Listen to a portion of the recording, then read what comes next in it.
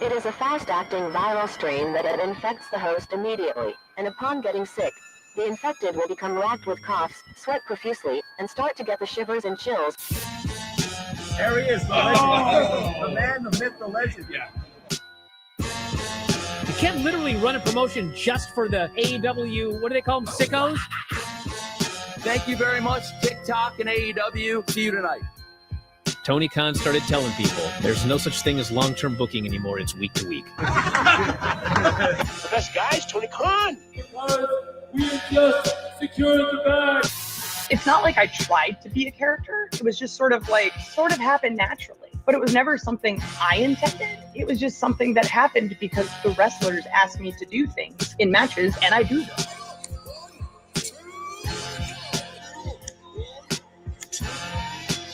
If you run a promotion just for the sickos, you're going to do 400,000 viewers eventually.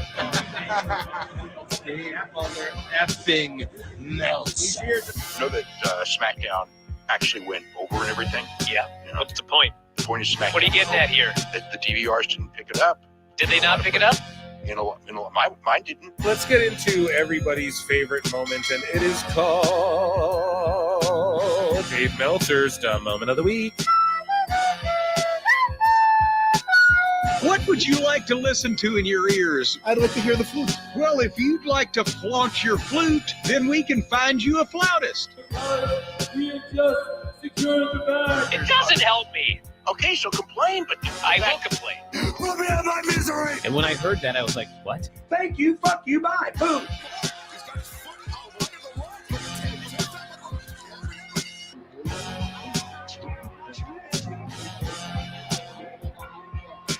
You got to run a promotion for everybody. The sickos can be the ones that buy tickets first and spend the most money on the merchandise. Because we just secured the bag. But, like, you got to promote for everybody. Then you'll have a lot of viewers. I think we proved a lot of so-called experts. We made them look like idiots. We're not going anywhere. Tony Khan's not going anywhere. You'll also be there on TNT. You'll be in 2 places at once. You'll be around like my favorite movie. Time God. It's so great, Pittsburgh. It's not like I tried to be a character. It sort of happened naturally. the best guys, Tony Khan. Keep themselves safe. What was the first year I really started making? I think because I used to write down all the money I would make. Oh, I did this match on this date for this company and I got paid. I remember like when that pay went from $20 to $50, I was like, whoa. The first time I got offered $100, I was like, I'm getting paid $100 to go to the States to wrestle. Like it was mind blowing. I'm 6 years into the business and I'm making 20 grand a year. That's it. I don't need any other job. That's it. Yeah. This is my living now. Yeah. 20 turned into like 40 the next year, which turned into 50. And over time, like, you know, it's just gone up, which is great. And it continues to go up, thankfully. What was your pay on your very first gig? Zero. What was your first paid gig? $20. $20. Yeah. I can actually tell you the first year in my business, in the business, I made $240. And that's because I made $20 once a month. So it was very easy to calculate. Yeah. Didn't have to file, did you? No, I didn't even have to. Yeah. Never mind lying on taxes. Like you just didn't even have to file them. And you got paid cash too. Yeah, of course. Number 40 on the call sheet. Oh, sorry. Who's number 1 on the call sheet? That's where we're at. 40 on the call sheet. New one? Go for it. It's pretty light, actually. What a drink. Yeah. Oh, man. What were we talking about? I don't know. Next time, make 2 at a time. Snap Basket was really funny how you would have that out and you'd kind of guilt people into eating junk food. I love it. And not touch it yourself. I'm going to answer this differently. I really get a satisfaction off of watching people eat food that I can't eat. Like Swedish fish. All the endorphins are going. Bartender. I do need one more. Thank you so much. My cubano, hermano. Yeah.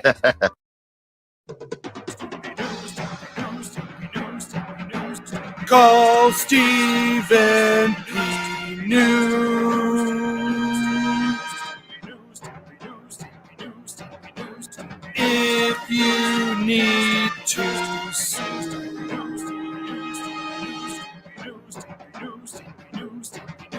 an outlaw mud show or two. Still to the rest. Imagine being able to build an app with your name on it just by thinking about it. Meet Base 44, a complete.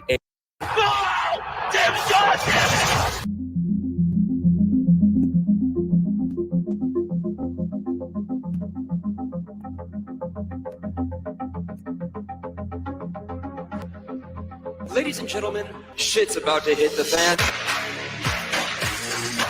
The system is broken. It was time for a revolution. We could be the wrestlers that we want to be. We have our own stories. We make our own characters. Different. That's what makes us elite. I've been forced to vacate the AEW World Trios Championship.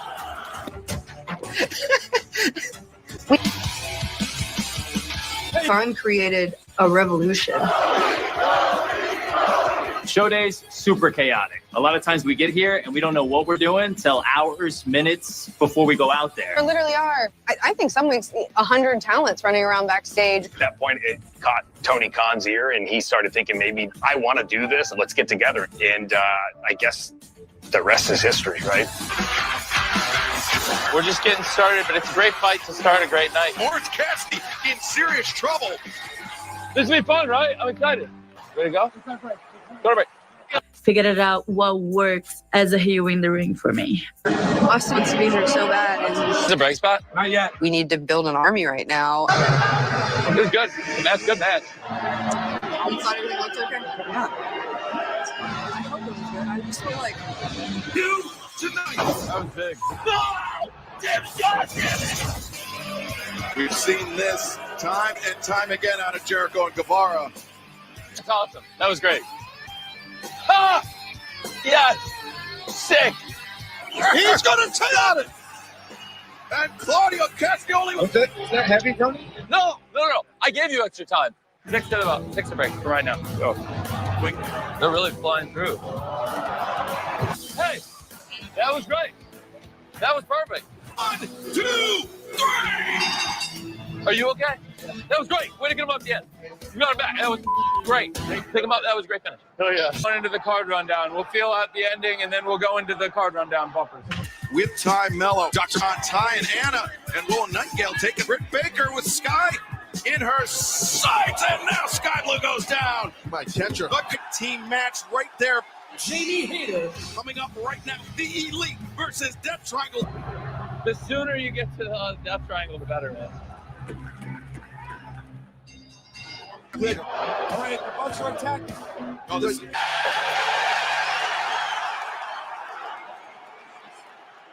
We're good. We got a minute or so. We want to get him going. Get him off this. Moxley charging right back at Hangman. Now, I like this. I don't think I've ever seen anyone hit with an elbow like that. Oh, modern day pro wrestling. Danielson. We're doing good. We're doing good on time. This is good. Hey, hometown hero. Way to go. Welcome back. Yeah, it's great. Welcome back. Love it. Welcome back. Hey, welcome back. You okay? Oh, I'm great. Whenever you're ready to get it going.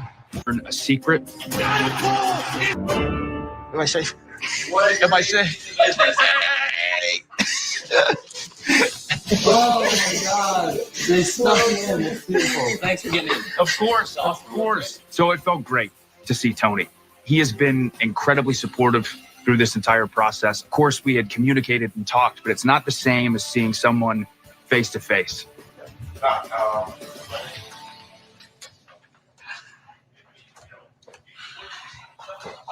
Hey, I'm gonna close the door. I'm gonna run by every time I go to the bathroom. Oh my God, of course. Share a bathroom. Yes.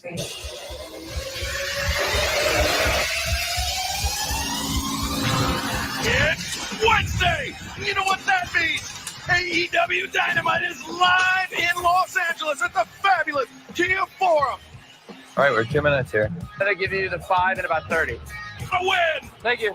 So I talked to Tony last week, and he told me there's a plan. So I just got to trust him. You know, I trusted him before, and I became TNT champion 3 times. Dr. Britt Baker should be better than these. Neck break. She's your fault. Let Saraya blow into the shot. Here's our finish. I decide I'm not only going to hide in Tony's office, but I'll hide in Tony's bathroom. Oh, shit! She missed that table. She landed right on the floor.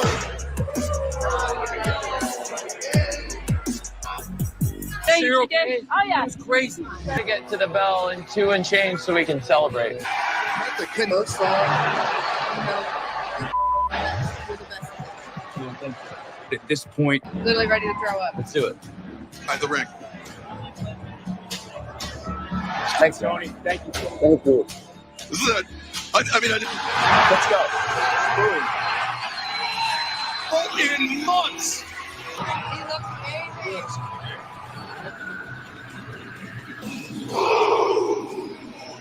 Go see a watch out of that and Cole, baby. seriously, every single day, I'd read things like, I miss Adam Cole. The thing is, the bad news, it's not for me. Amazing. Oh, thank you. So good. Thank you, Tony. Thank you.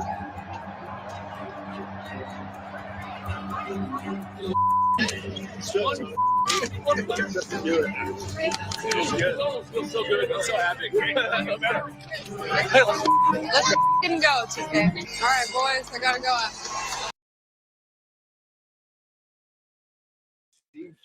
Ooh, what's happening, guys? Welcome to another eclectic edition of PWT Live Show, Sicko Saturday. We're starting early here, folks, and I may be fashionably late, but so is AEW, so hey, sue me for it. I am your host, the infallible Phil Marks, and we are going to be watching tons of wrestling. I hope you guys enjoyed 7.5 minutes of Tony Khan there. The pre-show's been on the 0 hour. I've been watching it. It's a cool, I like that this is what they're doing. They're saying All Out Toronto starts in 30 minutes. So here's the thing. They promoted the start time was 2 Eastern. It's an hour of Renee Paquette, Danielson, and RJ City talking. All good. This was pre-taped because they had like the word asshole and stuff censored. Like with bleeps and shit. So they pre-taped this like earlier in the week. I actually think that's a good idea. Or maybe like last night or so. Who knows? This morning? I don't fucking know. But it's actually a good idea. They have the ads all over the ring. I mean, AEW's always done that. So I don't know why people get triggered when they have them like on the buckles and everything. You know, I don't know why people get triggered when WWE does that shit. I'm just trying to give notes off the top of my head here. This pre-show is really good. Danielson's a great analyst. Like, he's really good at this shit. They've been showing throughout the entire time, like, how to watch.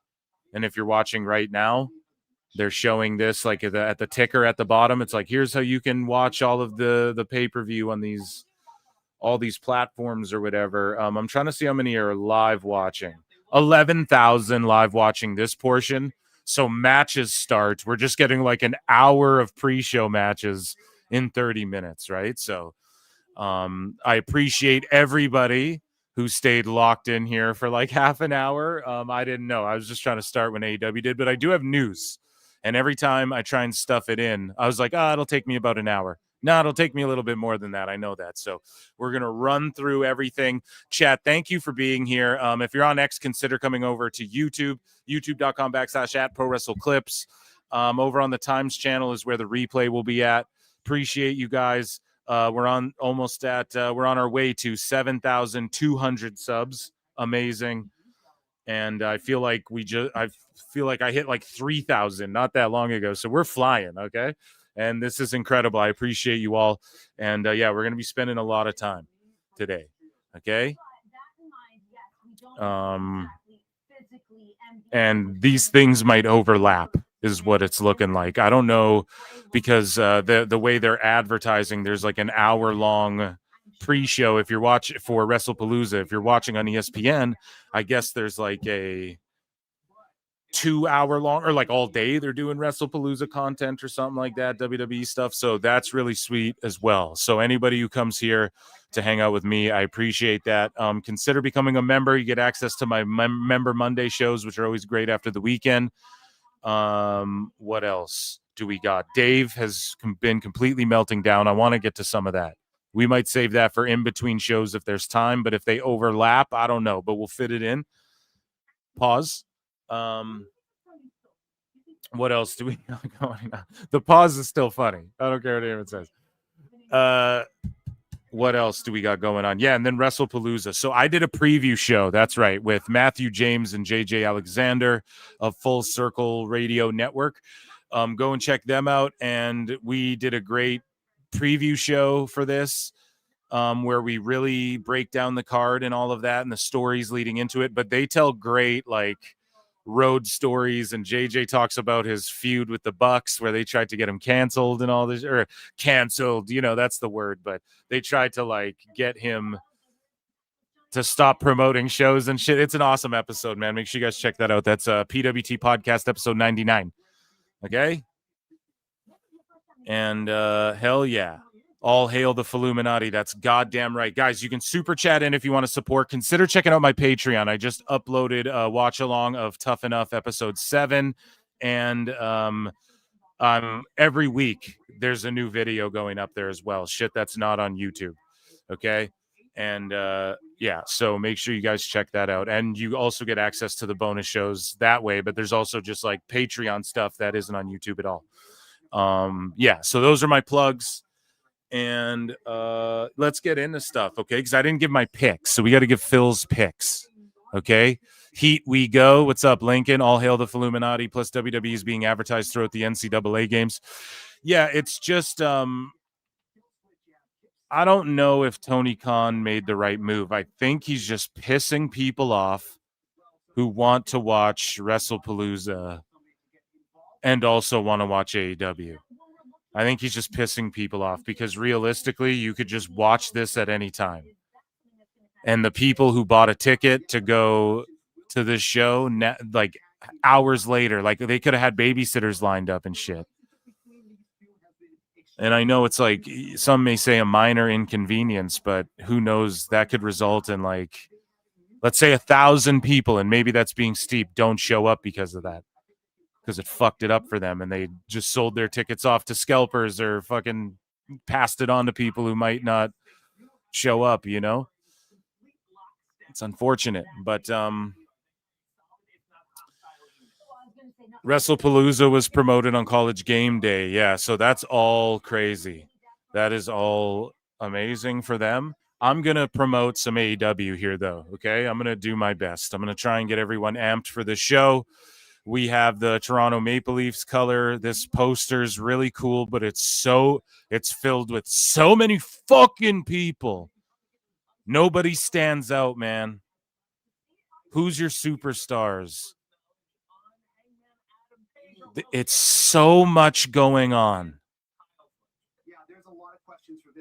Too much of nothing is bad enough, bad enough.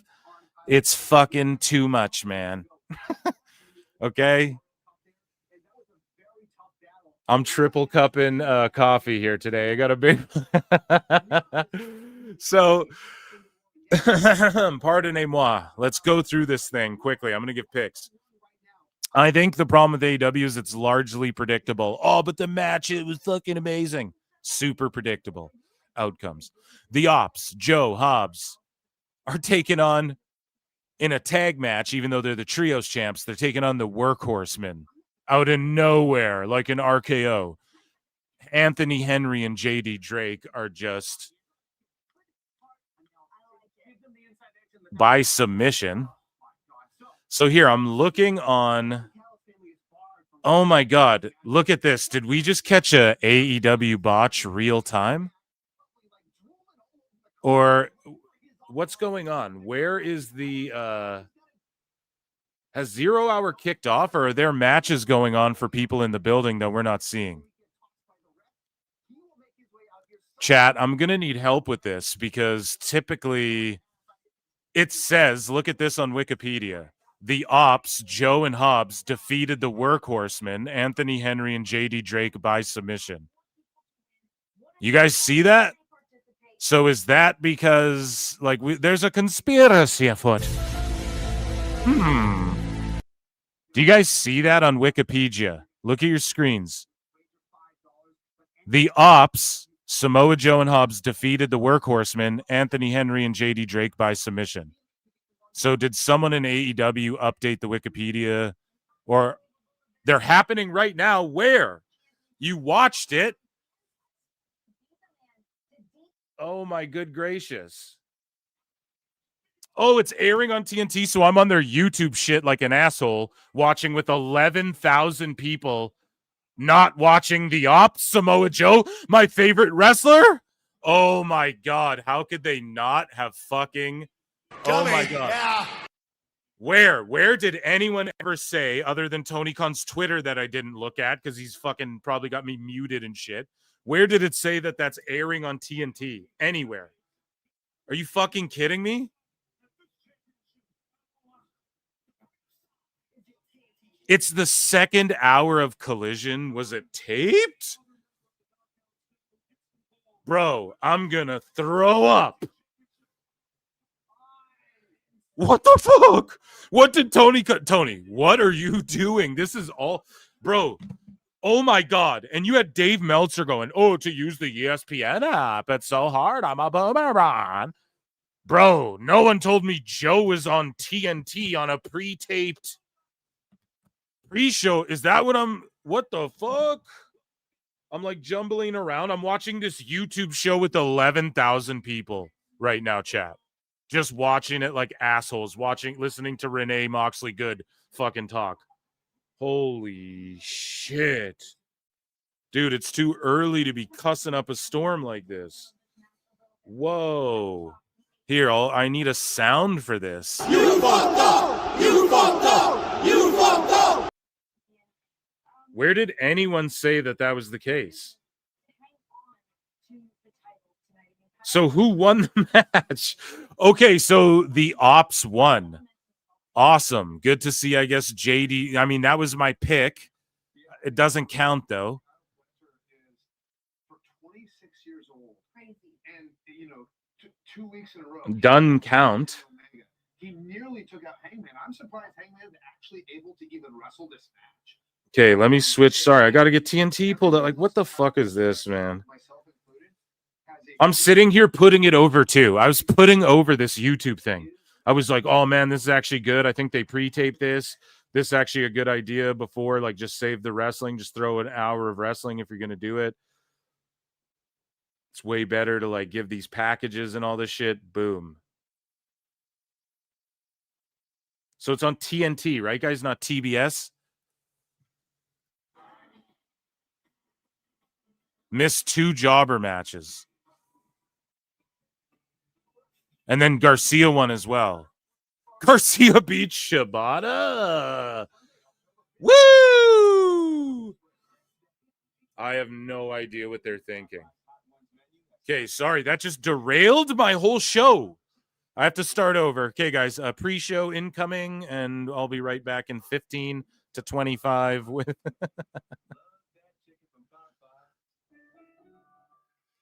Wow. I'm severely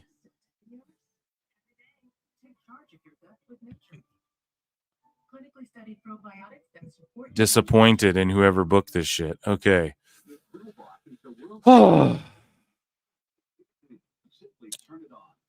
So I'm sitting here watching these goons talk when I could be watching Graps. This is what I mean. Please. I need, like, do I gotta go sleuth Tony Khan's Twitter for the over 100 people watching? Do I have to go sleuth his Twitter to see who announced where that these matches would be on TNT, and the fucking pre-show on YouTube is a whole other pre-show? Oh my God. I'm offended as a fan.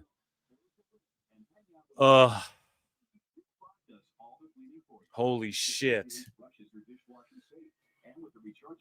Okay, I'm dehydrated. You know what, chat? I apologize, Tony. I want to be your friend. I want to be best friends. I think you're cute. I want to date you. Listen. I'm just dehydrated. That's all it is today, okay? We got to drink some soda water. We got to get our soda waters in. We got to recalibrate. All right? And we're going to give our picks for the show that I'm missing, by the way. And then Garcia won. So I mean, okay, fuck the pre-show. No, I'm not even going to pick for these. I don't even know if it happened or not. So I get to see the 8 women tornado tailgate brawl. Awesome. And that's going to be half an hour, I'm assuming, and they're just going to air the tailgate on YouTube. Where did they explain this on Dynamite? Where's Dave Meltzer and Brian Alvarez going, well, Brian, actually, it's great booking. Best guys, Tony Khan. Fuck. Okay. So let's give picks. Sorry, chat, for spurging on you guys. All right. Let's take a look here. Adam Copeland and Christian Cage. Here, I need to chug some water now.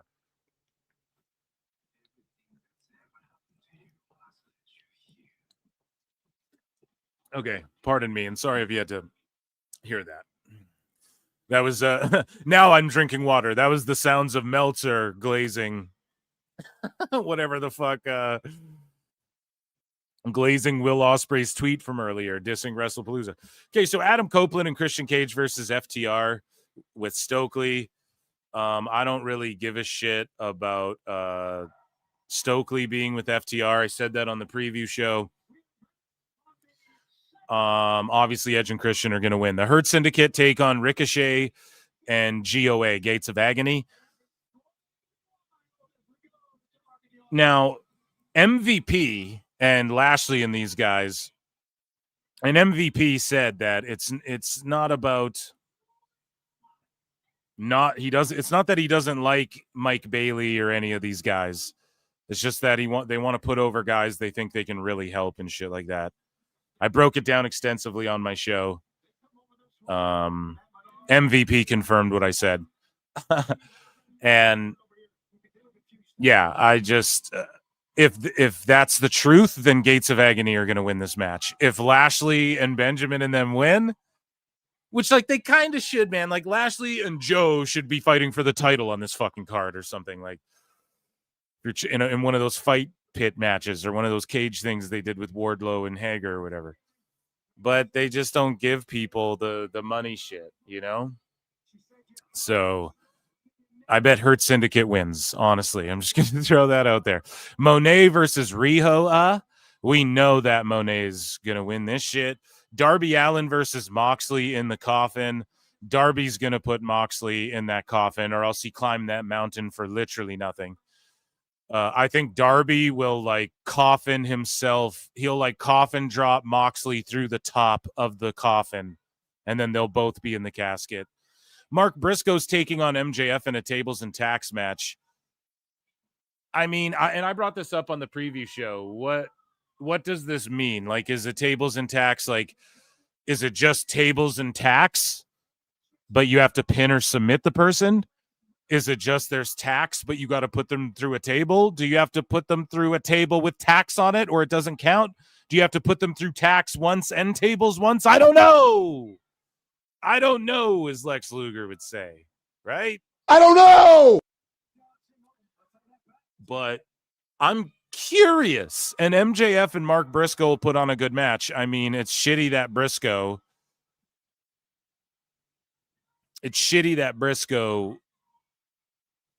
it just gets thrown into these trash matches, honestly, where he just goes and gets slaughtered and bloodied up. Much like Sky Blue and some of these other gals, Tony just is comfortable with throwing them, as we just watched at the top of the show during the pre-show, 10 minutes of Tony Khan, where Anna Jay gets power bombed off a stage and he's just sitting there like a little kid. He's like, ooh. And the wrestlers are all like, oh my fucking God. And Tony's just there like, ooh, I like it. Yeah, it's great. You know? And anyways, it's just a shame that Briscoe, like, Tony just looks at him as like that kid eating chair shots from his brother in the park. And it's like, nah, man, Mark Briscoe's more than that. Timeless Tony Storm versus Hayter versus Statlander versus Tekla. It's like, what the fuck is this, man? The fuck is this? Just a 4-way Statlander who's been fucking just forgotten about, and then now kind of like, oh, she won a couple matches, handful of matches. Now she's in this fucking title match, and I love Chris, but it's like, what the fuck? Hater just brought back out of nowhere, and they're only in this match so that Tekla doesn't have to get pinned, and Tony Storm's going to retain, and it's going to lead to Tekla versus Storm eventually. Hangman versus Fletcher, there's no way Hangman doesn't win. And also, shout out Matthew James, who was on my show on PWT Podcast episode 99. He was like, dude, how stupid is it that the unified championships on this card, and then there's another match with a title versus title, but you have the unified. It's funny, man. And that might be like an Uber Mark thing to point out, but he's a booker, he's a promoter, he's a guy who's like worked in and around and done creative and shit. So, and he's been a part of some booming indie scenes and shit. So it's like he would know, I would fucking, it's just, I mean, I agree. Right? The whole point of the unified is like, well, you unified these two belts. And they even talked about like the unified champ might even walk around with two belts. So it's like, why is that special if there's 100 million belts everywhere else? And it's a dumb title concept anyways. But either way, Hangman's going to win. Okada, Takeshita, Mascara Dorada. Again, it's a 3-way. He's in the match so that I think maybe Takeshita could get this title off Okada. Now, my pick, am I giving picks? Yeah, I am. I'm just breezing through them because they're so predictable. I'm going to pick Okada. Okay? I don't think there's going to be a lot of title switches here tonight. I'm going to pick Okada. And I think, but I will throw this out there, and you can give me a bonus half point if you want. Konosuke might pin Dorada and like get the belt from Okada that way, but Dorada's just in there to eat a pin, period. And he might, and this is the thing too, man. I'm going to be honest. CMLL runs AEW shit, and I'm going to break that down more. They kind of run MLW shit a little bit. They run AEW shit, and I'm going to break it down more. Like MJF just lost to fucking Mystico, bro.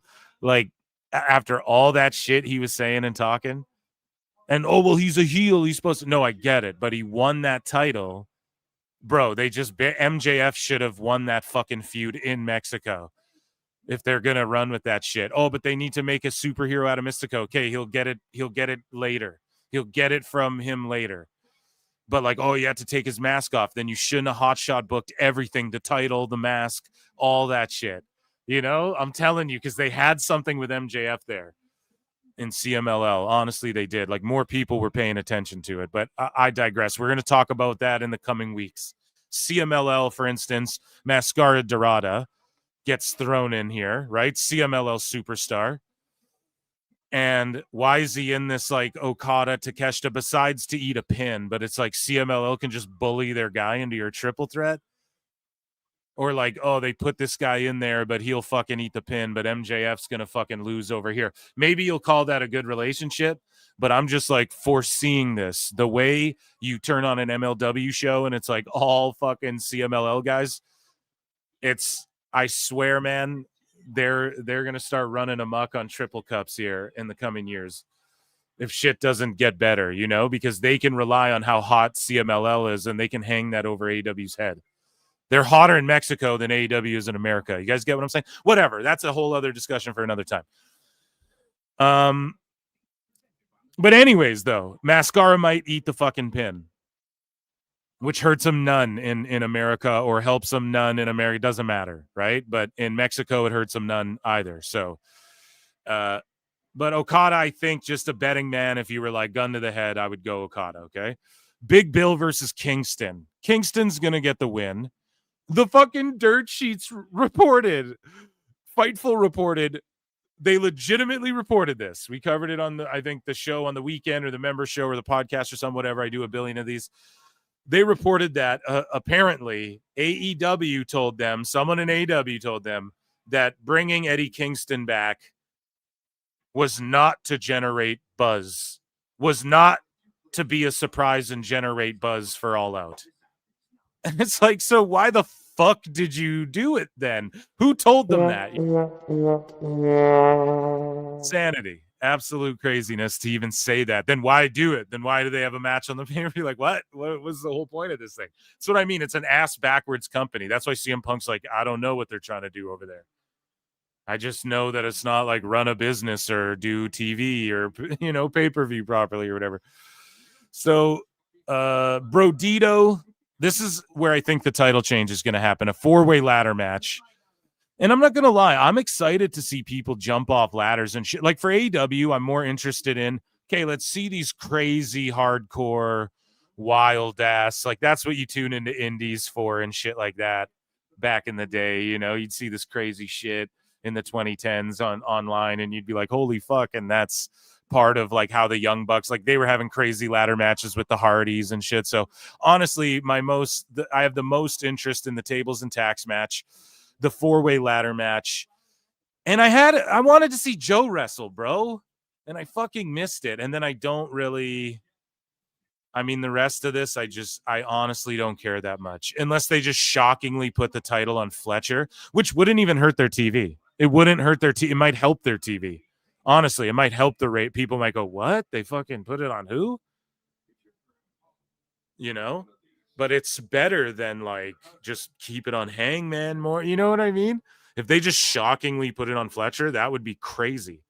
But they're not going to do shit like that. And then I want to see Edge and Christian. That's the opening match, though. So it's like, fuck beings, man. They should have saved that till way later. Co-main event. This is too much matches, too. You can't have this much matches. Like, look at the poster, chat. You can't. None of it matters. It's just like a bunch of stuff going on, just like on the shows, right? And like it's kind of fire, like the design, and then there's just people all over all the cool shit. You know, they could have cool fucking like the bricks with the CN Tower and the Maple Leafs and shit. It's all cool, but like this whole bottom part should be like, here's where to watch this shit. Samoa Joe will be on TNT. Instead of all this bottom shit here, this should be telling me where I'm supposed to watch this shit. YouTube has a different pre-show, right? Like it shouldn't, I don't know, man. It's just whatever. Those are my pointers. I'm just a hater. I just hate. I'm not here supporting. I'm not buying all out. Right.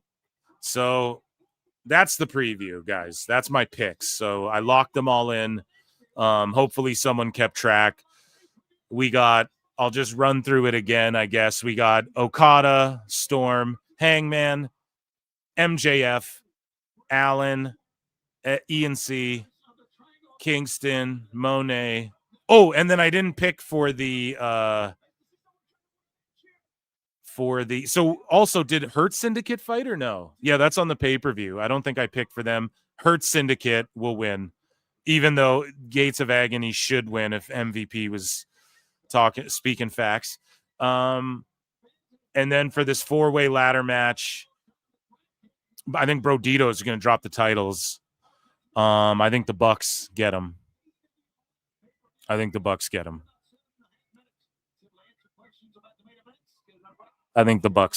Yeah. And then they're calling the team C&C. I was calling them Cope and Cage. C&C. And it's like, I guess, the indie version of E&C. I guess. It works for me. But it's just Edge to me. It'll always be. I'm not fucking calling him Cope, dude. That's what I do over his name change. Is fucking. Okay, so let me check in with chat, and then let's do an Ichi Nissan because we got AEW news to get into. George Capture for 5. Guys, consider becoming a member. It's only 99 cents. Consider checking out my patreon.com/prowrestletimes. I just watched Tough Enough episode 7. Tons of shit going on there. Every week a new video. And George Capture for 5 says, to be frank, the TNT show is advertised, good sir. Right. So here's the problem, right? When it says All Out 0 Hour on YouTube, and then you click on it and there's 11,000 people watching it, how the fuck is someone like, I'm in Canada, bro? How am I? You know what I mean? How the fuck am I supposed to know this?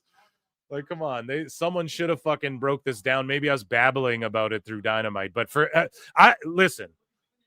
for Dave and them, for Joe to be opening the show or whatever, he was the second match. That is just nasty business. For Dave to be melting down the way he did, and then to get owned on SmackDown, and for him not to say anything about AEW and this shit, it just tells you everything you need to know. They shouldn't have had that fucking Renee Moxley good pre-show. That shouldn't have even been a thing. LMAO at the table spot, then go back to the app, then activate, link both Verizon and Disney to the app to get access. I mean, that shit's all dumb too. I'm not going to lie. But, if he was in WWE, they'd have Anthony Mackie showing up on Raw, CNC Music Factory. I'm watching WrestlePalooza on Disney Plus. That's pretty tight, man.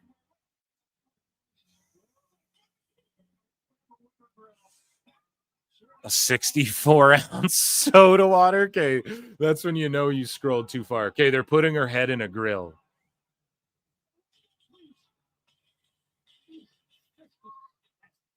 And then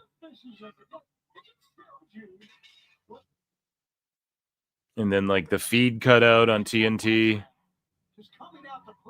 Was that just me or what? Is the feed cutting out on TNT? What are they doing? They're canceling this show before it even airs in its entirety. Why are these girls doing this? And it's not like women can't have hardcore matches. Like one of the greatest hardcore matches ever when I was a kid. And if I watched it back, maybe I wouldn't say that. But just at the time, as a young fan, was Trish versus Victoria.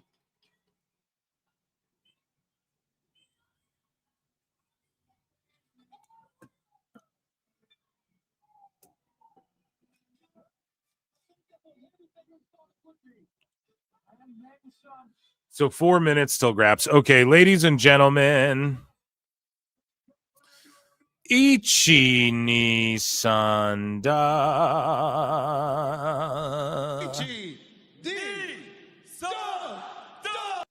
For AEW News.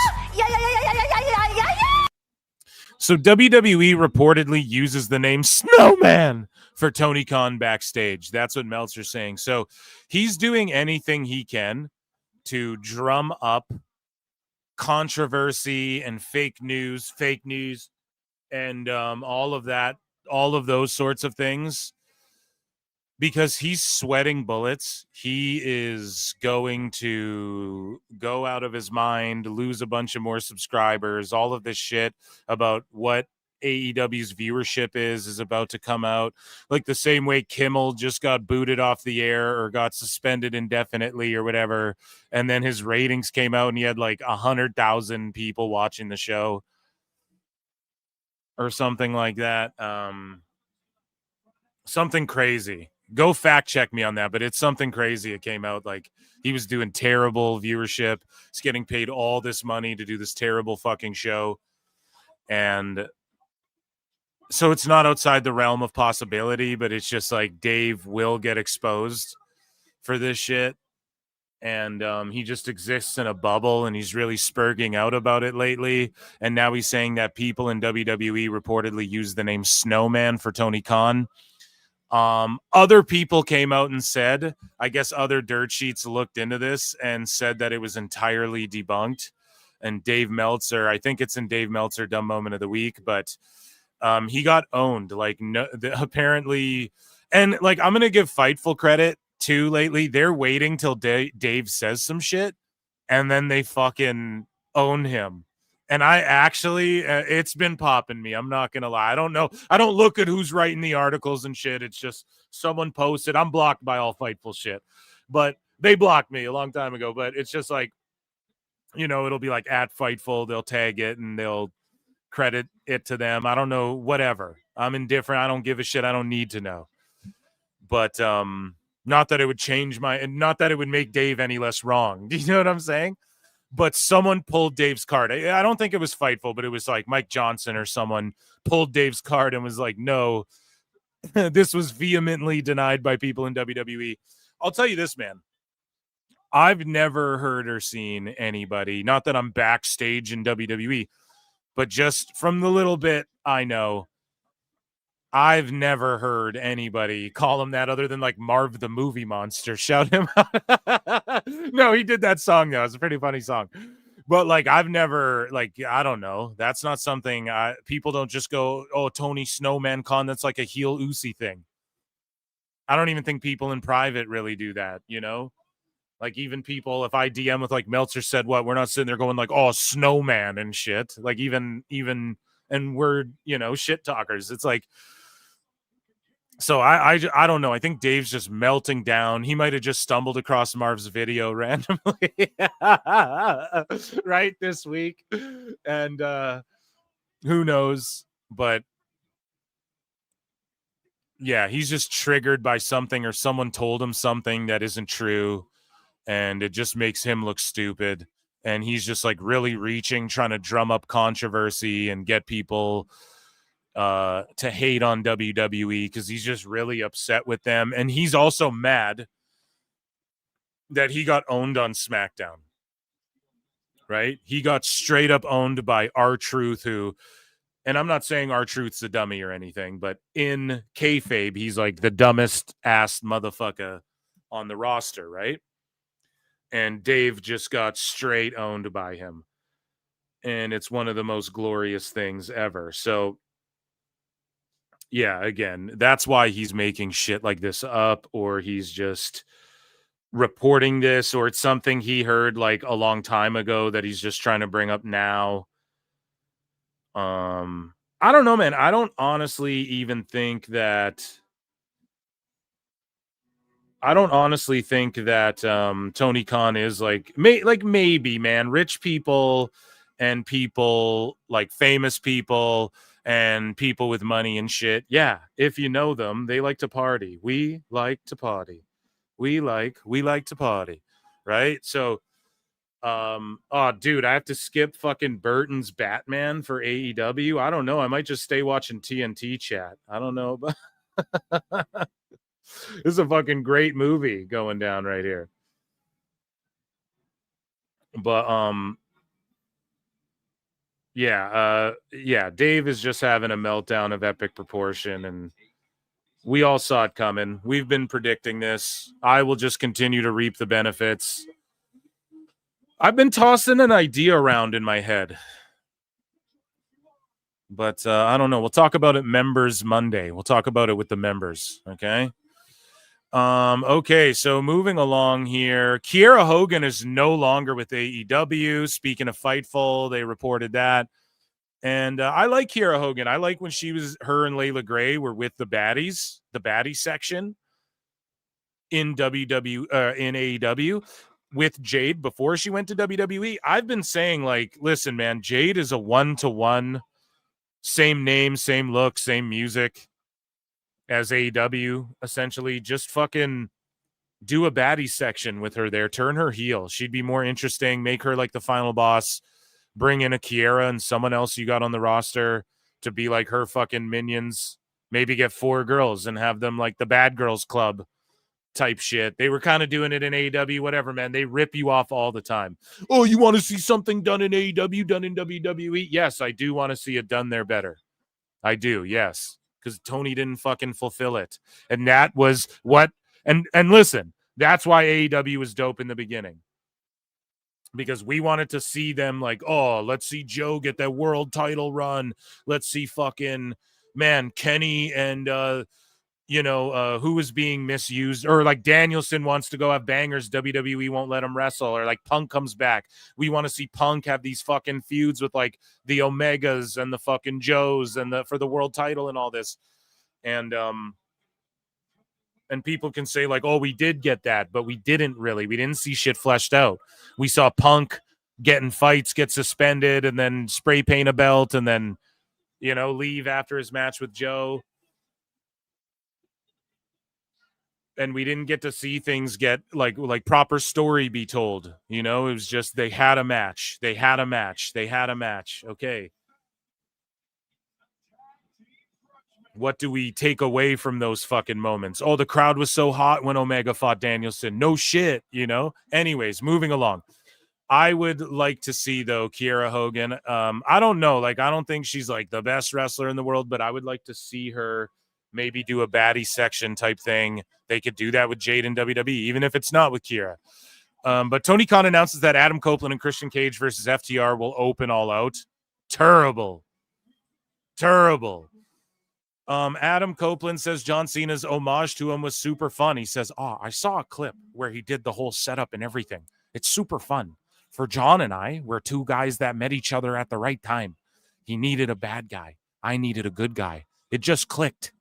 You never know when something is going to click. With John and I, from day one, it just clicked. Our characters were polar opposites. I knew that the assignment was, and so did he. You had two guys who were very willing to do what we had to do to get us both over. John was very well on his way, but I feel like our angle is what really put the stamp on him being the top guy. And it put the stamp on me being the main event guy. I'll always look back on that fondly and what we were able to do and the fun we had. That was he said that to The Score. That was an interview with The Score. Shout out The Score, by the way. Tony Storm says Tony Khan shot down ideas of her that horrified and disgusted him. She told TV Insider, I think you might actually be surprised. There have been a lot of ideas shot down, a lot of wild ideas that our president, Tony Khan, has just been horrified and disgusted by. He really has had to work hard to keep it all together. God bless him. He leads a massive team. Yeah, I don't know. She's always working, so you don't know what's real and what isn't. We're getting a Reeks of Awesomeness sketch to kick things off. Here, we'll come back to news.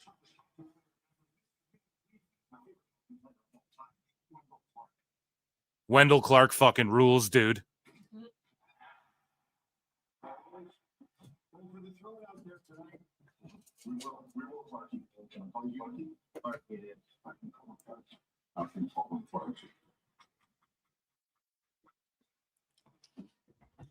I can't believe you didn't say hi to Wendell Clark. You're wearing a friendly guy. He's a legend. What's your Bubbles? Oh, shit. It's Bubbles. Oh, fuck, boys. Got a big fight today, and just sort of, Ricky's back there getting chips and pop. They're chanting Bubbles, man.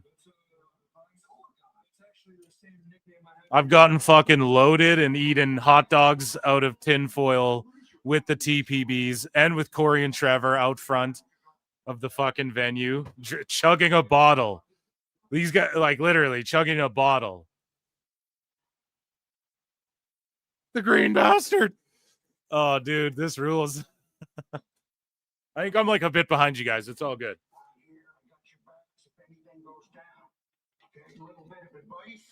Just between us legendary wrestlers.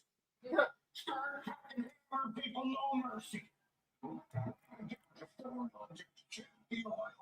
Wait, can pay too. That's musty. Too much chlorine in the cheap pool, if you ask me. I'm out of here. So Christian, what's he talking about? Chlorine. He's my asshole. Hammer time. Do you think he knows him? Here we go.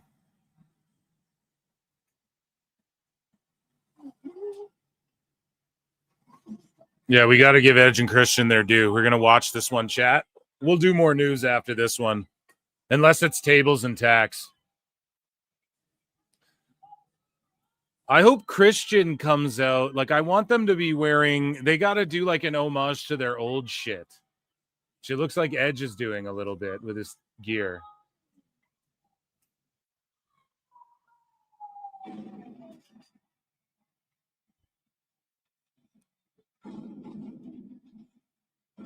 Chance to feel the. Yeah, he's doing a throwback, but it's like black and modern. I love that. Edge understands the assignment. Christian better do the same shit. I'm talking see-through mesh top and everything.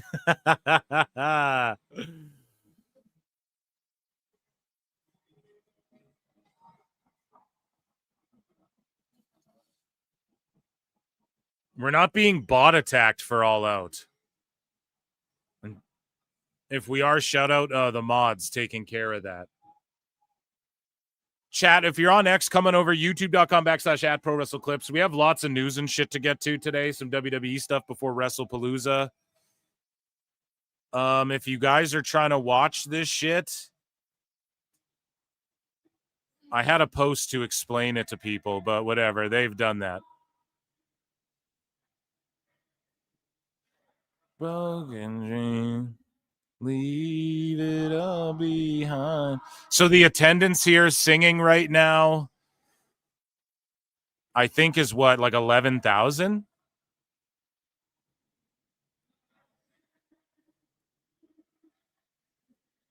Not a chance to feel the love.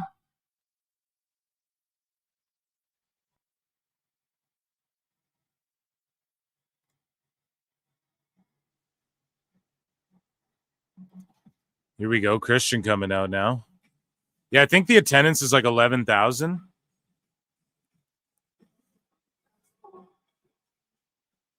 What?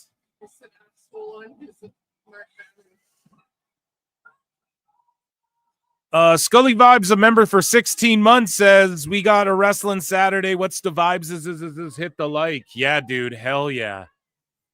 And Done Did What Now's been a member for 3 months. Acknowledge you guys. You can become a member for 99 cents. You get access to my bonus shows. Acknowledge me. Be in here. And yeah, we ran through some news. We're just giving Christian and Edge their due, man. This is like the match I care about on this card, and it's first. So.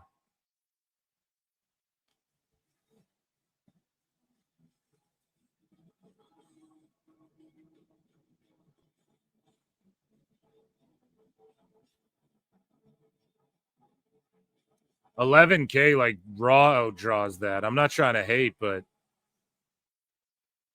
there's just no hype really for this event, honestly.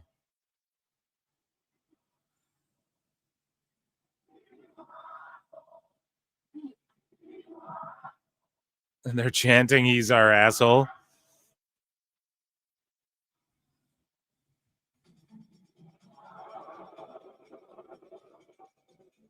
Crowd is hot, though, man. Toronto needs a fucking WrestleMania again, for Christ's sakes. Over 12K last count. Thank you, Lemon Lemming, for that. Appreciate that, bud. Yeah, that's awesome. So they have over 12K. That's awesome. Good for them.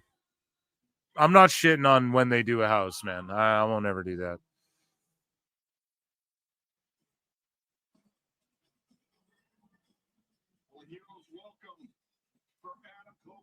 FTR still has one of the best themes ever. FTR Gun, FTR Bald, and FTR Black. Jesus Christ. I've never called Dax FTR Bald ever. I still won't, even though he blocked me and shit. I won't do it. You know, I'm a big FTR fan. I'm not going to lie. Like, their matches with the Briscoes and shit were just so unreal. They were so dope in NXT. Vince did them so dirty.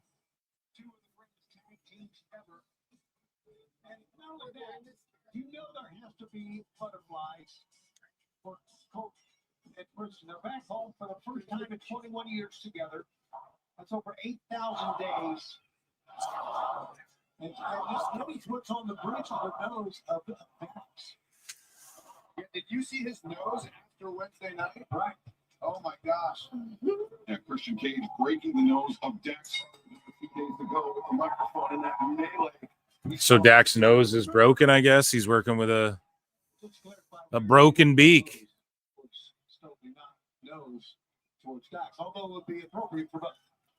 Here we go. Here we go. Here we go. Man, you guys are fucking goated. Shout out the PWT Universe being here. I love you guys all for being here. You're on X, come to YouTube, vote in the poll. Which event are you excited for? I don't think this will overlap. I think Tony's going to fucking... But what are they going to do to steal headlines away from WrestlePalooza? There's nothing. And Cultaholic was talking like, well, if Mania's on during the day, then naturally AEW will steal the social media buzz away, is like what they were implying. It's like, no, like in 2027 or whatever, if they do Mania in Saudi. It's like, no, that's not what's going to happen. Are you fucking mental?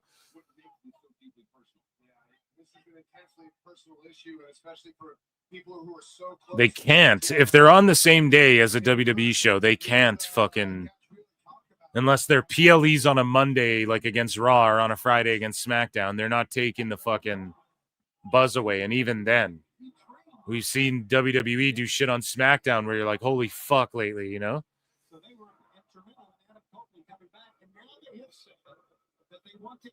Yeah, with the ladders, coffin mat. Yeah, you're right. It might.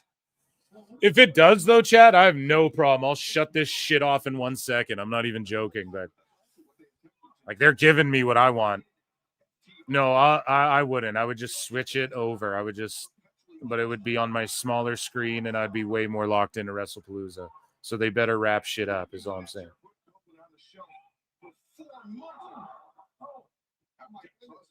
Back to that nose.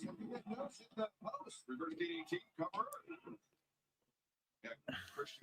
Imagine if they just did something little, like had them all walking out of a tunnel, but it's like a maple leaf that's like changing blue and white colors and stuff. Imagine if they just made the ropes blue for this event and got their own identity, man.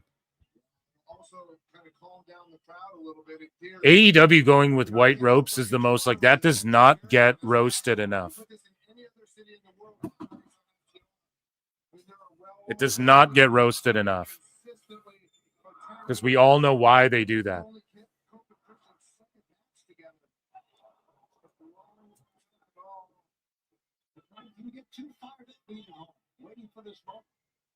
Yeah, I mean, you can. It's an open question. Can you get sometimes the adrenaline rush? There's an adrenaline. I'm telling you, those stages and memorable sets and memorable themes, those go such a long way in fandom, you know? Think about those old sets WWE used to do. And I get it's hard for them now because they're selling out everywhere, so people got... And the tunnel thing's cool. But imagine, like, Tony doesn't even need that big, all like that video board and shit. He doesn't even need all that. But I mean, they don't have a house that's like overflowing. But if they did, man, you just put a maple leaf and have them all walk out of that. Even that would be cool as fuck. With like maybe just a video board behind that. Who forgot the classic Halloween Havoc pumpkin? Yeah, dude, or the Bash at the Beach designs and shit. Some of the great fucking sets, man. And dude, Halloween Havoc was just like blow up shit. They have cooler shit at Spirit Halloween. You know what I mean? It's just like inflatable spookies that they'd find at, who knows, some fucking a Walmart or whatever, a Walgreens, a Canadian Tire, bud. And those sets were cool as shit.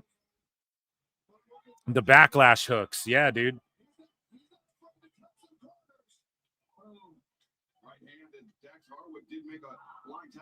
Yeah, the Clash in Paris is one of the greatest, I think, stages ever made. If you did that in the Attitude Era, this era, whatever, it would be one of those. Like, it's ingrained in my brain. It was so fucking dope. I couldn't get over it. We're just marking out about the aesthetics. That's why I love you, PWT Universe. Because that's what it's all about. I'm talking about the trunks and the fucking, oh, I hope Christian's wearing these tights and the fucking ring and everything. But that, it just goes a long way, though. It really does, man, in presentation and all of that. And again, it's not about being the exact same as WWE, but like light up this crowd a bit. Put some blue and white lights on them and shit.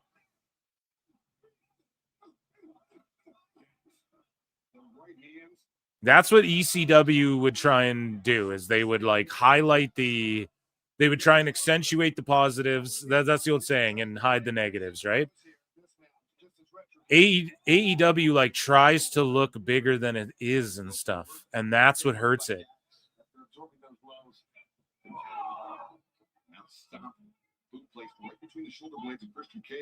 I think that's what hurts it sometimes. They should just embrace the indiness. I've said that for so long.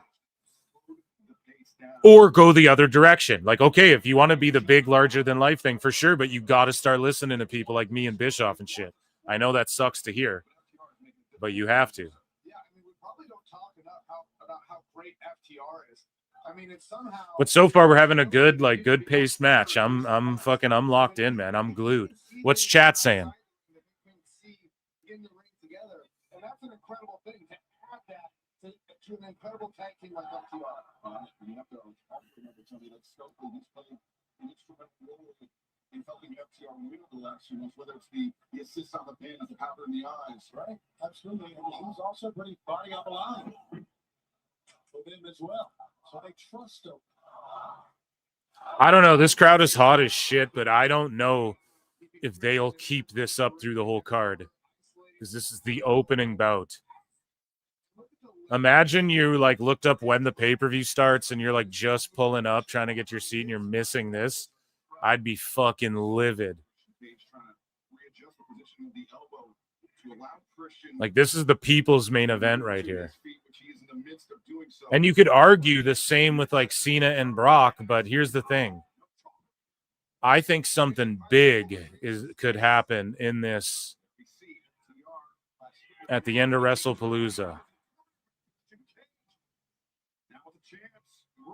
And if you guys want to hear it, we can go down that rabbit hole, but Classic FTR tag team wrestling here. You see Christian Cage trying to drive toward the corner. two guys who like understand, or two teams that understand like tag psychology and shit. It's so refreshing to see in this company, you know?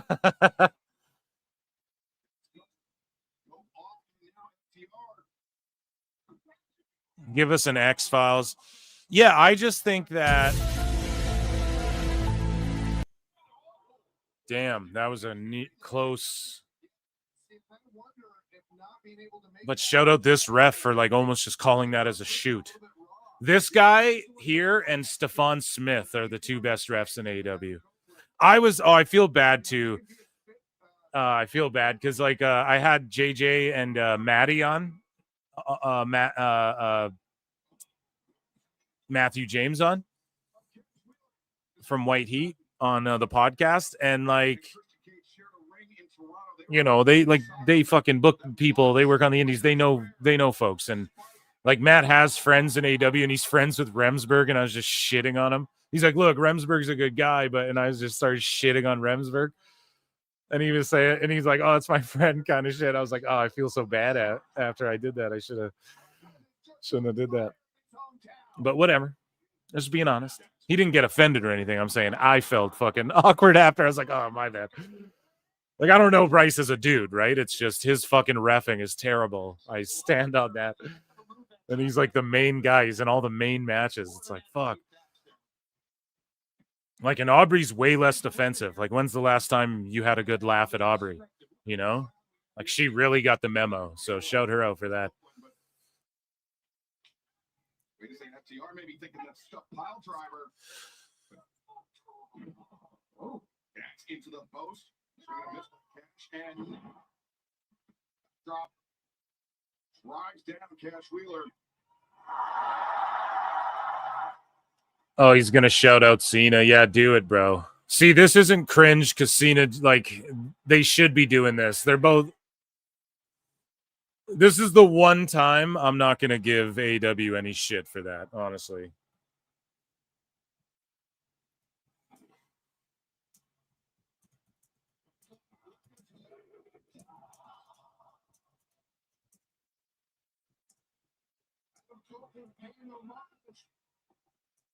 To one of his biggest rivals in his career. Almost pulled it out. With that A Cena chant. Oh, no, they fucked up. Really struggling up to his feet. Dax Harwood back into the ring. Cope didn't see him. Got caught from behind. Pushing Cage though. Into the mix. Damn, I'm locked right in, man. For this match. Pulling himself up over there.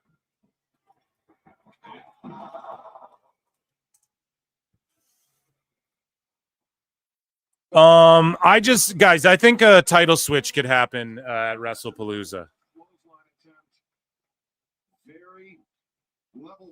I think it could happen. I think Rhodes could drop that fucking thing big time.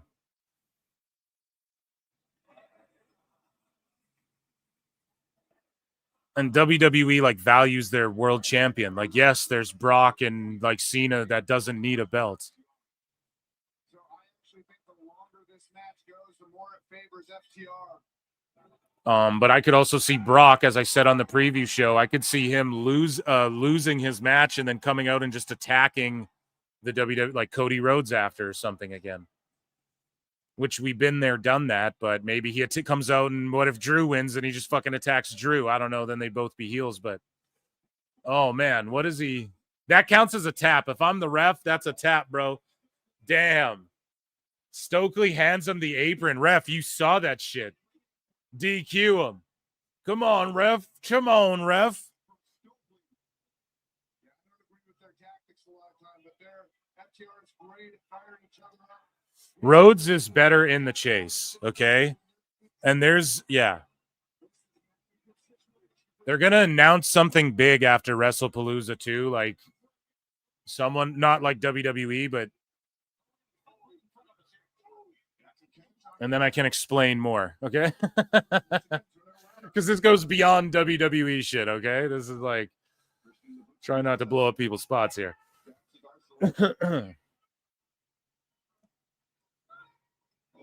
Oh, dude, they're gonna fuck yeah. This is what you do. Oh, oh man, they were gonna pay. I love that because like we got the Hardys and Dudleys throwing down, and fucking Edge and Christian can't be in that match is a travesty, or like they can't, be there or shown on screen or anything, even like be in attendance for it or something. It's a travesty.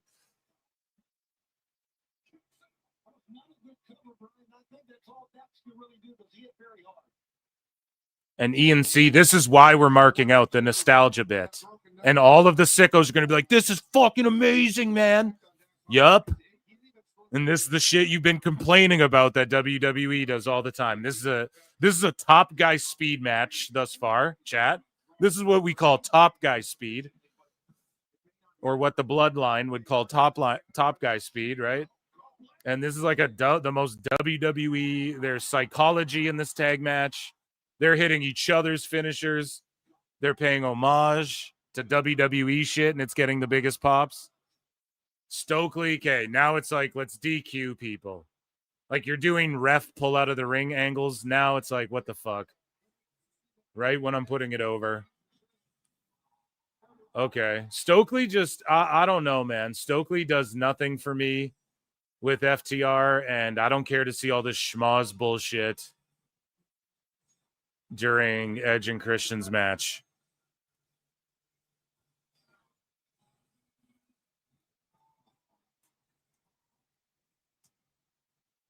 Here we go. It's Beth Phoenix. Beth Copeland.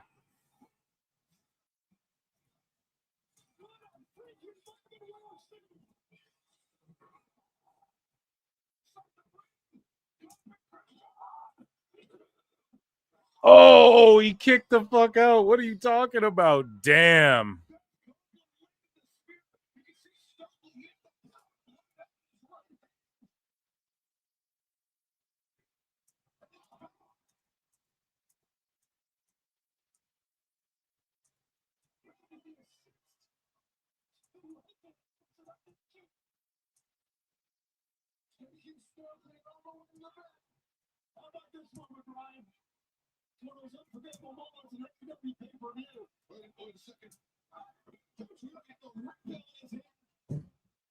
He heard the footsteps, was able to avoid.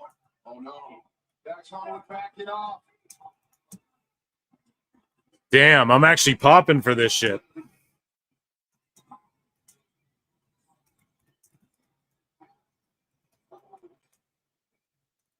Now go. And Christian. Once again on the attack.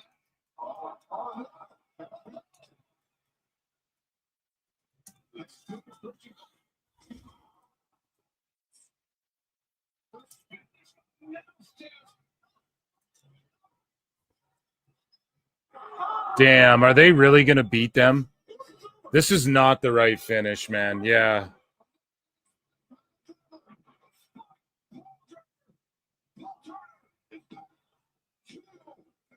Oh, Edge kicks out. Okay, damn. Damn. Woo!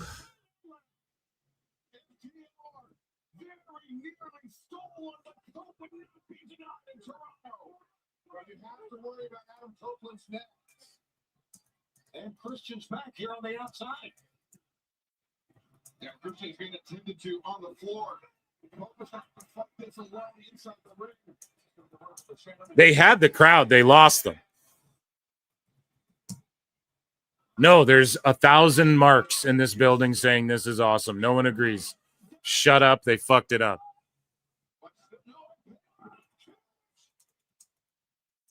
Yeah, but look, Copeland's having a hard time even getting up. That spike pile drive. End the fucking match. Surgically repaired neck. I mean, that cost him 7 years of his career. Jesus Christ. End the match. Like, why the fuck did they not end the match? That is the worst shit I've ever seen. All Out's not even trending either. Oh, boy. Trying to will himself back into this match. He's up.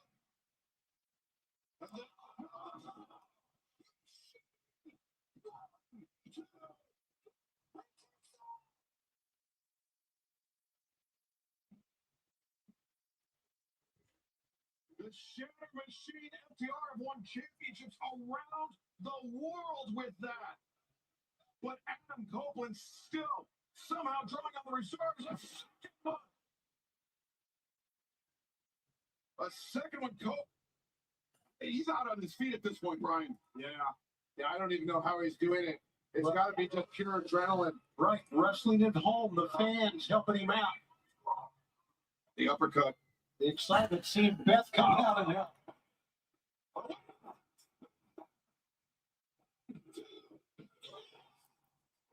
Well, okay, I mean, yeah, the crowd's there. I mean, why did they added an extra like 4 minutes just for no fucking reason? You guys know what I'm saying? Like, they kind of fucked that up there.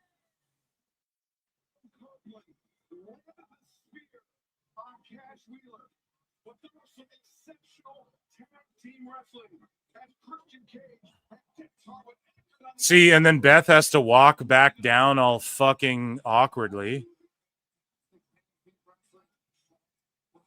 Why? Who? Like, man.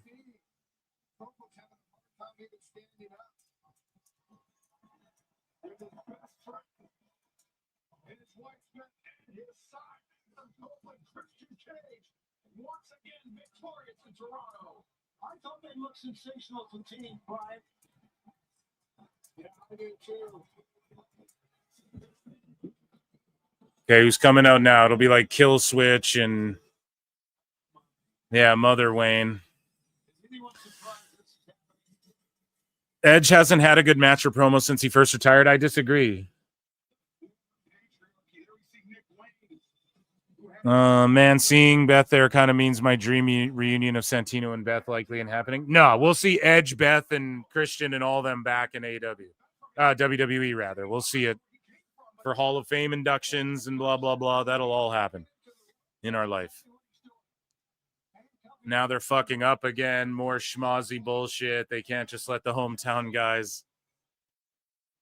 Completely fresh Kip Sabian. Blindsiding Christian. Beth is trying to undo the handcuffs, but she doesn't have a key. And now, Christian, spot driver by FTR. Beth, hysterical here, trying to get. It's always 10 things too many. Everything in her power, but and Cope completely helpless. Could only look on. Range is I don't know, man. This is pretty fucked up. Oh, Beth's fighting back.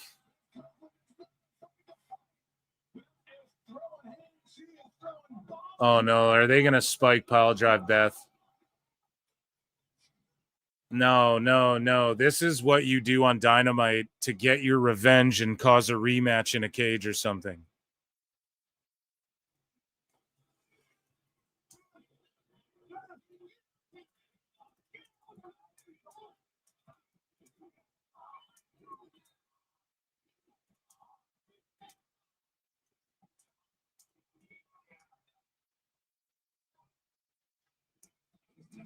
Ringside position, Dr. Michael Sampson attending to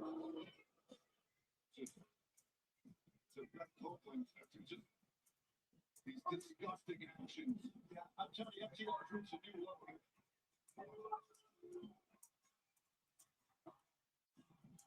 This was the plan, obviously, from the get-go. And Kip Sabian, Mother Wayne, Nick Wayne, all a part of it.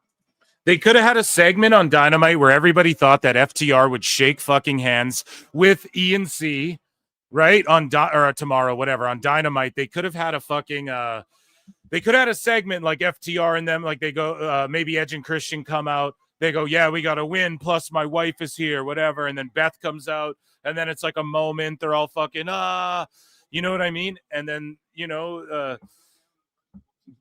they're like, Beth's in the ring. She's all happy. FTR come out. They're like, what the fuck? They all, without Stokely, they go face to face and they're like, well, where's Stokely?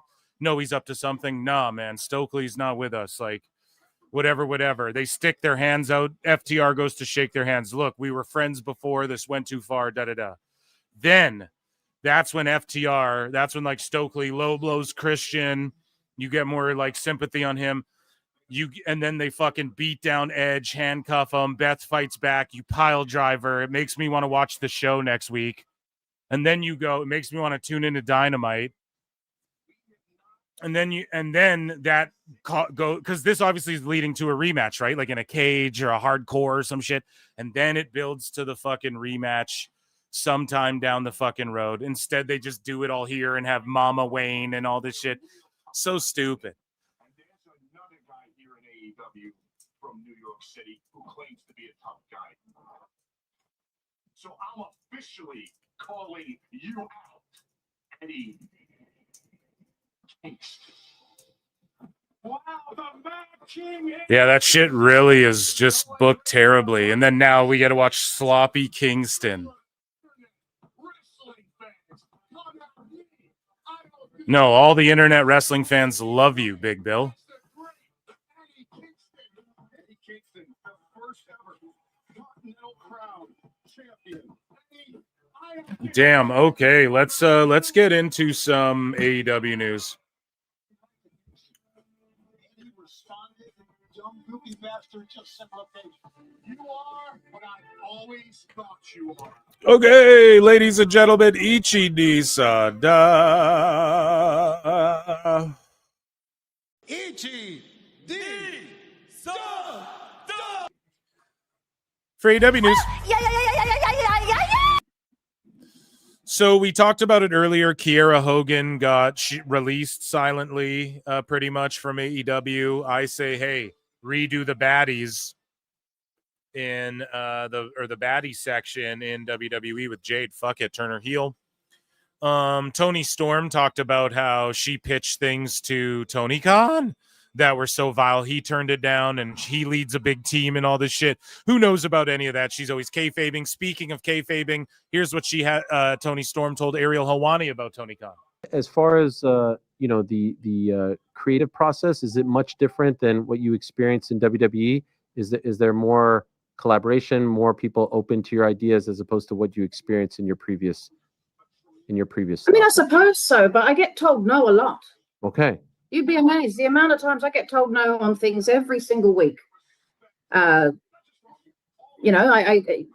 Tony, he keeps me reined in, but he's been a dream to work with. The only problem I have is that he hasn't brought me Wendy Richter.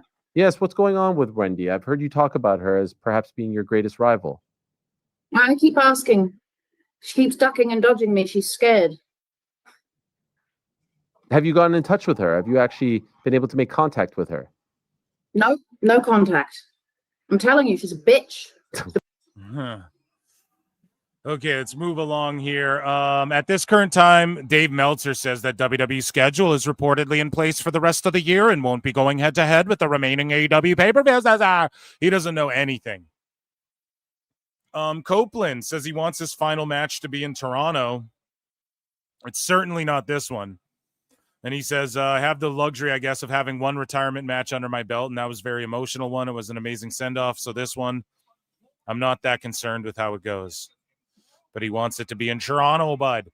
Tony Khan says he is eager and optimistic to hopefully get more opportunities for AEW events, like having a 3-hour block such as September to Remember and this Saturday's Tailgate Brawl.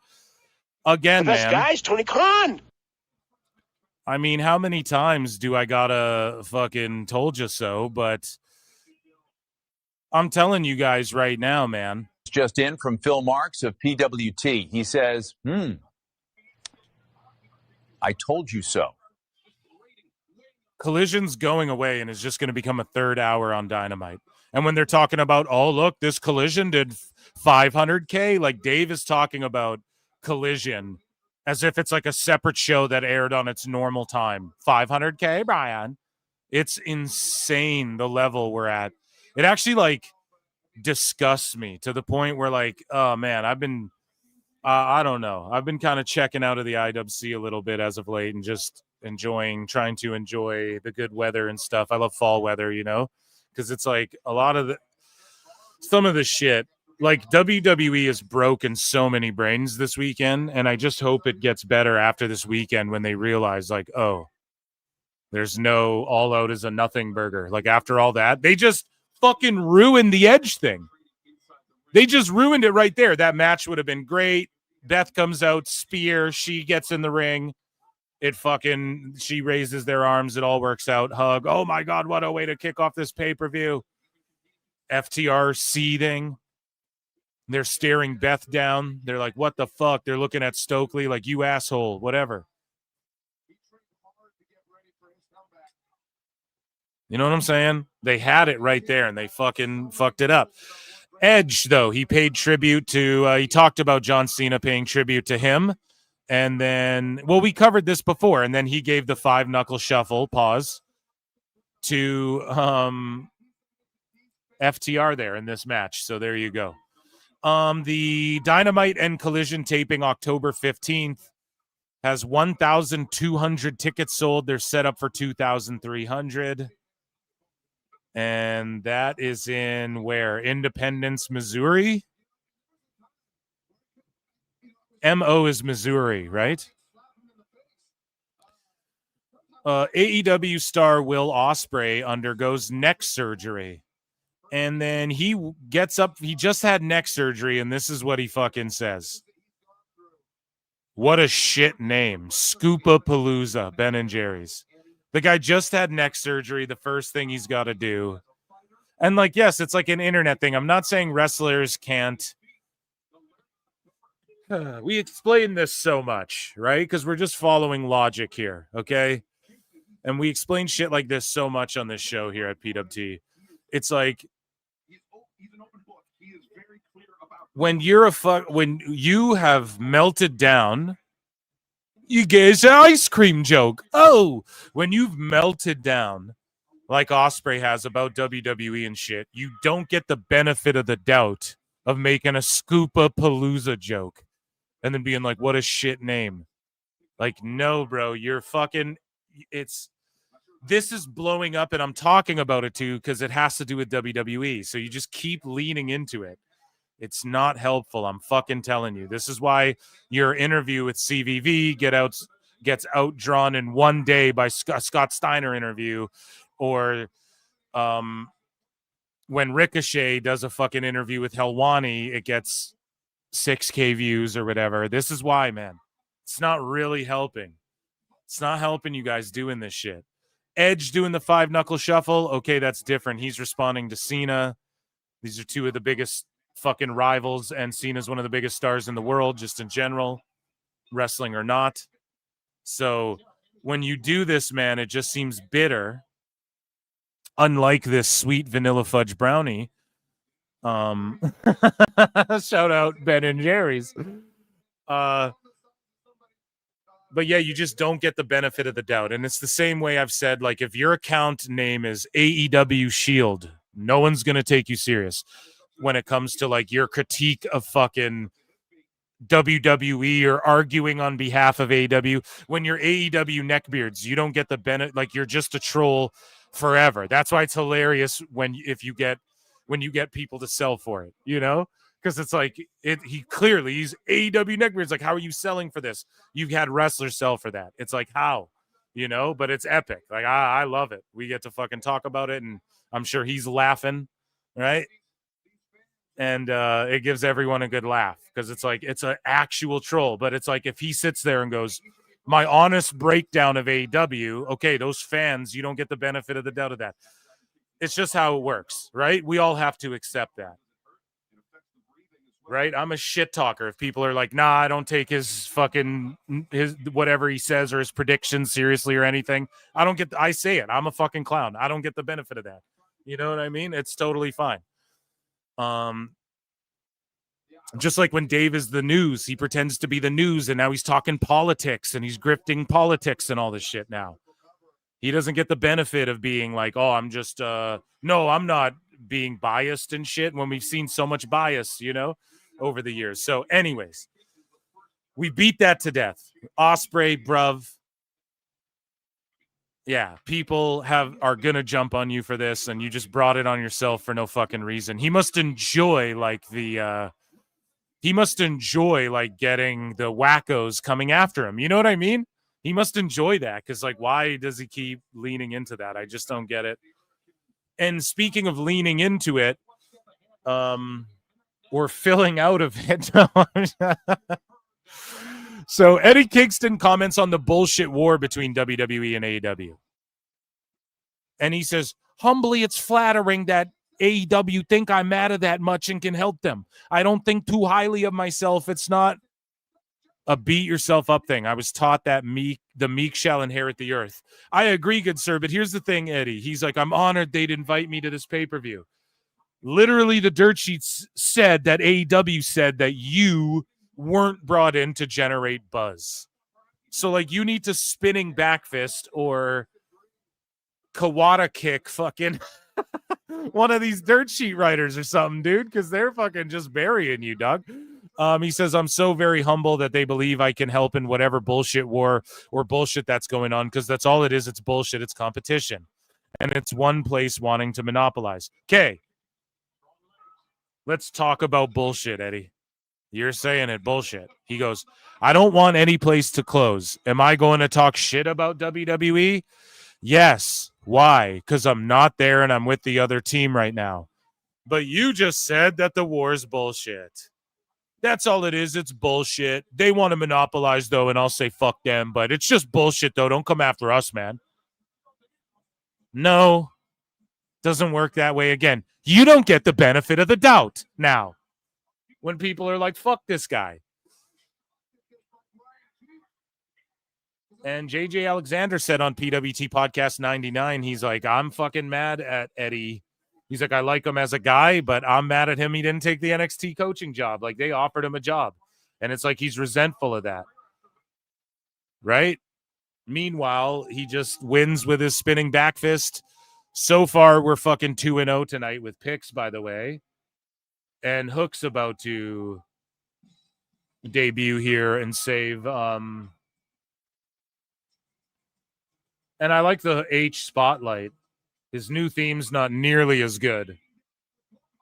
And his promos aren't good at all. Hook really needs a fucking guy to talk for him.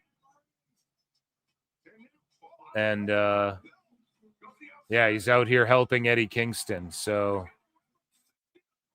that is what it is. But we've had two, like, return debut schmozzy shits to start this card out. Very AEW-ish. So there you go, Eddie. That's how you helped out. Hook came to help you. That's how you helped AEW all out. Moving along here. Tony Khan was asked about running an event while WWE was in Saudi Arabia for 43. He said he is indeed interested, and AEW will be running a big show in the spring of 2027. He mentions they will have a huge Revolution event this year. And sickos were like, see, told you. Doesn't matter. You will not, the indies, even if they flock around it, the turnout and the economy shift and all of that will not be the way that it is for WrestleMania, just objectively. How do we know? We can crunch numbers and look. That's all it boils down to. I'm just talking reality. Shut me the fuck up. Get 50,000 people in a building and have all of America rally behind these indies and have Josh Barnett do these crazy blood sport shows around fucking an AEW thing and have fucking WrestleCon have the names that were on it this last year and that are going to be on it this year. And who even knows? You know what? WWE might fuck up with this Vegas show, though, because tourism in America is just down overall. And in Vegas, it's terrible. In Hawaii, it's fucking terrible.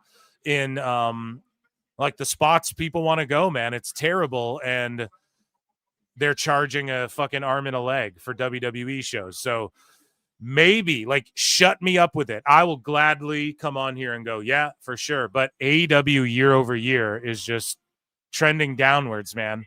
And I don't make that up. Like, I don't make the rules. I'm not the one who made that happen. I'm the one here trying to put it over still and point out what they could do better and breaking down even like the aesthetics of things and how they could be better. Let me apply my fucking expertise a little bit, okay? Jesus Christ. So Tony Khan was asked about running a show, and he says he'll run a huge event in the spring. And this is where these sickos are like, oh, man, he could just run a show. It doesn't even have to be the same day. It could just be anytime. Okay, so you just want them to add a pay-per-view, right? Stop talking about Mania. Just take Mania out of the equation, and I promise it will benefit AEW more. Doesn't benefit them just letting wackos dunk on you and shit. Jesus Christ, I'm giving you free game. Please pick it up. Netflix is reportedly considering placing a bid to buy Warner Bros. This isn't actually correct. I think Niccolo Piccolo did a thread breaking down. He's awesome at breaking down these like Hollywood business reports and shit. You know, because anyone can hear a fucking rumor fly around, but when you can break it down really well, it's really good. Just like certain people, like Switchblade explains numbers well, even though, you know, he's like, I don't do English well, basically, right? And you know, you have certain people who can break down law very well and stuff like that. Nick is a guy where when he starts talking like Hollywood breakdowns and shit, that's where you got to listen to a guy like that. Tony Khan is either wrong. So Tony Khan says, thank you all who watched September to Remember, HBO Max, whatever last night. Last night, our most viewers on TBS for Wednesday night in over a month for Dynamite, and most Collision viewers since March. But that it doesn't count because it's not on its normal night. That's the problem. You're just adding an extra hour when he's done like 28-minute overruns before, 20-minute, 25-minute overruns. And he's just adding an extra half hour to that, let's say, and then going, oh, it's a whole different show. It's crazy that Dave and them tried to Collision did this number this week. Bro, it was on right after Dynamite. You know? But Switchblade said Tony Khan is either wrong here or Collision did the over 707,000 it did on April 26th this year. I'm going with the former. Kyle Fletcher understands game, and this is why. Right? I told Awful. I was like, this is a guy I'd scoop up. He's like, well, what would you do with him? Well, I'd fucking train him. I don't know. Give him wins. Give him a storyline. Who's he fighting? Let's figure out his first opponent. Here's the thing, man. This is why this is a kid I look to. He just gets it. Some people get it. He praises The Miz. And I'm telling you, if you want to be the top of this business, man, The Miz got into a match with The Rock and Cena for a fucking reason and won the the WWE title for a reason. Multi-time WWE champion for a reason. And he was a guy that I detested. Okay? Detested. Not just because of his in-ring shit, but because of him reading off of his hand and being a real-world goof and all that shit. And this motherfucker, Fletcher, gets it, dude. The Miz was one of my guys growing up. So that's another one that I still listen to and watch and go, oh my God, he's so good on the mic. Now, again, people go, well, what will AEW, whatever. He's had the chances. People will say this about a lot of people in AEW. I never really, it sucks because the boys take shit the most personally, you know? But I don't wish, honest to God, all of them, even like the Bucks and shit, okay? I clown them and shit. I blame them the least, man, because it is up to and when everyone's like, Tony's hands-on with everything. So like Vince and like fucking, okay, he's got a narrow view of the world and he just doesn't really get it. And he needs help, you know? And it's like, yes, you put Fletcher on TV, but what are the opportunities given? Right? It's just like in the UFC as well. Like, okay, they make a poster and they give you a but like what opportunities are they really giving certain people? And others, you know, it's different for everyone. Sean O'Malley's works his way, gets fucking title shots he shouldn't be getting just because he's the only guy doing numbers for the UFC and shit. Like, you know, it is business at the end of the day, and you got to give certain people certain opportunities. And Fletcher, he really, I think, has excelled in the opportunities he's been given. Now, are they the best opportunities in the world? No. No. Are they giving him the best opponents and building him the right way and giving him stories that I'm invested in? No. But can he cut a promo? Does he have a look?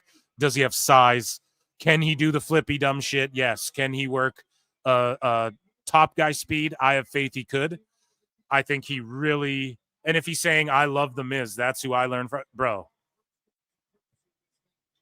That's all I need to hear to know, like, okay, if you got him in NXT, he'd figure it out right away. If he doesn't already know how to do the shit.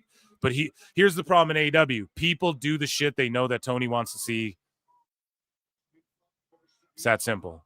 That people like Dustin Rhodes and Dax Harwood know what to say on Twitter because they know what Tony likes to read on Twitter. Okay? Eddie Kingston says he considered retirement after his injury, but Homicide helped talk him out of it. Who recently retired himself. Don't know if that's a good thing. No. So Nicolo Piccolo, yeah, this is his thread.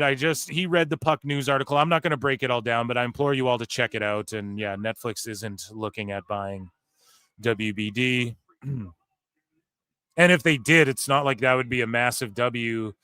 Well, it could be for WWE, but the whole CBS thing, I think that's more accurate and locked in. I think we broke that down on Saturday. Asked about, so, you know, Tony Khan got asked about Saudi Arabia, and he says, I have a lot of interest in it, and I can promise we're going to run a huge event. So we covered this. There's going to be a huge pay-per-view for sure. And one pay-per-view I can tell you is going to be huge in spring 2027. That has done huge things for us in AEW. So again, when he's like, huge things, this is like when Tony Khan says, Wrestle Dynasty is a new great franchise. And these sickos go, see, listen to what he said. Bro, all the trends are down year over year. These guys are lying and shit to you. And you're just taking it at face value and going, look at what Boss Man says over here. No. I call Triple H out. I call Hickenbottom out. That's why you sickos are in a fucking cult. Because it's like, call Tony out. This isn't him even saying, we're going to do a huge event. Dude, he says the fucking 2,300 arena, 900 attendance are huge shows. That doesn't mean anything. Don't you guys get that? It's like the boy who cried wolf. Tony just says shit. Holy fuck. Like, how after 6 years have you not understood that yet? So, yes, he promises a big show. A big Revolution show. Okay. Revolution is a franchise for us. Is it? Prove that. Show me the numbers. How do we figure out if it's a franchise? Sickos in chat. How do we do it? We fucking look at the numbers. That's the only measurable way. If you want to talk about like, well, each card, they were awesome cards. Okay, let's do a rewatch and debate like the, you know, but you can't factor in. You have to factor in build and all of these things at the end of the day. The how did we get here component and the magnitude of the event, those add points. They have to.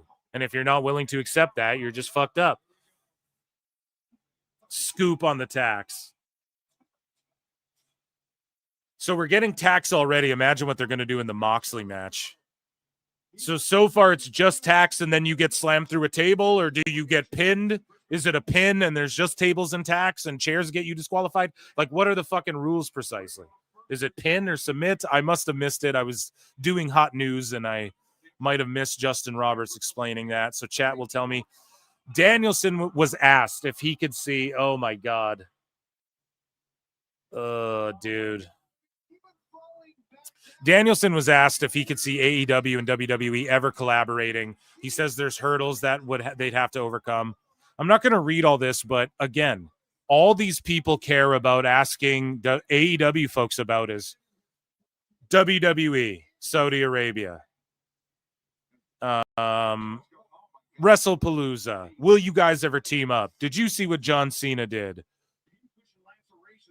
You know, that's all they ask you guys about. That's all they care about.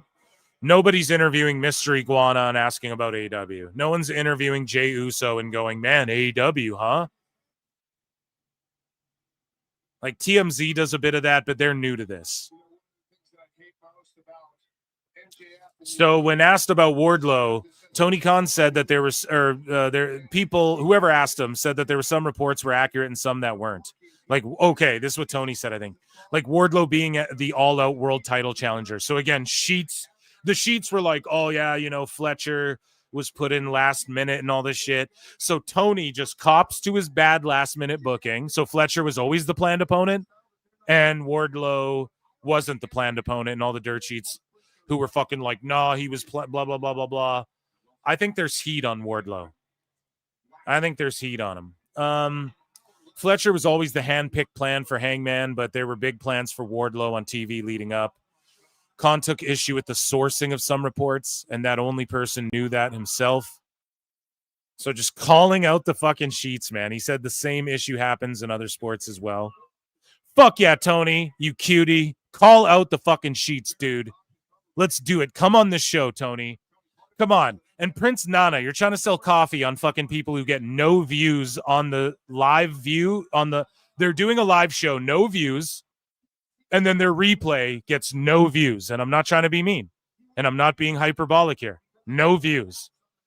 And you're trying to sell coffee on their shit. PWT. Hit me up. Anyways. This fucking tack match is insane, guys.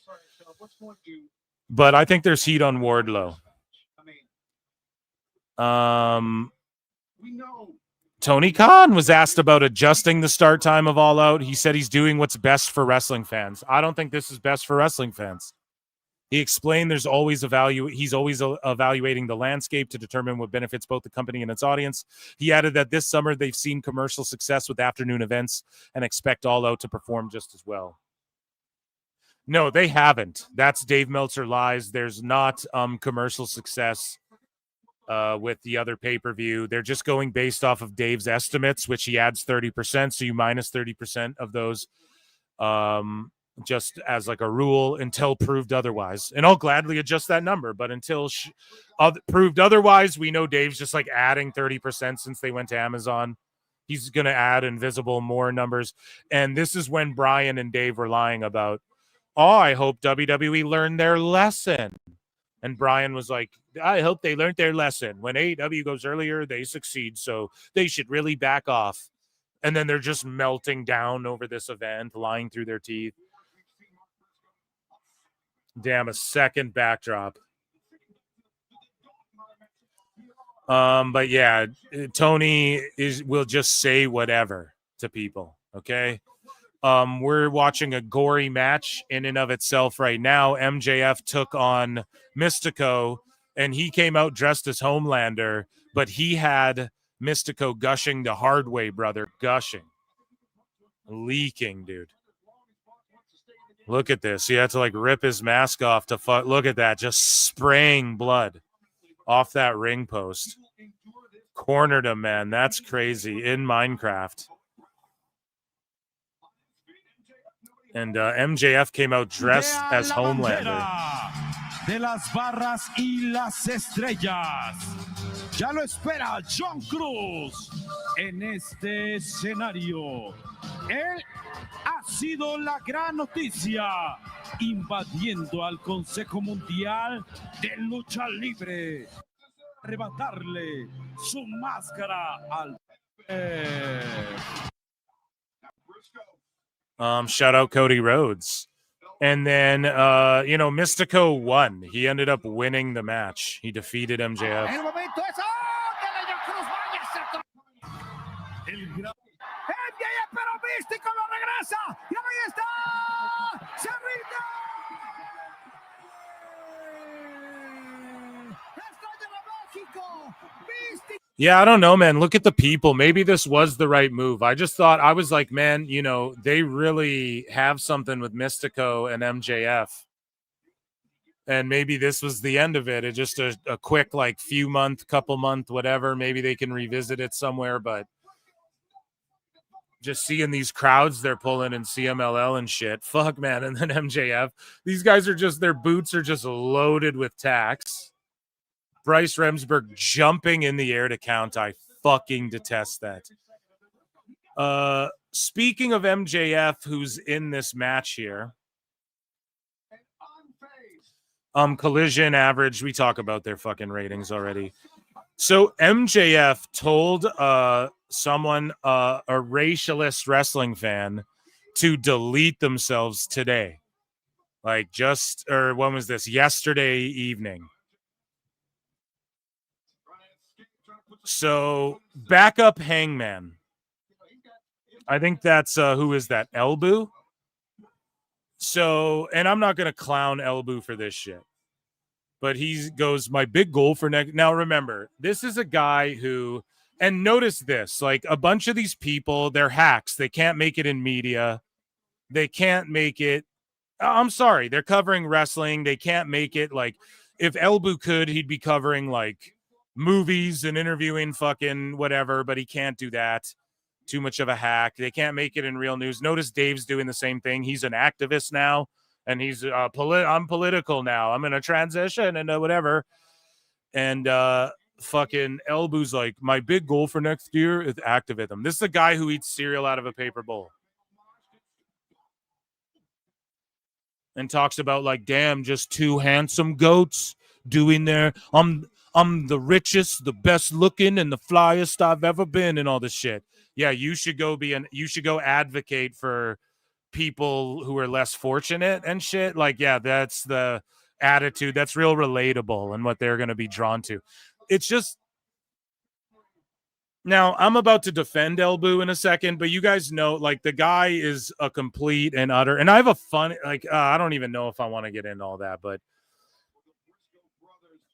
Elbu had a meltdown on Nicolo Piccolo, basically, which is funny, but whatever. It's just bro, you're just so, it's just the lack of awareness. And a guy so you want to get into activism, you're the type of person who says that if you support WWE in any way, this is pretty much just to summate your sentiment. You went on this long fucking diatribe on Twitter about it, that you have internalized racism and are a fucking whatever. And I made the joke, so Tyrese Halliburton has internalized racialism, that fucking whatever the fuck. It went semi-viral. Some wackos got mad at me too, but then when I showed them, I posted the tweet underneath from Elbu and they were like, oh, this guy's fucking this is a good roast, You guys remember that, right? I can't remember verbatim what it was, but it's no, that's the type of shit. You're not even objective. You'll just blanket. And this happened to Elbu. The same thing happened to Elbu, where this racialist guy who fuck this guy, and he is being racist towards Elbu, and I don't fuck with that at all. And he's doing the same thing Elbu's done, though, which is so just in a twist of irony. And then MJF has to tell this dude to delete himself. And again, I've told you guys, MJF jumps on Elbu's streams and shit. So They're buddies. You know what I mean? They're fucking texting him and stuff like that. So again, like I give MJF shit when he calls shit out like, oh, these fucking imagine like listening to these podcasters that do this and that. And it's like, bro, you jump in on Elboo streams. He's the most fucking disingenuous fucking guy. And here's the thing.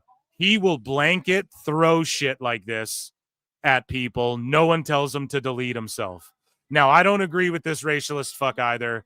But again, you get MJF coming to Elboo's aid and telling a guy to delete himself publicly like this. And you're a celeb, dude. Saying this to anybody's fucked up. And I don't condone MJF shit either. I think this racialist guy and MJF are both fucking morons for this. And like, have you ever had a friend who's done that? Have you known anybody in your life who's ever deleted themselves? You don't fucking wish that on anybody or anyone's families. And you don't, yeah, dude, I'm sorry. It's just fucked up, dude. It's a wild thing to say. You know? It's a wild thing to say. But, anyways, though, Elboo's like, my big goal for next year is activism on some scale and using whatever platform and resources I have to organize productive community events. That's a good thing, Elboo. I'm with you there. Wrestlers, hit me up if interested. Let's give back to the kids. Hey, I will never be against that, okay? Some guy named @MAGA Wrestling. Not even worthy of a plug, but MAGA Wrestling. It seems trollish. It seems like one of these, like, you know, politobros or whatever you want to call it, right? And he responds and says, you are black. Unfortunately, nobody will take this endeavor serious. Maybe try... Right, because NFL and NBA players and shit, like, this is clearly a fucking hateful dickhead troll. You know? Maybe it's a serious account. I don't know. I haven't gone on this guy's account. And I don't want to. But he says, no one will take this endeavor serious. Maybe try getting a job or starting a family. A lot of you blacks... Guys, I'm quoting shit here. Don't hate me for this. I don't have a hard time doing that. I have a hard time starting a family. This is just redacted. Like, this is just like Twitter's in an ugly, weird place. It really fucking is. But, and then MJF just adding on to that, not doing anything to make that better. Right. And he goes, honestly, I'm so serious. Delete yourself in Minecraft. No one will mourn you. Freedom of speech. Oh, boy. Oh, boy. Chat. I get uncomfortable. Boy, oh, boy. These are just like things that like just, I don't know, man. That's on the internet, bro. You know, yikers. Both of these gentlemen right here. Elboo. W-Boo. Your name is Waboo today because you know what? That's a good notion. I'm with you on that. I'll help you out. I'll partner with you, Elboo. Let's promote it on PWT. But MJF, more like Waxel Jacob Friedman. The W is for, or no, sorry, no, it should be Laxwell. I fucked up. I gave him a W. I shouldn't have. But yeah, this MAGA Wrestling dude too. Both of these guys, just like, that's an ugly fucking, you just block and delete this MAGA Wrestling guy. That's what you do if someone says something like that to you. You know, you just block them and then move on, or mute them and move on. Right? Or you just be like, dickhead. Yeah, fuck you, asshole. Then just block them, you know? But for MJF to like stoop to that guy's level or possibly below it, not a good look the day of the pay-per-view. Right? And that, ladies and gentlemen, was AEW news today. Sorry, it got a little awkward at the end there.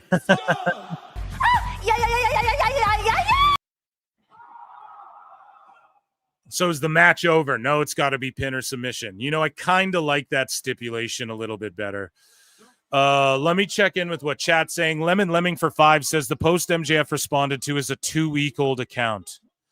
Oh, is it, bro? Oh my God. a 2-week-old account, dude. Wrestling's not fake! Yeah, dude, you gotta just like block and even report MJF. Like, just report that account. It's not like anyone.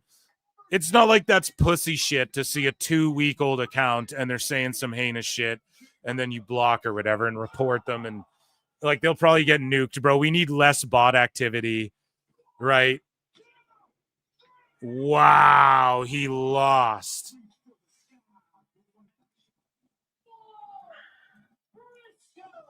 You know what? That match wasn't terrible, but like now I don't need coffins and shit.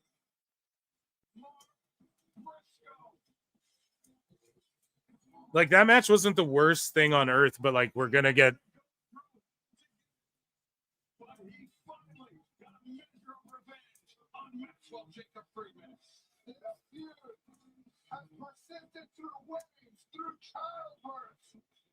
And what we just saw, Mark Briscoe finally got his revenge on MJF. Great job! Great family man, a wonderful human being. He really is. What a battle. Yeah, I don't know if I need whatever Mox is gonna do. I don't know if I need that. Lemon Lemming, did I answer your super chat? Can someone say beep boop bop? People, don't work yourself into thinking these people are common. That's what I'm saying, bro. Lemon Lemming, and you have a fucking troll. Like you have one of the epicest profile pics, and we're inventing words here. Epicest profile pics, like here on YouTube, for real, with that type of shit, right? And so you get it, right? Like this isn't like commonplace, you know. And for MJF to like sell that. I don't know, bro. That's fucked up. Like that, you know, that's not even like a real dude. You didn't need to, because he stooped. Like, is murder worse than racialism? I don't fucking know, man. That's a conversation for a whole different pod, or like deletion, cheering on self-deletion I don't know. How do you, they're both just not good things. So don't fucking stoop to that low. I don't know. MJF took an L, and he lost to Mystico and Mark Briscoe. So, like, what comes of this? What comes of MJF? I think I don't know. I don't know if WWE will ever be interested in him the way they may have been before he re-signed with AEW for, like, millions of dollars, or, like, over $1 million for... But it's like per year minimum for however many years he signed. Right? Like MJF's hotter in Mexico, it seems like, than he is here. That match wasn't the word. Like, honestly, okay, it's fine. But then when we see the coffin shit, I'm going to just roast it and be disgusted. Only 3 matches in. Even Shivani's tuckered out. What's chat saying? Guys, there's well over 200. It just jumped like 200 and over 220 people watching. If you're on X, youtube.com/@ProWrestleClips, vote in the poll in the chat. Consider checking out my Patreon. Consider gifting a membership or becoming a member, super chatting in. That's so you can support PWT. I'm here streaming all goddamn day and night with you guys and delivering the hot news and giving great takes and ranting and raving. So I appreciate and run the likes up, all that good shit. I really appreciate you guys. We have some WWE news to get into that I want to talk about before WrestlePalooza as well. We're going to do that. And I think we have what else? I wanted to do miscellaneous news too. Let me just check if it's jumping. Let me see what's popping in Phil Marks bookmarks. Because we want to make fun of Dave. Right. I'm going to overload you guys with shit. Let's do a quick one. Let's do a quick one here. Ladies and gentlemen, Banjo's in the chat for a good old Canadian country hoedown. It's TNA news. So again, I told you guys this so long ago, and then everyone's like, we already knew this, but it was just, they figured it out after. I told you guys back with the Jordan Grace, Joe Hendry, like they sort of were appearing in WWE around the same time. it was at that time around then where they get access to the PC. They're signed to WWE when they get out of TNA. That's just locked and loaded, okay? And then Jordan Grace even got let out of her deal early. Now Joe Hendry's in the opening credits. So, of course, John Elba with AI Wrestling, SI Wrestling, can swoop in and go. Multiple WWE and TNA sources say that Joe Hendry is in the process of largely being phased out of TNA programming. No shit, as we enter the end of the year and his deal's up at the end of the year. Phil, don't fucking miss, dude. Ben said it. Scott D'Amore has confirmed that Brock Lesnar was in talks with TNA back in 2007. Kurt Angle revealed this week that Brock Lesnar was in talks with TNA back in 2007. This is absolutely true. I was the producer of almost all of Kurt's early matches in TNA, and he came back to me saying Brock wanted to come over. Kurt was very excited about this, and obviously it would have been a huge, maybe trajectory-altering signing for TNA. I passed it on to Dixie, who owned TNA, but as you already know, it didn't happen. Yeah, I think that's more on Brock, because Brock realized he had to go to Japan, because if he jumped to TNA, he would have got sued to obliviacry. And so would Dixie Carter. They would have smashed your knee to obliviacry. Right? Where is it, dude? My soundboard. Smashed your knee to obliviacry. So we had to go to Japan, I think, instead, if I'm not mistaken. Or was that later? I just think he would have got sued, because him fighting MMA and going to Japan to wrestle and shit, like, that would have fucked him up too, but he got Vince to agree to, like, just let him go do shit as long as he returned eventually or whatever. Mr. Anderson Kennedy returned to TNA again. Two-time TNA World I think he showed up like almost a year ago as just like a one-off. Champion, Mr. Anderson. I will never forget the first time I watched a mic drop. So that's sweet. He wants to be back in WWE. I think some of the people in charge there might not like him too much. Ridge Hall, hey, just being honest. Ridge Holland attacks Mike Santana. So the steam pig or the sweat hog or the dirty goat or whatever, I don't know. He attacks Santana. Rick Ehrman from Anthem was ready to throw hands with Ryan Nemeth. So look at this. One of the Anthem execs was like throwing punches at fucking Ryan Nemeth. There's gonna be some collusion tonight. Anthem always snipes me, so I'm gonna pause and Ryan shit. Nemeth sticking his nose in my business. Look at him. What's he doing up there? Oh, whoa. And in the face of Anthem board member Rick Ehrman. Hey, what the hell? What's going on here? I know that's a very important member of the Anthem family. Carlos is trying to control Rick. Pretty funny. Just looks like he's ready to jump the barricade. And that, ladies and gentlemen, was TNA News.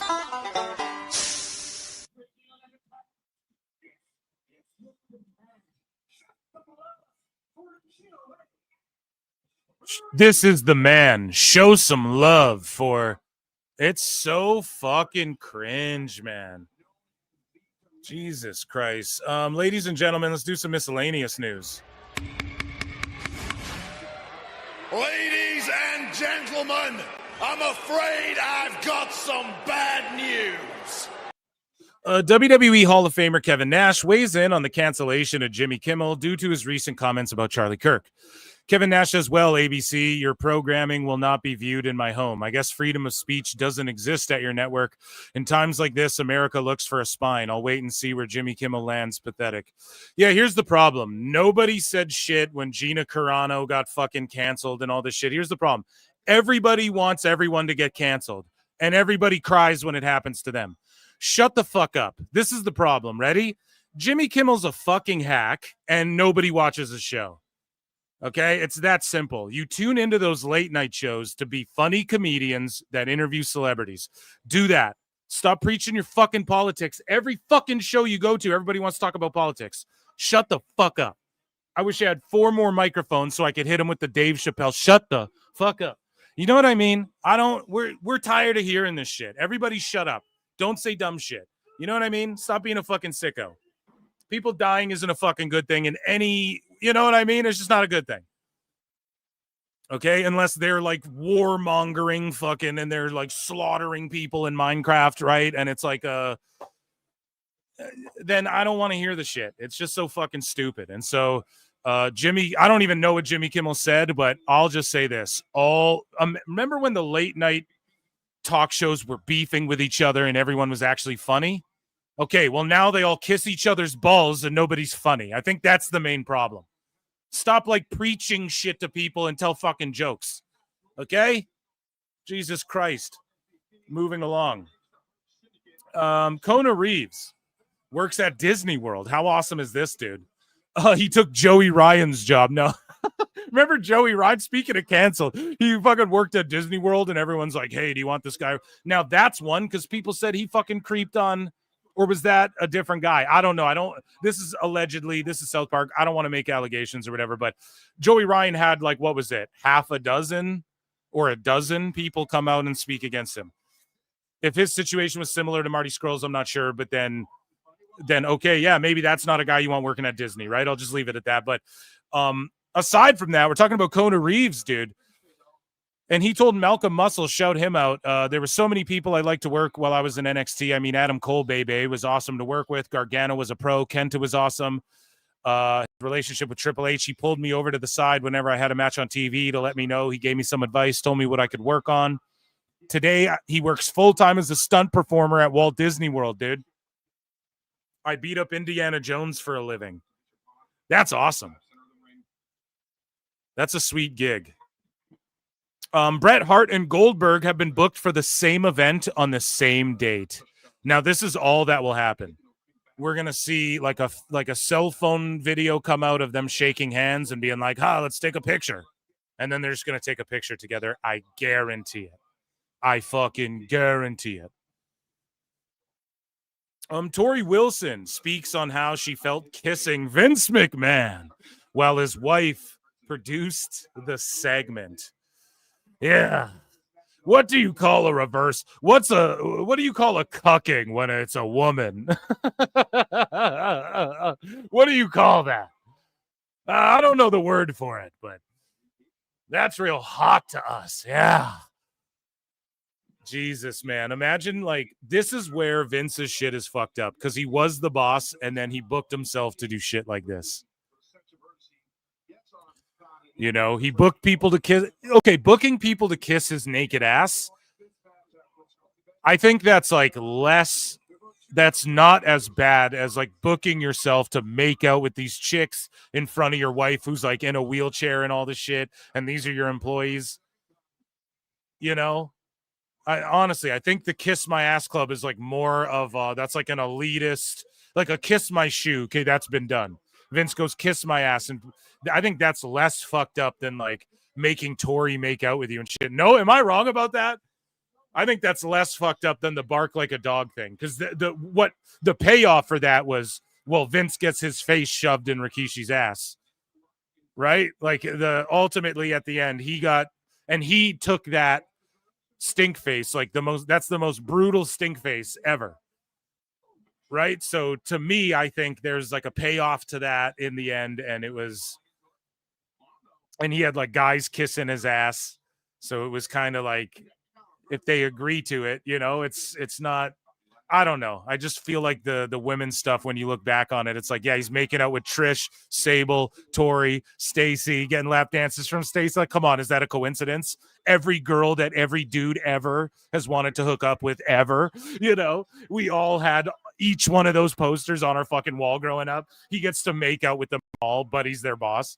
Yeah, I know. The only angle that works is I get to see her tits. It's like, come on, dude. Anyways, here's Tori explaining working with Vince her side of it. First day and kissing Vince first day. What was that like? How did you handle that? Kissing Vince the first day? Hold up. That's crazy, dude. That is wild. I don't even think Triple H has kissed Stephanie on a fucking television as boss of the show. Just like I always handled everything else, just felt someone push me on the back and, you know, just do it. Kissing Vince was interesting because Linda was standing right there. Okay. Kind of helping like navigate it all. So I don't know if that made me feel better or more weird. But I was just really happy to have like a big role on TV then, working with Vince. Yeah, that's tough. That's that's tough. So here's just something funny that went down in Japan. Let's watch. そんな彼にふさわしいトラックを特設リングをそっとスタンバイそれでは行こう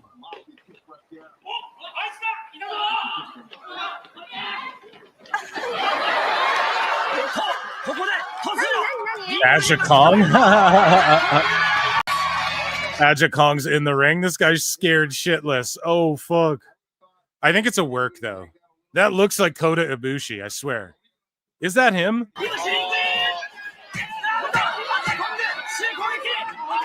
Oh, yeah. Wrestler for sure. That might be Ibushi.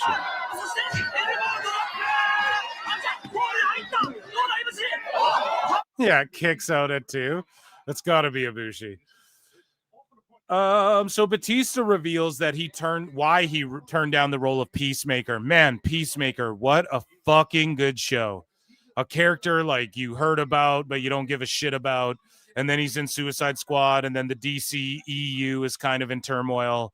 So you're like, whatever, I don't know. Then the show comes out, it's fucking great. This second season is even better than the first, other than the intro.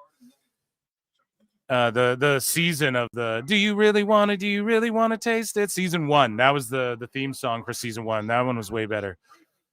But fuck, man, this show's cooking, man. Rock on, dude. We're retiring cooking. It's such a lame term.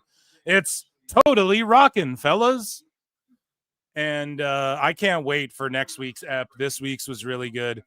But Batista reveals, and they're going into like I don't know. They did stuff with like this Eagle Master or whatever, like this Eagle Hunter, and he's played by Michael Rutger. And then you had like Eagly, and he taps into this thing like in the comics. It's what like Beast Boy, fucking how they communicate with animals and all. It's really cool. They're diving into like the bestial aspect of some of the powers in DC and shit, and it's something we haven't really seen explored that much. It's just really cool.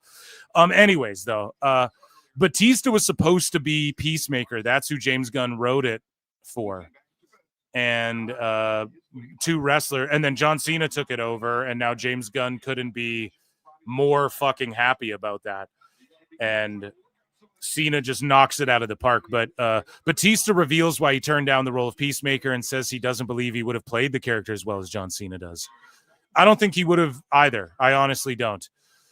But Batista, because Batista he has something more menacing about him, to where him playing Peacemaker, it would sort of just remind everyone of Drax too much. I honestly think that he would just play it like Drax, a little too close. Whereas Cena has like an endearing side. He has like that, he's Superman to wrestling fans, you know? So there's sort of that element to him that, I don't know, that Batista can turn on, but it doesn't come as natural to him. Whatever. I'm breaking down again, fucking actors and shit. But I have to say that one, I really wanted to do that part. James Gunn wrote that part for me. It was meant for me, and it just became scheduling thing where I couldn't do it because I was doing Army of the Dead. And so it was a scheduling issue.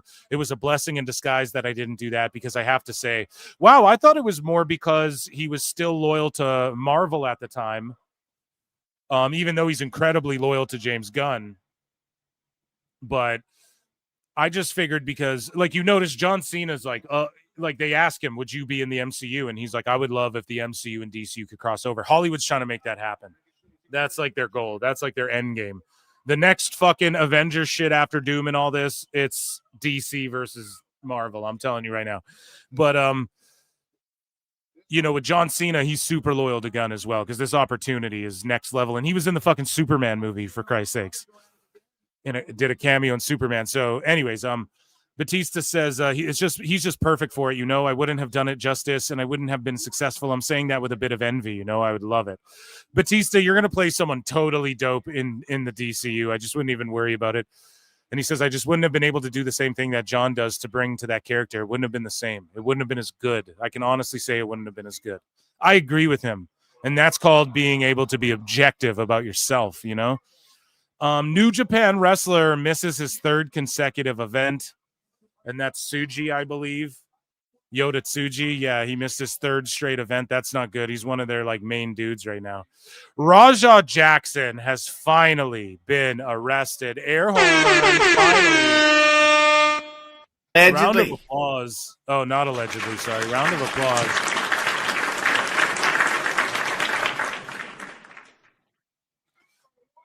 He's currently behind bars on a $50,000 bond. I bet he'll get bailed out. Maybe his dad won't do it, but he'll just get bailed out so quick. They'll start a GoFundMe for him or some shit. People are just starting GoFundMes for everything now. So, but I'm glad. I mean, I should really play them a fucking Price is Wrong for how long it took them, or a dirty trombone flop for how long it took them to fucking get that guy behind bars, but I digress. On Twitch, Zillafatu revealed that he did the mocap for Umaga in the 2K game, in 2K25. Also, which, by the way, dude, they added Billy Gunn and Mark Henry and all this shit and D'Lo Brown. They're so good. Like, what they do really well is the DLC characters. Actually, all the characters, even base game ones, they just have like little unique things about them. And the way they, like, if you throw a fucking chair at Mr. Perfect, he does the Mr. Perfect, like, tumble bump. What do you call that? Like he does like the rolling flip bump. You know what I mean? And when you throw him into the corner, he does the same thing and shit. It's awesome. So the mocap and everything's just on point. So 2K just really needs to refine like universe and all that shit. I'm going to drop a vlog too, talking about when WWE 2K and motion capture, they flew me out to Cali to do the 2K game, man. I did all my dad stuff on there. I did some The Rock move set on there. He did the Rock's move set, he said. I did some of Hulk Hogan's entrances. I did all my dad's three-minute warning stuff. So some Hulk Hogan shit. Yeah, I think they get a couple guys to do different stuff as well, just so they have a few to choose from, you know, or so that you can also piece it together. When the camera cuts happen, you can piece them together that way. Anyways, Bishop Dyer, Baron Corbin admits he was a little butthurt about not being acknowledged during NXT Homecoming. So a lot of big-time stars last night at Full Sail, which is the original home of NXT. What did you make of the entire event and what they were trying to accomplish? So, in brutal honesty, I was a little butthurt about the whole thing.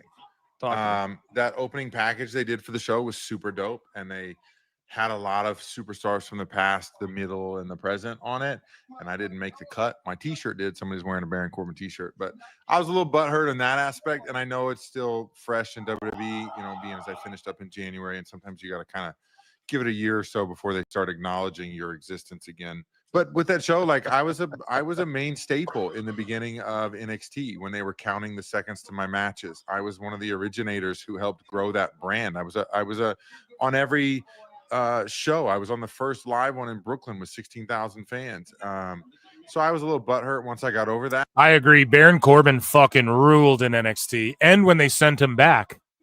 I thought the show was awesome. I even texted Russo, the writer. I was like, yo, Mojo Rawley makes the cut of the video and I don't. I was, like I said, a little butthurt. He goes, he was in the camel clutch. I don't care. He made it. Yeah, Mojo, I don't know if he should be being in there or not, you know. Here's the video of Raja being arrested, thank God.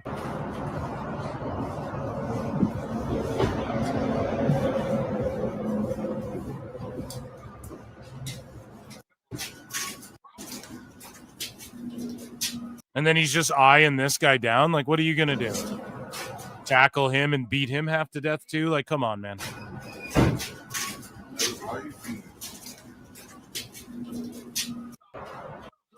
Congratulations, bro. You let a bunch of fucking 12-year-olds on Twitch call you gay or whatever. And I'm tired of the disrespect. And you let them talk you into fucking jail. Great work. So Saraya celebrates 7 years of sobriety. Round of applause for her and her sobriety. That's a big deal. And if you guys want to laugh, go have your mind blown, get inspired. If you know anybody who struggled with this shit, if you've if you struggled with this shit, watch the Charlie Sheen doc on Netflix. Amazing. And yeah, the Gates of Agony won. So there you go. I called it, although I did say I think the Hurt Syndicate, like I was like, okay, I'm just gonna pick them. But if MVP was being truthful, so MVP, what he DM'd me, he was telling the fucking truth and whatever. It's not like he's stooging, he's just like, we want to put over people we can help and shit. We think we really can help. Boom. MVP is helping out the Gates of Agony, and this is what should happen. Now, some people view them as generic and shit. You know, Ricochet gets the cover. They should have gave it to Bishop Khan or one of these guys. But hey, it is what it is, man. So Bert Kreischer tells the story about him getting loaded because that's what he does with Ric Flair. I'm in Tampa, Florida, sitting in a restaurant. I'm with my parents, and we're sitting down to have lunch. I'm in town for one day. The waitress comes over and says, "Can I get you something to drink?" And I said, "I'll have a Diet Coke." My dad goes, "Way to go, buddy." All of a sudden, I hear, "Woo!" And I look over, and he goes, "Bert Kreischer comes to Tampa and doesn't tell Ric Flair?" And I go, "Holy it's Ric Flair." And he goes, "Get up. We're having a drink." And my dad goes, "Who the is this?" I'm like, "It's Ric Flair." My dad does not follow professional wrestling. He thinks some boat captain just came over and to party with me, and he's like, "I got ladies over there. Come on, Bert." And I'm like, "It's Ric Flair, Dad. I gotta get wasted." See you, folks. My dad was taking pictures as if he's like, "This is where we last saw Bert," like documenting. I'm in Tampa. Damn. Yeah, Bert, I just worry about that guy. Party's too hard. A live action Teddy Ruxpin movie is in the works with Dwayne Johnson producing. So there you go. He's producing it. I'm not sure if that means he'll be starring in it as well. That could develop as time goes on. El Valiente unmasked. His name is revealed as Fernando Vega. So Mystico didn't get unmasked. He's like crying and shit. Killer Cross won the first ever super heavyweight cup at Defy in his first match since leaving WWE. So yeah, he won the super heavyweight cup. That's awesome. And the Righteous also showed up in Seattle at Defy. And so I think we'll see a Karrion Kross link up in GCW Defy or whatever. You know what I'm saying? Like, I don't know. It's just an indies thing that the Righteous and Karrion are going to do. It's kind of unfortunate. Maybe AEW could figure it out or TNA could figure it out with these guys.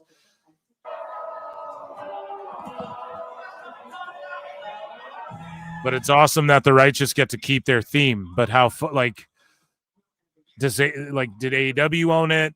Did ROH own it? Did Tony give it to them? I know they left on good terms and shit, so. I thought that was their music. Or is it just because they're on this level of an indie that, Tony hasn't fucked with people for doing it in the past? I don't know.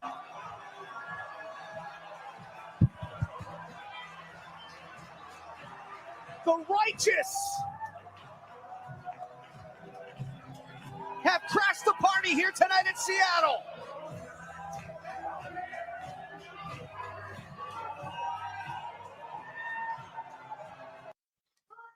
So, yeah, I don't know. I guess they just do their thing on the indies. Shout them all out. I'm a fan of them all. So here is Cena or China, or I have no clue. But she trained with Zelina Vega, and she's a famous streamer, and she's with Aleister Black as well. So let's take a look. Oh, great. So she's learning how to bump. It does not feel good now. So are you feeling good right now? Absolutely not. No, Wait till the horrible. kendo stick comes out. I feel like I'm dazed and confused, but in a good way. Oh wait, I forgot about the kendo stick. So you feel normal? Yeah, it feels like there's a lot of air up inside my head right now. Tuck your chin and attack the mat hard. Just like the shit out of the mat. Slap the fuck out. Yeah, see, that's the thing that people don't get. You have to attack the mat. Like, that's the, yeah, I don't know. I'm watching Tough Enough on Patreon and shit, and that's just what you see. Like, you know, it's just the veracity. And again, not to like Benoit angle, the way Benoit would bump around, not to like praise Benoit and shit, but like an Owen Hart, just the way they'd fucking bump. And even a Triple H, honestly. Like when he was in his prime, that guy was fucking, he would just bump so hard and heavy, and it goes such a long way. And it's like almost because everyone's lighter and the rings are more, I'll say, supported. It's not like they're fucking soft or anything, but they have more support and they're padded a little more than they were back in the day. You just don't get that element of when that fucking stiff ass canvas would just crack in WCW. You know, the way people would just hit the mat, pardon me, back then was different as well, you know? So anyways, it's I'm scared to like. and that's what separates, like, people think they can bump, but like, can you fucking attack that mat and do it night after night and week after week and make people look, you make other people look good by doing that. It's that in and of itself is like, you have to learn to just embrace punishment at that point. And yeah, anyways, you guys get it. Constantly going. Yeah, exactly. There you go. There's Black. I didn't even watch this before. That always happens, dude. He's like he's making fun of like the lightness of the class, and that's exactly what I'm getting at. Like just that veracity. You just missed that in wrestling today, you know? How long do The role, but yeah. How long do people practice this? And you're not wearing elbow pads and headgear and shit when you start callousing, you know?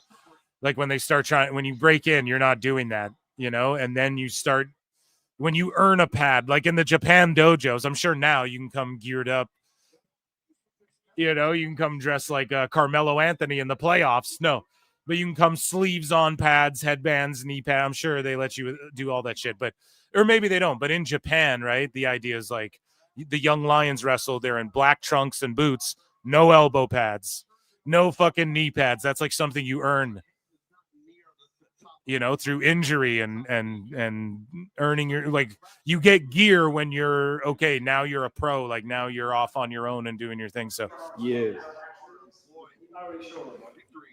Wait. is she wearing a Terry Taylor shirt? That fucking rules.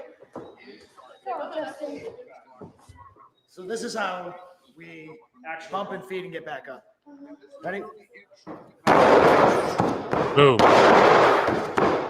Oh, just that sound.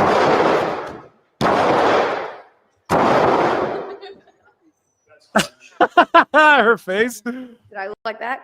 Raja Jackson hits the ring and fucking beats up this streamer girl. No, but for real, hey, I appreciate that she can take over the algorithm as far as like, here's streamers shedding some good light on pro wrestling, right? Instead of that bullshit with fucking Raja, and he got arrested. W for streamers in pro wrestling. Yes. Justin took a great example of you and wanted to emulate what you were doing. Okay. All right. It's a stooge. Pardon me. I'm watching a pay-per-view while I'm also half watching this, and it says stooge Terry Taylor. I get it. Shout out chat popping me. I hate it so much. I'm so sorry I ever questioned wrestling. I didn't mean it. It's fine to do this and then go, fuck, man, this fucking sucks. Sucks. Ow. Keep your feet up more so that you're not kind of doing that thing you're doing. Amazing. We have more of that as well. Like Alistair shows her a scoop slam on a padded thing and she can't take it. All right, I'll So relax. This one goes here. This one goes here. This one goes here. And then there we go. Was that so bad? No. Was that so bad? How did I even flip like that? I don't even know what direction I ended up in. And you can't, like when you tense up, that's when you're going to get dropped on your neck. But obviously he's just scooping her up like nothing. Can we do it again? Can we do it again? She said, can we do it again? No. Didn't look cool at least. But like the thing is, if Zelina goes to body slam her, she's got to do some of the work to get up and make it look good, even on a scoop slam, right? It's not like fucking Zelina can just power her up the way Alistair did. Sick. That's about 50 a day. All right, I'll 50 a day, he says. No pad, too. Like she's wearing fucking headgear and has like a padded, like, they use that pad for when you're jumping off the middle or top rope, right? So here's Zelina Vega.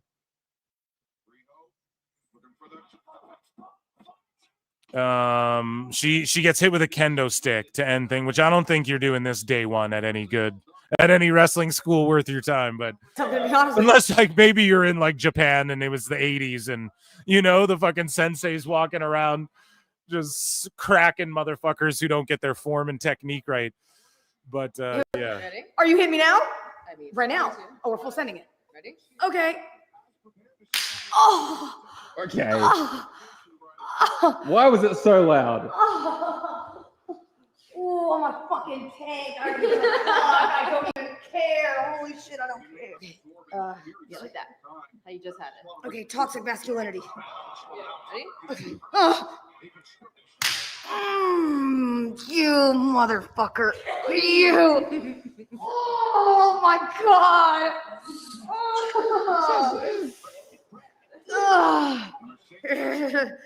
Does this look awful? So what? She's just increasing the power? Don't give her another one. Like I don't. Sir, may I have another? Thank you, sir. May I have another? Ugh. Was that as hard as he got? It was just about. That was really fucking bad. Oh my god. Oh my god. Holy fucking shit. Holy shit. That one felt so bad. So bad. Oh my god. Holy shit. That one was not like the other two at all. What the fuck was that? Saying surfer breathing the way I did, it just made me want to. She's just sitting there. Yeah, I can't. It was beautiful. You were here, you said it, and you were like, all right. Fuck. So you went harder? Yeah, but you said. So now you're even. So that was an even hit. You're a pussy. Yeah, I don't know. She's probably amping it up a little bit for the camera too on that last one. I think she did a good job though overall and making wrestling look pretty cool there. Ladies and gentlemen, that was Miscellaneous News. Amazing, ladies and gentlemen. Ladies and gentlemen, I'm afraid Crowd. I've got some bad news. Crowd's just kind of sitting on their hands for this match. I don't know, dude. Like the tables and tax for me personally, can I just say tables and tax and Edge and Christian was like the two shits I was looking forward to probably the most. I don't really have like for me, like I don't know. The crowd's just kind of sitting there. I just don't know. Coming alive for this, for the pendulum swing a bit, but yeah. And shout out Herd Syndicate for putting over Gates of Agony. For two says I'm here for Capture Palooza. That sounds like a challenge. Thank you for being here, chat. There is 250 watching on X and YouTube. If you're on YouTube, make sure that likes get to 100. I know that there's well over 100 watching on YouTube for sure at minimum. But yeah, we're climbing and climbing. 250 watching. Guys, hit like, hit subscribe. Come on over. Consider gifting a membership. Become a member for only 99 cents Canadian, dude. You get access to my member shows. Consider super chatting in or just hitting like or dislike. Tell me to go fuck myself. Leave a comment. Jump in chat. Vote in the poll. All that good shit. There's so much fun shit. Come on over to the YouTube. Thank you for your support. I shall acknowledge you. What's your name? Riho, the sacrificial lamb. Yeah, she just came. She's just comes back like once a year. I think she does have some sort of visa thing where she can't be here a lot of the time. And I think Sheeta might as well. Unfortunately, they don't have the plug like I'm the plug, really. Like WWE does. First match. Yeah, 64 likes, guys. Run those likes. Coming in to give his thoughts on Monet versus Rio, a man who's actually in the building, our AEW Toronto correspondent, a good Canadian man, Chris Jericho. I look and see it's not just me. So many others have stood where I stand. We are the young, so raise your hand. They call us problem child. We spent our lives on trial. We walk an endless mile. We are the youth gone wild. We stand and we won't fall. We're one and one for all. The writing's on the wall. We are the youth gone wild. Let it get wild. Yay!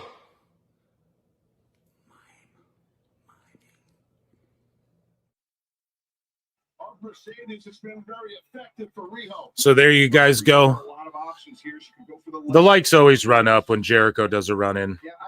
People figured out the trick. What can I say? Because that's also especially with the damage that she's done to the ribs, midsection. Let's go, Rio. Rio sucks. Monet's gear is awesome. And it's not because it's tighter and skimpier, but maybe a little bit because of that. But no, it is definitely nice. Rio's gear a little better, but still kind of like the frilly dilly. She should have just wear like the street, the what do I call it? The Street Fighter Tekken gear or whatever, right? Like the jean skirt with the.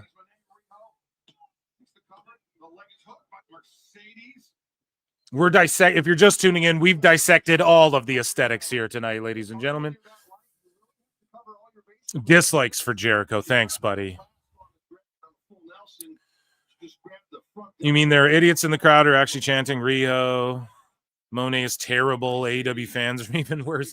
You guys are just fucking over here hate watching. Run those likes up for hate watching. AEW ass out Toronto. Who's the worst thing to come out of Winnipeg? Jericho or Don Fallis? Crowd is dead. Yeah, they're just dead for this. You know, they're it's just too much, man. We talk about this. Like WrestlePalooza is gonna bang it out of the park, and we might see a crazy title change or something. Explosion on all suplexes. Mercedes Monet, inspired by the late great Eddie Guerrero, to choose her path. There's another way to watch AEW besides hate watching. Yeah, shout out everybody who just sort of like watches it. LOL, that shit. Mercedes climbing up the road. We're going to do commentary at the same time. The shittiest frog splash ever. Knees up. Crowd's dead. Deader than a deadite. How does WBD not cancel this show immediately? Because they're about to become Paramount, brother. The people who buy the shit will do that. And then Tony Khan's going to need a backup plan. So just enjoy it for what it is, man. You just lampoon AEW. That's what it is. You just Jocktober it. Double stomp. In serious trouble here. Now, Rio has made excellent use of the foot stomp in this match. Why would they put Edge Christian on first? The crowd gives 0 fucks. Exactly what I said. Why the fuck would you do that? That and the tax and tables and tax. The stipulation's not bad, honestly. I'm not mad at like you can use tables and tax and fucking it's a fall to a finish or the guy has to quit. I'm totally fine with that stipulation. That match wasn't even that like I'm totally fine with that match too. It's just now I don't need to see coffins. It doesn't mean, okay, give us an hour break and then we still have a ladders match on this shit. We still have coffins. Like, it's just, it's 3 shows in one. This could be separated into a 2-night event. And you could have done half this card on one night, half this card on the other, and you could argue it's too much on both cards. And guys, I previewed with my friends PWT podcast episode 99. It's on anywhere you listen to podcasts, and it's also on YouTube. And go and listen to that, and there's timestamps in there. So even if, like, because we previewed this stuff and it came out yesterday, so I know the preview parts might be dated, but go and check that out for the, if you want like the road stories and just the beef with the Young Bucks and stuff. They tried to get JJ canceled back in the day and shit like that. Tried to make it so he couldn't book people and shit. And I don't know. It's just cool stories, you know. It's all water under the bridge, but no, he's still kind of mad at the Bucks, but they tell some cool stories and shit. So as bookers and guys who've been around, you know, done indie shows and shit. So I don't hate Rio either. I got to be honest. But it's just like this match should have opened the show or been second or something like that. I don't know. When you have Edge and Christian, put them on at this part to wake everyone the fuck up at least. Like, challenger. It's easy to upshift quarterback from here and say Rio should have dragged it to the middle first, but you're in mid-motion of an attack. we have news, by the way. We have WrestlePalooza. We have Dave Meltzer. We got all sorts of shit today. We're hanging out all day. Support if you guys can. I appreciate it. You all are supporting. Like, run those likes up and shit. If you're on Twitter, just go and hit like retweet on the video or whatever. You know what I'm saying? Hit it. Give me a heart or some shit. Tell a friend. Here we go. Kick out by Rio now. Taz, you're a suplex master. I was really impressed with the bridge on that German. I totally agree with you. Sounds like Danielson's voice is already going. I feel you, brother. It wasn't just the bridge, it was the technique, man. You know, that We still have an entire WWE PLE worth of matches left in two. I know, guys. I know. That's why I ran the pre-show for so fucking long, because I was like, you know what? You guys can just sit with this in the background while I fucking chill out for a minute, because like this is gonna be long.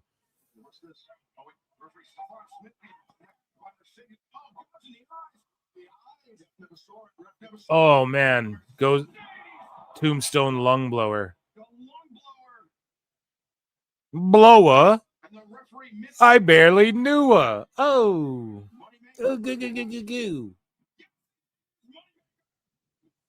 Crowd's just flat and dead. Flat ass crowd. Flat dead crowd.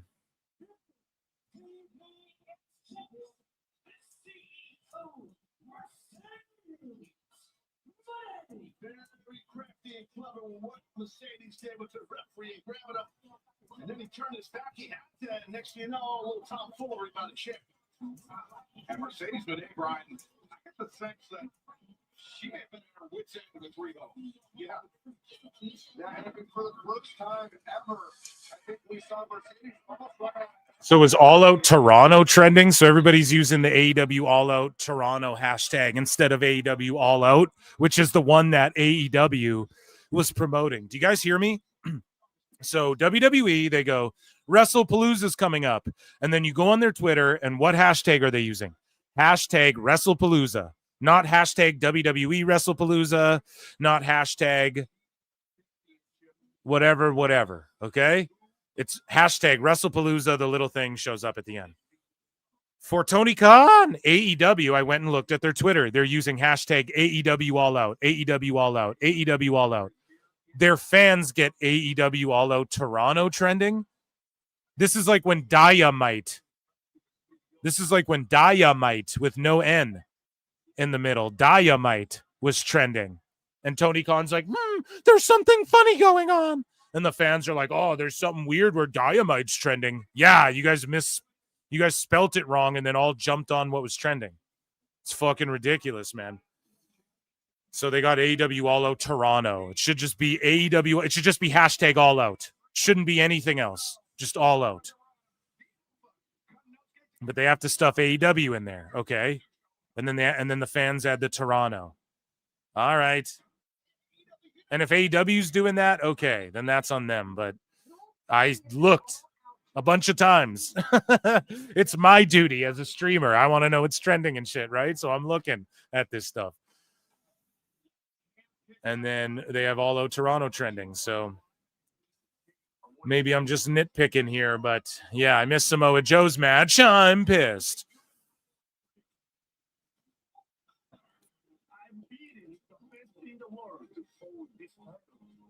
Hashtag WrestlePalooza Indianapolis. Yeah, right? Like, the fuck.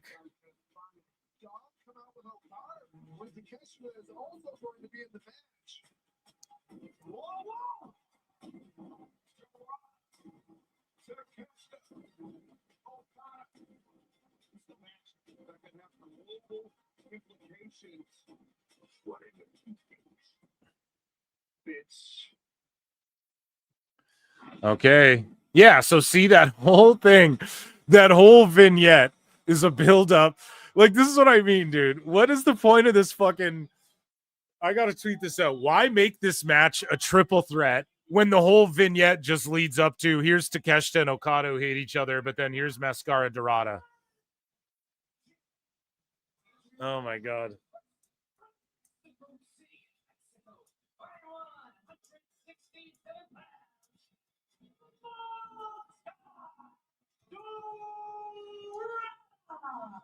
An incredible opportunity for this young man, Mr. Dorada.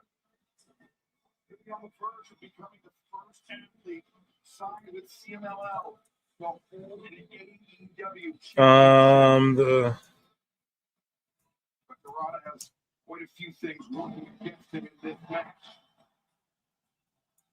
This is no exception.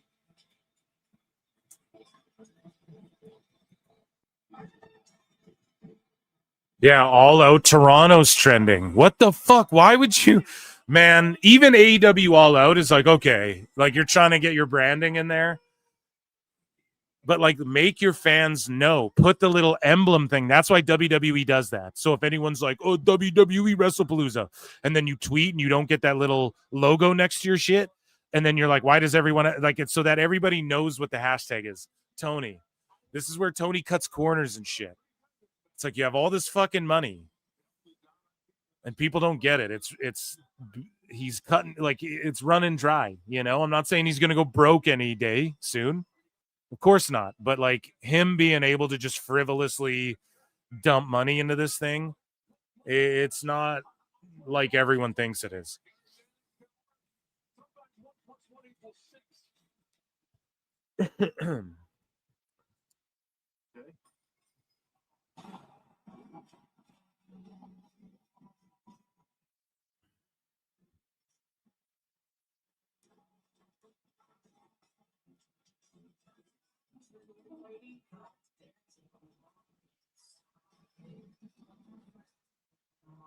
Now, Okada has fans all over the fucking world. Okada rules. I don't really like his music, but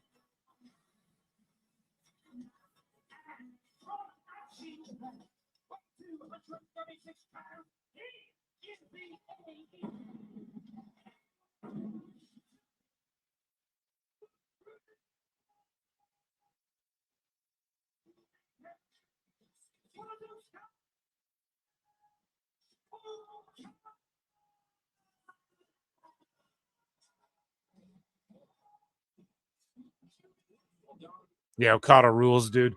I know here's the thing. He has some decent pay-per-view matches in some of these one-on-ones. Just like on Dynamite and shit, he doesn't give a fuck. And why should he? What is he gonna like hurt himself on the, you know? I don't blame him. He's getting paid insane money and do whatever the fuck he wants. Because Tony just loves him that much. It would have been so cool to see him in WWE though.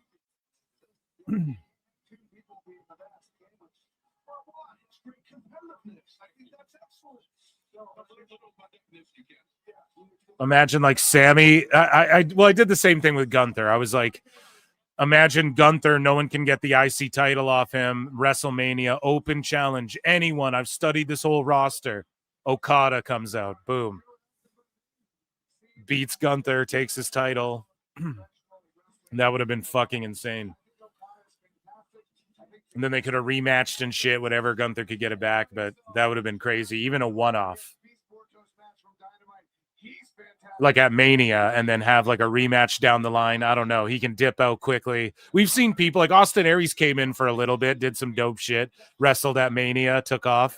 He was cool. He was popping me every week with fucking the New Day and stuff like that. Okada could come in, just have a couple quick bangers with Gunther or whatever, dude. That would have been sick. But WWE, they're just not into shit like that.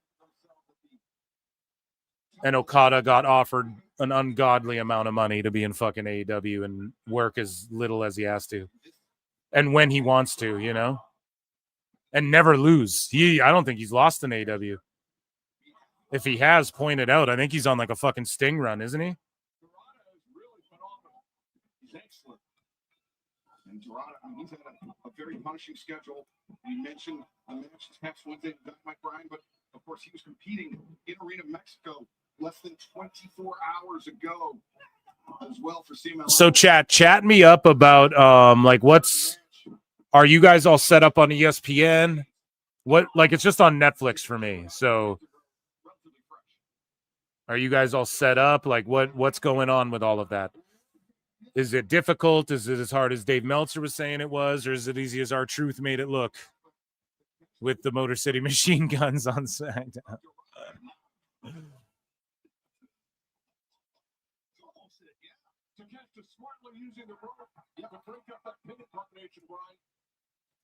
Yeah, a very intelligent move by Takeshita. And Taz, remember, this is not elimination. First fall to the finish. So that means it's Takeshita or vice versa. Lose the champion. Well, yeah, that's the point I was trying to make earlier at the tippy top of the match, where Dorado has an opportunity here because of the tension between Takeshita and Okada to steal the proverbial one. You know, that type thing. That's to steal the proverbial one. Yeah, what do you make of some of the hints we've seen of dissension between Takeshita and Okada, Doc? I think, like me, Brian, you understand Japanese wrestling culture. You have a senpai, which is the older, more experienced. You have a senpai? Jesus Christ. They can't get away from that. That's part of the dynamic that you see as dissension. I see as just healthy. This just shouldn't be a triple threat, dude. There's no point to it. No problem. Even glancing at the pre-show, the graphic reads WrestlePalooza Indianapolis. Either way, there's a lot more buzz around WWE show. I'm just sitting here waiting for it at this point. Ladders will be fun to just see people flip and go through tables and shit, I guess, but the crowd's just gonna be burnt out.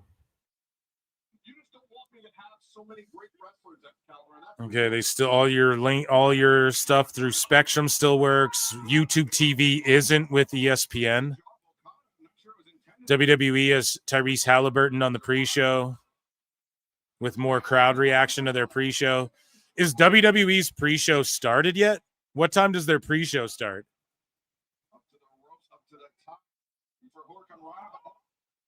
What time does WrestlePalooza start? How many hours from now, chat, is WrestlePalooza? Pretend it's the top of the hour. Okay? Like we're only like quarter into this hour. How many hours until 3 hours? Less than 2 now. 2 hours. Okay. 2 until WrestlePalooza. God damn. So the pre-show is on now. Is there any matches on the WWE pre-show? They don't do that anymore, do they?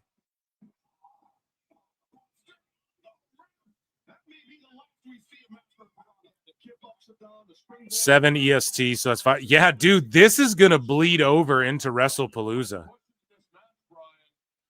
This AEW shit.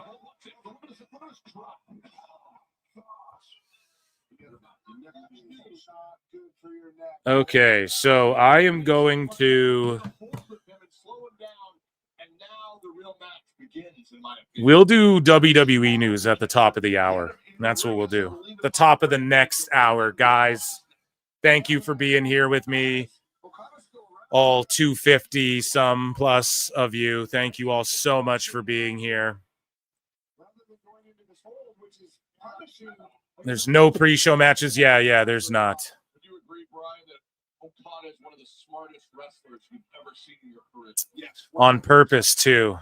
I mean, I don't give a fuck. I'm switching over to WrestlePalooza primarily, and I'm going to largely probably ignore the rest of All Out, which is predictable anyways. So I don't know if Tony thinks like a ladder match and a coffin match is going to steal everyone away. This pay-per-view should be done already. This pay-per-view should be done in the next 30 minutes, or else it's gone even less than that. Honestly, it's gone so long. Crowd's just sitting there. No one's on their feet. No one's going insane. if he catches him in the Continental Classic this year. What about the main event? Are you talking about AEW, JKG? What about the main event? What the fuck about the main event? And I don't have any heat with you, brother. I'm just saying, like, what do you mean, man? Hangman and Fletcher? I don't give a fuck, bro. We like that's a Dynamite level match. I'm sorry with the build that they've given it. If I saw that on Dynamite, okay. And we know what it's going to be. Fletcher's going to kick out of everything. Hangman's going to kick out of everything. Fletcher's going to eat the pin, but everyone's going to go, wow, and I'm amazed, Taz, at how Fletcher was able to withstand the world champion, really showing that he's a future world champion. Like, we already know. It doesn't matter. None of it matters. None of it matters. It doesn't even matter if in the coffin match Sting comes out. Doesn't matter, dude. Because it'll be after Darby and Mox completely embarrass themselves. So the crowd's just fucking dead. No one wants to see you do lucha spots with fucking Okada right now. And the sickos will say dumb shit like, this is one of the best pay-per-views overall. This pay-per-view, each match was so good. Look at the crowd right now. This is Toronto, by the way. They're starving for wrestling. Like, everyone who's like a smart fucking came to the show. Okay, there's about 11,000 fucking uber smarks on the East Coast that are going to show up for this fucking thing. If WWE was there, people would come from all over Canada for WrestleMania, and it would be like 18, dude. It would be like 18. I'm telling you. If WrestlePalooza was in Toronto, people would be spilling over the fucking. I'm telling you, man. But for this, it's like, dude, they're just sitting there. I don't know. It's kind of odd, honestly. It doesn't feel. Remember WWE? They'd have to go, man. Canada's Bizarro Land, because the crowd is just wild beasts who just start chanting crazy shit. And I'm pretty sure Toronto's responsible for the Kurt Angle "You Suck" chants as well. I think they were like the first city to do that. And look at them; they're just sitting there. So this is what I mean, dude.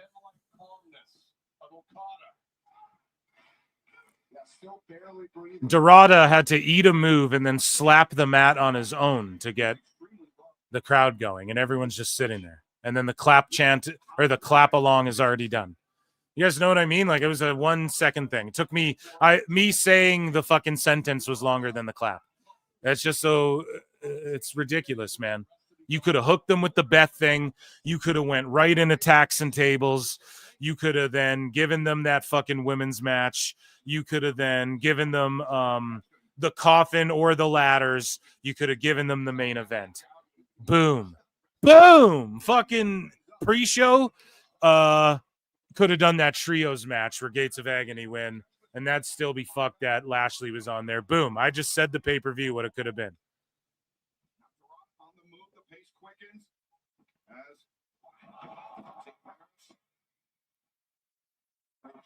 Crowd would be going nuts. We'd be going home in 45 minutes, right?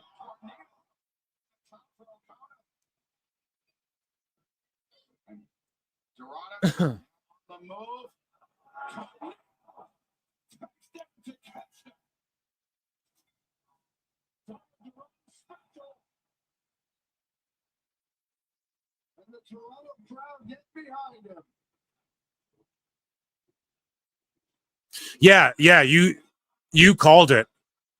Canadian WWE fans would be flocking to Edmonton or Winnipeg even if WrestlePalooza were there. No, you're absolutely right. You're absolutely right, without question. But Toronto going to Montreal, bro, and shit's so expensive in Ontario, man. It's just like, I don't know. It's just not worth it. There's not enough buzz for this all out, either. For it to be worth it. But to go for WrestlePalooza, I don't know. That would be worth it even to sit up high, I think. from the young high flyer. Take another look, Taz. Yeah, you can see this tough landing for Okada, but not enough to get the victory. Uh-oh. Oh, God. Oh, the neck breaker. They're dropping each other on their necks and shit, and just no one cares. What a shame. Okada's getting dropped on his shoulder, and he don't give a fuck because this is how Japanese fans are. They just clap at the moves. But rabid Canadian beers drinking trailer park boy fans who like wrestling aren't fucking. We're not just clapping at the fucking moves. We're popping. We're going crazy. We're fucking booing The Rock, even though he got ran over by a semi. You know, we're cheering Hulkster because Hulk runs fucking rules, brother, forever, dude. So, and we still got fucking coffin matches. Chat.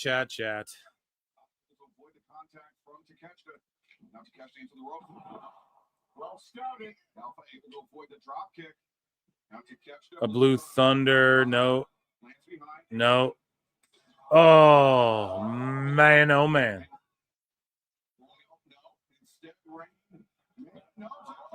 Oh, Blue Thunder Bomb. Oh, Remsburg's too cheesy, man. He's such a cheese ball. Yeah, oftentimes you'll see Takeshita using both legs to cover the shoulders when he got the Blue Thunder Bomb. He wasn't able to get it there. Okada down. Takeshita, you could sense Master Dorada coming into this match. We'll make fun of sickos a little bit. We'll do Dave and WWE news in between.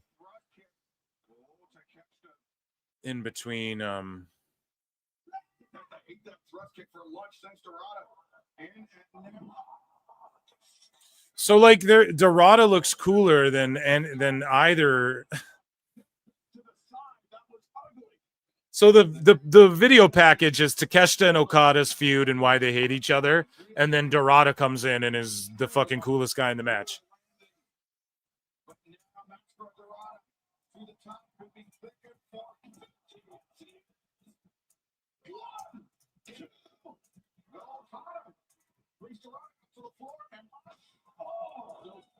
So smart. The spine of Master Dorada sent into the barricade. But Brian, I think Takeshita may be right for the picking here. Yeah, I think so. You drop that big elbow. No, Takeshita up to his feet. Right hand thrown. And now AEW All Out 2025 is trending. I'm just going to use whatever these fucking idiots have trending. Sorry, sickos. I don't mean to be so fucking rude, but come on, man. Now you guys have AEW All Out 2025 trending? Stupid idiot. What the fuck? But meanwhile, this now, Master Dorada with 3 men on the top row.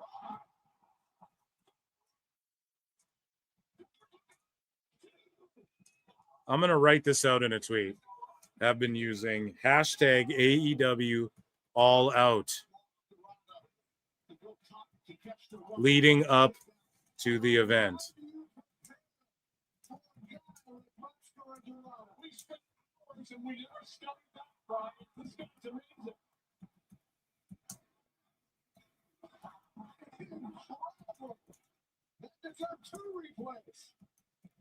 Probably 5 replays. Master Dorada, though, keeps applying pressure. The elbow strikes, peppering the jaw of Takeshita. Now Okada on the receiving end as well. Master Dorada. Yeah, I just tweeted out, here's a major problem. AEW themselves have been using hashtag AEW All Out leading up to the event. Sickos have somehow gotten both hashtag AEW All Out Toronto trending and now AEW All Out 2025 trending more than that. I just don't understand. There's no direction and shit, man. Holy fuck. This is what I mean. Like when I go on YouTube and there's 11,000 of us watching the YouTube pre-show, we're missing Samoa Joe's match, and I'm listening to Renee fucking talk about the match that I'm not seeing. Like, whoa, man, I don't know how the fuck this. And then people are complaining about ESPN. That's pretty crazy. Now, the YouTube TV thing is a fuck up because that was what I thought. That's what I thought was the thing. Was that the thing, Dave Meltzer? I'll accept the thing. Sorry, they're reversing tombstones and shit. Yeah, Takeshita should win this shit, man. That'd be cool. But yeah, just you need to get a little emoji thing, Tony Khan. Spend the money for it, or I don't know how much it costs or whatever, but call somebody. Call Elon Musk.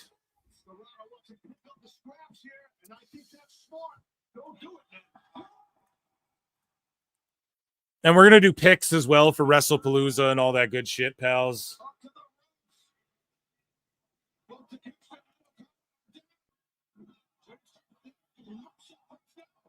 Why is Dorada the coolest guy in the fucking match? And then he's just never going to be seen again. He's just beating the shit out of your two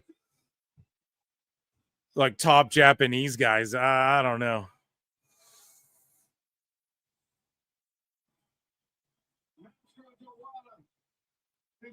Mascara Dorito. Oh, come on. That's not very fair. Yeah, this has been like, I honestly, Mascara's the coolest shit in this match.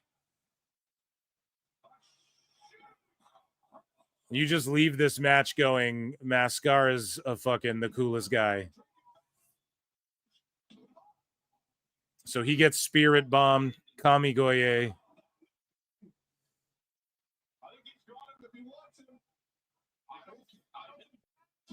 Kamigoye, or however the fuck you say it.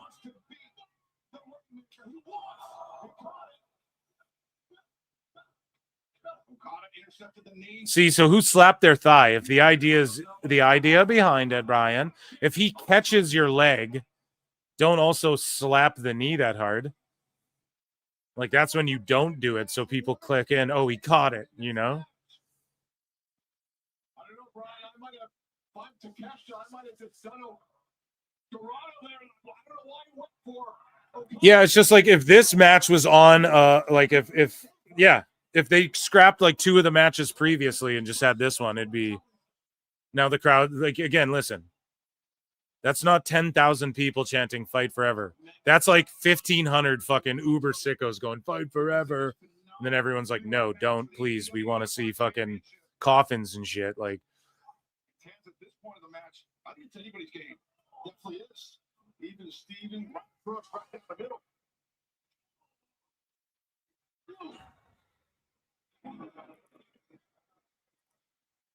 now they're in a three-way, a devil's triangle. If I'm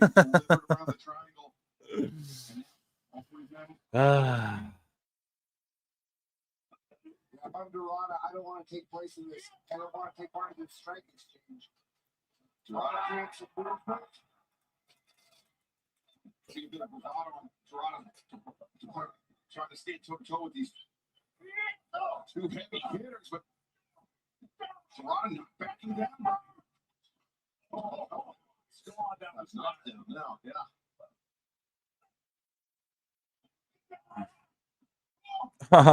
Rainmaker. Oh. To the jaw, Dorada.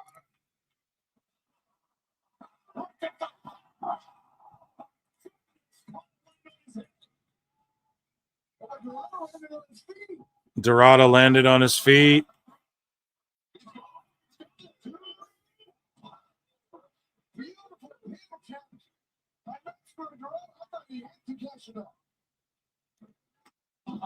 Intercepted the boot of Dorada, but Dorada came around the corner, NC Gary. And now Mascara Dorada gets his foot in. Okay. So this guy everybody's calling Patty Lesnar, Frederick Vosgrone, gets a first-round submission at Octagon 76. Écoute, la télé, c'est d'envoyer des coups d'en bas. Hein. Bon, ouais, il n'y a vraiment pas de clé technique pour sortir de là. Faut s'arrêter d'ici 10 secondes, monsieur. Faut s'arrêter. Vraiment, ouais, je pense que. So yeah, I don't know. He just like submits him. He's not that good, but his look, he's got a ton of hype. Shout him out.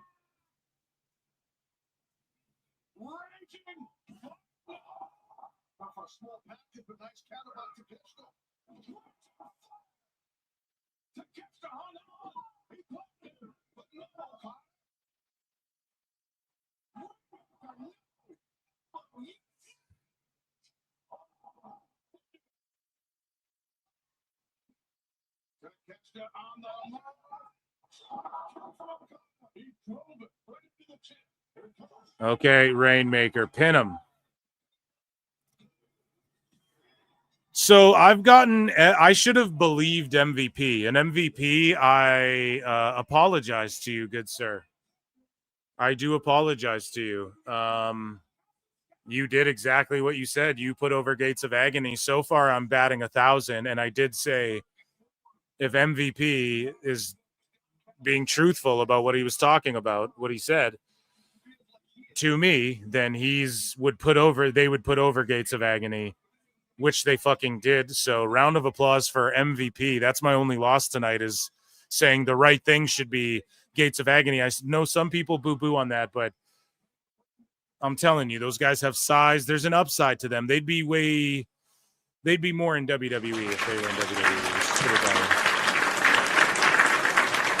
Now they'd probably be put in the fucking bloodline or something, but but shout out Hurt Business for that, Hurt Syndicate for that. Because I was like, I don't know. I just have a feeling they're going to AEW this, and Hurt Business are just going to go over. But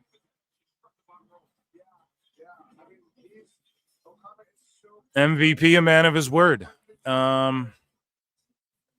Let's do a little. We have a tiny one. That's what she said. Ladies and gentlemen, let's head over here. Because it is time for nobody's favorite segment, and it is called the... So this guy's like, continue defending WWE. And then, yeah, it just shows how much all their shit costs every year. Yeah, that's Chi-Town Smart, hey? So Conrad, the mortgage guy. Oh, come on now, Eric or Jeff Jarrett. Check out this ring. If you head on over to savewithphil.com, you can go ahead and buy yourself this ring. It's almost half off. $800 originally, $1,500. And while you're there, why don't you get a new chew? I'll chat me up about how you like children's beds converted into pro wrestling rings. I'm here for it, Eric. I'm here for a healthy box spring mattress that resembles a pro wrestling ring with ropes that do not match. Well, because chat me up about how this side of the ring unattaches so you can go to bed at night. So you can crawl right in, snug as a bug in a rug. Eric? Yeah, this is cool, dude. This is like the sickest bed ever. When I was a kid, this thing would have fucking ruled. So Nicolo Piccolo owns BJ Bethel. And he says, a journalist shouldn't be this stupid. Someone please do a wellness check at this man's one-bedroom Southwest Ohio apartment. So BJ Bethel says, the admin seems to be pushing for massive media mergers and handpicking the winners. It's as close to Pravda and state-owned Moscow media as you can get. BJ Bethel sitting here saying, oh, it's as close to state-owned Moscow media as it can get. Bro, you tongue Tony Khan's ass hairs. You lied about the 500,000. Like, don't talk to anyone about propaganda.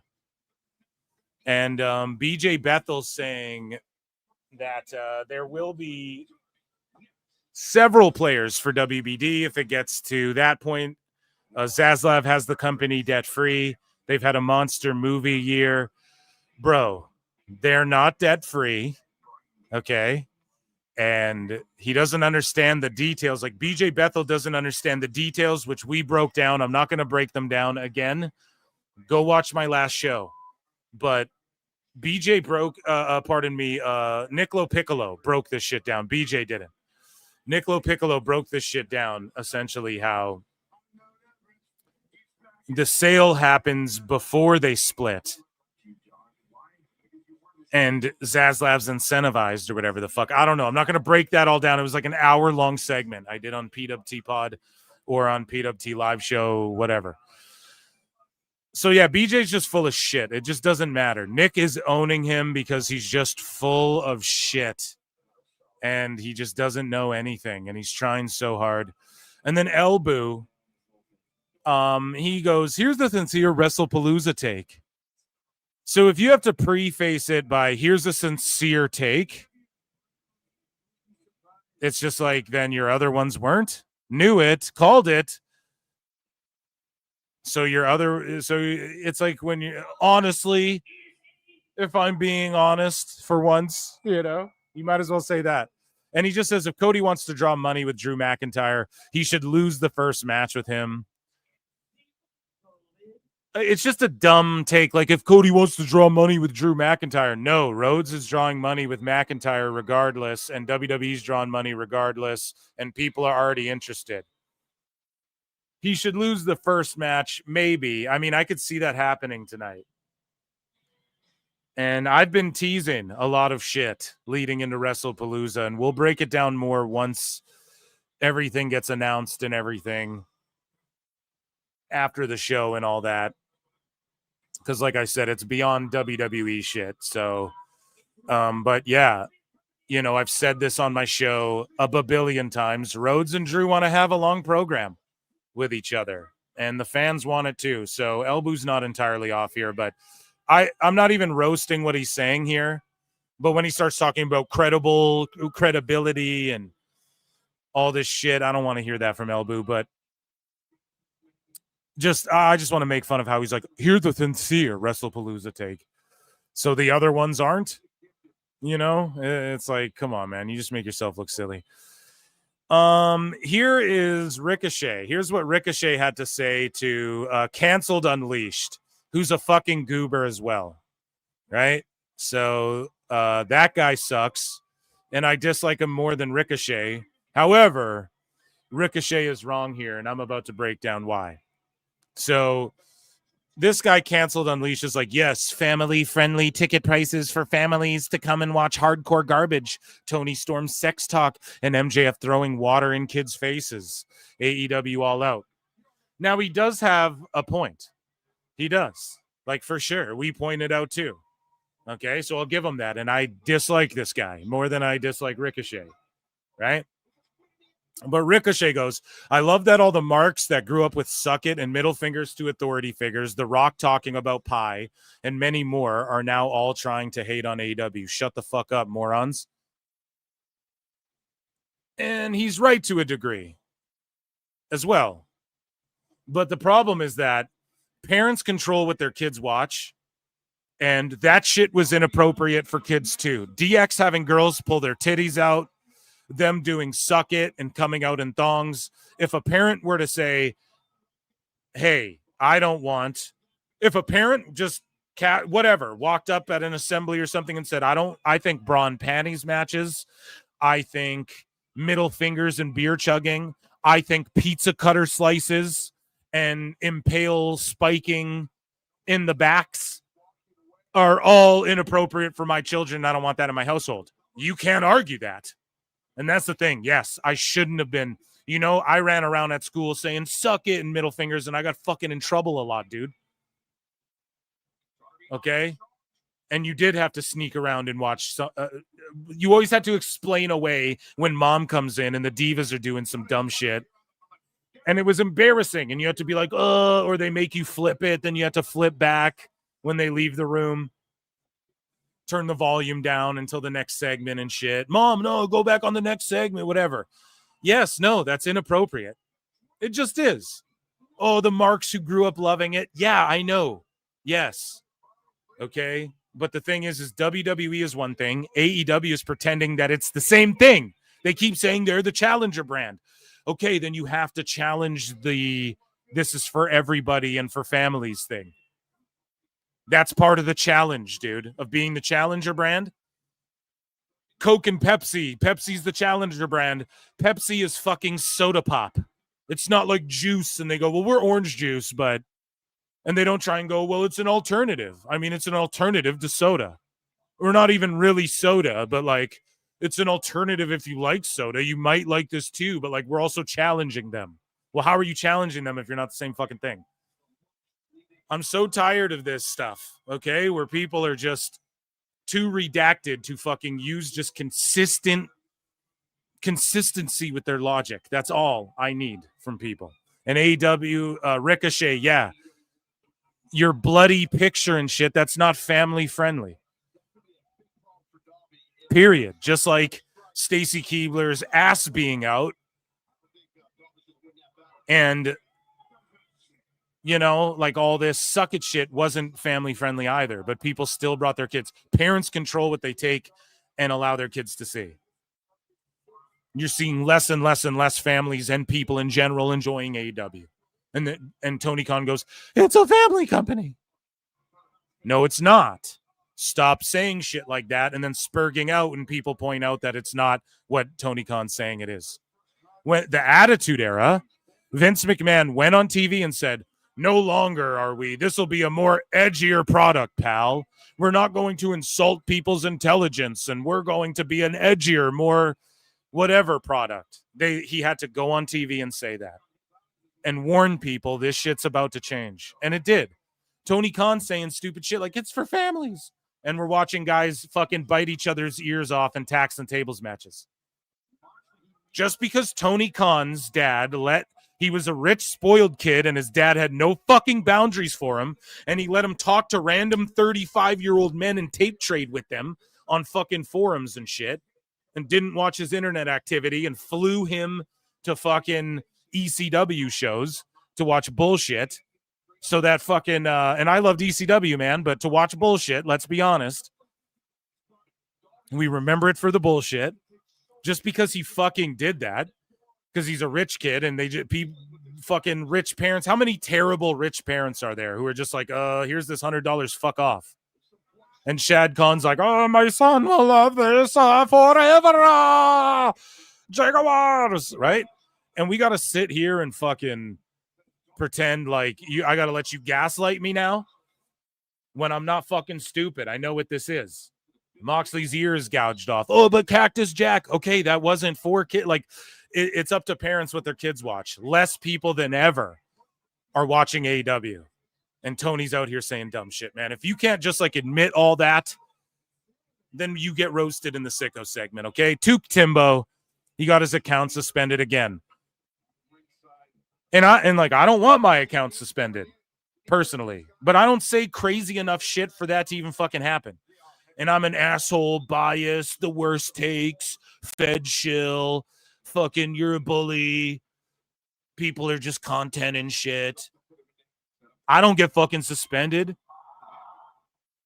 Look, you're both in the casket. You both lose. End it and go to the next. But Tuke Timbo he gets fucking suspended. Why are all these insane sicko accounts getting suspended lately? I wonder why. I wonder fucking why. And that, ladies and gentlemen, was the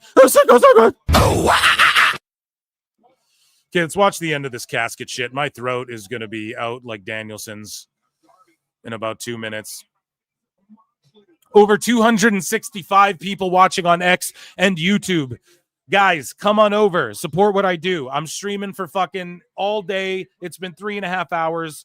I'm still going strong. The news has been strong. I've been doing great segments. Come to youtube.com/@ProWrestleClicks. Hit like, hit subscribe, consider becoming a member. You can super chat in, join Patreon, or hit retweet or whatever. That's the free way to support. Come vote in the poll in the chat or whatever. Appreciate you guys so much. Those are my plugs. God damn it. RKO on the dive on the outside. Moxley's bleeding out of his ear because he likes to do that thing where he gigs his ear.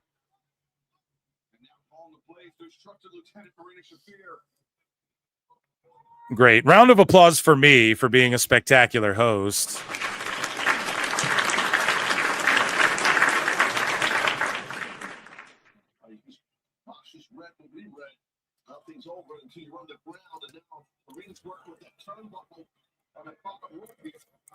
Yeah, 79 likes. If we have almost 300 fucking people watching and we're at 7, run those up to 100. For Christ's sakes. Fucking support. Thank you, guys. Replay will be up at YouTube on my second channel, youtube.com/@prowrestletimes, which has, you can just scan that QR code too, and it'll go right to that's not like a dono thing. That's like a fucking, it just takes you to all my links and shit. So just go and check that. They got a baby coffin for Darby. No. I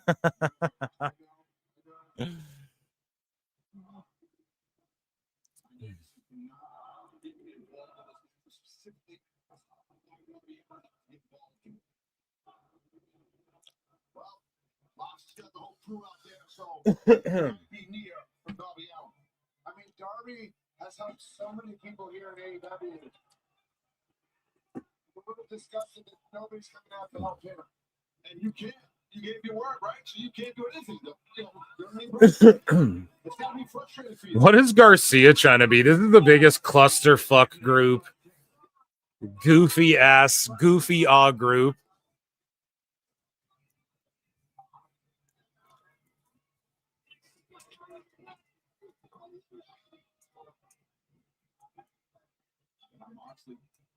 Sending the rest of the troops to the back, except for Marina. This is a fucking goofiest awe group ever assembled in a faction. Into the ring. So even Marina's going to the back. Marina to the back. John Moxley. He wants. And they're chanting, "Oh, fuck Wheeler, Yuta." Exactly.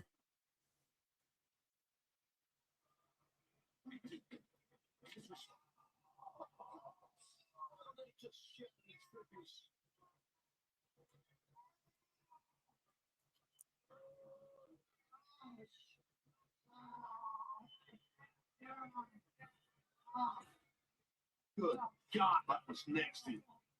That could have broken every bone in the hand of Darby Allin. Damn. Balls in your fingers. I'm telling you, I think you're shattered now on top of this coffin. Mox just wearing Darby's head out.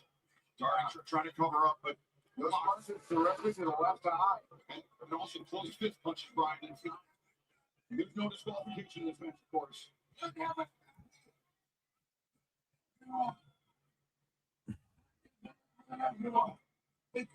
You understand me? I love you.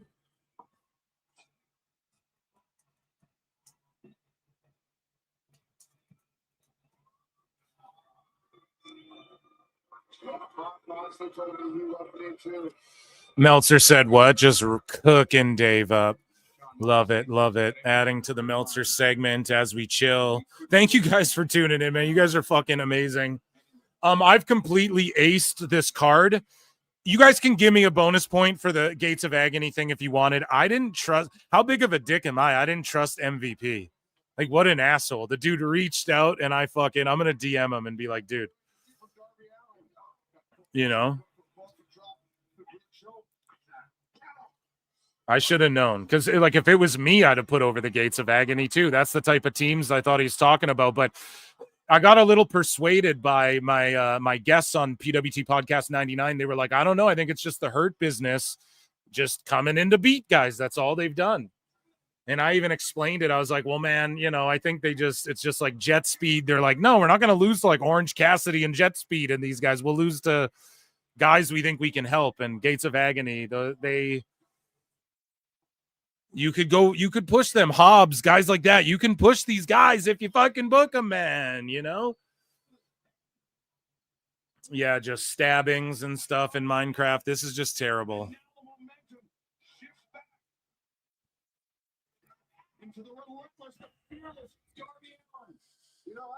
Are they trying to have the most boring match possible? No, dude. Maimings are exciting. It's Halloween time. It's spooky season. Didn't you know?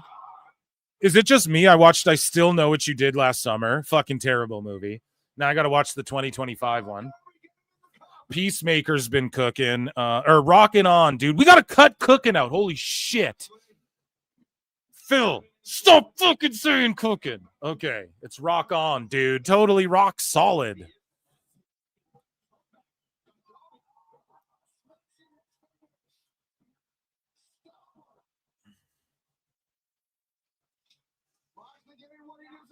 Wheeler Puta, that's fucking hilarious. Cancel this show now. Bodacious, radical, dude. It's totally rocked on.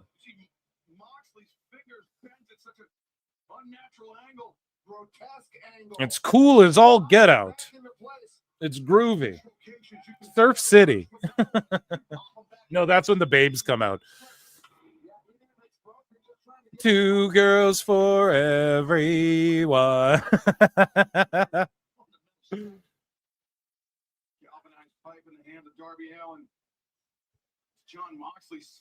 Oh yeah, we got some we got a lot of WWE stuff. Top of the hour here. We'll get into it. We'll do we'll make fun of Dave, Wavy Davey. And then we'll do WWE news, leading right in to the PLE.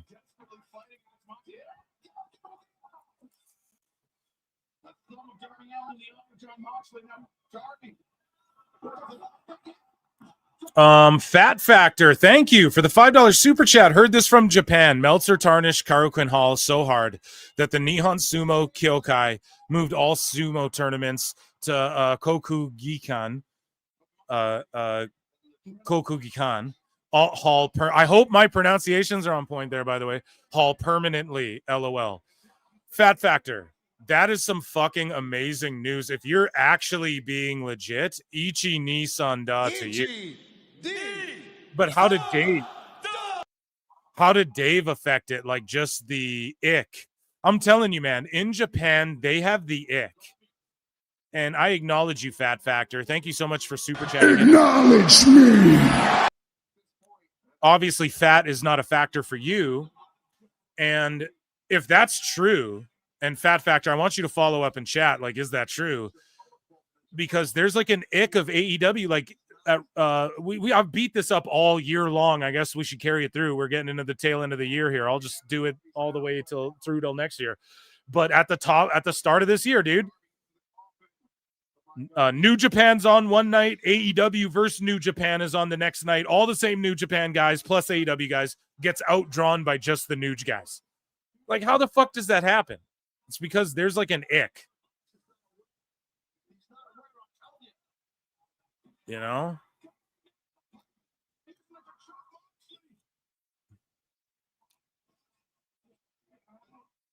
Look, Mox will escape this, even though there's less give to it, and this is how he could have escaped the chains from Hangman. Okay, maybe not.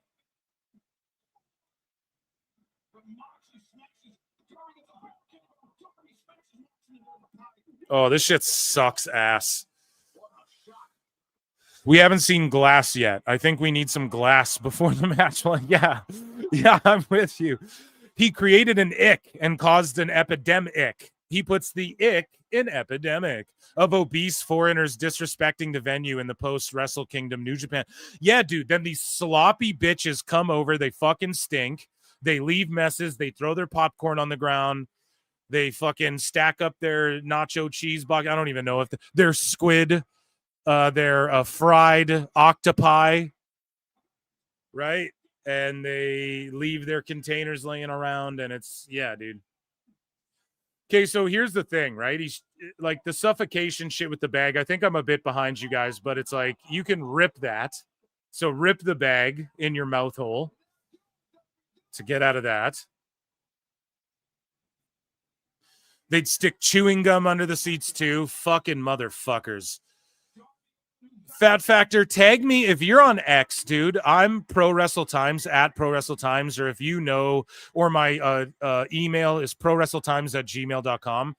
If there's any articles or anything like that, or screen grabs or whatever, please send me that. I would love to cover that more in depth on my show. Please and thank you. I would really appreciate that. Not to put you to work or anything, but that would be really cool to talk about more. And yeah, maybe get some people's takes on that. I have some friends who are really into Nuge.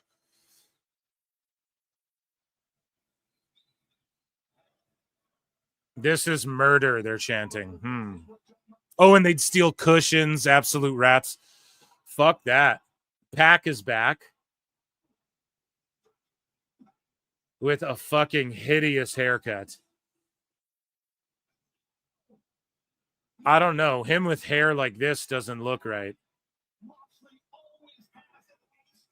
And see, it's just more of the same. Like, no one cares, bro. No one cares about fucking Moxley's Rampage. Like, nothing's changed in AEW. And now Pac's going to kill Darby. See, I told you guys, through a casket will happen at one point.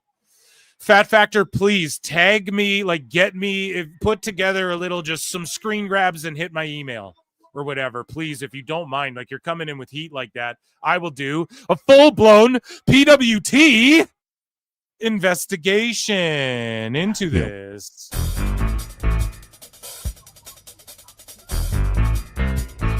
Okay. I will get my top team on it, and we will get to the bottom of this, and we will find names. No, but for real, we need some of it. We need some of that.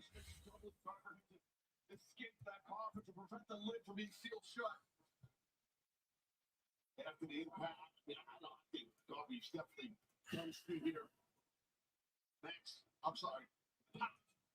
Sipping up that body bag.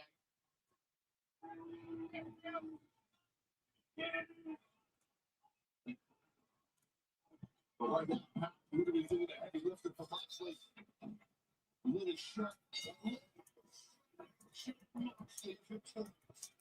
Yeah, nothing changes.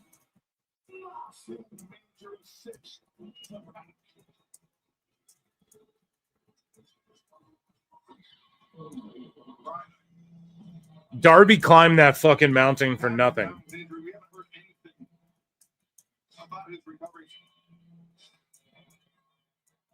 I can't even believe that he played a role.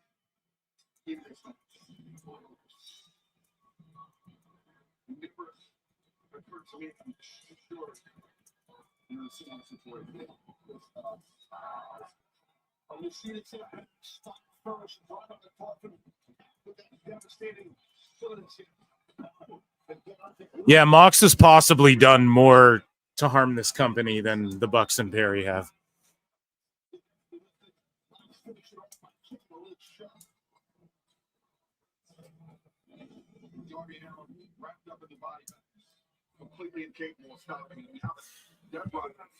Yeah, I just had to fucking I just tweeted, oh, bullshit after bullshit after bullshit. Nothing changed at all once Hangman beat Mox, so that was meaningless. Darby climbed that mountain for nothing, not even an AEW payoff. Fucking garbage.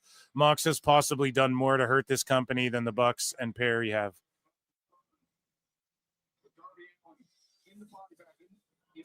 Man.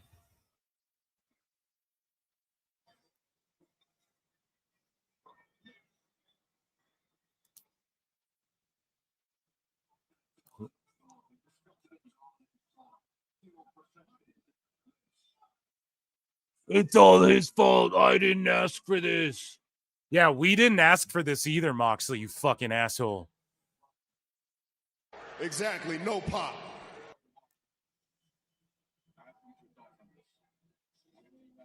Guys, there's like 300 of you watching across X and YouTube. Hit the like, hit subscribe, consider super chatting in, consider becoming a member or gifting a membership for only 99 cents.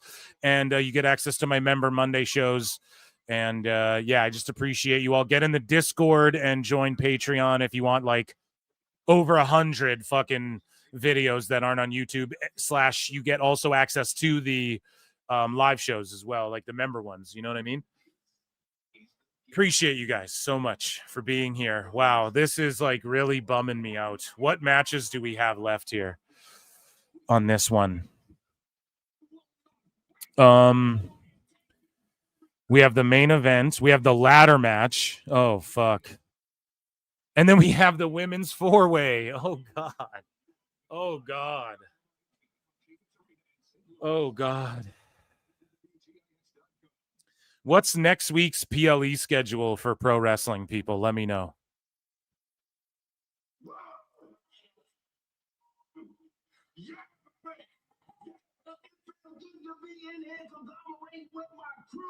We all picked up big wins. We was all victorious this evening, and it feels really good. I got that that piece of garbage MJF behind me. So now it's time to look forward in front of me, if you will. And you know what I think? I see a Okay. man who has been a bit of a thorn in my ass. And, woo! And that's you, Don Callis. So I'm laying it out, plain and simple. Wednesday night, Don Callis, pick 3 of your goons, your 3, your biggest, your baddest, your toughest, and y'all can take on, let's say, me, my main man from the Mexican land, the amazing. And then Roddy Strong. Why is Kyle O'Reilly and another member of the conglomeration? So is this a faction? Is he ready to come back? Says.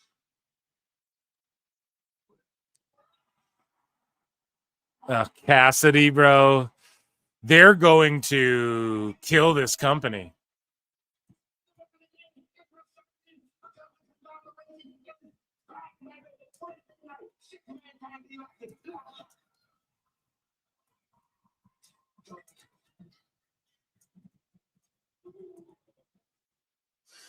Yeah, Orange Cassidy coming back will just tank this company worse.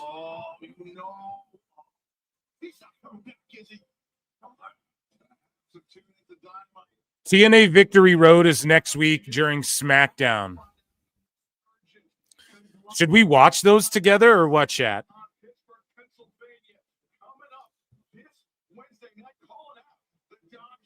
Because Victory Road, man, some NXT shit will pop off. I don't know. We'll talk about it.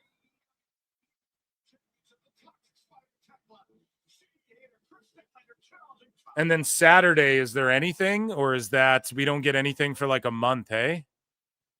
More like All That, dude. Amazing. I used to love that show. NXT No Mercy next week on Saturday or what? Okay, so Sicko Saturday, we'll be watching No Mercy. So I'll be live whenever that's on. Make sure you guys tune in for that. Friday we could watch together. Maybe I could do like a super chat goal, and if we meet it, I could on Wednesday or something. And then if we meet it, I could go live Friday instead of like getting pissed drunk and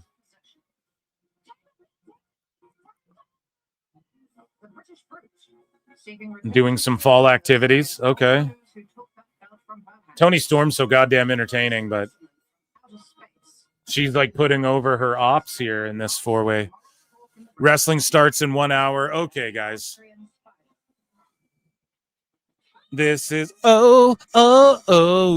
this is all that. This is all that. Dude, Amanda Bynes, I fucking loved her when I was like a kid, but then like she went super crazy as we turned into adults. We're about the same age, right?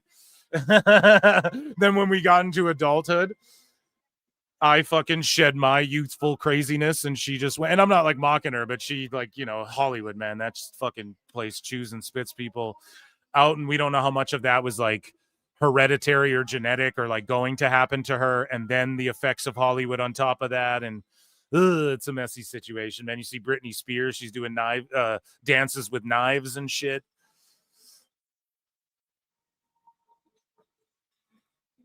Tony Storm will most likely jump ship to WWE. No, I don't think so, bro. I don't think so. Tony Storm is great. She is. Hope the ESPN app doesn't put any random commercials during the matches. Man, I pay for Netflix, and do you know what they do?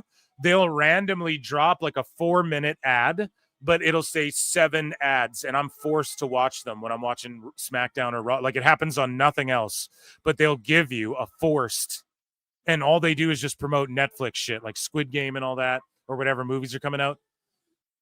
But in all fairness, though, it'll just be like it'll be like 3.5 minutes, but add 1 of 7, and then two of 7, and they get through the 7 ads, but like in that 3 minutes, you know, or 3 or 4 minutes, and it's kind of, and you can't skip them, and it's kind of shitty, but it's because like they didn't tell me that, you know, in Canada. But I'm not complaining because like, man, I get WrestlePalooza on Netflix, like I get everything on Netflix, so I cannot complain for 1 second. Palooza starts at 6:30. No, not at 6:30, unless they pushed it back half hour now.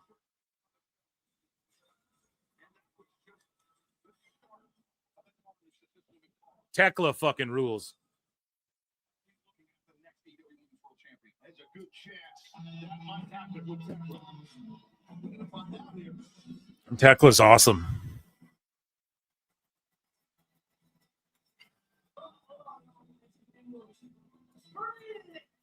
Pre-show has started already. Yeah, it starts at the top of the hour, hey? So, okay, what I'm going to do, let me recalibrate some things here.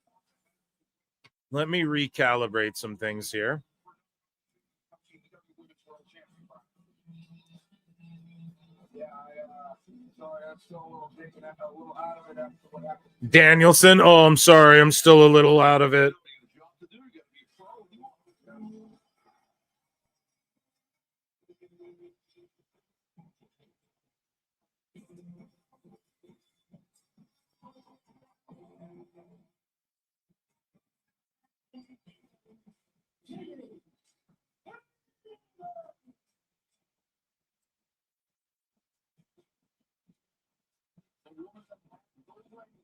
So I'm going to switch things around. I want the Fed on my fucking bigger digs. You guys know what I'm saying?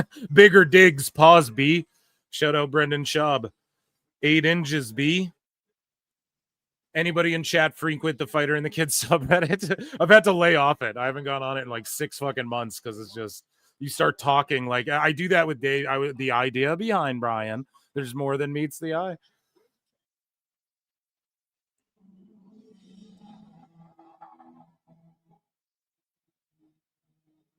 It started at 2. Yeah, but here's the thing, bro.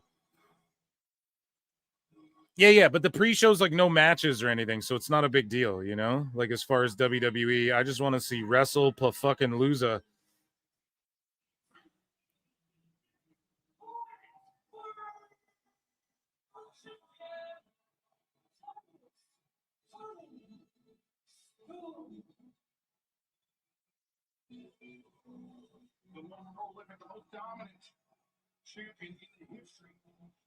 Okay, I'm switching this around. So the pre-show for WrestlePalooza is on YouTube, chat. Tell me now. Or do I need ESPN, whatever the fuck? No, it's never on Netflix. No, because Netflix, they don't do the pre-shows. Like, that's a whole other bag, right? So they do the pre-shows on YouTube, and then they because otherwise the advertisers, you know? That's like a whole other thing. But if you're using a VPN, Netflix will start when the PLE starts, if I'm not mistaken.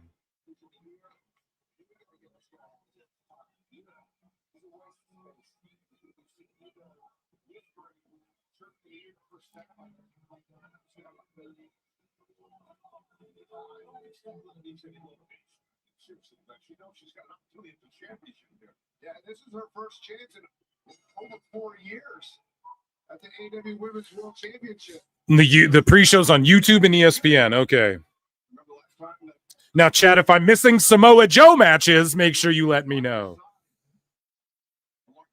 Because I got to go to YouTube and then switch over to Netflix.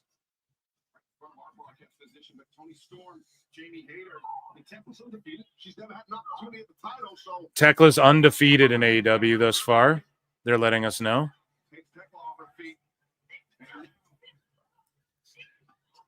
Okay.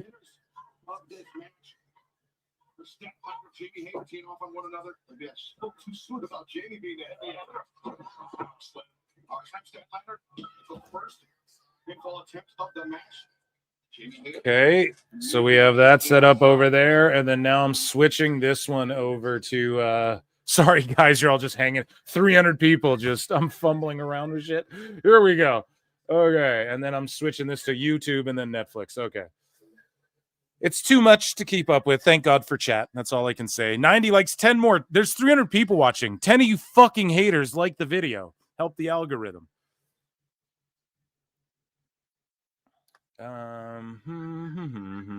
Countdown to WrestlePalooza. 41K watching this. With Prime Big Deal Day is coming October 7th through the 10th. Greatness is a your way.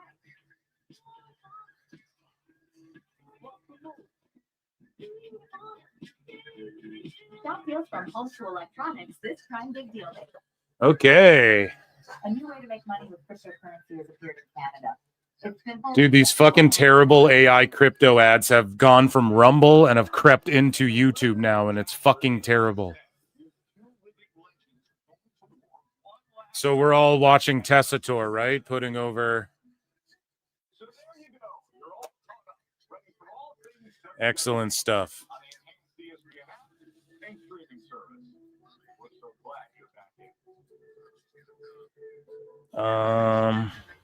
ESPN gave me 7 minutes of random commercials like you get in regular YT, and now a regular WWE commercial. This better not happen during matches. Yeah, for real. We're all going to learn together. You guys are going to tell me what it's like on ESPN, okay?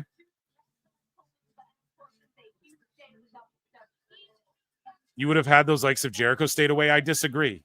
I think I'm going to play Jericho one more fucking time. Okay, ladies and gentlemen, though, let's get Flutes in the chat. How about that, everybody? Flutes in the chat. I want to see Flutes in the chat.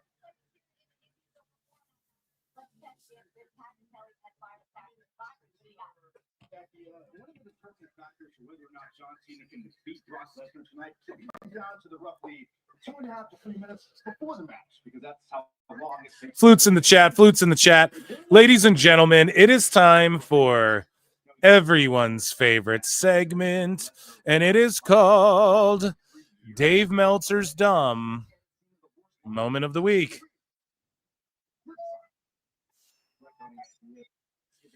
So Dave Meltzer, man, he's getting in his feels. We have the GOAT. Meltzer said what? Just cooking him up. Really rocking him out, fellas. So, again, man, Dave and Brian were complaining like old fucking boomers, and we made fun of them last show. They're talking about, oh, how do you get on this app and the ESPN? It's going to be so hard to use. And then on SmackDown, Ron the Truth Killings just explains it's super easy. And no one's saying shit about how fucking confusing the YouTube AEW shit was, right?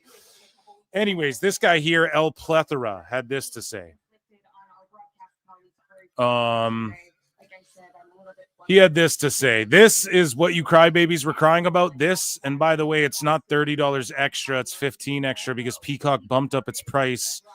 And if you were like me and canceled Peacock as soon as the Paris show ended. Okay, so he's telling y'all some life hacks there. And Meltzer said what says, when F4W did their last upgrade of their forum on the board, somehow they couldn't transfer over existing users. So here's Dave getting fucking owned by the GOAT, okay? And this motherfucker, look at this, dude. Dave was complaining, oh, it's so confusing, ESPN. Meanwhile, dude, your shit was confusing. So when they did their last upgrade for their forum, somehow they couldn't transfer over existing users' login passwords, which meant that every single user had to reset their password for the privilege of interacting with the mutants. This seems more difficult than ESPN. How fucking funny is this? Oh, man, crazy. It's like a 2K update, right? Fucking everything up. So moving along here. This guy says you need to acknowledge your tribal Keith. You're responsible for creating him, and acknowledge your long lost son. And Dave Meltzer says, NXT did 737K, 0.17, higher than usual. Increase wasn't as much as I had expected, given the nature of the show. But Dancing with the Stars did a monster number head to head, Brian. Bro. Head to head. I guess it is technically. So, bro, Vince Russo, bro, let me tell you, Jeff Lane, okay, I invented roasting Dave Meltzer. Bro, there wouldn't even be Dave Meltzer without me in the wrestling business, bro. Bro, let me tell you, bro, this mark, Dave Meltzer, got owned by Bully Ray, okay? So here's Vince Russo and Jeff Lane's little mini roast here of Dave Meltzer versus Bully Ray. So Bully had put out a tweet. Unfortunate, but AEW as a product is lost. There's certainly some bright spots, talent, but as a company, it lacks definitive direction, is what it is. A company owned and operated by a fan with lots of money. TK, he's a good guy. He's got a good heart. And people are saying that they didn't get a flute, so we can run one back, man. There you go. Hopefully you guys heard that one and this one. You know, poor people don't like AEW. Or PWT. So let's go. But he's not a booker, and the boys know it. Dave said- Meltzer. Dave Meltzer. What's his name again? What's his name? His real name again? Danny Messler? Yeah, Dan said. Danny. I got to be honest with you though. What honestly, what in my opinion, what he just said about Tony Khan, bro, he could have said the same exact thing about Triple H minus the money. Same exact thing about Triple H minus the money. I'm sorry, bro. Triple H is a freaking mark, not a booker, and the boys know it. So go ahead. So Dave responds to this. What are minus 28.5%, plus 3.5%, minus 57.0%, minus 34.6%, and minus 44.2%? I have no idea. I don't either because he didn't say. That's all he said. What? That is all he said. I already showed it to them. I'll show it to you because you gotta see this. This is all he said. Let's try to figure this out. He's running to Tony Khan and AEW's defense here. I am assuming with all the minuses, I'm assuming this has to be WWE, has something to do with WWE numbers. I'm assuming. That would be my guess. WWE is down in something with these numbers. Why wouldn't he say that? Why wouldn't he say what that he thinks is? he's being smarter than everybody else. But he looks like an absolute idiot when he says this. This is all, if you subtract these, then add them back. That's what AEW's doing year over year, Brian. Fucking dummy ass Dave. So moving along here, Meltzer said what? Again, posts a clip.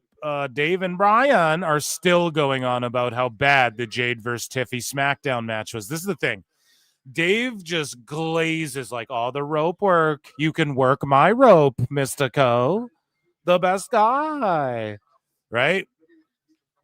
But then when like Tiffy has to carry Jade through a match that isn't even that bad, but there's like one fucking misstep.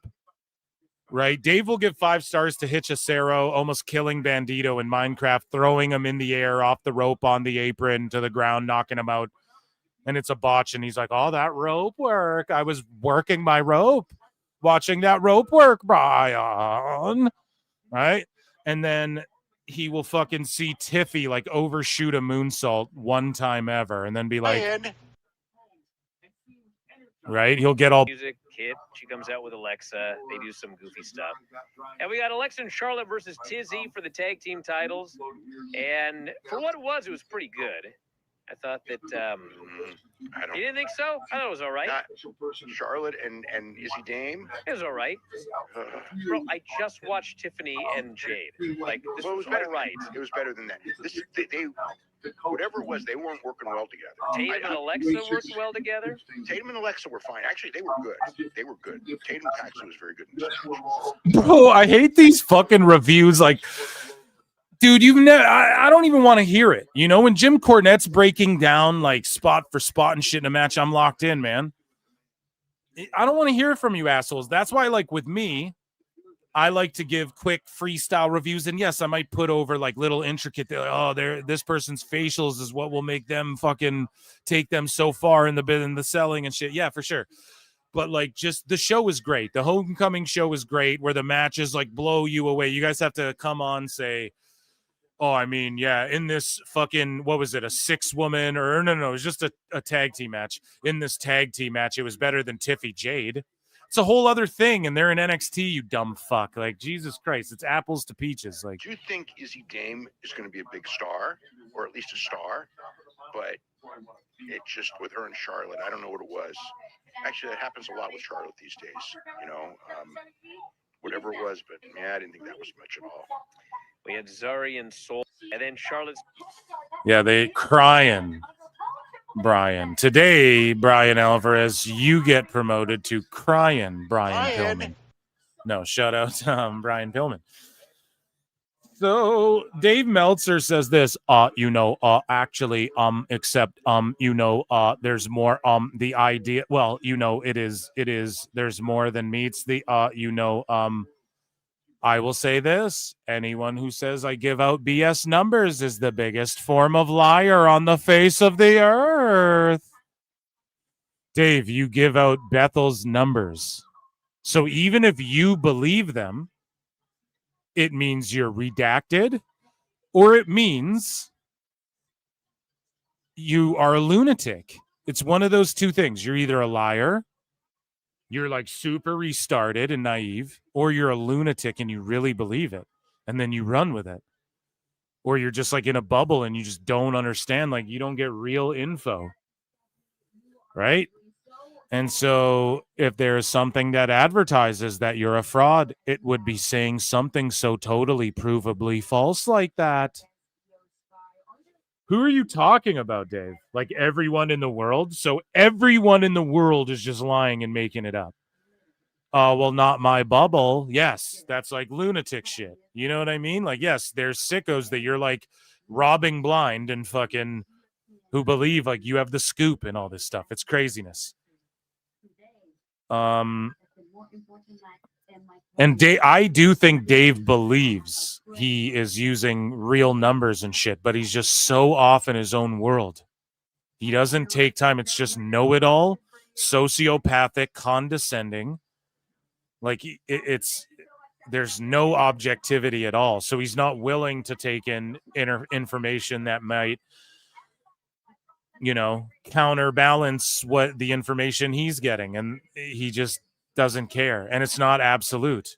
And he's been proven wrong time and time and time again. And he's melting down now. Oh, if anyone says I'm a liar, they're a liar. Why? What have I told you guys? ESPN folks are going to come out, and WBD is about to be more transparent with Nielsen. And then this big sale to Paramount where they're not going to fuck around and they're going to continue this thing along. And they want to be more transparent with their numbers and shit. It's about to blow up in his face. It's about to blow the fuck up in his face so badly, and he knows it. That's why he's getting testy. So WrestleMania Double or Nothing, so here's what Dave says. There is reportedly a belief in God. Like it's always a belief, the idea, the perception, the epiphany. There's more than meets the eye, Brian. Just say it, dude. There's reportedly a belief in Las Vegas. In Las Vegas. To who? The guy dressed like Elvis Presley and Spider-Man, fucking busking on the corner. The fucking the Asian lady smoking cigarettes, playing penny slots. The fucking the guys who own the MGM Grand. What the fuck? In Las Vegas, the city, it spoke to me. The earth. I was out in the desert, Brian. Ayahuasca. I opened my third eye 30%. I see things 30% more clearer, Brian. There is reportedly a belief in Las Vegas that the announcement of WrestleMania 43 being in Saudi Arabia will help boost attendance for WrestleMania 42 due to people not wanting to travel to Saudi Arabia. No, what Dave does is he just thinks the thing and then he makes it up. So what I do is I go X-Files here. Like is this me fantasy mark booking or just telling you guys what I think would be cool? And instead of presenting it that way, Dave gets this idea and goes, Las Vegas, the entire strip, it opened up. Dana White told me. Like what does this mean? There's belief in Las Vegas. Where? What? Well, who? What? What? Huh? The fuck? It's gonna help attendance. Who the fuck told you this, bro? Holy shit, man. It's ludicrous at this point. So we've talked about Andrade to death. One noted that there was buyer's remorse in the sense WWE thought. So again, Dave is absolutely lying here. For a fact, I know. He's absolutely lying. And he's fucking WWE didn't want to lose Andrade, okay? But he's trying to make shit about AEW when it's not about AEW. So Dave says some in WWE noted that there was a frustration that Andrade's English never got better. One noted, really? Where the Joshis and Vac Air and fucking Io Sky are fighting for the world title on WrestlePalooza, and they've been cutting promos in their languages and doing broken English version of their. Are you sure about that, Dave? One noted that there was a buyer's remorse in the sense WWE thought bringing him in from AEW would be huge, since talent that had come in from AEW like Rhodes and Punk were received so well. He literally gives credit. Like, man, this guy thinks Punk is an AEW original, Brian. This is the delusion. This is the gaslighting. This is the sociopathy. Punk wouldn't have been big if he returned to WWE. Are you fucking kidding me? He wouldn't have been as, it wouldn't have been as huge if Punk came back. Are you kidding me? Cody Rhodes, he's more of a star because of AEW. Yeah. So is everybody in AEW too. How much of that is AEW and how much of that was Cody Rhodes? Cody Rhodes left that company and things went downhill till Punk showed up. And then when he left, everything just went downhill. So it really seems like Rhodes also was getting big in Ring of Honor in Japan, and he was a commodity out there. And if it wasn't for Rhodes, I don't think AEW would be so hot. And I think Rhodes got himself over, and you guys discredit Rhodes too much.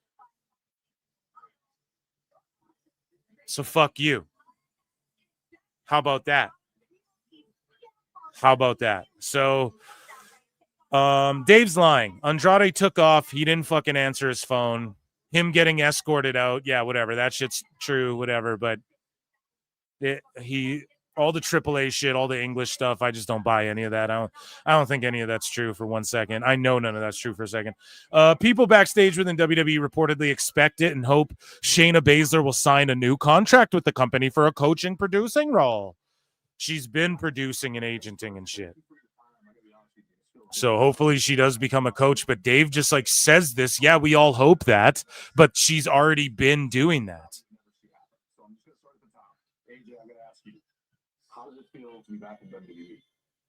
You know what I'm saying, chat? So, like, what do we give a fuck? What do you have to say about that? Sami Zayn versus Rey Fenix, IC title. Again, it was for the US title. All good. People make mistakes on Twitter. Who gives a shit? At WWE, but I'll roast Dave for it. At WWE, because there's other editing problems. Sorry, as I interrupt myself. At WWE SmackDown. 4.25 stars. I think that's a little much. I think his ratings overall are just out of whack entirely. He's not tuned in and locked in with what the people want. Culmination of all the hard work, those 14 years to get there. So to restart there. So sorry, I have people sending me shit on the fly here. We have the goats hollering at your boy. No. So Meltzer said, if anybody is dumb enough to believe Dynamite Dave that WWE had buyer's remorse, figuring that Andrade was going to be like Rhodes and Punk returning to WWE from AEW, please DM me for more information on a packet of magic beans that I'm selling. So here's what Dave had to say. Some AEW would be huge since talent. We just read this shit. So again, it's just Dave talking shit, and he wouldn't have had a CM Punk impact. Like, that's just gaslighting your audience.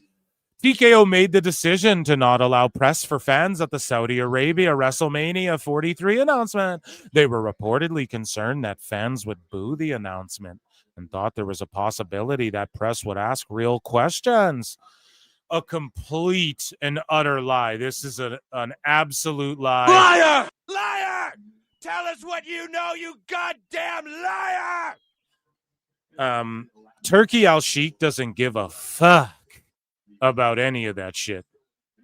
He'll stand out there with Dana White when people Dave didn't see the clips of Dana White being pressed by the boxing media? with Turkey sitting right there with a straight face. He doesn't give a fuck. He has so much money, he could buy the WWE 3 times over probably, or his resources, right? Over the next 10 years, he could probably buy the WWE, right? He has access to, he could be pitching shit like that. This guy's got buku bucks, infinite money, okay? Infinite resources, okay? He doesn't give a fuck about that. He doesn't give a fuck about the media. He's the guy. See, Dave just talks out of his asshole. Turkey Al-Sheikh is the reason Dana White's down to squash beef with Ariel Helwani and have him back at the press conferences and all that shit. And people I've said it too on Twitter. People are like, Ariel's not banned. No, motherfucker, he's unwelcome, okay? You don't go somewhere you're not welcome. Yeah, you're not explicitly banned on paper anymore, whatever. Company trying to save face. But like, dude, he's unwelcome there. And he, well, anyways, now he's welcome back, etc. And I'm sure, yeah, the TKO alliance might have something to do with that merger, whatever. But Al-Sheikh is the guy who goes on Ariel's show and is like, loves Ariel. And even though Ariel asks the questions, like, they're trying to get in business with UFC, and Ariel's the one known for like asking the questions and blowing up fucking UFC spot. You guys get what I'm getting at? Turkey Al-Sheikh doesn't give a fuck about that. And the fans who would go there aren't going to boo the fucking 43. It's pro wrestling. If people boo, then they flip it. They find a way to fucking. It's just because everybody knew. It's just a statement. They're not fielding. They weren't fielding questions. It was more of just like a press release, a press statement. It's not. They're not there to field questions. Well, what are you going to ask? So like Indianapolis, are you guys planning in 2 years to go back there? Oh, they were scared people would boo and they'd get real questions. What real questions? They already go there for Crown Jewel. They already go to Saudi Arabia for all the shit. What real questions? They're having rumbles there and shit. What real questions are they ducking? So Khashoggi. Are you going to bring that up? You guys are fucking clowns, man. Complete and utter clowns. Dave Meltzer, you guys, I'm saying. Brian, you're lumped in there too. Garrett, you're an asshole too. Filthy Tom Lawler, Lance Storm, you guys are cool. Tom Lawler, you're fucking awesome, dude.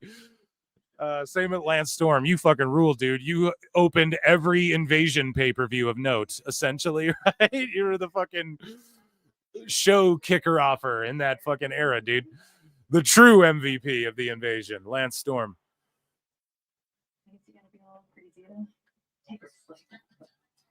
So moving along as we cook Dave some more, as we rock Dave, rock him in the jaw. Good old rockin', but not actually, just metaphorically, verbally.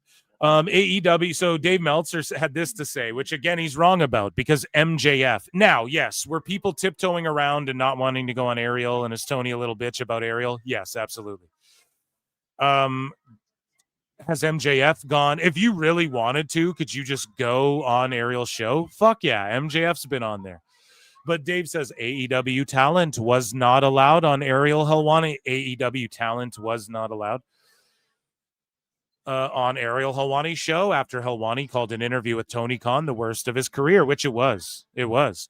Even to the point of calling him Snowman. Yes, because Tony took shots. People take shots. And then Ariel responds. He 10-7'd him, Bappa. Ask Brendan Schaub. That's what Ariel does. People don't like when he plays a fucking heel and he starts he doesn't ever start these beefs. He just he's started beefs between like fighters and shit. I feel, or he's like stirred the pot and shit.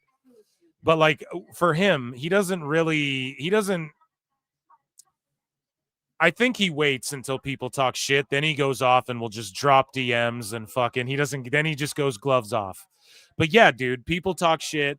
The sickos went after Ariel because it's a cult. And Tony Khan got fucking clowned. And he does give shit interviews. He just says, everything's great. And he doesn't really answer questions.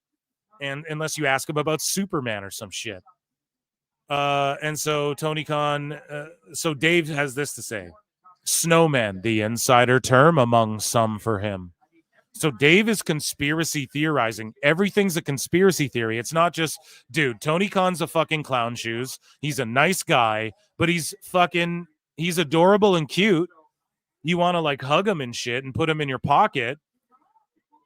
And you want to be friends with him because he takes you out to nice dinners and all this shit. But you don't but he sucks. His creative sucks. His booking sucks. He has no creative vision. He just has a shitload of money.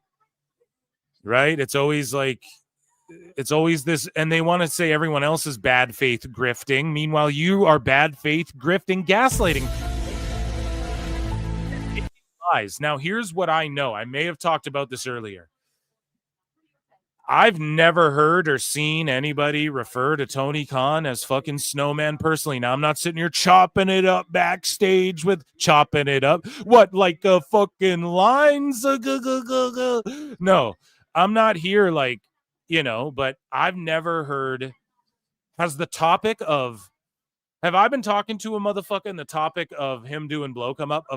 Yes, but not that he's ever done it. No one will say he does it. Everyone's like, he doesn't do blow. Blah, blah, blah, no comment, whatever. It's just like, and I'm not like going around asking people, does he do blow? I don't give a fuck. But rich people do it. Like, if some of these wrestlers you guys see on TV do it, would you be that fucking surprised? People with money do it. It's a rich man's drug. Like, I fucking wouldn't encourage it, right? But it's like, would you really be shocked? Celebrities and people in movies. Oh, you mean like WWE superstars who get fucking swarmed when they go to Paris? I'm not saying Rhea Ripley or anything. I'm just saying, like, would you be shocked if any of these people did cocaine? I fucking wouldn't personally, okay? And I don't even like fully judge people. If like all you do is cocaine and you're like a crazy asshole, okay, stay the fuck away from me. You're a crackhead. You know what I mean? If you just like party sometimes, I don't fucking judge you, man. People party. You know what I mean? People, different strokes for different folks, man. Just don't get weird and we're all good, And so, whatever. If he does or doesn't, whatever. But nobody in WWE's talking about his coke habits or calling him Snowman. Nobody's doing that. That's fucking that's like a real thing to claim about people. You guys know what I'm saying? Like, that's a serious thing to like say. Now, yes, is it like, it's all fun and games, like it's a joke. But when you're seriously implying it, like make a joke about Tony being a cokehead, bro. He's erratic and like, oh, yeah, it's great. I mean, come on. That's the go-to joke. Like, that's the joke to make, right? I get it, totally. But when we're like Dave's seriously sitting here accusing people of like calling this guy a cokehead and there's, yeah, the cokehead and shit. No, dude, they call him the kid. They call him the fucking kid. And yeah, I just don't know if Snowman is like Dave. I don't know, dude. Dave, your fucking brain's melting like a snowman in fucking spring heat, dude. Dave Meltzer star ratings for WWE and AAA Worlds Collide. And I maintain, I don't think TK even does that shit, in my opinion. He seems like people I know who like loves Starbucks and espresso shots and Adderall. You know what I'm saying? None of that's illegal, okay? And none of that's incriminating, and I'd put money on that. Do I think every rich kid's probably taking a bump in college? Yep. At the very least, La Parca, Octagon Jr., Laredo Kid.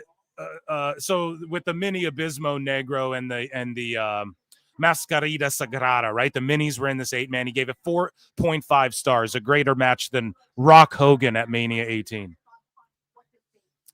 Natalia versus Fabi Apache, 3.25. Psycho Clown Pagano, again, 2.25.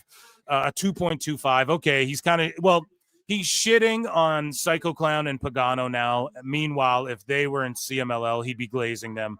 Mr. Iguana, he's going to shit on because Iguana's so over. And then El Hijo to Dr. Wagner, he loves that guy, so he's giving him 4 stars. And then El Hijo and Dominic, 3.5. I think his ratings are off. I think that he rates shit too low or too high, often too high. I don't think Dom and El Hijo is a 3.5. I think it should be maybe like a 3, like a perfectly. If 2.5 is halfway, then that, and then a 2.5, if we're playing the 0.5s, then 3 means like this was an exceptional match. Like this was you did everything and a little bit, exceptional. 4 is like, whoa, what a fucking match. 5 is like, I mean, you can't touch this. My music hits me so hard, right? That's the way I view it, but Dave will go above 5. It's a Richter scale.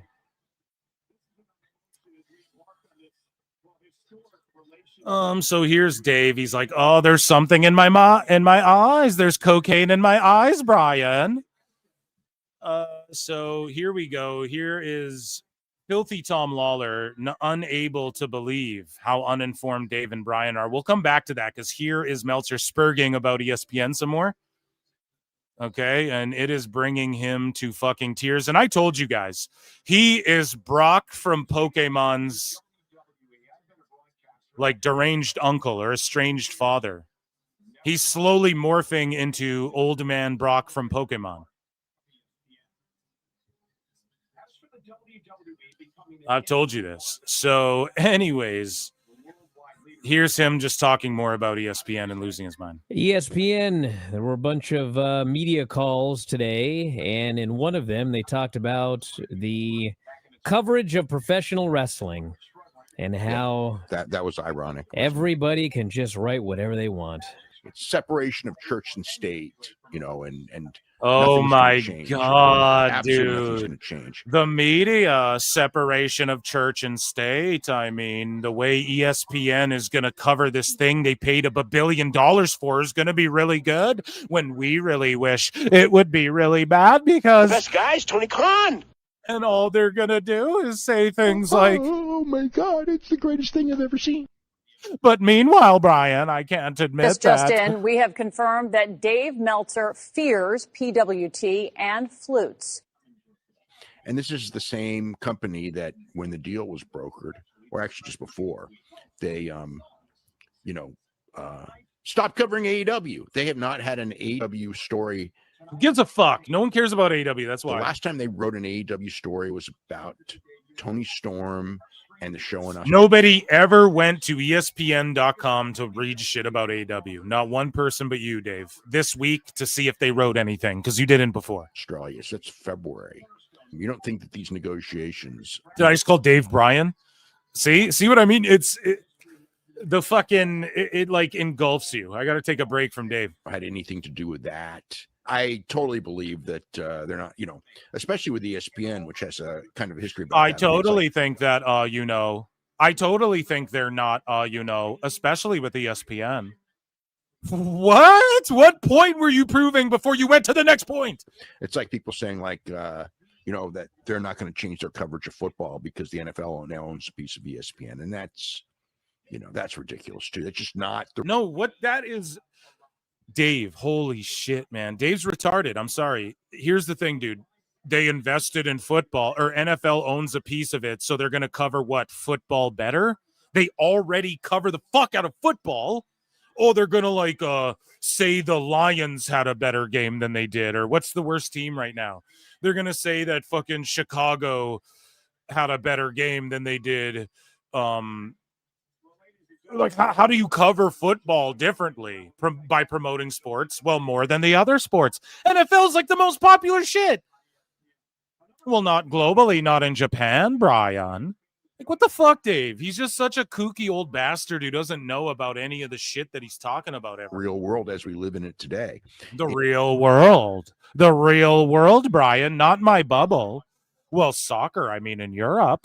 Okay, ESPN is doing their thing. On the Ocho, they play, pickleball or whatever because, they know what they're doing, Dave. You don't know shit. Football because the NFL now owns a piece of ESPN. And that's... I literally don't. Can someone explain, though, what the fuck does this mean?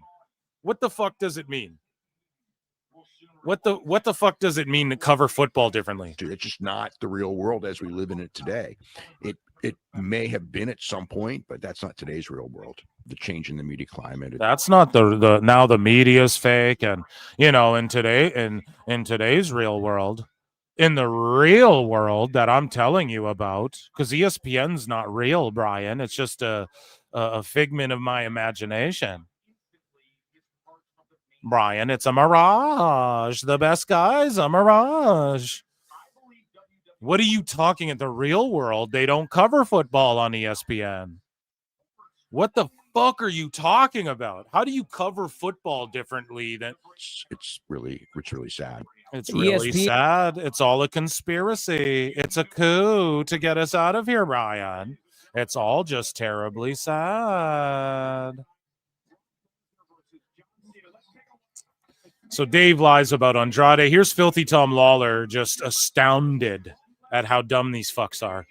Well, what I was doing during the break is, do you know how to get this new ESPN thing? Well, I have it. So it depends on... So you already signed up? Yeah. Okay. Well, I hadn't. But I went to ESPN, and they, right in the upper left, it's sign up, click here to sign up. What? I had to listen to you and Dave I know it's so hard to hear. That's on whoever uploaded this' fault. I'm so sorry. argue back and forth and have no clue what either one of you were talking about the other night. Yes, you did. Yeah, there's a $30 bundle. Yeah, that's what I was doing during the break. Also has Disney and Hulu along with ESPN. Yes, that's what I was doing during the break. That's why I had you take over, because it was like, it goes last four digits. Okay, no, he's not talking about that dumb fuck, Brian. He's talking about when you and Dave had a fake argument about that, so you could clip it and try and gaslight your audience into thinking it was some complicated thing. And I didn't know what card it was talking about, so I had to go find whatever card it was on. But yes, I now have ESPN. I didn't know what card it was talking. What fucking card? It's WrestlePalooza. ESPN Unlimited, Disney, and Hulu Plus Live TV. All of these. So I'm ready to go. I don't think That's not at all like way to just obfuscate and just like not even. you have Hulu Plus Live TV. No, I did. I got the bundle. Or I got Hulu, whatever. You got And now Tom Lawler has to be like, yeah, but you're still a dumb fuck for what you said earlier. But like, I don't want to seem petty by like going back to that, but you really should be called out. There's a big difference between those two. Well, what do I get with this? Just Hulu? With probably Futurama or something. Who the heck knows? Yeah, I don't know, Brian. You're just trying way too hard to kiss Dave's ass as well, because you're going to inherit the company one day, the sinking ship. He's going to pass the fucking steering wheel of the Titanic over to you one day. So let's see here. The rumor claiming that WWE uses the Snowman nickname for Tony Khan was proven false. Ringside News posts this story, and Fightful says they claim this. So according to Fightful, a number of WWE staff and even higher up reached out to Fightful to say they've never heard of Tony Khan called Snowman internally at the company, contrary to reports, because that's all a crock of horse shit and everybody fucking knows it. So Dave had this to say: this is a huge show. I told people from the start, come the last few days, ESPN will promote it to death. Same as when they had a major UFC pay-per-view show. So Dave's sitting here going, this show's huge. I told people from the start that ESPN would promote this thing that we spent billions of fucking dollars buying. Same as UFC. Yeah, you don't need to. When they announce WWE's on ESPN, everyone assumes that. Fucking 13-year-old kids assume that, Dave. That's not a brag. Right? I told motherfuckers about a AAA deal. You didn't even know about it. So, you know, Dave had this to say. He responds to this guy called Smartest Mark Alive. Is this as bad as I think it is for AEW? If they keep them, it would majorly expand their reach and audience, but I cannot see them having both companies, correct? Dave says, no, not as bad as you think. Same with the Skydance rumors. Having a group on Netflix doesn't mean Netflix won't want another group on TBS and TNT. Most likely, I will say it's possibly bad, but in the end, popularity will determine the move. I don't know, man. He's just a big-time dumbass. And then Nicolo Piccolo just dropped a bomb on him. He's like, this is an intervention. Everyone in the IWC loves you. That's why they're here virtually. No, we don't love Dave. What are you talking about, Nick? I'm not of the IWC, but I've been designated to do this for them too because I'm the only one who's actually done interventions in real life, not once, not twice, dozens of times. I've dragged stars barefoot out of wreckage, and this is real shit. I posted 3 a.m. bail after they broke into the wrong house. I fixed the unfixable in real time, and those were just the ones I could bury with Michael Strick level crisis PR. I told you guys, man, Nick is like, I said it way back in July. He's like an Ari, I think it was like July. He's like an Ari Gold. I called it, you know?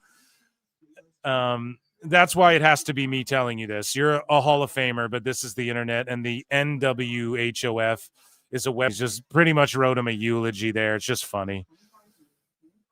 So our last bit here, a smart person would hear his fucking Meltzer said what going off snapping. And he doesn't usually snap like this. So Dave Meltzer gets into a fight with Julian Weeks. And Julian Weeks has this to say. And Julian Weeks, I'll give him shit for this. Like, he's one of these guys where he'll be like, oh, holy fuck, man, you know, WWE and Saudi $250 billion deal, fucking amazing and shit. It's like, I don't know. I don't really care about that. But he goes, people pretending creative has no correlation to attendance and ratings is funny. He's 1,000,000% right about this. When ratings and attendance was declining under Vince, everyone was quick to point out it was because of the bad booking. Bickety boom, exactly.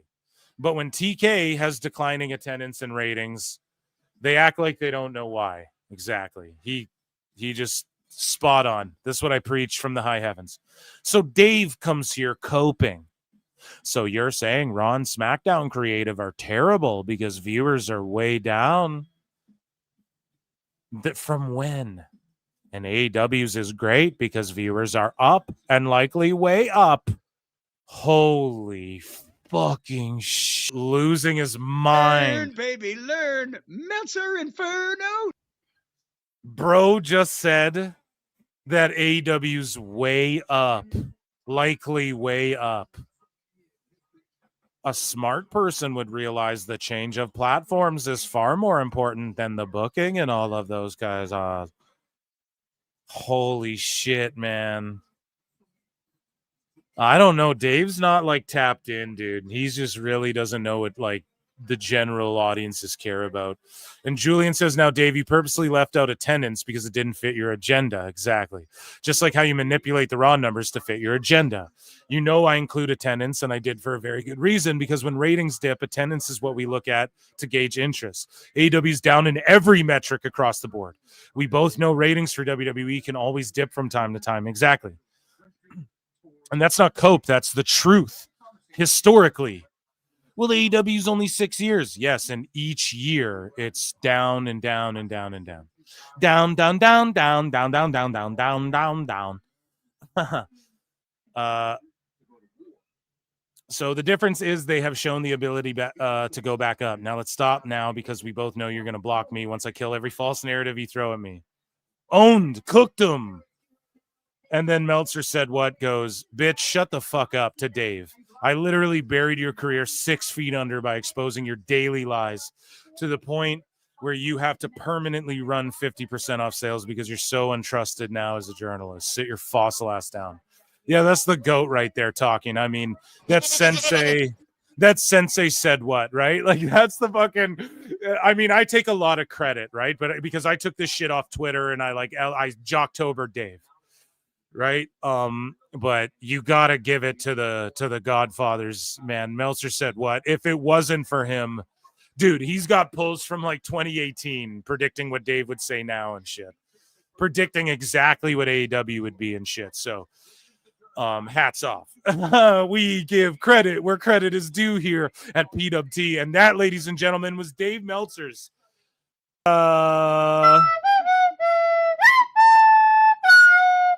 I hope you guys enjoy the new Meltzer flute. I wanted to surprise you This all. just in, we have confirmed that Dave Meltzer fears PWT and flutes. Okay, so chat. Fat Factor for 5 says if you you know the thing is if you subtract Shibata's brain and you know Brian, the best guy. Brian. Oh, thank you, Fat Factor, for all your support. Guys, there's over 300 watching. WrestlePalooza is about to kick off. I'm going to give my picks. Hit subscribe. Come on over to youtube.com/@ProWrestleClips. If you're on X, hit retweet or heart or whatever. I appreciate that, guys. Become a member, only 99 cents. You get access to my bonus shows. We've been cooking here almost 5 hours stream already. We've been watching All Out. This ladder match is still going. Guys, consider gifting a membership or becoming a member or super chatting in or joining my Patreon.com/ProWrestleTimes. I'm watching Tough Enough. I'm doing all sorts of shit that you won't find on YouTube and shit like that. And you get access to the Member Monday shows too. Appreciate you all. Those are my plugs. Let's check in with chat and then let's give picks. Okay. I'm hyped for WrestlePalooza. Let's fucking go, chat. Let's go. Oh shit, there's picks. Yeah, dude, I got to do picks. Let me do it right now. So, I'm going to go Usos versus Braun, and it was just announced that LA Knight is the special referee for this match. I'm going to say the Usos win, but then some shit, or I'm going to say that the Brauns. I'm going to come back to this one. I'm going to come back to that one. Punk and AJ are going to beat Seth and Becky. Rhodes and Mac. Okay, so Sky and Vaquer. Ooh, dude, this is such a great card because I really don't know. And I've had time to think about this. I even did the preview show and everything. And I've had time to think, and I just can't lick off my picks. Phil's picks here. Because it's really, I don't know. Other than Punk and AJ, I just don't see. I think Cena will beat Lesnar. I think Punk and Lee will win. I'm going bold and saying McIntyre's winning, Io's winning. No, hold on. Don't lock any of these in yet. Let me think. Because they're going Drew Rhodes last. We know that. We know Cena Lesnar first. So, I'm going to go Cena wins, Usos win, Punk Lee win. Sky wins, Drew wins. Boom. Lock those in. Those are my fucking picks. I'm going bold. I am going brave. There's going to be a WWE adjacent announcement. I don't know if it's on Raw or just in the media or tonight at WrestlePalooza, but something to do Hollywood oriented, which I'll break that all down like after they make the announcement, because it's bigger than WWE. It's not like dirt sheet shit. It's like fucking, they don't know nothing about this. This is like, so once that all goes down as well, we'll break that all down on likely the Member Monday show or whatever. So whenever they make that announcement, we'll talk about it at PWT. So make sure you become a member. And that's not because I'll say like, hey, if they wait till Tuesday, I'll talk about it on Wednesday. It's just, I think it'll happen before probably Monday.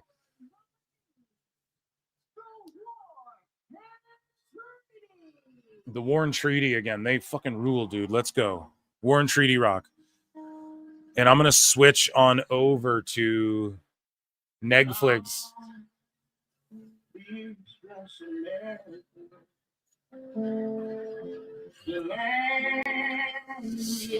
If anything happens tonight, I hope it's Drew winning the belt. Yeah, he should. I agree. He should do it. Phil doesn't believe that Vaquer is ready yet. No, I've said go listen to my preview show. I fucking said vehemently Jack Perry's back. Snoozer. And then the Bucks super kick Perry. Crowd doesn't care because we hate you guys and we think you should all be teamed up and you're all responsible for ruining AEW a second time around, and we don't want to see you guys feud, and the crowd doesn't give a shit. Do you guys hear and see that?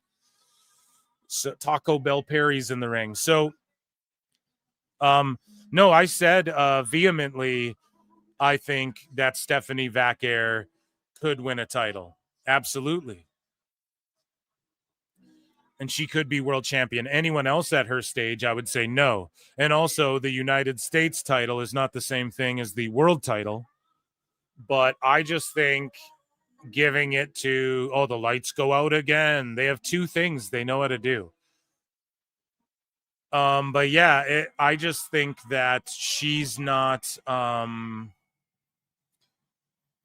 just think we're gonna get to Io and Asuka, and maybe that doesn't need a title, but I just feel as though they can wait with Steph. But if she does win, not mad at it at all.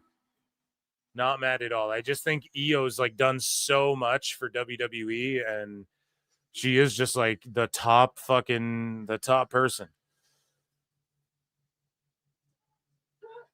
So Jack Perry and Luchasaurus. So he's like the guy behind the Luchasaurus Frankenstein monster vignette stuff. No one gives a shit.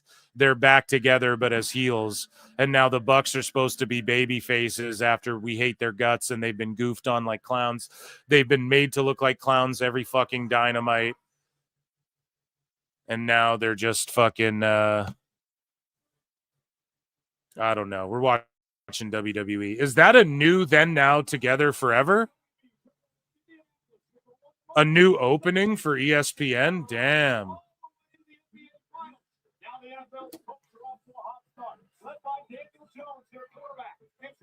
The city hosts history. The first ever WWE Premium Live event on the brand new ESPN app. And the arrivals tonight are brought to you by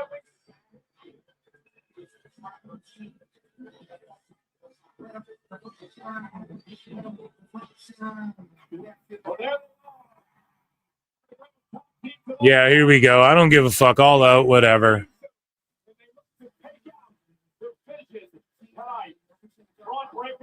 So is it that Jack Perry's the good guy after? Yeah, I don't know, dude.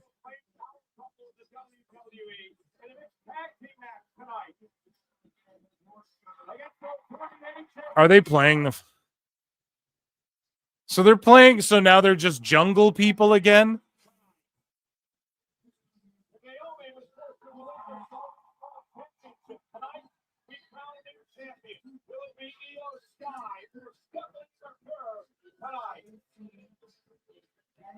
And the undisputed WWE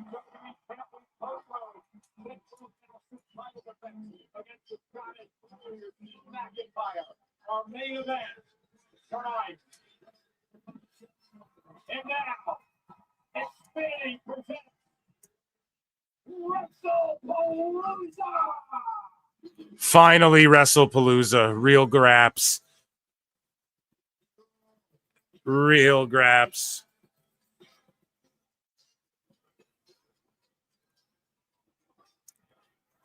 Here we go. Lock in.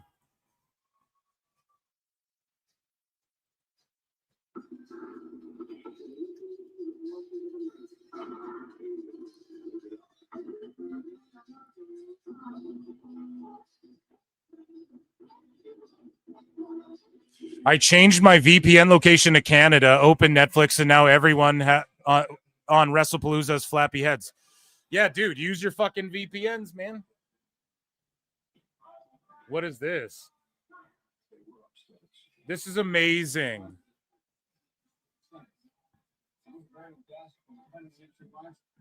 I mark out so hard for shit like this.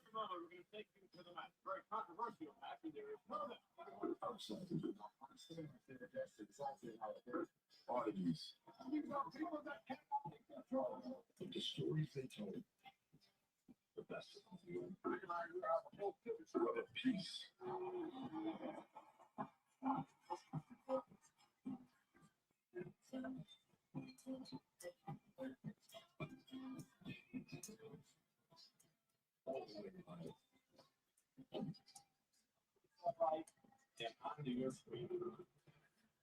Ending the event.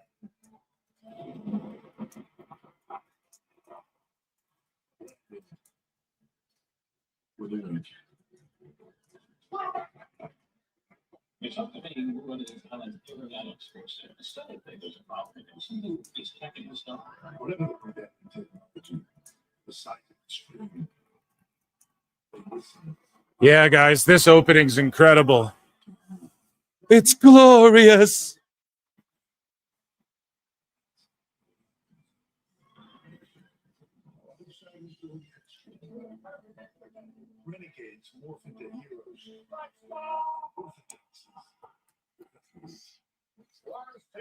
Okay, guys, run those likes up. Here is Chris Jericho. I look and see it's not just me. So many others have stood where I stand. We are the young, so raise your hand. They call us problem child. We spent our lives on trial. We walk an endless mile. We are the youth gone wild. We stand and we won't fall. We're one and one for all. The writing's on the wall. We are the youth gone wild. Let me get wild! Yay!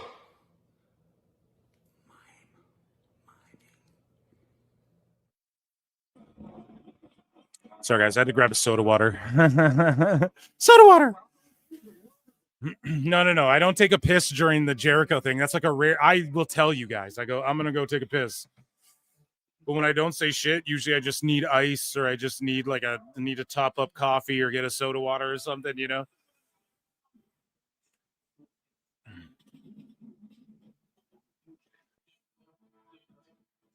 The pyro with the package is amazing. Yep.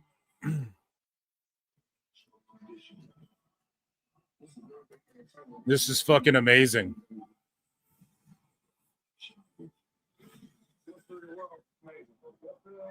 And we have Darby fighting Moxley backstage with a crowbar. So there's a with a pipe. So there's a backstage brawl. So the matches aren't enough. We have to also do this and have a backstage fight.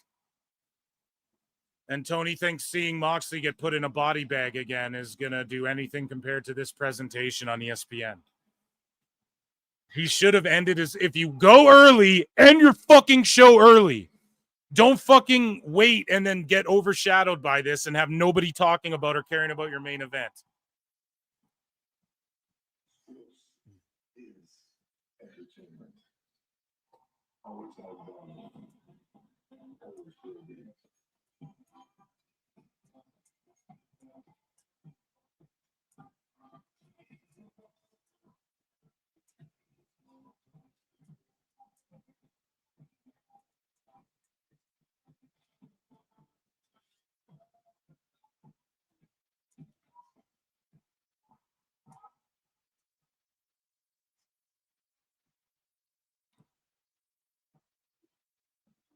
This event's gonna fucking rule. Darby's being dragged away like a goof.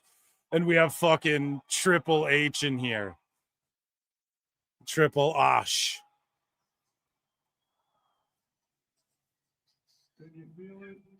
Oh, yeah. I can feel it. Listen to this fucking crowd, too.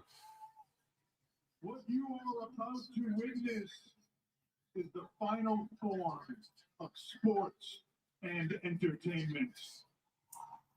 Sky, big win for the Wolverines. Announcers. Guys, hit like, hit subscribe, super chat in, become a member. Support me. Love you fucking guys. I've been streaming for 5 hours thus far.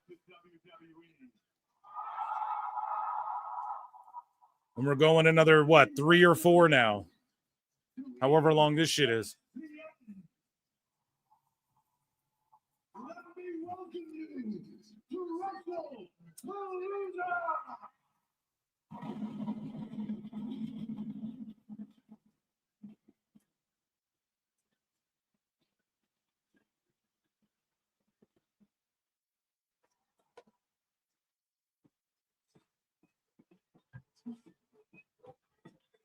Okay, the stage is whatever. The blue and yellow lights are cool.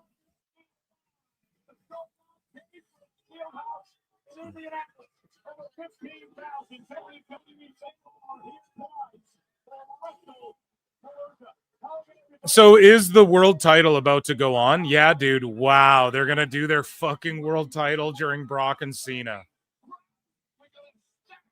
You couldn't be stupider. That's a dumb thing to say. You couldn't be dumber.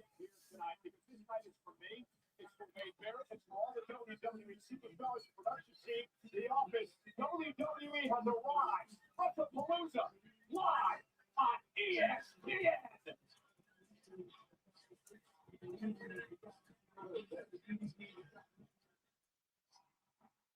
McAfee.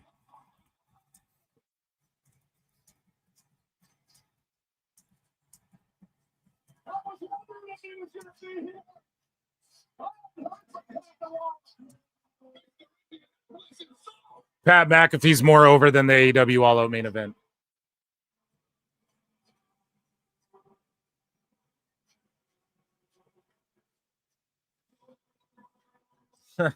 Trip saying what's up. I wonder if McAfee actually just pulled up. He probably did.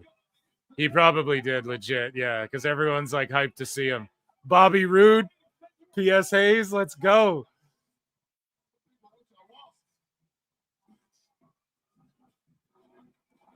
Oh, yeah.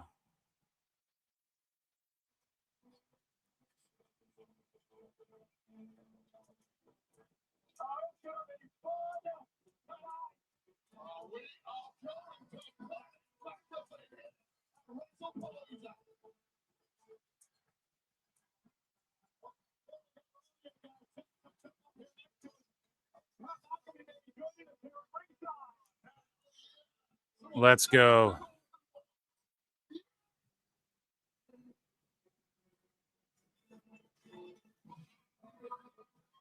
Okay.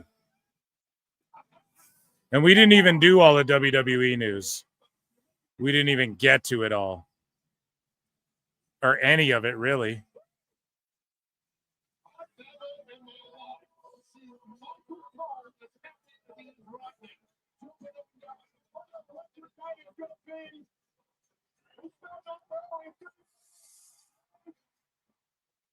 Oh, yes. So listen, Pat, don't swimming pool. Don't take your pants off. I don't need to see any more of your junk today. Take your pants off. It's WrestlePalooza. Take your pants off. It's WrestlePalooza. That's funny.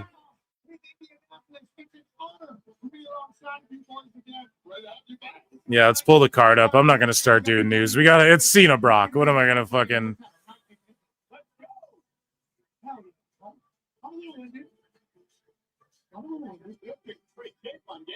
Thank you. Oh God, I'm so hyped, man. I can't believe I sat through All Out. So much of it was bad. Thank God we had news.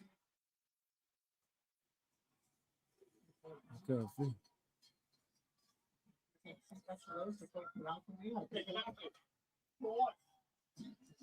watched last night. I'm happy with that.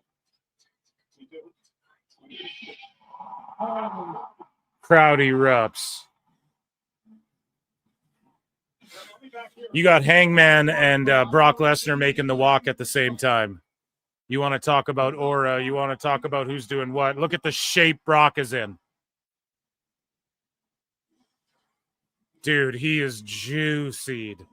And here's the thing, man. There's a testing pool and shit in MMA, but there's no USADA anymore. And Brock, they've made exemptions for him.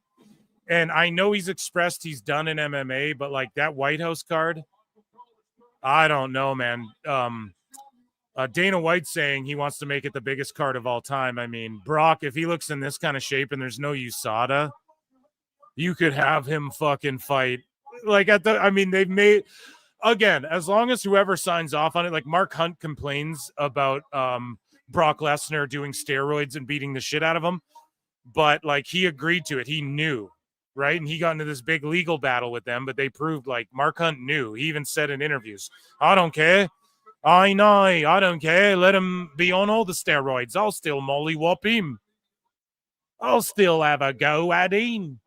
And fucking then he's all like, oh, they knew he was on steroids and shit. And it's like, yeah, but so did you. And you still like, so it's a weird thing, but he just looks juicy. Like all the meat,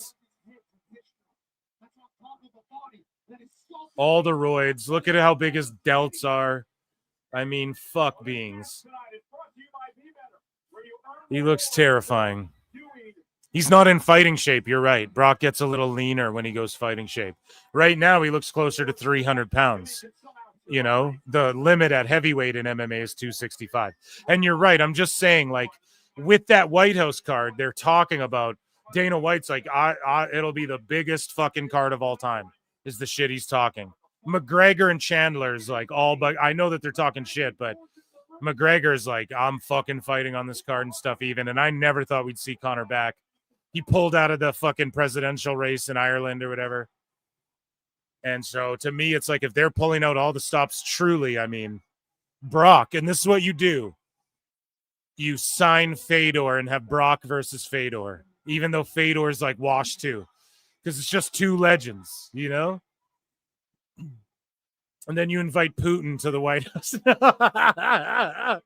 Ah, shit. I'm just joking.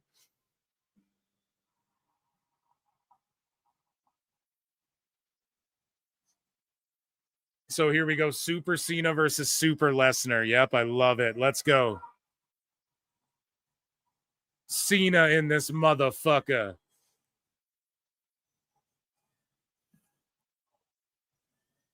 No way he's losing with all these kids here.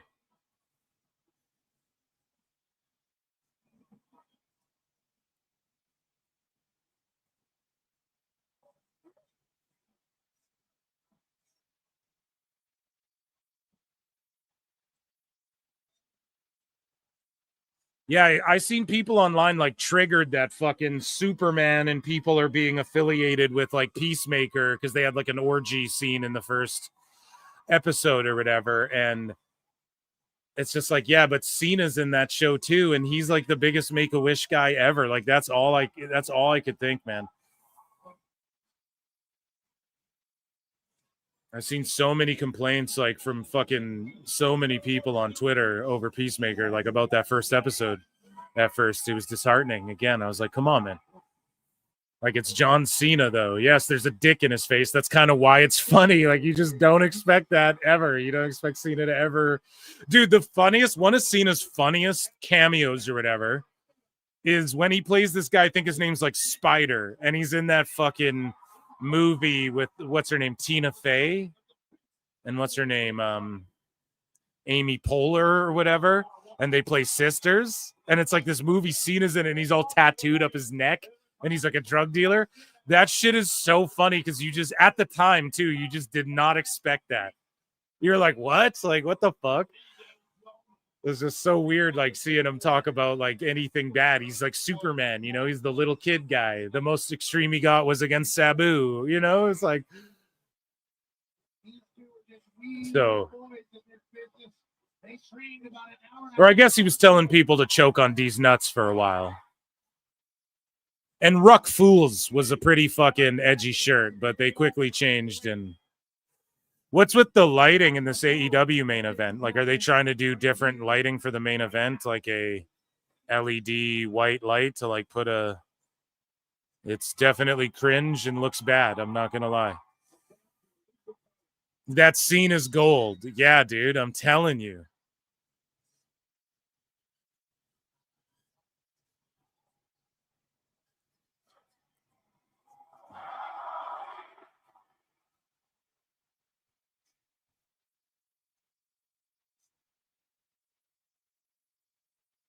I don't know. Maybe there'll be articles like, how dare Cena come out with children when he's in an orgy scene in a movie or whatever, you know? He stabbed a dude in the throat in Minecraft in the fucking Suicide Squad movie. You know what I mean? I think that's worse than like titties and stuff. You know, that's my opinion. I don't know.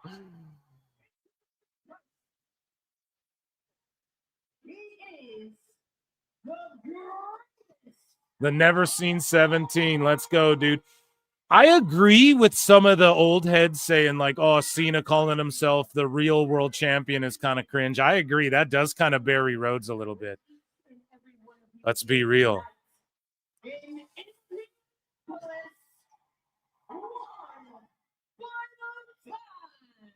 No one gives a shit about it, bro. Just going off.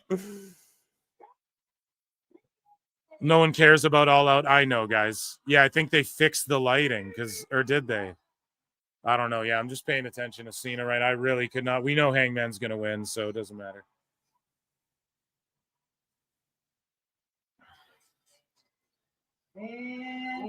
Comes out with kids when he didn't pull out with Amy Schumer. Yeah, exactly. He was already he fucked Amy Schumer. I mean, I don't know if there's anything more horrifying you could possibly do on film. No.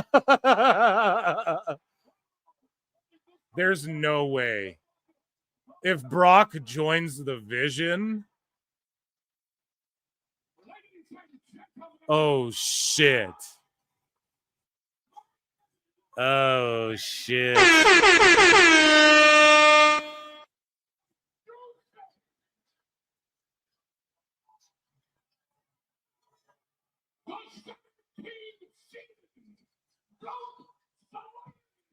Oh my God, this is crazy.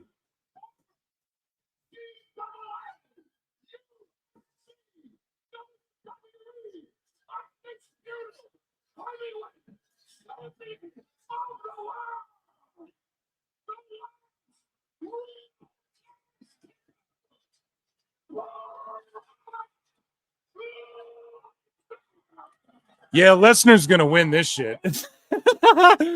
Oh man.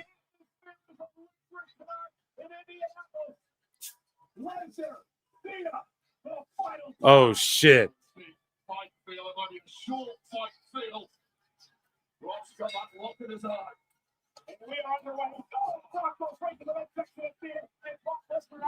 Oh yeah, this is big fight field, dude. I wonder what kind of match this is gonna be like. Brock's just whooping him Suplex City already. What if he just fucking smokes him like he did that one pay-per-view all those years back?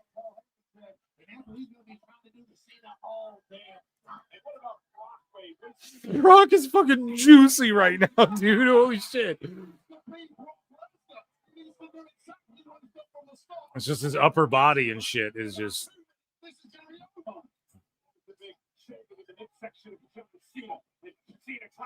Get him, Peacemaker. Where's Eagly? No.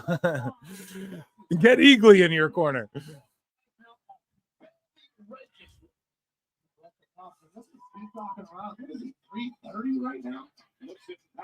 What is he, 330? I don't know about 330, but he's if they said he's 310, I would not be surprised, but I would say yeah, he's close to 300.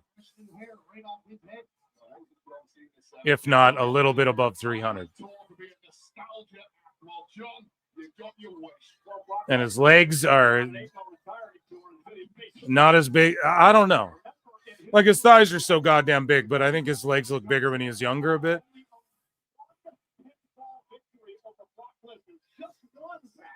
Like some years ago, you know, when he was in MMA and shit, wrestling all the time and stuff, like shoot wrestling. But he's just hauling fucking dead animals around and eating them raw.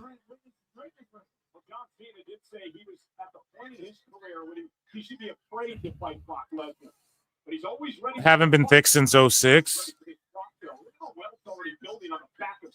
Yeah, like you can look at those old like SmackDown vignettes. Like he was juicy when he could still do that shooting star press across the fucking ring, right? Like his legs were juicy back then. But right now you're looking and he's like, yeah, just so top heavy. I ain't even hating. You know what I mean? I'm just saying. I'm just pointing it out because he just looks fucking. He hasn't been doing sprints. He's been fucking eating meat and throwing things around like Cena right now.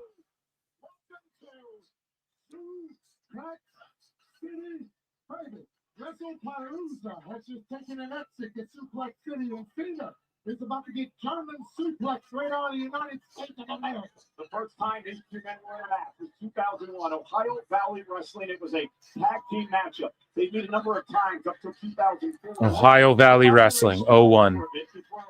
Picks up a number of years later. Cena's like, dude, you can't throw me around like that. I gotta be in fucking Supergirl.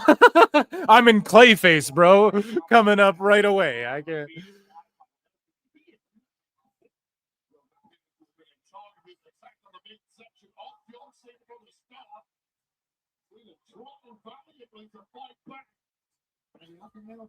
Always has a strategy to plan. John Cena was eventually one of the most powerful men pound for pound in the history. Squeezing him, putting the squeeze on him. This is exactly what the Beast wants. Beat you down so he can beat you up some more. That's Brock Lesnar wrestling. you were in there, Pat, what would you do against Lesnar? Oh, yeah, I would jump out. Smart man. Clear. 2 options. Fight or The bear hug, a classic. I mean, we just saw a power bomb on the apron from Fletcher to Hangman, and watching Lesnar put the squeeze on fucking Cena is far more compelling shit of getting the fact that he's hurting his body over, you know? Way more intense. The crowd shots are amazing. I don't know, the stage is whatever, I'll be honest, for WrestlePalooza, but it's because they're in a, you know, the place is full. They just come out of a fucking simple stage. I don't really like that because every wrestling company, you see indies that get the video boards like that. So WWE, at least they can do the light shows and the pyro and shit to really stand out. But yeah, I want those old school stages back. But again, those old school stages would help fill out buildings that you didn't sell out the way that WWE can sell out these days. So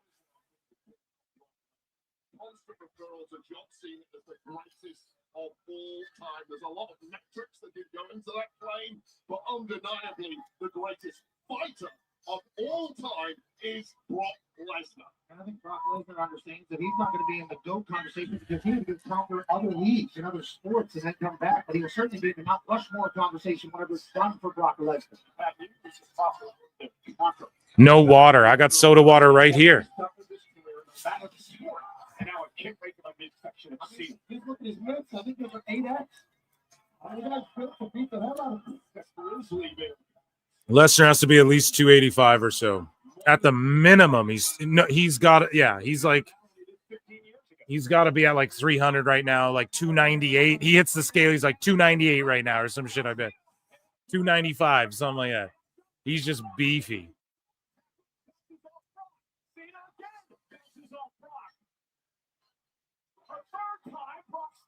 Here we go. Boom. Shoulder tackles. Get him. Oh. Hey. Another one. Oh, my God.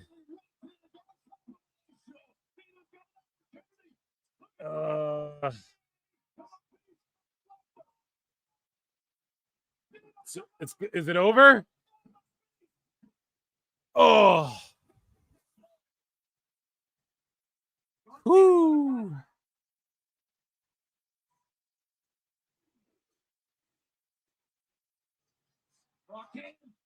Oh, F5. Oh, can he roll out of the ring, Cena? Oh, no.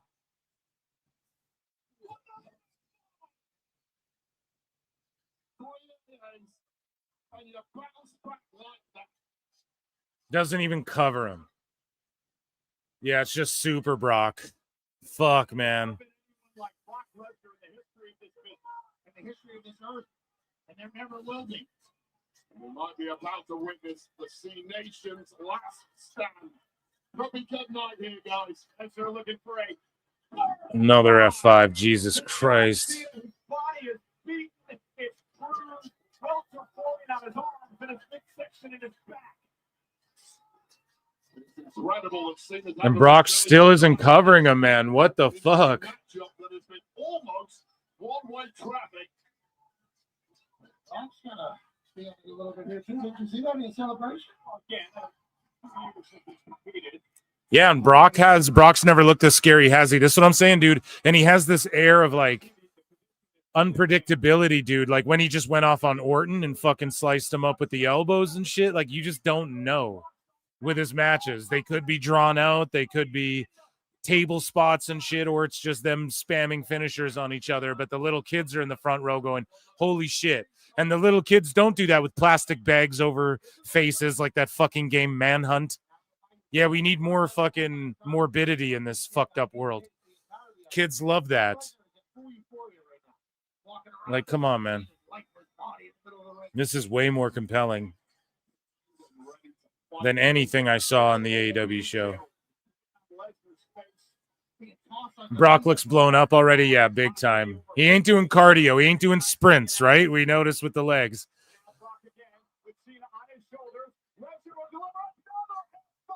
Another one. Pin him. Cena's going to get the win because Brock just won't pin him.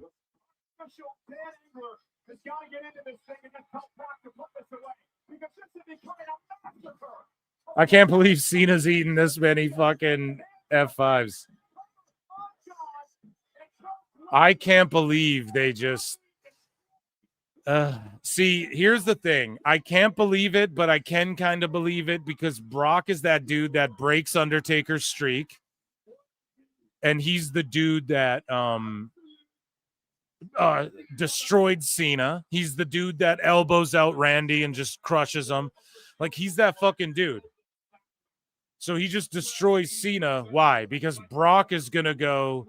Like, he put Rhodes over ultimately in the end. So we know it has nothing to do with that. There's something of this. Heyman aligning with him. We're going to see Brock, like, do something greater than this and get someone over that's going to, like... Brock's got more mileage in him than Cena. Let's just put it that way. Cena's got 5 dates after tonight. Brock has... I could see him on 50 more shows before his time's up. In all honesty, Cena's got 5 more dates. I could see Brock running for 5 more years. Like, realistically. So maybe tonight he looks really blown up. Let's say 3 years. But let's be realistic here. He doesn't show mileage really on his body either, Brock. Like, he doesn't walk funny or anything. He does not like he's a freak specimen. He's blown up though, dude. He's super blown up.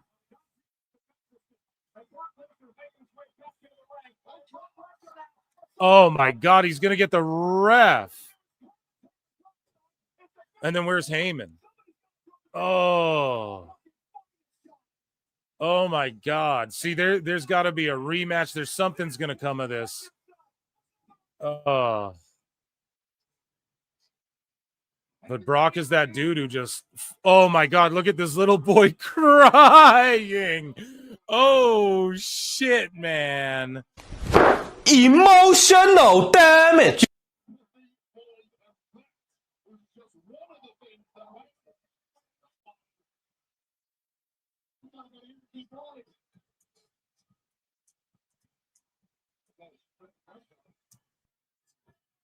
Zero human weaknesses, physically or mentally.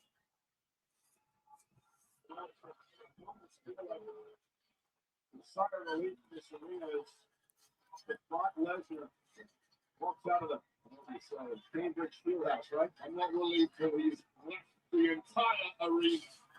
Dude, there's kids fucking crying.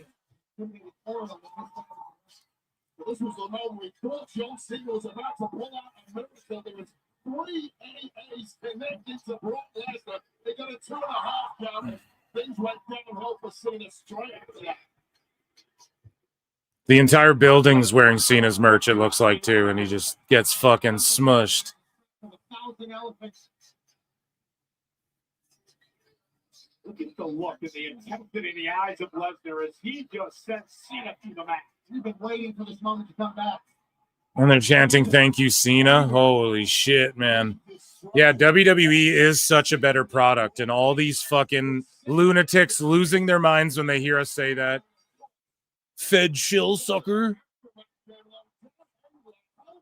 You guys don't know. That's why AEW's down every year over year. Everything's down, every metric. Unless you're Dave Meltzer, who's a proven liar.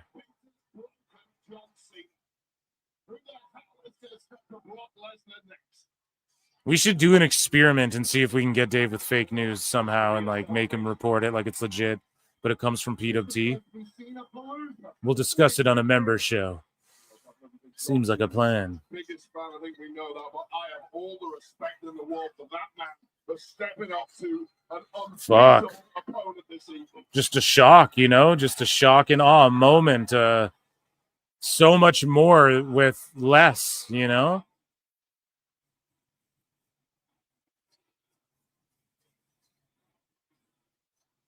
See, these last matches for Cena, there won't even be a rematch. Maybe, but listen, it's going to be Cena doubting himself these last few matches, though. You're going to see like the doubt creep in, and he's going to be like, fuck.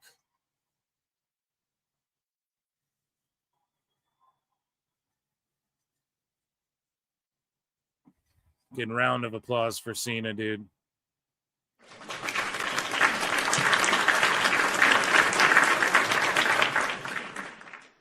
Ooh, man. What a moment in time. What a moment in time, man. Let's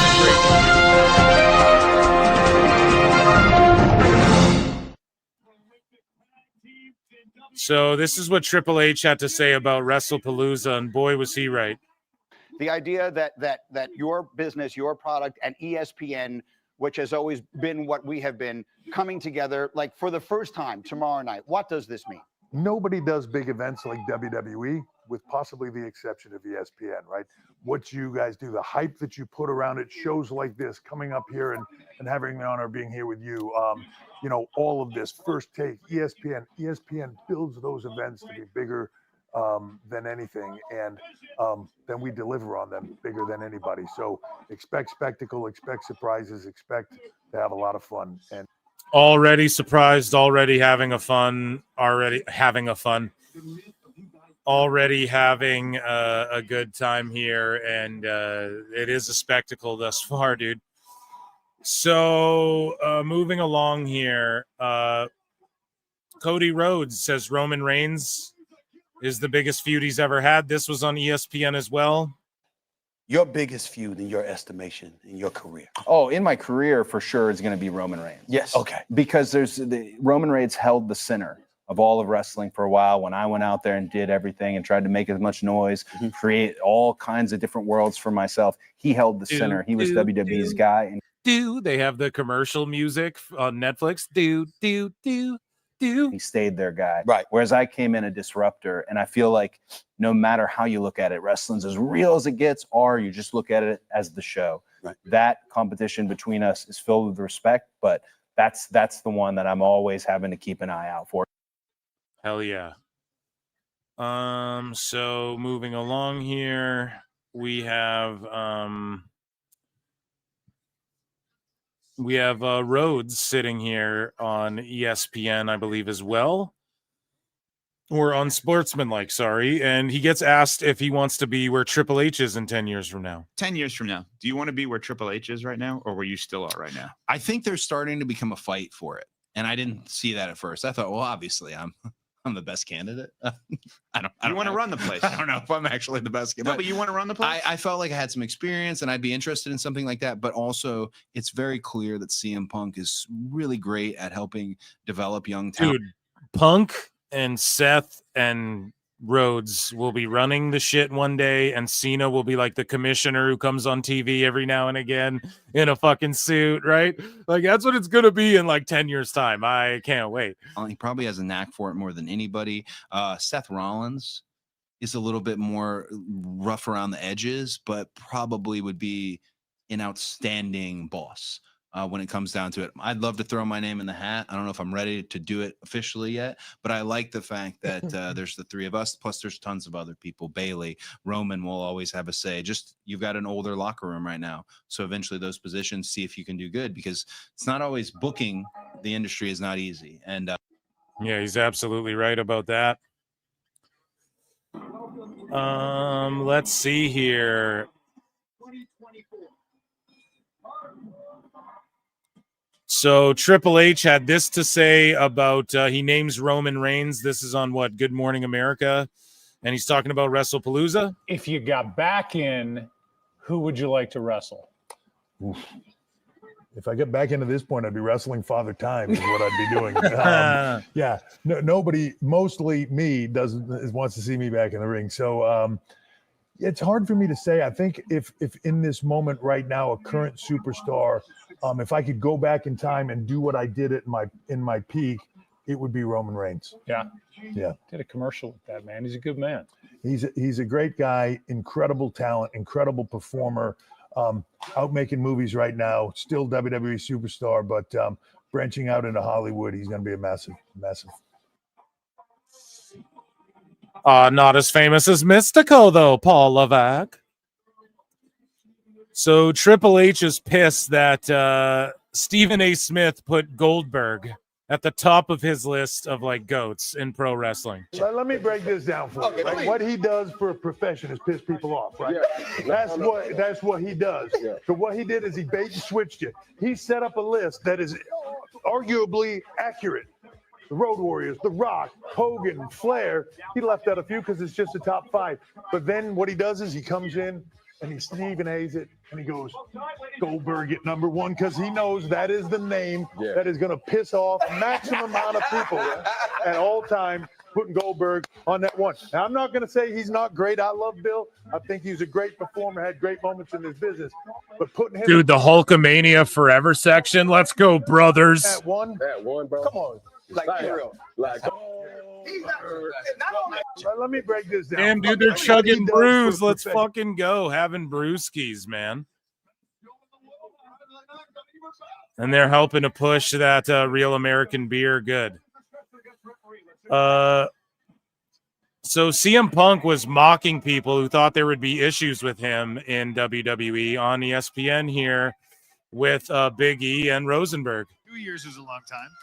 That's been 2 years already. 2 years. I mean, 2 years in November, right? Yeah, Survivor Series. I'm gonna crash out at any time, guys. Don't worry. Keep watching. Any minute now. They could be the day. CM. 2 years is a long time. That's been 2 years already. 2 years. I mean, 2 years in November, right? Yeah, Survivor Series. I'm gonna crash out at any time, guys. Don't worry. Keep watching. Any minute now. They could be the day. That's funny. Is to count to 3, or if somebody says, then I'll ring the damn bell. But there's one man who can do this job. So yeah, Stephen A. Smith, he ranked Goldberg number 1 on his list. He's just trolling. Ahead of this event, there's an El Grande Americano Little Caesars collab. So there you see. I think this is for WrestlePalooza, or maybe it's permanent. I don't know, but I need to. Hopefully, it's like that in Canada too. El Grande Canadiano. Do you want to watch WrestlePalooza? It's already on. Raj Giri just breaks down. Fubo TV basically was giving out a free one. The Miz shoots on Bryan Danielson, buddy. LA Knight is the guest referee. You guys already know. The Miz takes aim at Danielson. Spot that you are, man. Well, I've had people tell me that I have a safe way of wrestling, but that person is no longer here anymore. So we don't need to talk about him. I've also. Damn, cooked him. Fucking cooked him right there. And that, ladies and gentlemen, was WrestlePalooza news.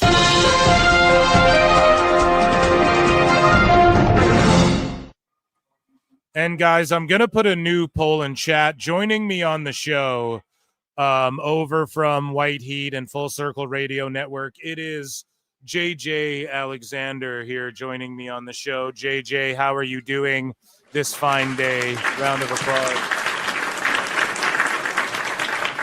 How are you doing today, man? Angry. Why are you angry? Because that match fucking sucked. You didn't like the Brock Cena match? Chat me up about why you didn't like the Brock Cena match. Bro, you know what that was? That was SmackDown Here Comes the Pain when you do an exhibition match and everyone gets 5 finishers to start. That's all that fucking was. That was fucking awful. Like, I didn't think anything could be worse than the fucking Cena Brock match from when he first came back. That was so much worse. No, dude, I love that shit. I love that Brock match that just happened now. I liked the other one too when he came back and just squashed Cena after like he beat Undertaker and shit. Have you watched any of All Out today? They're like jumping through tables right now. Hangman and fucking Fletcher are just going for 10 hours. No, It's dude, like, I don't watch that shit. Dude, so funny. So funny, man. I was going to say, chat, I'm going to put a poll in the chat. I didn't for the first match, but fuck it. I am going to go over to youtube.com/@ProWrestleClips for all over 300 people watching. And I am going to, we're going to vote. So Brock won. Who did you pick? Who did you pick on our preview show?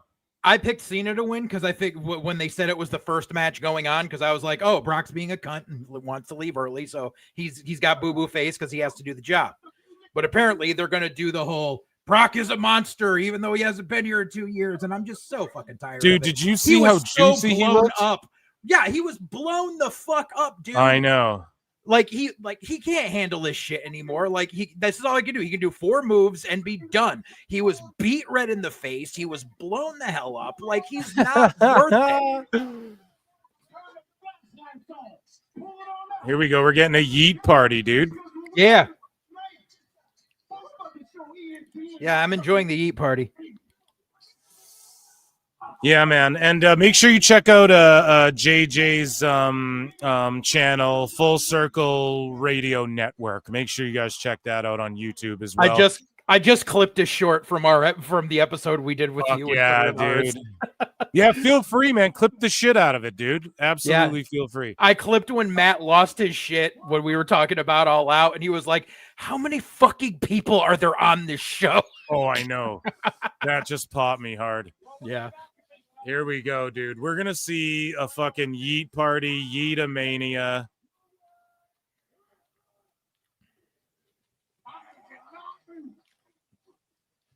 Yeah, I'm looking at the chat here. Ricky Day, I don't want another Cena versus Lesnar because every time it just keeps getting worse and worse. Let's look at I want to do a poll. Yeah, sorry guys. I was just getting distracted by this epic show and this Yeetamania going down. Yeetapalooza rather, sorry. Lesnar never needs to be WWE champion. Oh my god, and I'm playing there's doubles of me. What were you saying there, JJ? Someone said Lesnar future WWE champion. I said he doesn't need to be fucking champion ever the fuck again. Yeah, he doesn't need to be, and he already had that feud with Rhodes. So if it's to get someone else over, then okay. I'm trusting WWE with this because they wouldn't have Brock just come and fuck up Cena's night if it was, and then Heyman came out and joined him. They wouldn't be doing all that if it wasn't leading to something more. And like I said, Brock could have, like, Cena has 5 appearances left. Brock, I could see him wrestling for another 5 fucking years if he shows up like a few times a year, you know? No. So I just think that's how they're looking at it. Like Brock's gonna, it's like he put Rhodes over in that, like, already. So it's like we know Brock isn't just, he would have lost to Cena, like if they really, but I just think there's something more to it. And he might even align with the vision. That would be crazy. Maybe not. God. But no, I don't know if I'd like that either. I got to be honest. I don't know if I want Brock playing the background. But I feel like this is a shitty creative decision that got brought in from someone on the TKO side because they're like, this is corporate synergy. Suck a dick. Go the fuck away.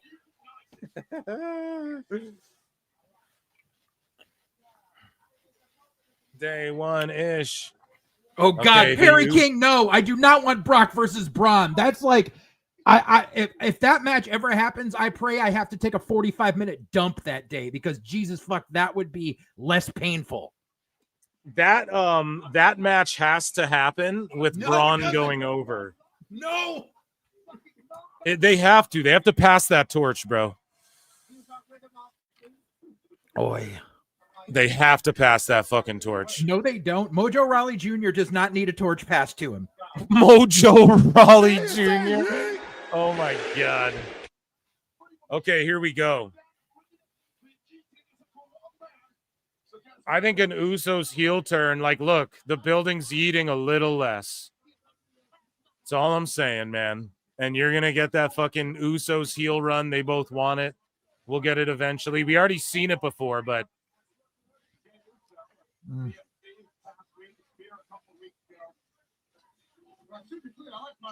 it's not the whole building like it once was, man. A few months ago, it was like the whole place. Look, it's like a sea. You can see little chunks of fans that ain't eating. They've also been eating for like 8 minutes now. And well, that and they fucking are super kicking LA Knight and shit like that. You know what I mean? I fuck with LA Knight over here. Yeah. Dude, I can't believe Hangman and Fletcher's still going on, dude. I've just completely zoned out. I look over, they're going through a table. It's fucking ridiculous. I knew that would happen. It's the same thing happened with freaking All In. Freaking Mox and Hangman went an hour after Saturday night's main event had started. And this is why this is awesome. The poll right now in the chat is at 50-50. I just switched it off, but a minute ago it was at 50-50 on this match. Like, I really don't know who's going to win any of these matches. I'm already 0-1 tonight. I'm like a million for life at the AEW one. I got like 1 or 2 matches wrong of the fucking 15 on the show or whatever.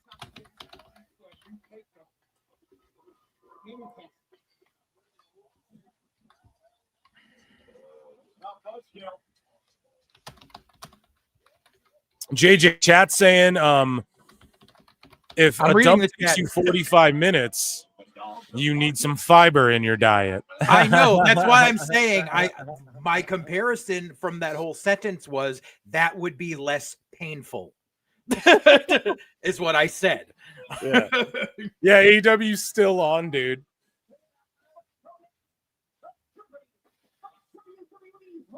Okay, spiky leather jackets.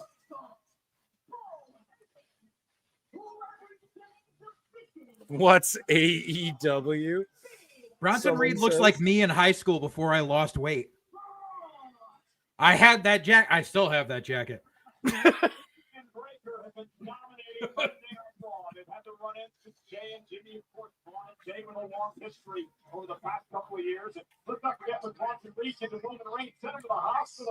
That is the most generic clip art fucking logo on those jackets. Yeah, dude. Do they not know that an upside down triangle? You know something? I'm not gonna say it. I'm not gonna say it. Let them figure that out on their own. Illuminati. No, just kidding. It's the No. joke from Ready to Rumble. Diamond upside down is a pussy.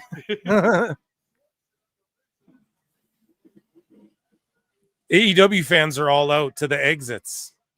AEW started earlier. They should have went off earlier. That's how stupid they are. Yup, I went off Wait. on that on X already. Did I miss You something? fucking start earlier. You should have ended earlier because now you just ruined your whole shit. Did I miss something? When did they make LA Knight the referee for this? They just announced it like during the pre-show or like out of nowhere today. Yeah. All right. Out of nowhere, like a BFT dummy. Yeah. Turn tonight. Dummy, yeah. Oh, this is I'm the just match joking. that's sponsored by the tech company that everyone's all up in arms about because apparently they like fuck with like anti-EMF shit.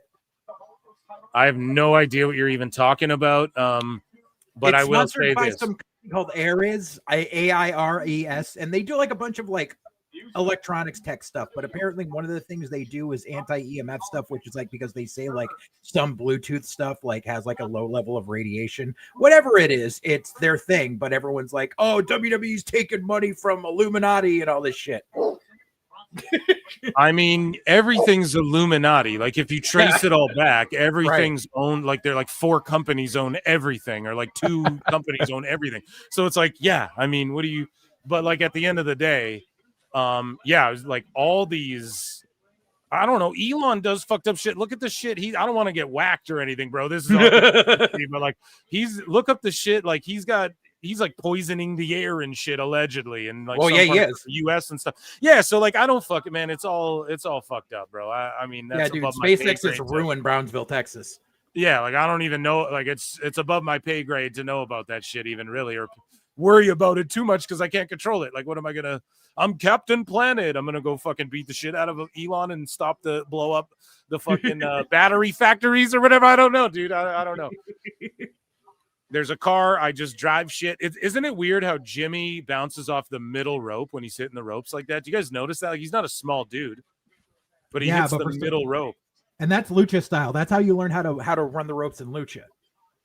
Like that's so I'm not sure why he does it like that.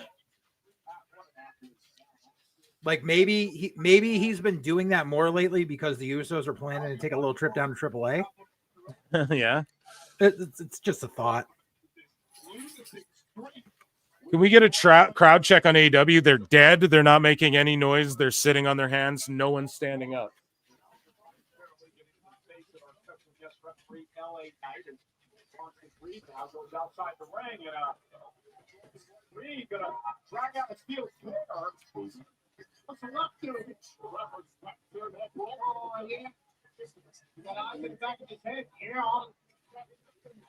Okay. Super kick. We knew we would see a bunch of those. Watching WrestlePalooza on their phones. Yeah, that's what they're doing. They are. Yeah, they're like, oh, fuck. He just kicked Bronson in the tit.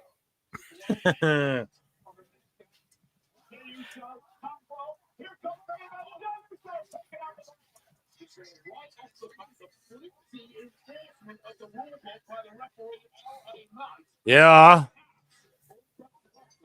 So was it easy for you to watch this WrestlePalooza there, JJ? Yeah, dude. Last week I just upgraded my Disney Plus bundle. Excellent. Oh, yeah. You were saying that on the pod. They finally ended Hangman 1. Who gives a shit? Right.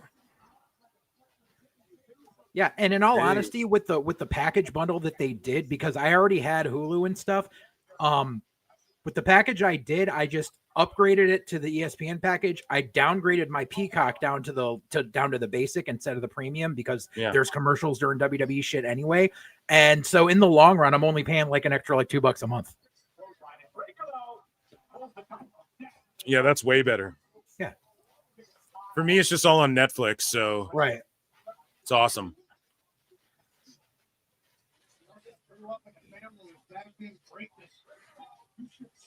But if it wasn't, I'd be fucking around and figuring out. I'd be following our truth steps and getting it, you know, however I can. Yeah. Oh, the flying shoulder tackle.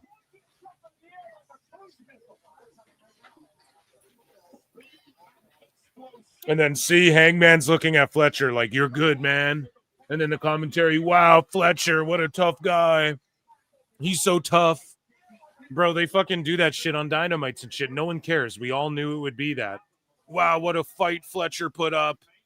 Can't believe that he fucking went to the limit with Hangman. It's like, have you ever watched this fucking show? Have you ever watched AEW, Tony Khan? Or commentary? There's never been a men's match that goes less than 10 minutes. Yeah. Buddy fucking... It's just the same shit with Fletcher and Hangman every time. They just do every move. The other guy kicks out, and then they eat every move. Then they kick out. Then one of them wins. Yeah, today everyone's Canadian and on their fucking ends.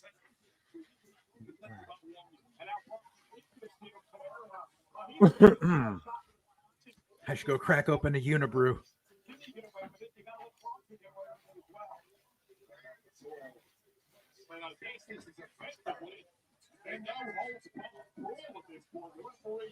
The people in Toronto barely give a fuck.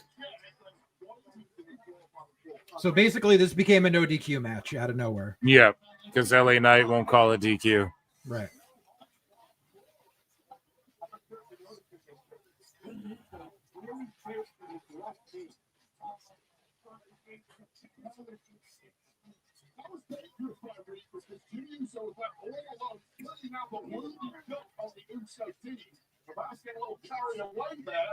And now they're promoting Dynamite. Tony Khan has an important announcement on Dynamite this Wednesday. Again, Tony Khan has an important announcement. I'm retiring. I'm stepping down. I mean, let's be fair. They haven't done a Tony Khan has a big announcement since the night they showed the Punk footage. So it's been a while.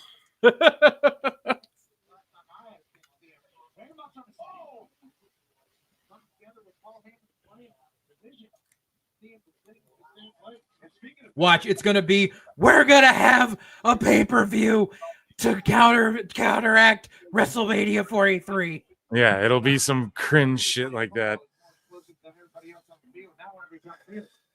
Damn. Yeah, that all-out stuff sucked. I'm not going to lie. What a shitty ending. Now, this isn't my favorite match on earth either, this tag match thus far. I gotta be totally honest. But it's kind of just there. Yeah, dude, All Out was just a stinker. That might have been their worst PPV this year. Yeah. Jimmy's playing Ricky Morton in this right now. And then Jay gets the big tag, eat, super kick.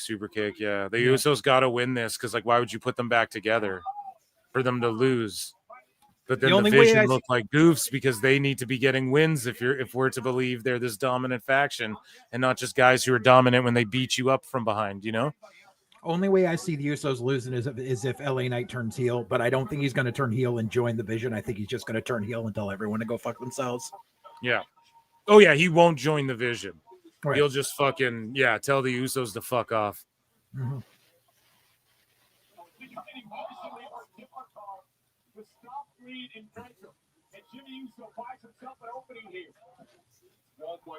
Training first into a steel chair with all the events about hitting the ropes. Benson Reed desperately attacking it. Jimmy Tony Khan's huge announcement on what could it possibly be? This is what it could be, though. Ready? I'm going to tell you guys what I think. Collision is becoming a third hour of Dynamite. I could see that. Yeah, Collision's canceled Saturdays.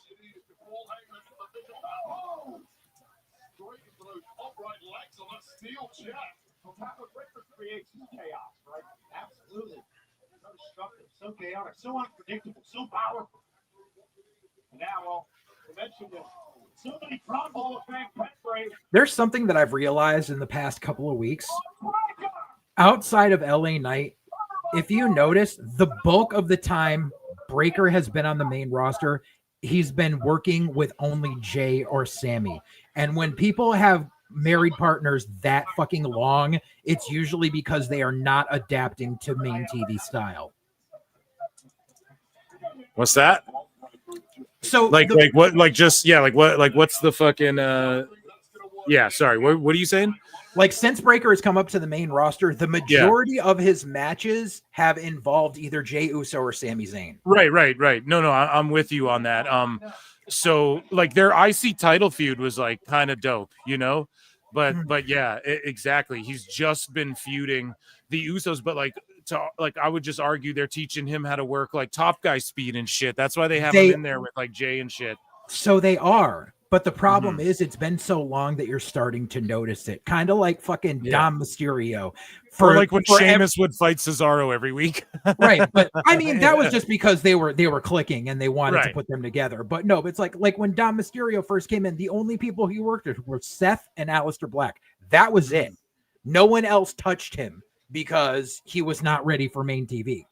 Yeah. Clothesline, jumping clothesline. Yeet. Here we go. Here's the Ricky Morton cell with the help me. Do the crawl, do the hot tag. Fat Andrade is going to tag Mojo Rawley. I think I'm ahead of you a bit. Fat Andrade just rolled out. He didn't even tag fucking Mojo. Fat Andrade. Keeps saying, Jesus Christ. I'm ahead of you, bro. AEW is going to be the first wrestling promo to do a pay-per-view in Antarctica. Nope. There's no space where you can fit a ring. yeah, they're joking. Chat's just joking. There's roasting.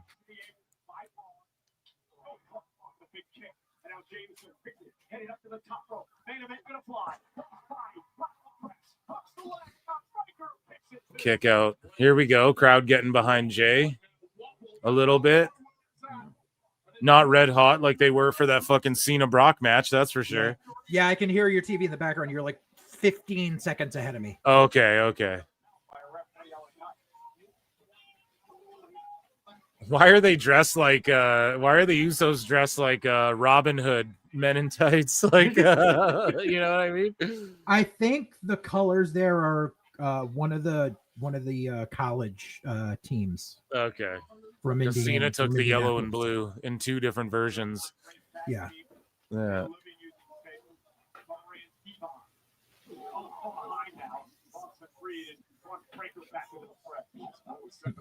By contract, Jey Uso has to use a Slim Jim table. And LA Knight has to be in a match that involves Slim Jim in some capacity. That's why they're both in here. That's why they put LA Knight in here. Part of the contractual thing was because they did the Slim Jim commercial. Yeah, every PLE they need to be fucking featured in some segment. Guys, there's well over 300 watching. If you're on X, come on over to youtube.com/@ProWrestleClips. Hit like, hit subscribe. Check out JJ at Full Circle Radio on YouTube as well. And consider super chatting, becoming a member for 99 cents, or checking out my Patreon as well if you want to support what I do. Or just hit like, leave a comment, vote in the poll, whatever. Hey, Ricky in the chat, the whole Paramount buying WB is still up in the air because now Netflix is looking into buying WB. No. Here's the thing, though, bro. I'm gonna tell you this right now. Netflix isn't really looking into buying that it's shit. Just the bidding war. and this is like a big CBS play. Like running they're us gonna with bully, ice. they're gonna bully AEW off of TV is what. Oh I yeah, feel is gonna absolutely. happen. Yeah, Absolutely. because they have it all. Niccolo Piccolo has a thread breaking this all down, and how conservative media is kind of taking over right now. And he connects all these dots, and he's batted 1,000 on all of this shit. It's his job to like foresee the shit, it's his job to like understand these sorts of things. And he fucking has a brilliant thread that like I broke down extensively for like an hour on my live show. But Netflix actually isn't. That's not even really what Puck News was saying or whatever. Oh, okay. But yeah, it's an interesting thing. But Dave, of course, has to spurg out about it, and everybody's fucking. But yeah, it's just and I mean, I don't blame people for misunderstanding shit like that, right? It's like when it gets into legal jargon and some of that business, like stock exchange and all that Wall Street shit. I mean, that's where I need help with that too. I mean, I'm not savvy in those areas. I gotta be honest.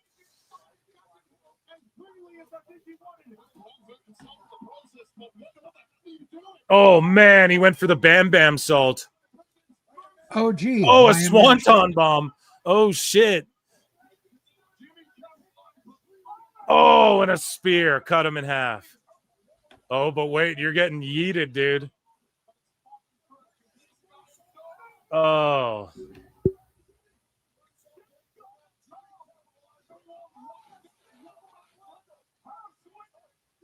And Chekhov's table. Oh my God. 1, 2. Oh my God. Damn, they're heating up now. They sure are rocking, pals. Yeah. We're not saying cooking anymore.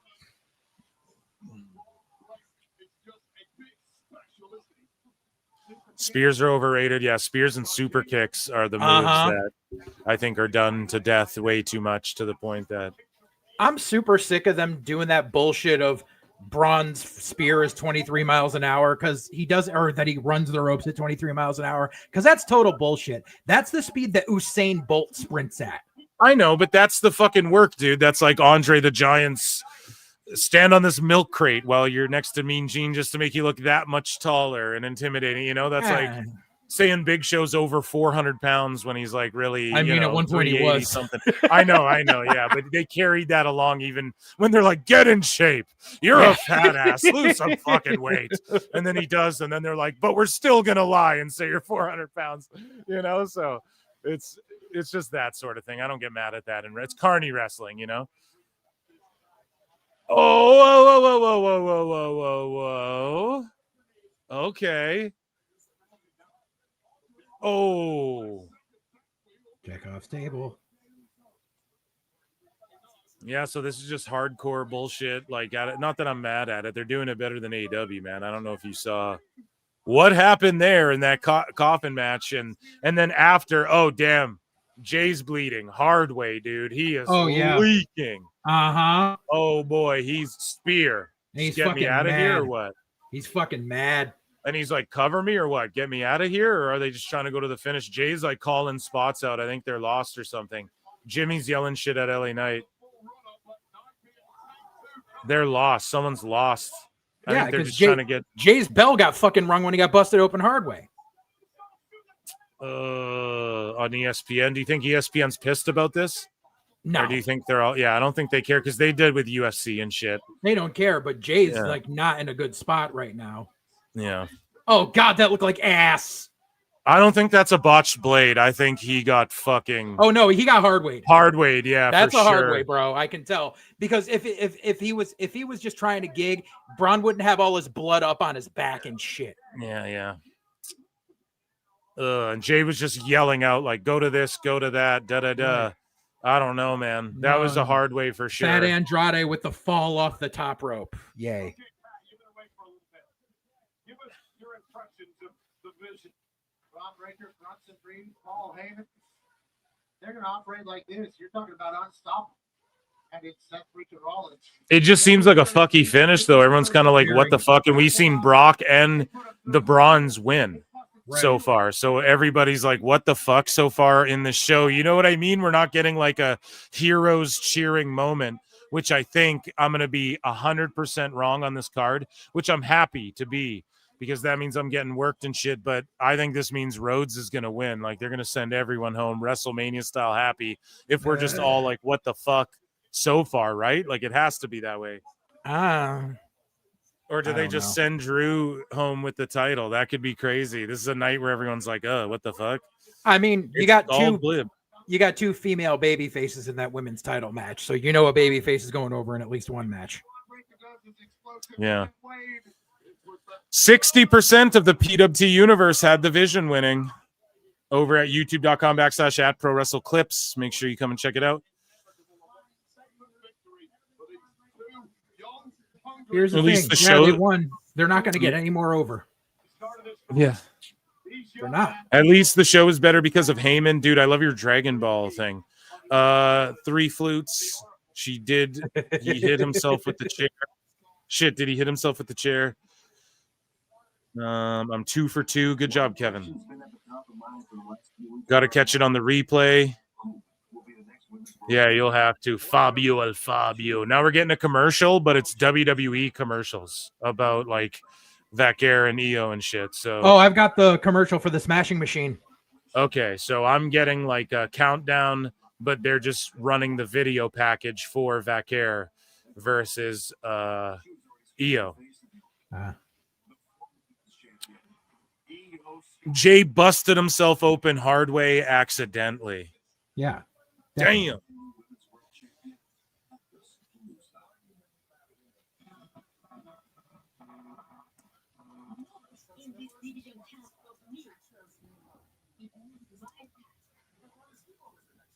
Why are we?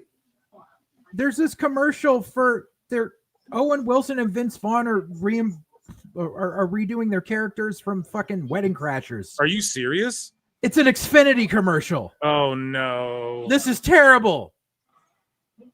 Yeah, the worst ever was when Ferris Bueller did that. I remember I was at like a movie theater and he did like a fucking car commercial, but I thought it was like a for real like Ferris Bueller movie for a second. Right. I was like, you motherfucker, you know?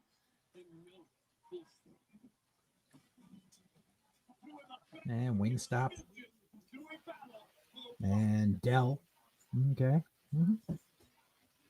I have another 2 minutes of commercials. At least there's a little box Me up on too, the top yeah. that says how long of ads is left. So. And now they're just playing music, and I'm just looking at wrestlers hit poses and shit. Ya regresamos. We'll be right back. So it just says we'll be right back in different languages. Hum jaldi wapas atain. We'll be right back. Isa Nichi. A tout de suite. That's en français. I understand that one. We'll be right back. Un poquito I mean, I momento, understand them all technically. Kami akan segera kembali. We'll be right back. Voltaremos en breve. We'll be right back. And then some like squiggly lines with dots, and I'm just saying what it is. I'm not fucking. I just wouldn't know where to start. Yeah, it's Arabic. No hate, just saying. If it was fucking Japanese, I wouldn't understand either. Arabic is a very hard language to learn how to read. For sure, dude. Yeah, so there you go. ESPN never said no ads, I guess. Yeah, of course they're going to sell you ads on ESPN, bros. Yeah. Are we having AAA and WWE Survivor Series matches, Phil? What do you mean? ESPN never 30 seconds behind you guys. Now just music. Yeah, there you go. I think we're getting EO and Stephanie Vaquer up next.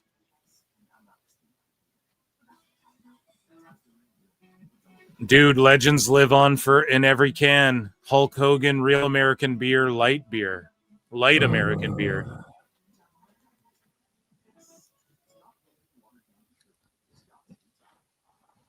So what do you think, Phil? You think by 2027 they're going to have the technology out, and one of the matches we're going to get Mania 43 is a hologram Hogan versus hologram Andre match? Nah. Nah? No, I don't think people want to see shit like that. But man, what do you guys think of the new intro, the Then Now Forever, the new one? I haven't. They just had a new one. Now they're making now they have another new one.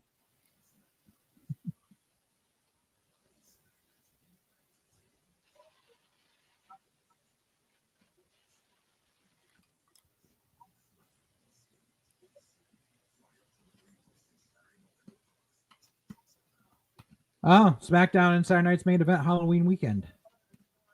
What's that? There's just a commercial they're doing us. The next Saturday Night's Main Event is going to be Halloween weekend. Oh, hell yeah. Dude, I'm gonna do a Halloween special. It's gonna be fucking awesome. Fabio for 2 says Asuka's about to come and collapse the ring. Let's fucking go. Oh man. Oh, that's not very fair. Oh, come on now, Eric. That's not come very on now, fair. Eric. Say that Asuka's overweight. You can get Ozempic for that, and you've had it saved with Phil.com. How is Asuka overweight? She's not. So we make a joke because I just the bit is basic. It's just insider shit, I guess. Right. Oh, On the okay. show, it was like, All yeah, right. one time I love Asuka. She's like one of my all-time favorites. Uh-huh. But she's like, how old is she now? 40 something, right? Something like And when that, she- yeah. And when she just came back, I was like, you know, she looks her age, you know, but like she looks tremendous. And I was like, she hasn't lost a beat. She hasn't lost, like she still has that same speed. She's still one of the best in the world. She has that extra gear that some of these ladies even younger than her don't have. And like Asuka's just one of my all-time favorites. You know, I was putting her over, but they were like, Yeah. oh, Phil thinks she's fat, you know, because I was like, Oh. switched up her gear a bit. And she's like, you know, whatever. I was just pointing out, like, you know, man, your body starts, you hit 30, you notice changes, 40s, shit's changing, you know what I mean? 50, I'm sure it's like that too. It's like, I just pointed that out. And so now the bit is like, oh, Phil thinks she's fat. She's Yokozuna. She's going to collapse the ring, etc. I'll never live it down. I will say I have dated my share of women in my life that had crazy eyes, and I have regretted it every time. But Asuka is the one woman with crazy eyes that I would gladly die for. Does she have crazy eyes? She has crazy eyes, and I love every moment of it. Damn. I never even really like looked into him. I'm too terrified to. No, but she fucking rules, man. Kana. Yeah, I call absolutely. her Kana as well. Like Hell Kana's yeah. one of my all-time fucking. I still dude, use her old school name because I just been a fave, been a Right. fan rather, and she's one of my faves of all time. I remember So the back when chat she just was- roasts me for it. I remember back when she was on the Indies and her and Lufisto were tagging. It was fucking amazing.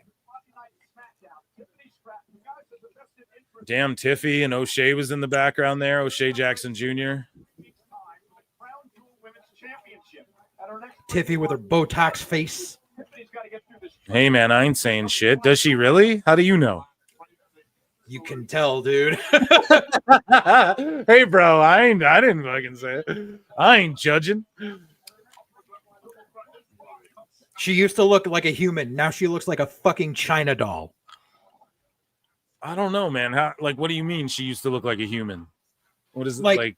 When you look at like her first like pictures of like when she was training at the PC, like non makeup versus non makeup now, and you can tell she's been getting like the lip injections and shit like that, and it just it's horrid. Yeah, tons It's of horrid. ladies do that. I saw, yeah, we covered that on the show where like someone I forget posted her without makeup, and everyone just melted down. And I don't know, man. It's I don't even know if the guy was like judging her for not. I think he just posted it, but like, you know, when you're a troll account, you don't get the benefit of like, you know, people trusting you're doing it in good faith, even though Yeah. that's a cringe term, you know? Yeah, like when you're trolling and shit all the time, it's like, I don't know. Listen, I don't judge shit like that. It's like, whatever. Now, if she looks like fucking Joan Rivers or something, okay, I'll call it. I can't. I don't study it enough to fucking. Yeah, and you know what I'm saying, dude. And Joan Rivers would laugh at that too. So, but it's just like, yeah, I can't. I don't know. Like I can't tell if it's like the way people do their makeup to accentuate their lips, or if they're getting lip fillers and shit. Yeah, I don't got an eye for that shit really, but. Yeah, I saw someone post. Like, here's the problem with Tiffy and Charlotte too, is that they both started pulling each other's face cards, and then their fans started like making fun of each other's past faces and shit. And Tiffy made that joke too. And then I saw that people posted like what she used to look like, but I was like, is she in high school there? Like, people fucking grow up and mature and fill out. So I don't know, man. I just don't pay too much. I'm not trying to Meltzer myself. You know, all of these ladies look a million times better than I do. So.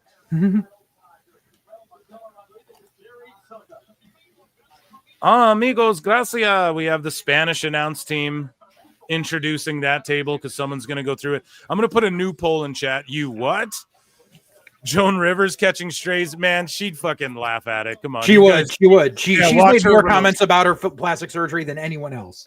Yes, and that's like unfortunately how she passed, I believe, was like her getting, I think, right? Am I wrong about that? No, Like she just like she died like she was up there in age. Like it wasn't. I like- know, but wasn't it like she went under the knife again or something? I don't want to talk out of turn, I but I don't love think she Joan did. Rivers. She was fucking one of one and just a legend. And her roast, fuck man, a great Yeah. one. Greg Giraldo snapped on the Oh, yeah. Joan Rivers roast, dude. It was one of the funniest. And R.I.P. Greg Giraldo too, guy. Fuck. Yeah.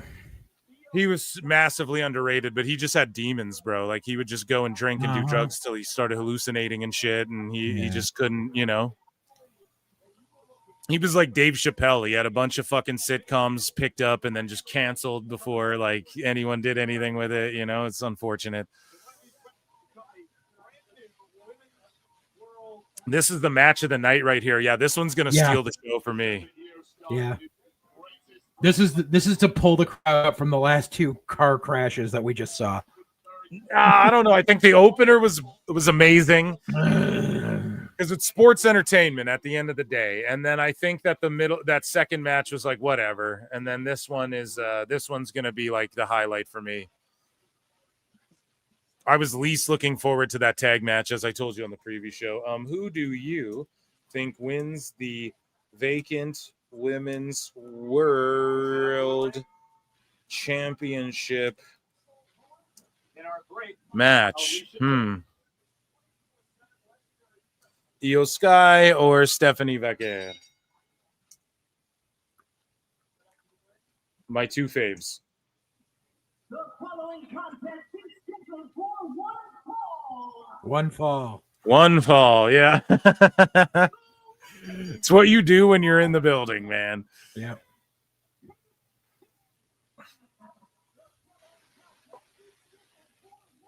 Introducing first from San Fernando. Yeah. 20.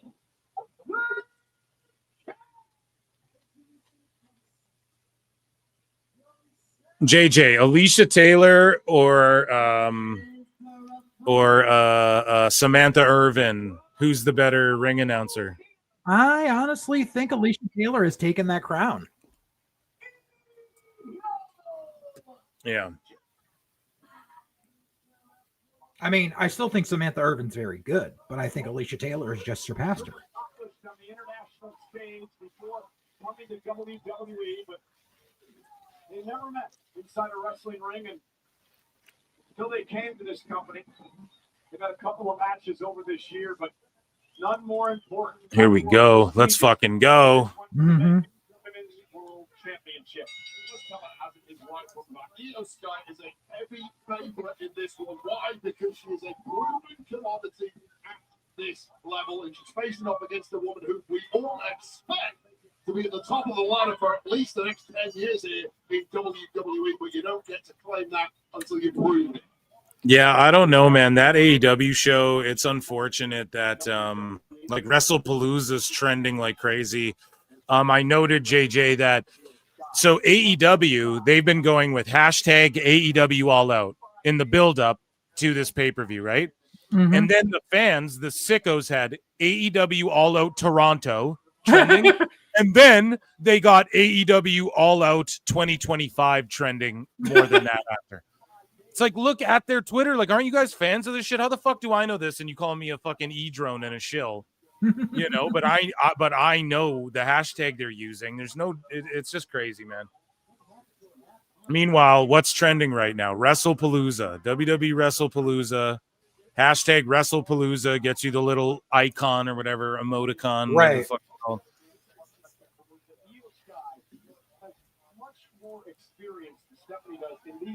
Samantha Irvin has better assets. Yeah, dude, we're talking about ring announcing, not like RIP to Patrice O'Neal, the fucking Yeah. goat. The Mhm. fucking goat, dude. That's a guy I'll just like throw on his old O&A appearances and go to sleep and shit, you know? Hell yeah. Patrice is the fucking man, was the man. On roasts though, like the big official ones, he just like didn't really try. The couple he was on, there's some that were filmed that are being uploaded now. That's like that were just done independently and stuff that he was on, where he crushes. But like I think the Charlie Sheen roast, his shit was heavily edited. Like he just didn't really.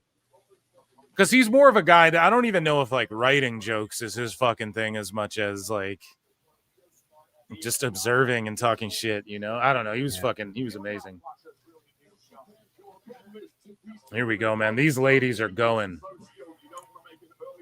This fucking camera guy. Oh, dude, Vac Air with the fucking go around. Roll up. Oh shit.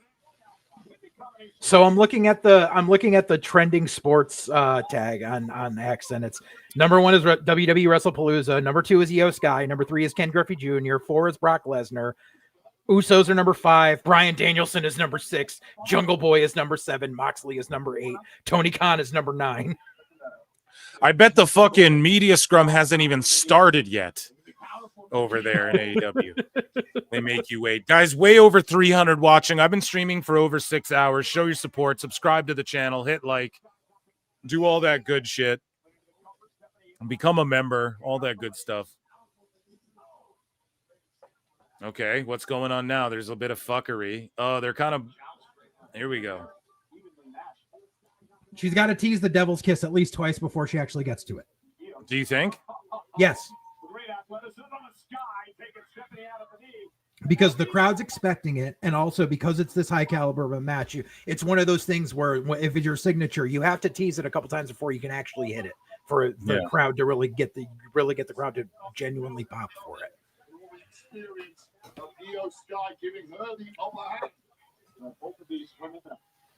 Just like Io's probably going to go for that moonsault at least once and miss before she hits one, and she'll probably hit one. Vacker will kick out at 2, and Io will be like, "Holy shit!" and the crowd will give the holy shit. Ain't no half stepping. Goddamn right. Thanks, Phil. Love the show. Love you, dude. The Joker. Excellent stuff. Become a member. 99 cents, guys, or gift a membership. You can do that too. Hit like or whatever. Subscribe. Trying to run up to 7,200 subs on the main channel, so we got to fucking keep climbing, guys. Let's get some subs for this long ass stream. Yeah. And go and check out Full Circle Radio Network as well, and White Heat and fucking... Yeah, I need subs too.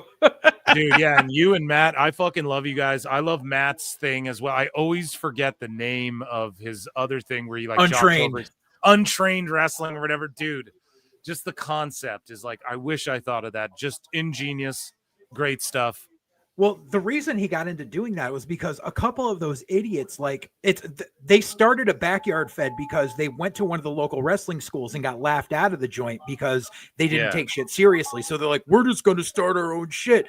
And the kid that started his own shit is now going around trying to get gigs as a commentator and a manager, claiming he was trained by all these people. And I'm like, no, he fucking wasn't. He's a backyarder, and here's proof. Oh, man. So it's a show where they just roast this shitty backyard fed and stuff and break it down. They like, who are these podcasts that essentially they jocktober it. It's genius. Yeah.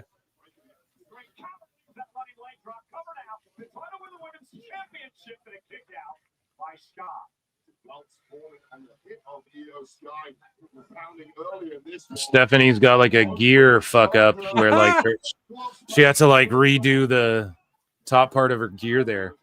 Yeah.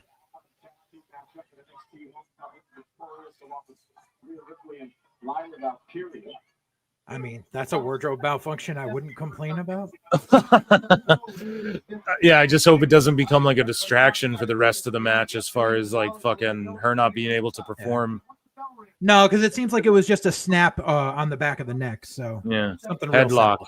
Top gal speed. Sassy gal. Too legit to quit. There you go. Top gal speed right here.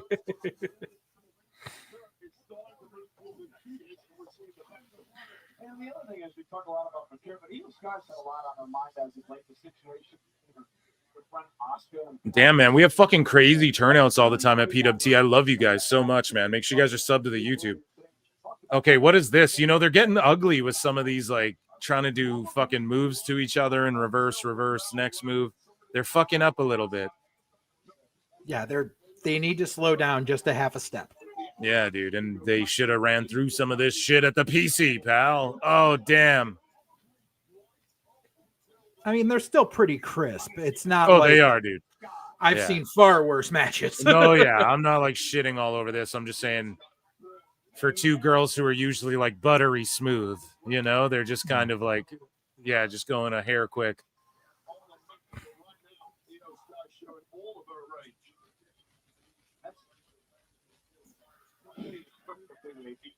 I'll watch 10 matches like this before another fucking casket match tonight or whatever, and then a Toronto tailgate match. Yeah, Toronto tailgate or the fuck, bro. I'm just being honest. Oh my God. Oh my goodness.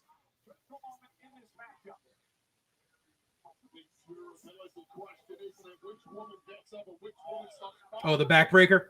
Yeah, I think that's why Steph changed her move too. Like, you know what I mean? People just Yeah. do that move. Yeah. Well, because what Steph was doing was like a shoulder breaker. And the thing is, a shoulder breaker is never a solid finisher. Yeah. Like, not in this day and age. Back in like the 80s, you could get away with it. Yeah, But, even yeah, like The Rock did it for a bit, but it didn't really when he was Rocky Maivia. I think Yep, the I shoulder remember. breaker was like he used that as a finish for a bit. It Didn't was. really work though, you know? Yeah. Oh, the palm strikes. Jushin Thunder style right here. Oh, just a fucking flapjack right there. Old school.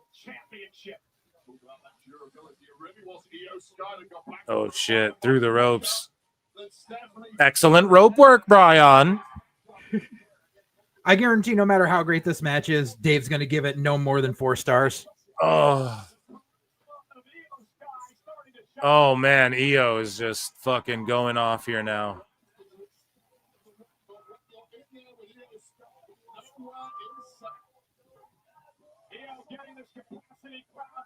People love EO, man. She's so good. Yeah. Oh, crazy dive. Awesome. But I like that lung blower. Someone in chat here, the lung blower is a better move. I agree. It's just a way better finisher. We talked about that on the preview show. Yeah. It's in a sports town. They love their competition. And they are eating this one. Also a wrestling town. Always has been, always will be. For the year, it's been to the Indianapolis Southern Royal Rumble here back in February, the first ever ESPN premium live event here tonight. On the way of SummerSlam, and I do believe many more. We're thankful that the WWE comes here to Indianapolis. We're lucky to see this match. Stephanie. Oh, kick. McAfee, we're lucky to see this match. Indianapolis signed a deal for like 4 PLEs, dude. We're lucky to see this. Oh shit, the stomp or the knee. Boom. That's a killer move, man.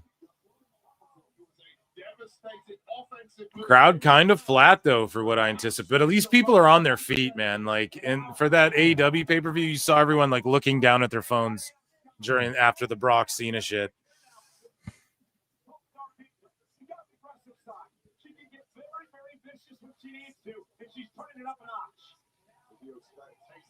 Did Brock like SummerSlam Cena again? Yeah, dude, he destroyed him.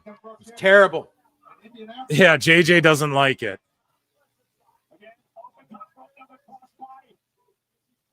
I do, but that's crazy. It went on first, but also the WWE title should be last for this moment. I mean, also, like, if that's the match they were going to give us, I'm glad that didn't go on Me last too. because you Yeah. don't want to talk about sending people home mad. And there's Like, a this is reason what I for paid it 10 too. grand like- for. Yeah.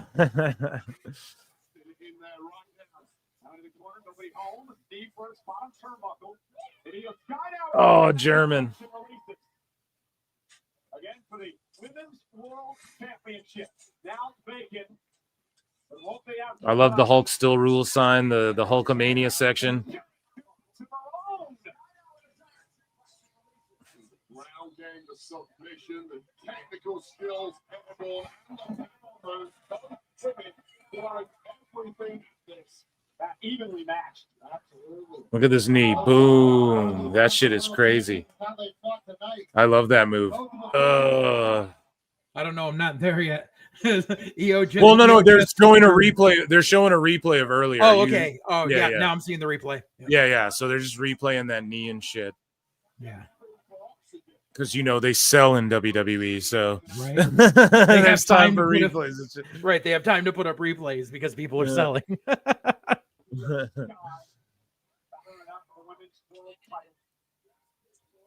This the pace may be respected. This point in the match, given the amount of offense that both women absorb, I think there's no choice but to be operating at this kind of pace. But who gets the second one? See it until what happens. Stephanie the killer. Maybe not. Io Sky. Ducks underneath. Uppercut by Sky. 15th round right now. World Championship fight. All that out back and whoa! Sky defense ropes is a huge right. No, don't do the changing elbows. It don't last long. Don't worry. Yeah, I know. Darby Allin though just sets Moxley on fire and shit. It's like, bro, no one cares. That's what I mean. Well, what's next? He pulls a rabbit out of his ass. Like, it's so fucking stupid, man.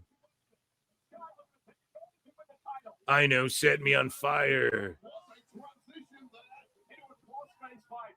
And Great there was family the second tease of the Devil's entertainment. Kiss, Yep. which means on the third one she'll actually hit it.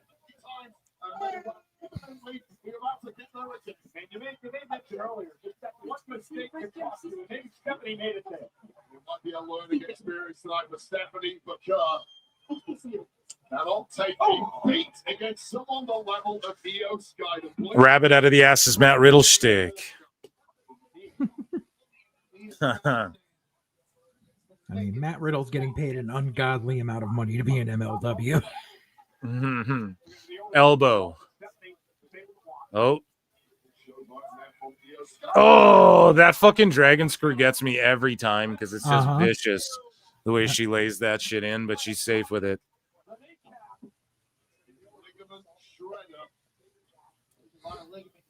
The ACL, the MCL, the PCL. I don't know how any of them are still surviving after that. Oh, she's going for the package. Nope. Stephanie the care bomb, but Io Sky able to somehow work her way out of it. Headbutt. Ropes. Oh, Hurricane Rana. Dragon Rana. Oh, no. Or what's the Dragon Rana? Is that where you front flip first and then do the Rana? Yeah. Whatever. Doesn't matter. Yeah.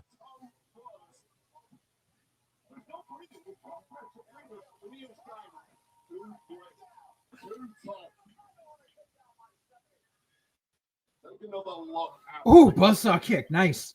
We know how devastating an injury it is when your knee is taken. Dude, Stephanie's cheeked up this match, too. Holy shit.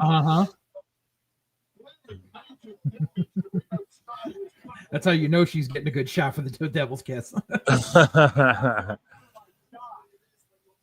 for the Women's World Championship. This guy says that's it. Steps over McCarron again. Having an issue with that leg. The way her and Vaquer both spring to those ropes as well, they have like a similar style of like the step up springboard up to the rope or whatever. I like that. Here comes the moonsault.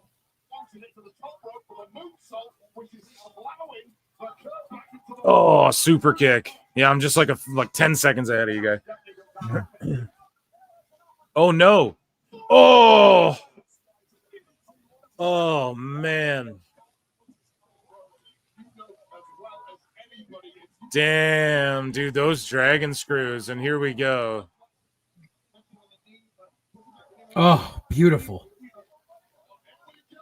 Told you on the third she would do it.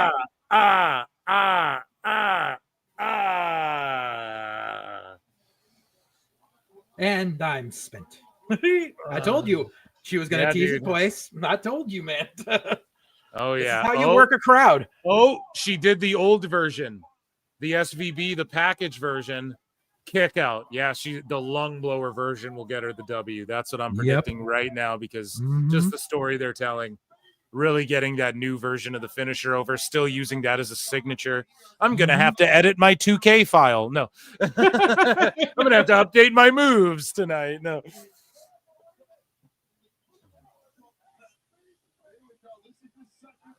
Oh, that second dragon screw is vicious as well, man.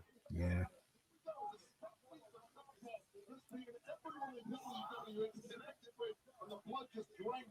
Oh, she might go for the fucking, because Vaquer will also finish people with that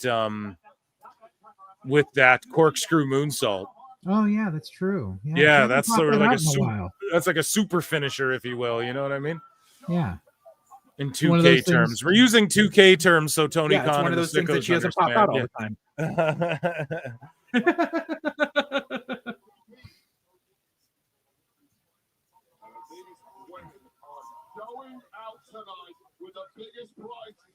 So she does the SVB, the Stephanie Vaquer bomb. She could call the new version the SLB, the Stephanie lung blower or something like that. Yeah.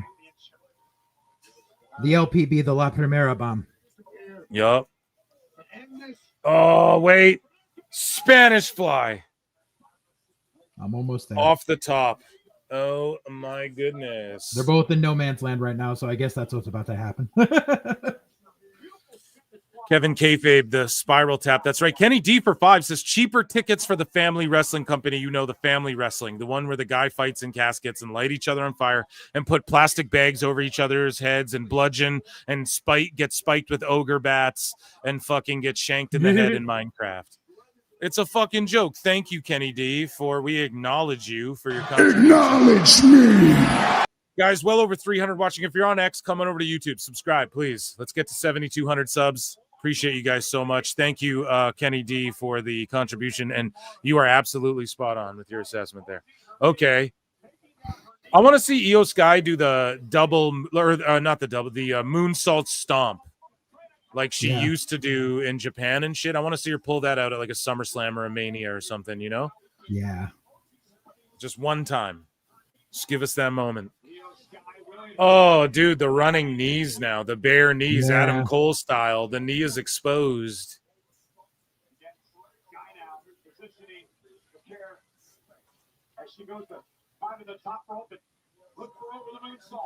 Over the moonsault. It could be over. Wowzas.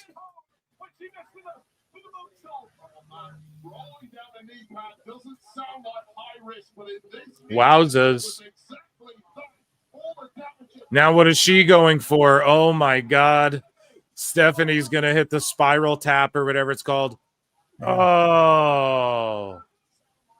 She just won the world title. Oh my God. Told ya. Amazing. Fucking Steph, man. Amazing. She does. Listen. If it was anybody else at this point in her career, like she deserves that title right now. I can tell you too, man, when you make clips about Stephanie and shit, like they do numbers, like she's beloved and she fucking deserves it. And I mean, it is early on, but she is like an anomaly. She's one of these people that just like rose to fucking stardom, and she can have quality matches with anyone you put her in there with. And this is a young world champion that you can start to build up. This is her first of many world title reigns in her career. And yeah, I mean, Io, I think. And what did I tell you during the podcast? This is. Yep, you're right. This What did I is tell to you on make the podcast? Stephanie, I said this is Trips. This is Trips. It's Trips' one petty moment of the night. Yeah, and it's like, and it's, but you're right though, in a sense where, as well, because you brought up on the pod as well, like it's the ESPN era. Maybe Matt brought it up, but it's like we're introducing people. If the idea is that, right? I mean, it's like you give Steph this big win. She has the title. She's carrying the company in the future, and we get Io versus Asuka next. And Io versus Asuka doesn't need a title. Yeah, you know, right. And then Io and Stephanie can team up against Asuka and Kyrie a couple times, and then we eventually maybe Kyrie gets a shot, Asuka beats Io, Asuka gets a shot at Stephanie or whatever. Maybe Asuka doesn't have to beat Io, but gets a shot, and then Io and Asuka, that's a feud. Like I don't want to be like big money, but that's like a big women's division match that doesn't need a title, you know? Stephanie with the fucking bow. That's fucking great. Yeah. Good stuff. This is indeed a first for La Primera, the brand new women's world champion.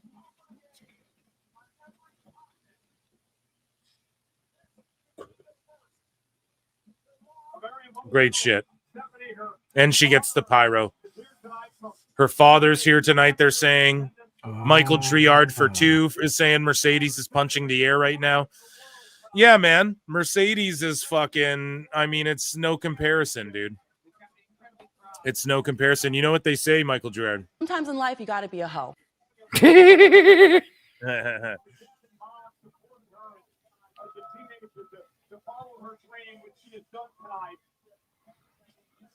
Become the brand new women's world champion.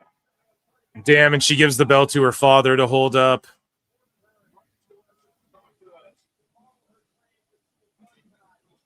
What a proud moment for him. Family programming.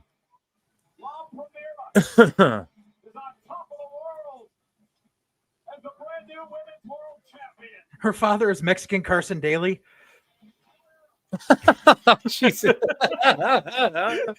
Oh my god.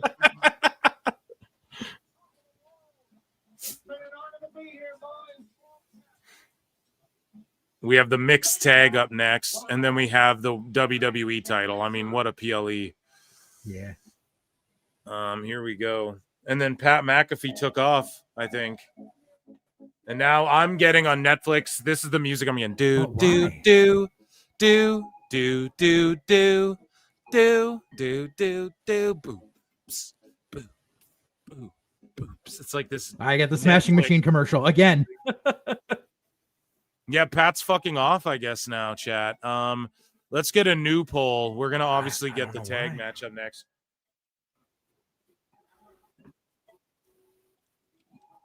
Who's your pick, JJ, for this next one? It's probably gonna be Punk and the Rat. Punk and AJ, yeah.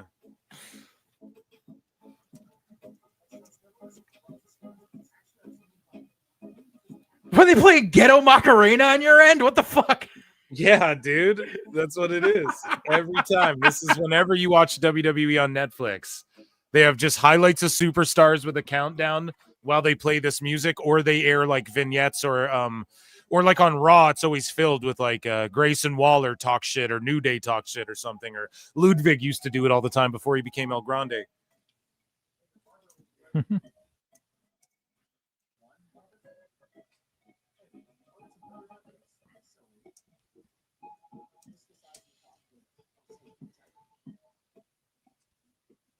Okay, guys, new poll in the chat, youtube.com/@ProWrestleClips. Who do you think will win this mixed tag team grudge match? CM Punk and AJ Lee, or Seth Rollins and Becky Lynch? Make sure you guys vote. Make sure you check out Full Circle Radio Network for my friend JJ show. I'm over there too, man. I've made appearances over there. You guys go and check that shit out. Yep. Fun shows, and make sure you guys like and subscribe. Check out my Patreon, super chat in, gift a membership, become a member, all that good shit. I really appreciate you guys, man. We've got an amazing turnout, show after show, and on these PLE watch-alongs, they're always great, and it's great. Everything's great, and we're trying to get to 7,200 subs though. So I've been going live for 6.5 hours now. It's crazy. This music will drive you nuts. Yeah, dude. So far, 4 out of 5 pay-per-view. Okay. Watching via Disney Plus.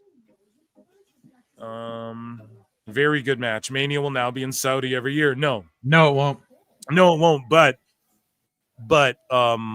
it will be every like other year or every third year, like minimum. But it won't be. One of the big four will be in Saudi every year. Yeah, one, and then they'll also get like a crown jewel or King of the Ring or whatever. Yeah. But they like one of the big four every year will be in Saudi, right. And then Mania won't be every year. But every 2 or 3 years, I wouldn't be shocked if Saudi just outbid everyone for it and just said, we want it, though. The Saudis will own WWE one day. I just did a whole big talk about that. Yeah.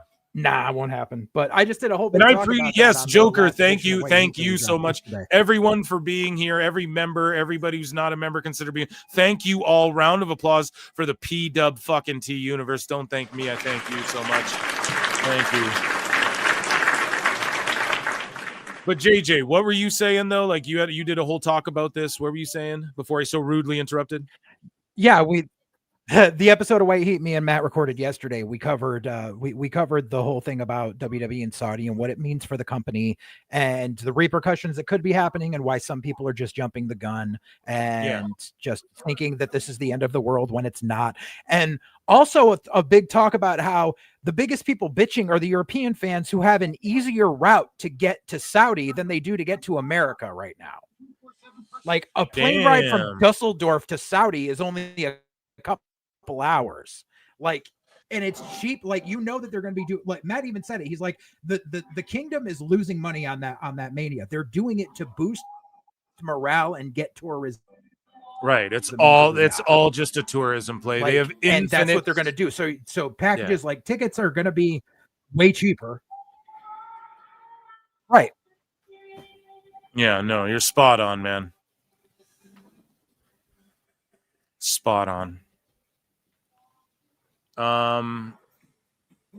Yeah, those UK sickos, man, they get pretty crazy, you know?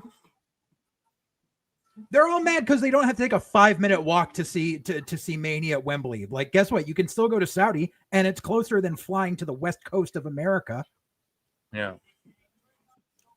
Like, you don't have to cross an ocean. They just bring up shit like Khashoggi, though, and like women's rights and all this stuff. A lot of these folks, Right. they just start And virtue signaling, and it's like, I understand it too, that, but it's like, yeah. But also look at all the things that have been accomplished during the time the WWE started going there. Like, and granted, yes, they're very behind in the times compared to the rest of the world, but you're still getting stuff like women are allowed to drive there now. Like, that's something that was unheard of, like, less than a decade. Are they allowed to now in 2025? Yeah. Holy Yeah. shit, bro. That was one of the things that they talked about, was one of the crown jewels a few years ago. It was prior to 2020 because it's before I moved into my new house. I But thought that remember they them doing weren't the whole allowed thing. to drive anymore. No, they are now. Like, since like at least 2019, if not a year earlier, women are allowed to drive in Saudi now. Wow, the ban was lifted in 2018. Yeah, see?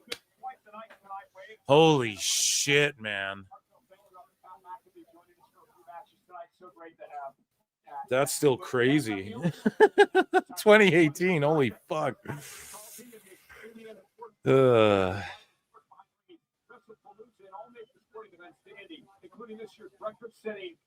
there's Patrick Tulty, Indiana Sports Corporate, whatever the fuck. I missed it. Here we go. Couple versus couple. Yeah.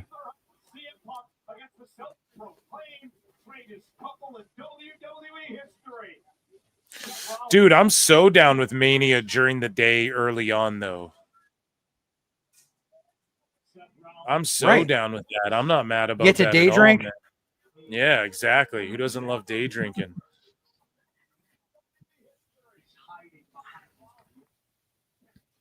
You can have people over and fucking barbecue and shit while you're doing your shit, and then it's not fucking late as shit when it's over. Like, you can That's still what like I'm chill saying. and people can peter out as they wish. Yeah, and you can watch the post show and you're not just dead exhausted and fucking, you know, like those sorts of things. So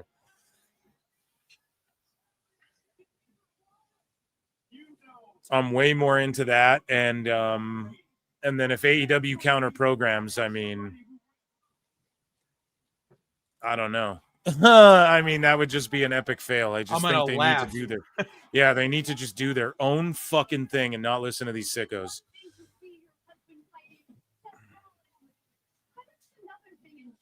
Yeah, day drinking is superior, definitely. Especially when you get old like us. Yeah, man. Well, I mean, yeah. I feel old. I'm not terribly old. I'm an old soul. But I definitely dig. Got it, you know. In your 20s, you just want to stay up all night and shit and all day. And then, I don't know, since I've been in my 30s, it's just like, yeah. Day drinking's far superior. Being in bed earlier is superior.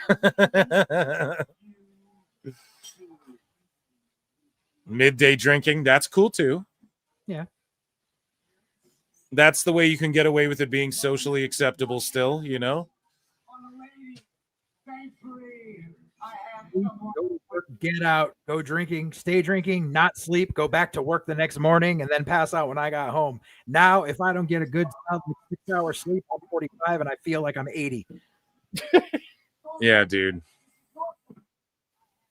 I'm turning 34 right away, and that I can't do a fucking, if I'm drinking, I need to have sleep. I would die, you know, but I remember those nights like drinking and you stay up 24 hours. Oh shit, I was drinking early, you know, that evening you like grab another bottle or some shit to try and just keep it going. Yeah, it's old party. It makes me sick thinking about it, you know? Makes me want to puke thinking about it. But I just remember back, like way back in the day, one of the old podcasts I was on before it was called podcasting, when it was still called internet radio back in the mid 2000s. We did a show one night where we were all drinking heavily. We finished because we used to go on and record after Raw. So we would start recording at like 11:30 at night. We were drinking and going, and we went until like 4 a.m. And then I slept for like an hour. I woke up, went to work for 7 a.m. I thought I was hungover. I was still drunk. Yeah. Oh man, I know that'll still happen to me sometimes now. No, just kidding. I don't drink that much anymore. I do it like typically maybe like once, twice a month, you know, like I just kind of, but like I'll go hard. I'll drink like fucking a bunch of beers, chill out, you know, but I try to stay relatively conscious and shit, you know, of like what I'm eating and drinking throughout like most weeks of the month, you know. I might fall off for like 3-4 days, just go hard in the paint, but I had 2 beers while we recorded that Patreon episode the other day. That's amazing. I'm fiending for one now talking about it. No. Here we go. These guys are coming out. I like the entrance. Guys. Yeah, I like the entrance, the platform, the reverse elevator, the matching gear. I've always said I like when Seth wears like Cosmo colors, like space colors and that sort of thing. So this more kind of suits them. I'm down with it.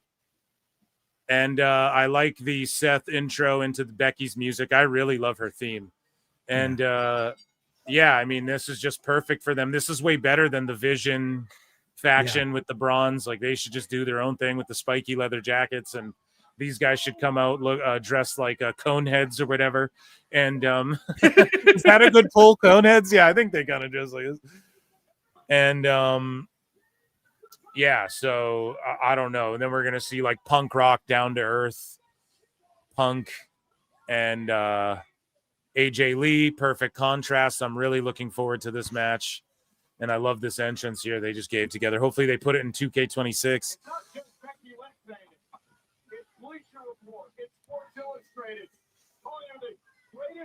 Female wrestler in WWE history. The current Intercontinental Champion, her husband, of course, Seth Rollins, for current.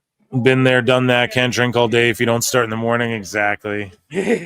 No, I can go though, dude. Like when I go on vacation and shit, like I can fucking put them back, dude.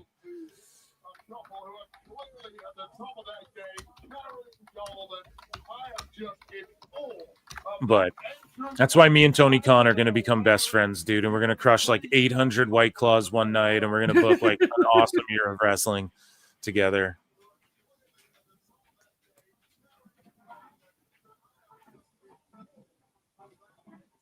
Imagine being their kid. Your parents are superstars. I know. Isn't that crazy? Be a fucking trippy life. But their kid's probably going to get in the wrestling business. And Seth will be one of the people running WWE.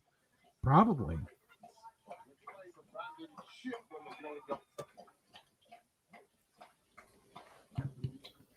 Give me 1 sec while they're doing the intros. I'll be right back with you.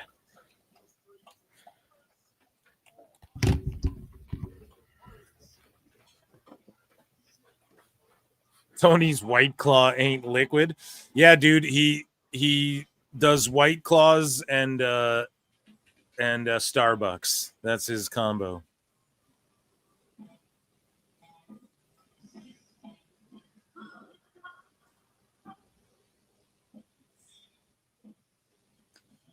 Cult of personality. Only God's lettuce. Yeah, that's my favorite, honestly.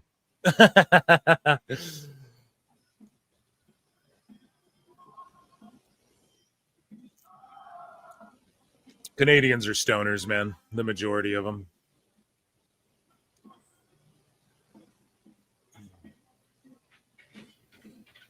All in a triple cup. Here we go. Colta person. AJ's husband jacket. It's clobbering time.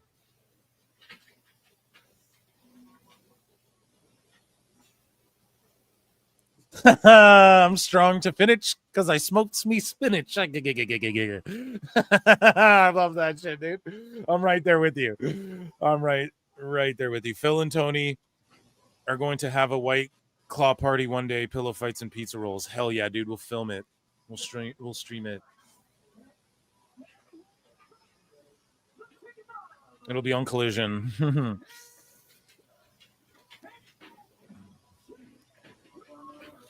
Here we go.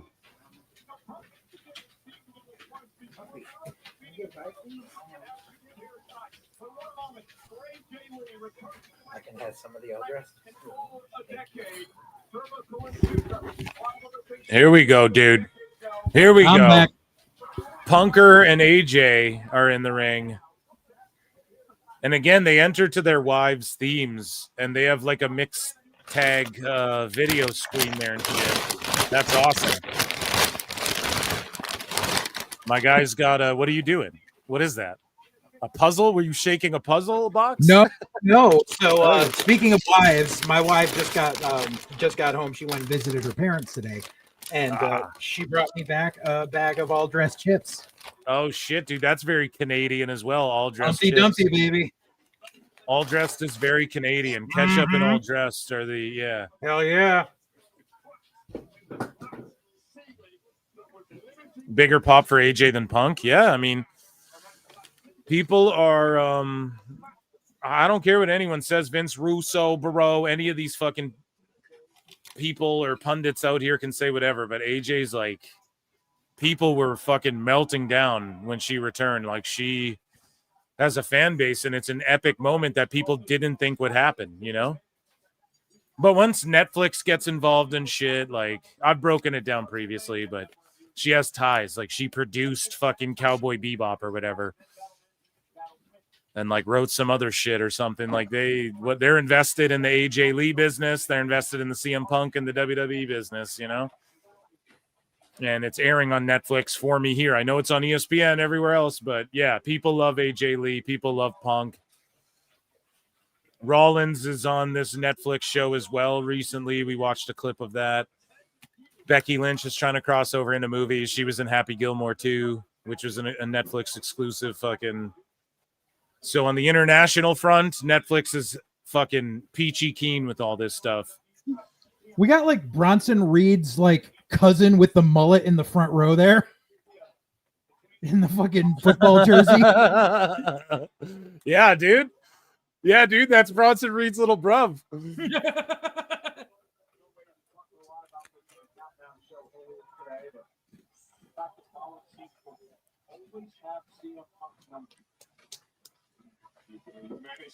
Here we go, guys. AJ Lee, CM Punk, Seth, and Becky. I'm looking at the chat. I don't think many Canadians actually drink Molson nowadays, do they? So Molson Canadian, like when you start beer, you drink shit like that, you know? Right. But yeah, I mean, maybe, I don't know. Like, I don't look up the numbers, but I definitely don't drink that shit anymore. And I mean, it's a solid beer though, for sure. Yeah. I mean, I grew up drinking Molson Ice, so yeah. I'm like one of these dudes. I like craft beer and like Same here. local. I like local fucking IPAs and juicy IPAs, and I try everything, man. I like blonde lagers and stuff like that. So I was gonna say, usually if I want a Canadian beer, I reach for a Unibrew. That's the company makes La Fin du Monde and Ephemere and all those. The bottle conditioned stuff. They're like my favorite Canadian. I love those as well, dude. I love those like 8% fucking dark fruity fucking. No, I don't like sour though. That's the direction I don't go. Bro, I love sours. And I'm not a big fan of like Guinness and shit like that, you know, but I'll still drink it. Like I'll crush it. But sour beers are like just a no for me. I'm more like hoppy, you know. I like hops and yeah, that's more of my cup of tea. Okay, there's gonna be a dive on this kiss here. Oh shit, a toss over the table and Halliburton's into it. A page running, maybe. What the fuck? IPAs have bad aftertaste. Yeah, I love it. Depends on the IPA. It depends Happy on the hop Gilmore variety 2 that gets wasn't used. great. Yeah. No poutine Like- and Molson. Yeah, that'd be good. I love poutine.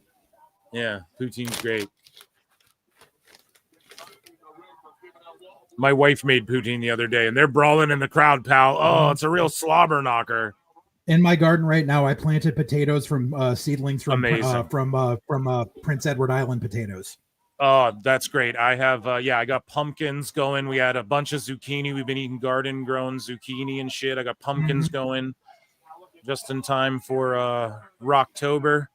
And yeah, my wife's crushing it with her garden. It has been fucking fantastic.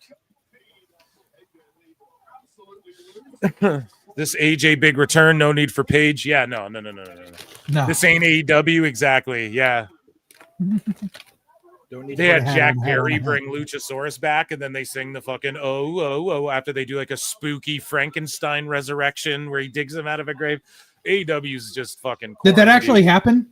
Yes, that legitimately God. happened. Oh, So the God. Bucks beat the shit out of Perry, and then like the lights go out, they come back on, then a vignette airs of Perry digging Luchasaurus out of a grave and then injecting him with some needle, and then he wakes up and sits up like a Frankenstein, and then he fucking comes in the ring, and then they beat up, and then he double choke slams the Bucks, and then Luchasaurus and Perry do the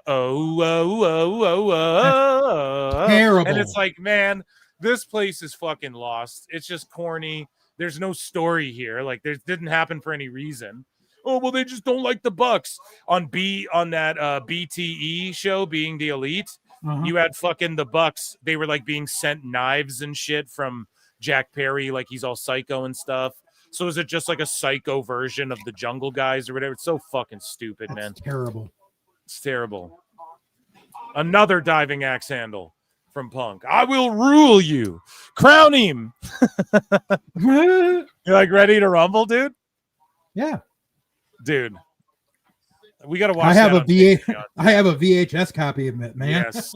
Yeah, I did too. I don't know. That got lost somewhere in some time, but it's one of my favorite all-time.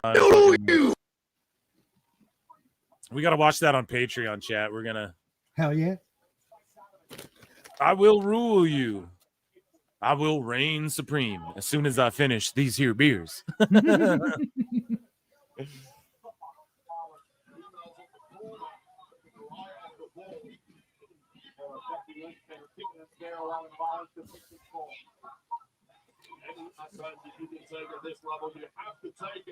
Oh shit, and then Becky throwing Punk into the steps. Yeah, the hot tag will be to AJ Lee and shit. She'll do the big comeback and shit. She'll hit like a head scissors or something, like a tornado head scissors or whatever the fuck on Seth or something, hey? Yeah. Yeah, something like that. Pushes glasses up nose. Excuse me, Phil, but I believe the name you are looking for is Jurassic Express. Excuse me, Mr. Marks, Phil Marks. It's actually Brian. Actually, JJ, it is called the Jurassic Express. Yeah.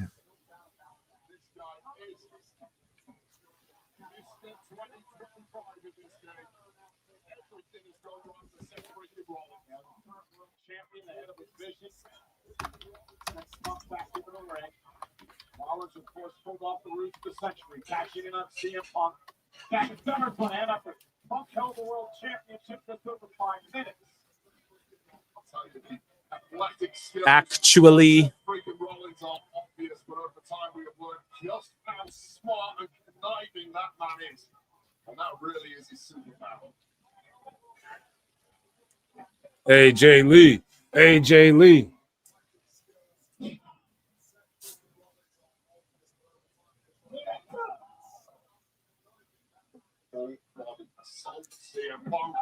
Guys, I watched Tough Enough season 1, episode 7 with JJ over on Patreon. Check that out. Patreon.com/ProWrestleTimes. And he told some stories, man. He had a That I did. He's met a few people who might have been on that fucking show in his day and hung out with them, and he tells some fucking good stories, man.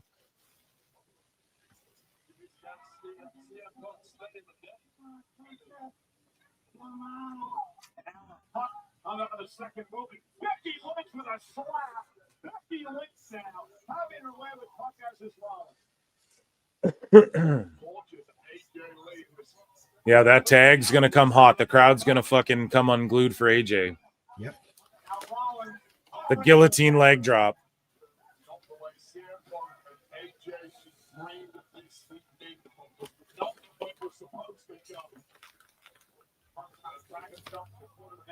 AJ Lee. And Rollins just having it way, but outmaneuvered once again. That has been the story of Seth freaking Rollins and CM Punk. Oh, glommed him. Yeah, trying to get to the foot. Rollins not allowing it to happen. Glommed him. He's reaching. It's coming. Get to her, Punk. Almost there. Irish whip into the corner. Oh, foot right in the face. Foot right in the face. Oh. It really irks me that AJ's sitting there jumping around and there's a tag rope hanging there she should be holding on to. Yeah, the tag rope. I noticed that too. They're just letting it hang.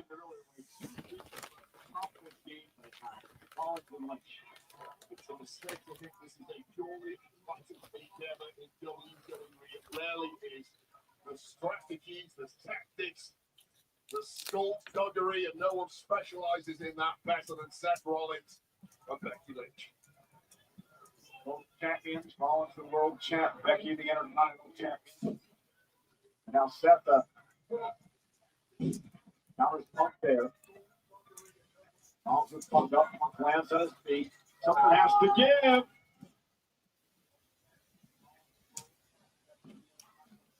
Okay, big suplex. There we go. Punk gets it. Get to the corner. Get to AJ. I just realized Walmart bought ad space on the bottom turnbuckles. Did they? Yeah. Nice. And then Prime's on the top. Nice. Yep. Yeah, I mean, I don't know. I don't really care when they get ads and fucking go to Saudi for $1 billion. Like, I don't give a shit about that, Yeah, man. no. There's been ads on the canvas of boxing shit for years. Like, whatever. Yeah, it's just like whatever to me. I don't really. It's like, yeah, no doubt they're on TV. What do you expect? Every fucking in movies they put fucking Coca-Cola bottles and shit facing the camera. Everyone, they've been doing it since the dawn of time. I'm not really that worried about it, but as a fan, it's just when Dave and shit wants to start pulling fucking numbers, then it's like, all right, let's talk about it. Let's talk about who's making what money and who's selling out more and shit,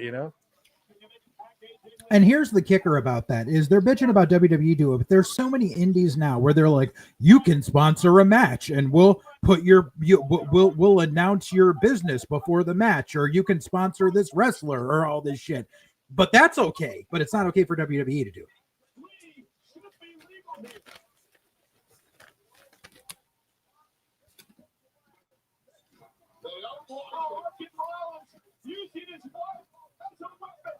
So AJ Lee should be legal, and now Seth is going to throw Becky onto Punk, and then he rolls out of the way.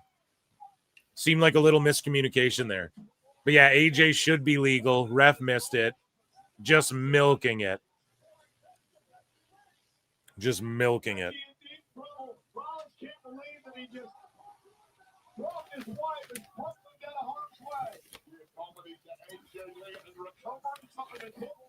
Yeah, Seth's got something like on his hip or his rib or something. He like bruised himself or Yeah.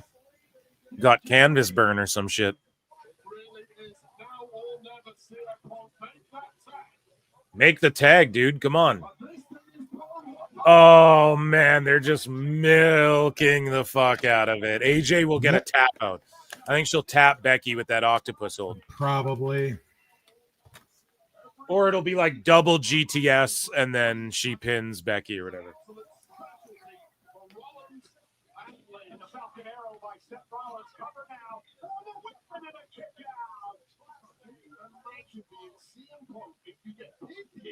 You lose the match and you never tag your wife in on her big return. Well, he's trying. It's not like he's. I'm not disputing that.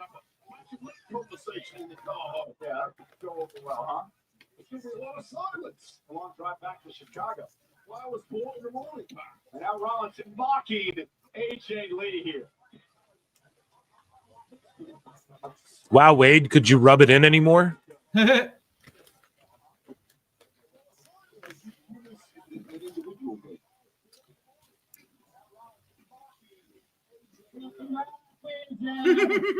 He's just skipping around, fucking mocking I love her. it. I love it. A lot of words running through my mind right now to call Seth Rollins. This has been so bitter. That's the point. I wonder if they like botched something somewhere. What the fuck is he just skipping around so long for? Oh, GTS, that's why. Just to fucking get him up. GTS the shit out of Seth. I just love how Seth skipping, like trying to do his impression of AJ. It looks more like Tatanka.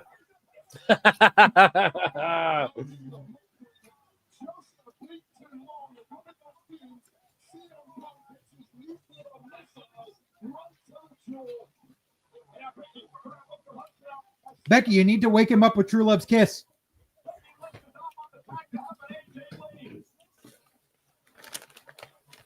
Yeah, dude.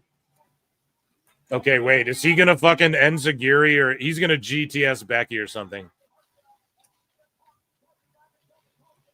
No, he can reach AJ. Becky's cooked.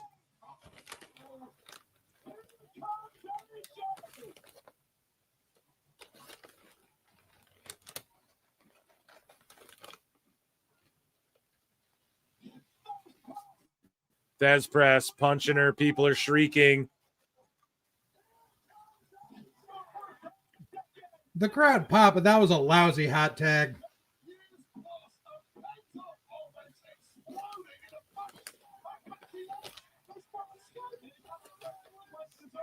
Oh, dude, they're chanting for AJ. Hair pull. Throws her down. Stomping the shit out of her. I don't know, man. This indie crowd is not as hype as I thought they'd be.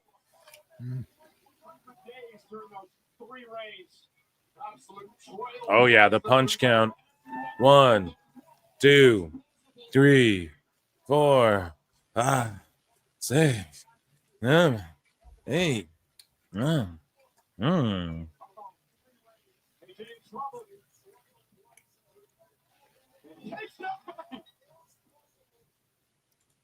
Oh, wheel kick.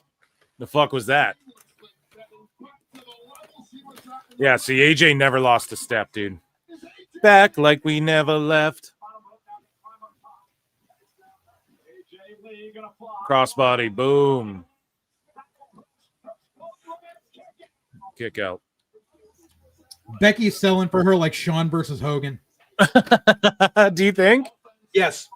You don't think Becky likes this, that AJ's here like taking up the shine? We know in her book she kind of had heat with AJ early on. I think she's just overselling to be like, oh, you want me to sell for this chick that hasn't been in the ring in 10 years? Fine. I'm going to be a bitch about it. Which I don't blame her. Yeah. Here in Indianapolis, Becky Lynch has never won a match in this city. Becky's never won a match in Indianapolis, they're saying. Having fun. Lynch here. And look at AJ go. Unorthodox offensive style. Just wouldn't Bailey.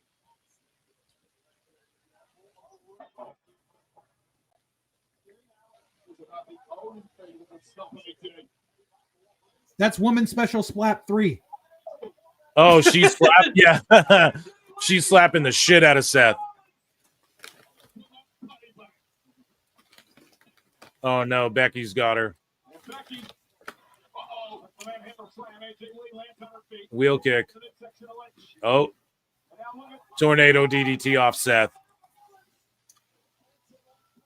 AJ's whooping both of their asses. Oh, see, I told you. It'd be like a bulldog or like a Shirin Nui or whatever move. Yeah, the Shirin Nui and or whatever you call it, sliced bread. Yeah. They kind of botched it a bit, but they got it under control.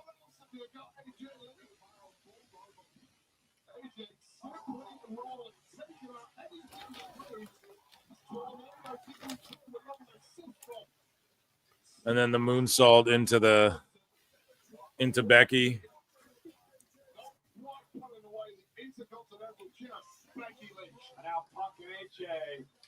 Yeah, isn't the ref gonna fucking start counting? Right. That's the problem, is the ref should have been counting this whole time. And I get it, it's modern times, but like don't AEW yourselves out, you know? Right. You're on ESPN. Shining Wizards.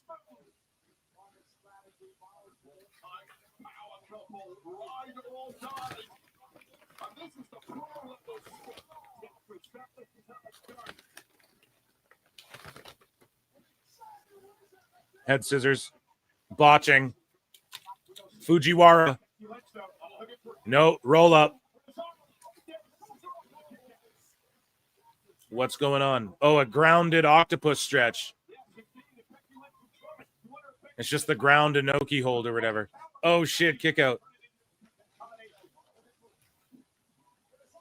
Oh, head scissors into the octopus. Or the Black Widow, whatever the fuck she calls it. Yeah. Oh, sharpshooter. Oh, he's botching the shooter. Come on. A double tap out spot.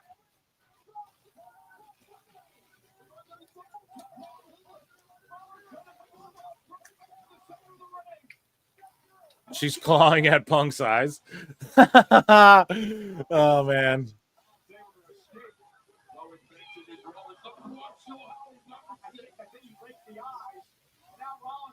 Oh, man. He's just, what is he doing? Oh, and then, yeah, dude. She puts Seth in the stretch. Oh, shit. Yeah, real fight. Yeah, no. This has been a good match, dude. I've enjoyed this. It is just like, yeah, AJ, like maybe a step or two off at some parts. Okay, it's her first match back, dude. It's a huge stage.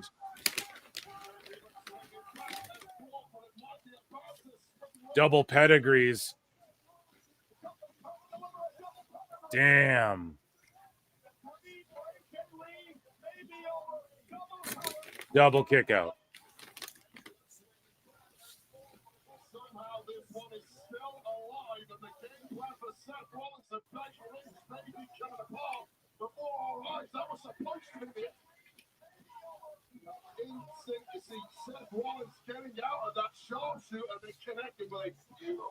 So who the hell is supposed to be illegal right now?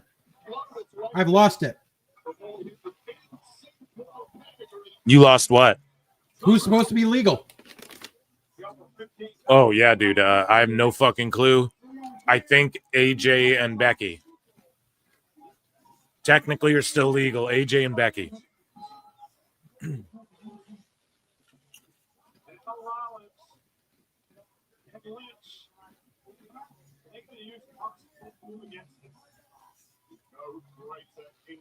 To beat a man with his own finishing move. Legend Rollins for TTS. Is that true, JJ? There's no greater insult to a man than beating him with his own finisher move?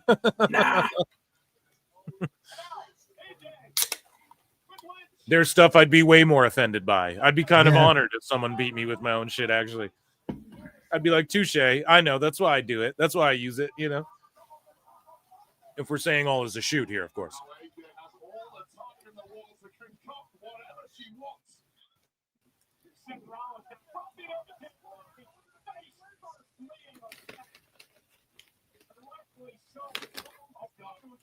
Oh, shit. No, he's not pinning. He's not the legal guy, Cole. Punk hits the stomp and then just starts fucking punching the shit out of Seth.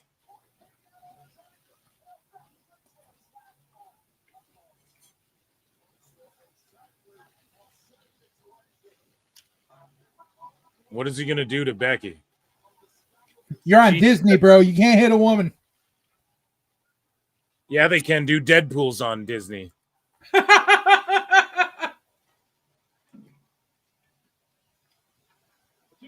Sharpshooter there. Right hand by Rollins. Becky Lynch from behind. Lynch down. Nice takedown. And Becky stopped the next section of Punk. Bring a step through. Lady sharpshooter around.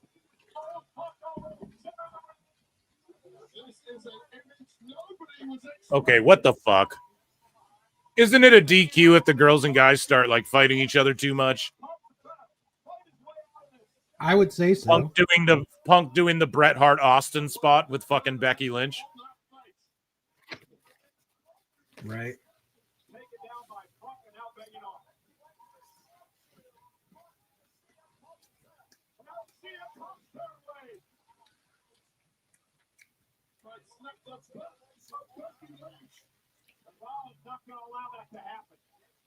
Oh, pedigree. Oh, fuck. He's done. He's cooked. He's rock solid. Stomp. Damn. Let's see.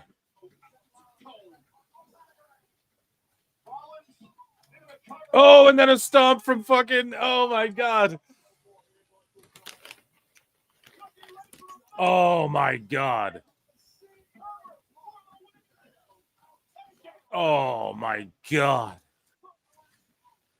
Barely kicked out.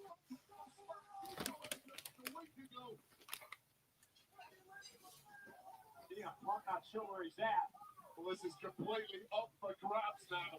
All four competitors completely wiped out. There's still in the end. A stomp to CM Punk, and if not, And wait a minute. So was Punk tagged in? Like him getting pinned, is he even legal? This isn't Tornado. It's not just like man pins man, woman pins woman. And if they're able to sharpshooter each other and shit, why can't Becky just pin Punk or some shit like that? I don't know. That's the problem going on right now.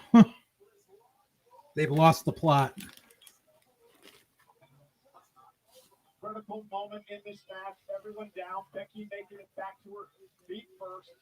Just can't predict anything from here. All four competitors completely done. Becky Lynch, the only one who's got any fumes left in her body. Excellent. AJ blocks it, delivers right her off. AJ Lee's got to fire back now, the Intercontinental Champion. Driven purely by bitterness and anger and frustration. This is so personal. Now, Punk's going to separate Becky from AJ. Seth Rollins now takes the fight. Okay, now they're trading, Punk and Seth. Fight's been all over the place. So much hatred between these competitors. Should have been over a long time ago.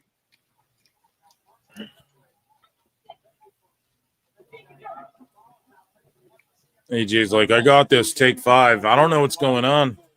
Who's legal? Count. Now they're brawling. Hockey fight. I understand that. Here we go. Oh, they're brawling. And Rollins sent outside the ring. Becky Lynch sent outside the ring.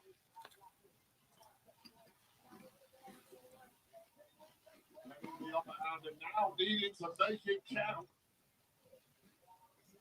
And Punk now sending Rollins. Oh.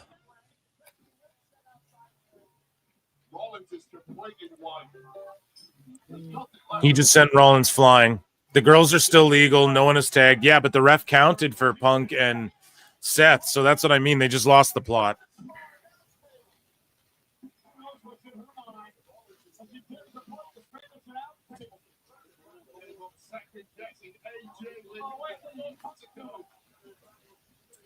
How are we going to do our job?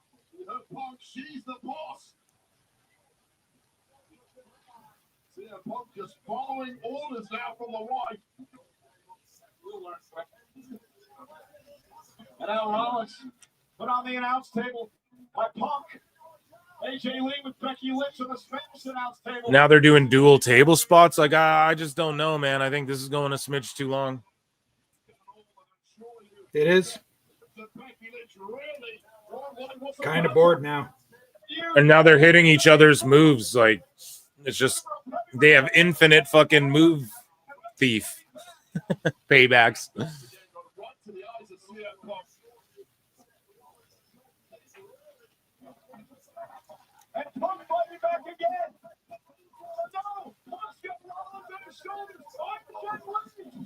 Oh my God. And AJ, ugh.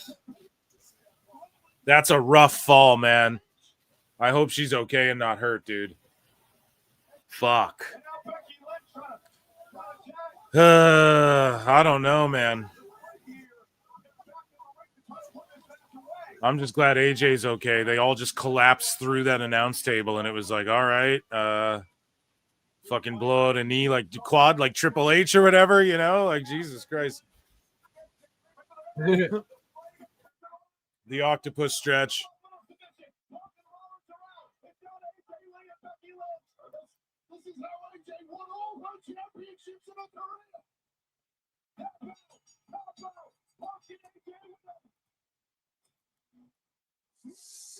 Yeah, I don't know if they needed to like go through the table and all that shit to get here, but it was what it was. Yeah, see, this brings up a lot of issues. Yeah. Go ahead. List some. So you wanted the baby faces to win, that's fine. Your logical step would have been to have Punk pin Seth in this. By having AJ make Becky tap out, you're saying, guess what? This woman who's one of our champions can't get beat by someone who hasn't set foot in the ring in a fucking decade. That's not a precedent you want to set.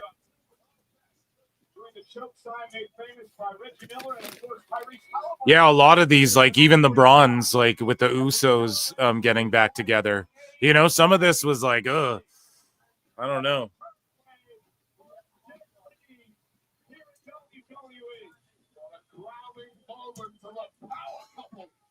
Okay, new poll in chat, youtube.com/@pro. There's 330 people watching, youtube.com/@pro wrestle clips. Check out my friend JJ at the Full Circle Radio Network. And yeah, guys, come subscribe, consider becoming a member, get access to Member Monday shows. Those are always fun. And thank you. Hit like, hit subscribe. You guys are fucking awesome. And I put a new poll in chat. Who do you think is going to win this main event, the WWE Championship, Cody Rhodes or Drew McIntyre? And there you see the Full Circle Radio Network right here.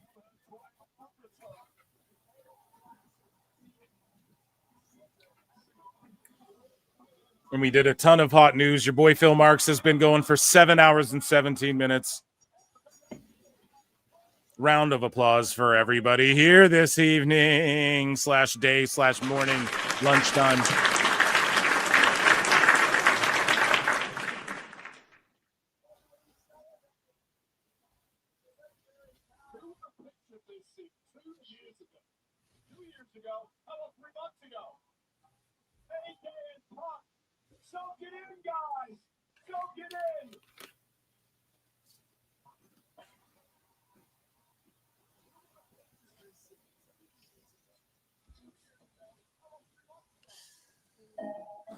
There you go. Yeah, I don't know. I'm going to say that so far WrestlePalooza has been I mean, the Cena Lesnar stuff was awesome. Sky Vac Air was really good. They had a couple spots that were like, and then they kind of got it together at the end. That tag match went a little too long. Like I'm talking about the one we just watched.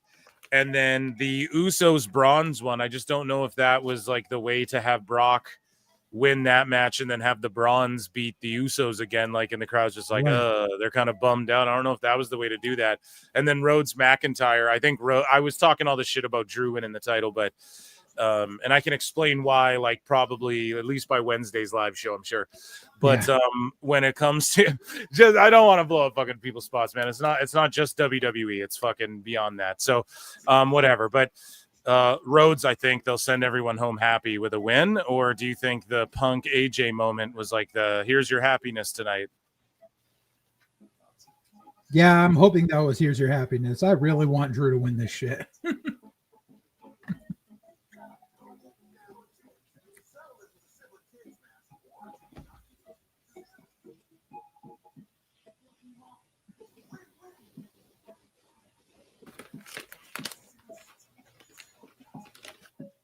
So for this Netflix thing, they have all the wrestlers doing their poses and shit, and then Sami Zayn is just like looking around and head nodding.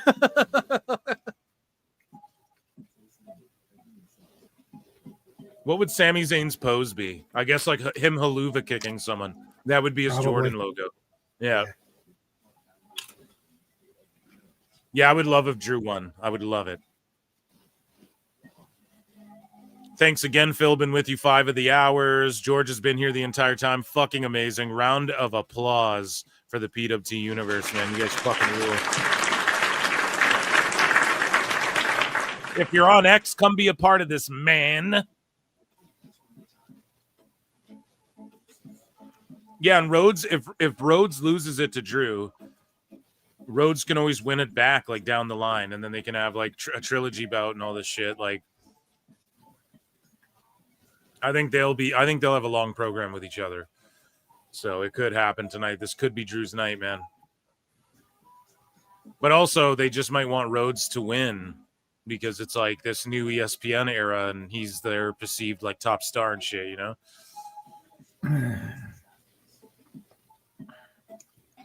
I don't see the point if he's just going to go take off to film more of fucking Street Fighter. Like, I'm tired of I don't think he is. I think he got his shit done there. And then Roman's doing his parts, and yeah, I think he got all of his Guile stuff done. Like, Hollywood's willing to work around these guys' schedules, so it's not like he'll be missing a chunk of time like that again.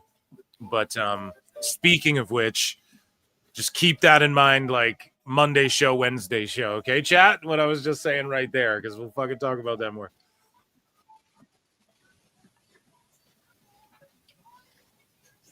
Okay, 5 seconds. I'm getting this music. Do. Okay, here we go. We're back on Netflix.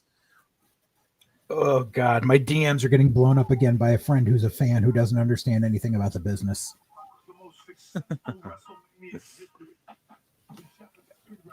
Like every couple of days now, I still think Cena has a few years left in him, blah, blah, blah. Like, bro, you don't understand. When you get this old, bumping fucking hurts. Yeah, and his back's shot right now, dude.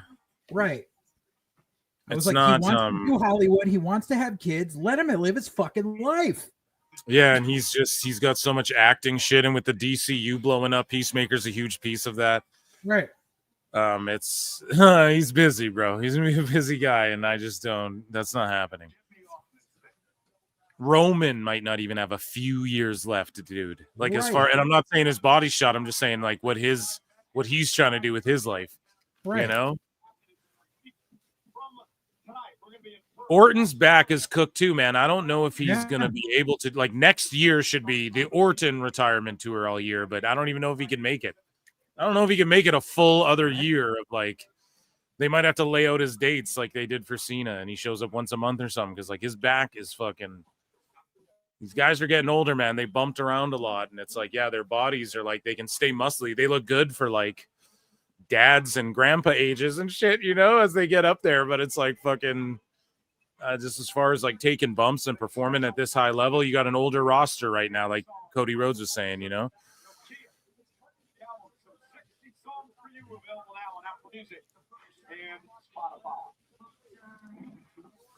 WrestlePalooza post show immediately following the main event tonight. Joe Tess going to be hosting things for the Triple H, Funk, AJ Lee, among others, immediately following the main event, presented by Mike Carter.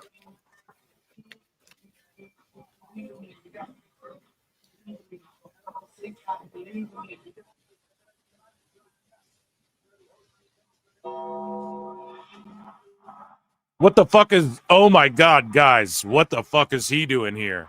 I wonder. I am American badass.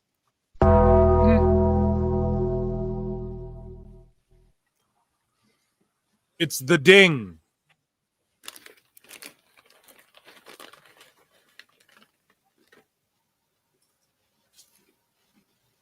Oh yeah.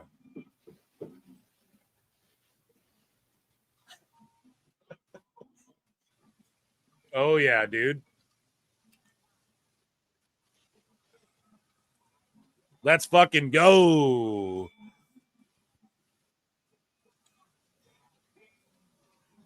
They know Taker can ride something down to the ring and not crash into the fucking barricade. And there's Stephanie. Yeah, he better not pull a Stone Cold. What? Crash into the goddamn kid. I drank a few beers. Crash into a pregnant lady sitting in the front row. What? That's terrible. My throat's gone. I've been streaming for going on 8 hours almost.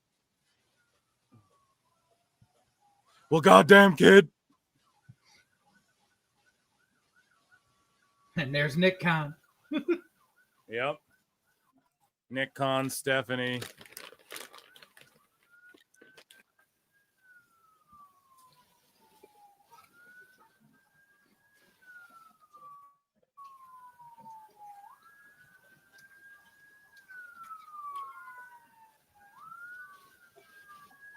I'm surprised his fucking wife wasn't riding in the side cart.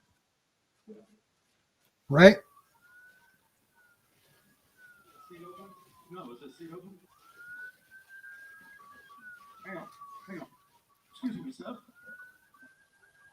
So he's coming to sit front row, or? I've never sat on the side before. Okay. Hey, last week I was in Vegas for the fight. I turned around, and there you are. Now here I am at WrestlePalooza in Indianapolis.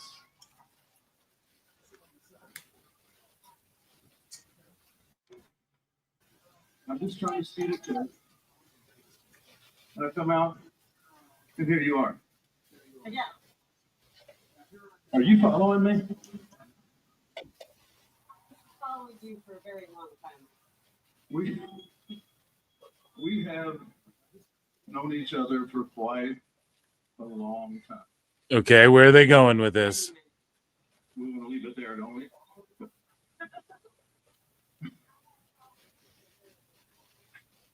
I've always wanted to do this part too.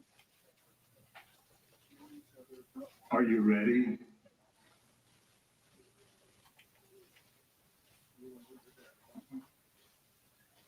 I said, are you ready?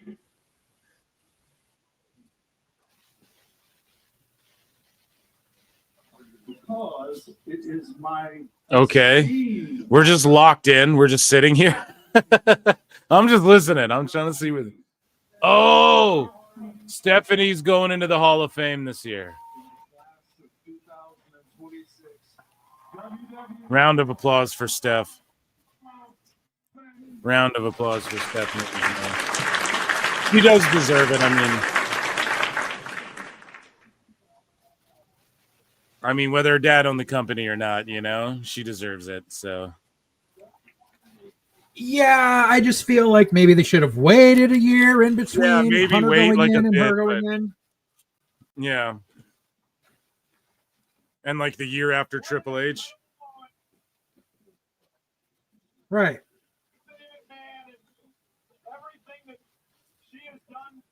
I was wondering where they were going with that. I was like, what the fuck? I wonder if they get Batista this year because it's in Saudi. No, it's 2027. Oh, right. Sorry. Yeah, the next year. So, yeah, does Batista wait until the next year or do they just do it this year? Because if Stephanie's the first name going into the Hall of Fame, I mean, yeah, she got caught real off guard there. That was an awesome moment. Immortality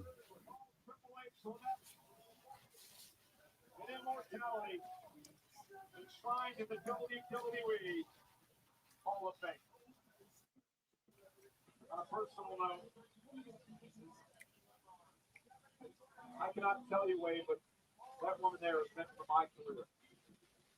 Without Stephanie, I'm probably not out there today. Congratulations, Steph. You deserve it. Michael Cole just said, without Stephanie, I'm probably not here today. And we know, like, she saved John Cena's ass, too. Mm-hmm. It is our main event. Wow, that's good. Battle, the undisputed W. And then Triple H will induct her, obviously. Yeah, she deserves it. I Like, mean, she's who held else the would you have women's inducted? title. She's held the women's title. She's been involved in, like, some of the major storylines as a performer, as someone backstage. I mean, she deserves to be inducted in some capacity. But yeah, they could have waited a bit. I'd have been okay with that. But with Triple H's heart shit, it's like, just do it now. Induct him in now, and then fucking induct my wife in now, you know, before you can't. Right? Steph is more of a Hall of Famer than Michelle McCool. Exactly. Yeah. WWE title have been screwed up more times than I can count. Cody Rhodes, the undisputed WWE champion, will put the gold on the line against Drew McIntyre. Hell yeah. What if they swerve everyone and have Vince induct Stephanie? Vince inductor? That'll never happen. Not unless all that Janelle shit just gets Janelle Grant shit gets wrapped up now. And then there's like a year of nothing. Then yeah, I could see that, but otherwise, like, there's just no way, man.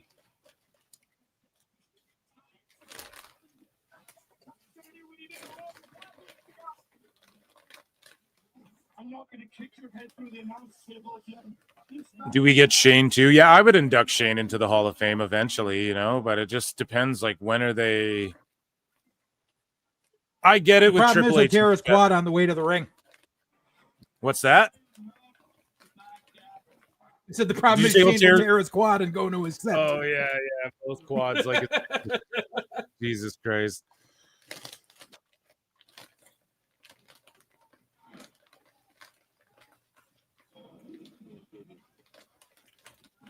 I just realized something. What? Besides the NWO induction, has Nash been inducted as a single? Yes, he has to have. He has? Yeah, because I I'm don't pretty think sure so. Scott Hall has as well. Yeah, I think Diesel. I know yeah, Hall Diesel and has. Razor. Nash. If Hall got inducted, Nash got inducted. He did. Chat will tell us, but yeah, I'm like 100% certain that Kevin Nash and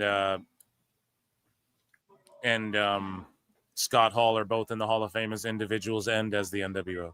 I know Scott. Nash has been as a solo. You don't think he's not? I don't think he has. I don't think he has.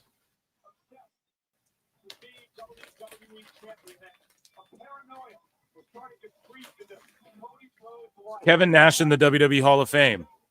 Yes, a two-time Hall of Famer, individually in 2015 and as a member of the NWO. Yeah. So I was gonna say, Razor can't get inducted, but fucking Nash.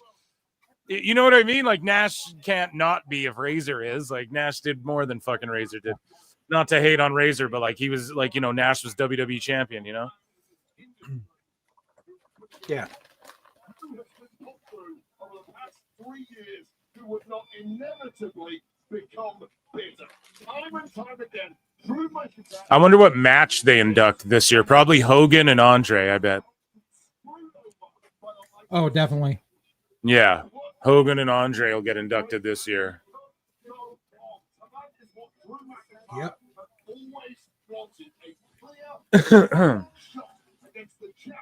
Has X-Pac been inducted as a solo? I think he should. He has not. I've been waiting on that. Yeah, because he really deserves it. He's like the face of WWE ID essentially, or he's like the head guy, I guess, that they all defer to or whatever. And Because the thing is, he would be the first three-time Hall of Famer.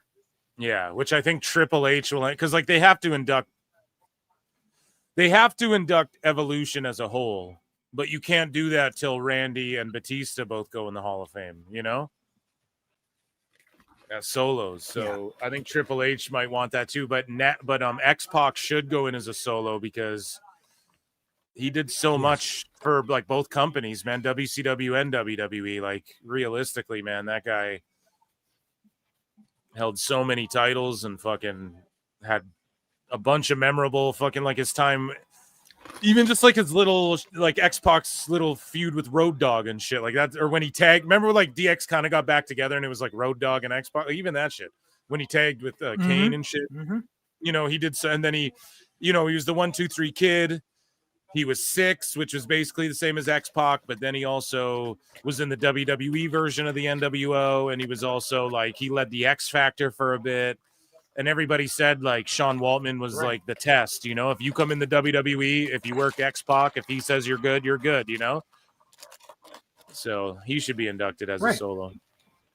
But absolutely. I think because Hogan passed, though, you have to do Hogan Andre this year, right? Like you got to. Yeah.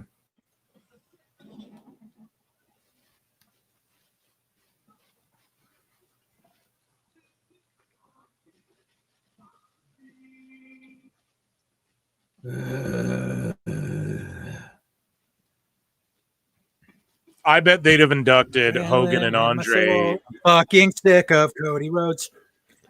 Whoa. So JJ, you're not a Cody crybaby, motherfucker. Hell no. I have always hated this little bastard. Damn.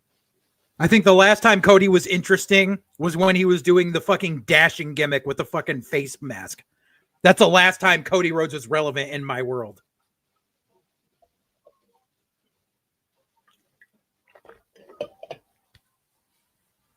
You didn't like him in when he was like going around Ring of Honor and TNA and all that shit, New Japan? Nope. Especially because, and if you go back, one of the episodes of White Heat we covered how he completely buried one of the indies around here that Matt was working for at the time. And Matt gave the real story of the bullshit story he gave during this big ass interview with Sam Roberts that got plastered all over the internet. Like, Cody has been a shitbag for a very long time. Damn, that's crazy you're saying all that. But like, I'm glad to hear a different, most people just cry over Cody Rhodes or they're like, go back. He's the best. Yeah. Yeah, the last episode of White Heat Redux we wanted. It says White Heat Redux, the memory remains. A good chunk of that is just us covering that, the Cody story.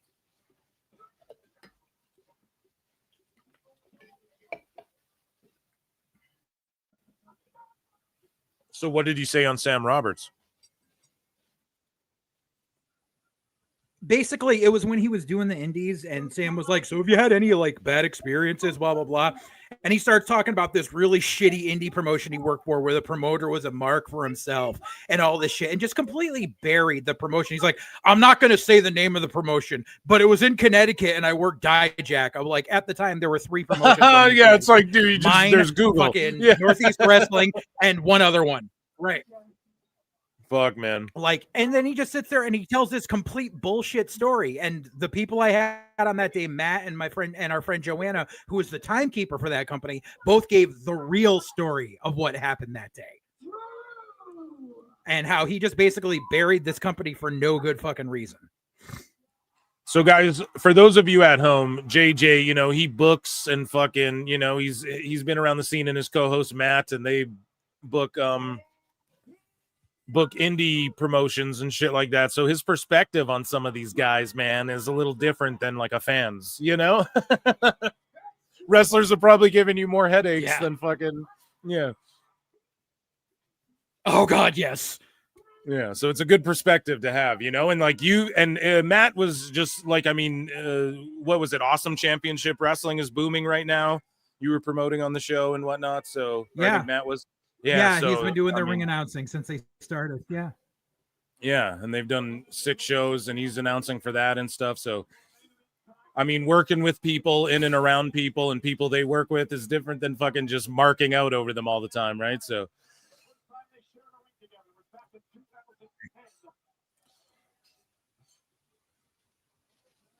Later on that year, they would become tag team partners. They go on to win tag team championship gold together. They're singing for Cody Rhodes. The title's on the line. If Drew wins, dude, I'm gonna go nuts. Me too.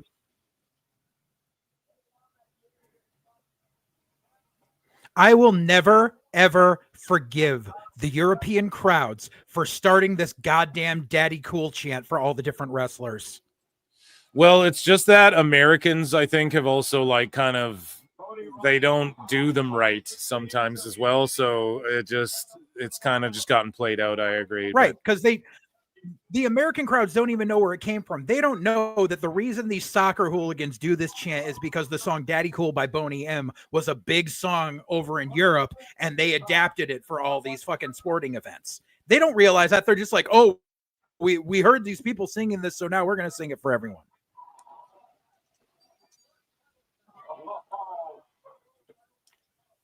Of course, we're sponsored by Minute Maid.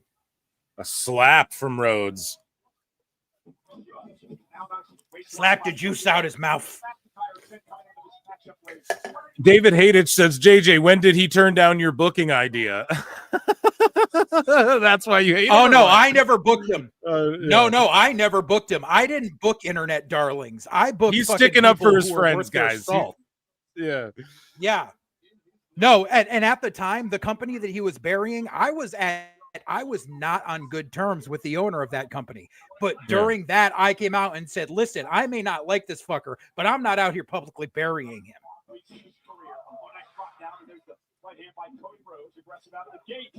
And guys, go and check out PWT Podcast 99, where JJ tells the story about how the Young Bucks tried to get him canceled essentially for fucking for just criticizing them on Twitter and what they were wearing at an ROH show. Yep. And yeah, dude. So there you go. He just redeemed himself. The Bucks hate him, and he hates the Bucks. There you go, Chad.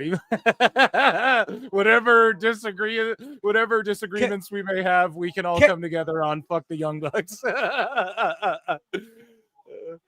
Kevin Pierpoint, did you just compare me to that fucking leprechaun JD? You said I'm angry like I'm from the Bronx. That might have been not comparing me to JD. Kevin Pierpoint. JD from the Bronx. Oh, JD, I'm from the Bronx. I'm over here now. JD's a fucking bitch. Oh, Jesus, shooting hard on JD. What did he do to you? You think you fucking hate everybody, dude. I'm surprised you don't hate me.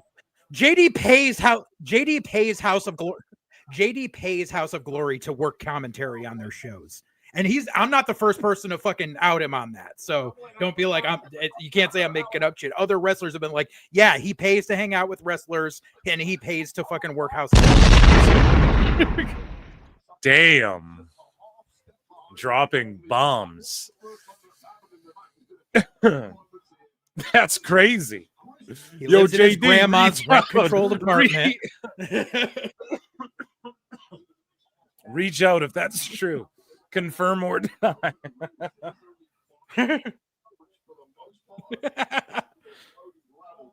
Because I used to book House of Glory guys all the time, and I heard this shit a lot.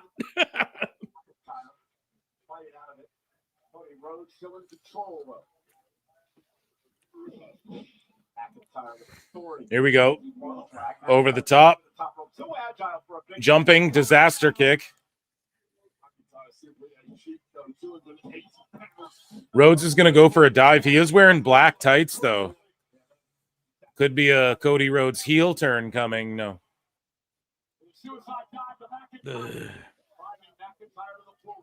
That announce table's like just all. It's not even put back together entirely. It's just falling apart. They're like, fuck this game. Yeah.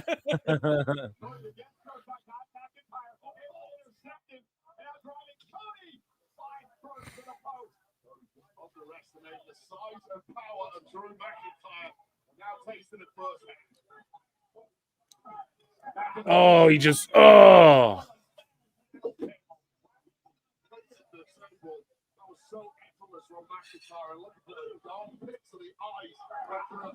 Oh, he just tossed Rhodes over that table, dude.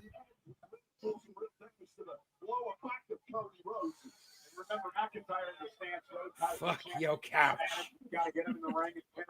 Just tossed him over that table. Rhodes, who again just collapses to you know what? We saw what happened on SmackDown last night. There was a boot to the face, there was a stomp. Oh, belly to belly. Monstrous. He's really showing some effect. He got his bell rung yesterday. And it's affected him in this. It was admiring the power of McIntyre, but that is not the Look at that belly to belly, dude. Cody doesn't seem to be playing with his usual form. Beautiful. Another one, dude. He's just tossing him around. Suplex City in him. And we're just locked in for this main event. Hell yeah. JD from NY, but he loves the Atlanta Braves. Oh, shit, you're right. JJ is more like Mellow Lewis Black. There you go. That's a good comparison. Depends on the day. Yeah. Fabio, I'm not using Europeans like a slur. I'm not blaming all Europeans. I'm just mad that the European soccer chant caught on with stupid Americans. Yeah, there's a lot of people complaining about that, hey, lately. Seems like a valid criticism. I just think sometimes the American fans like fuck them up, you know? Like the Europeans got them on point, but the American fans start trying to sing people's names and it's like all off beat and off rhythm and shit. It's like, what the fuck? Right.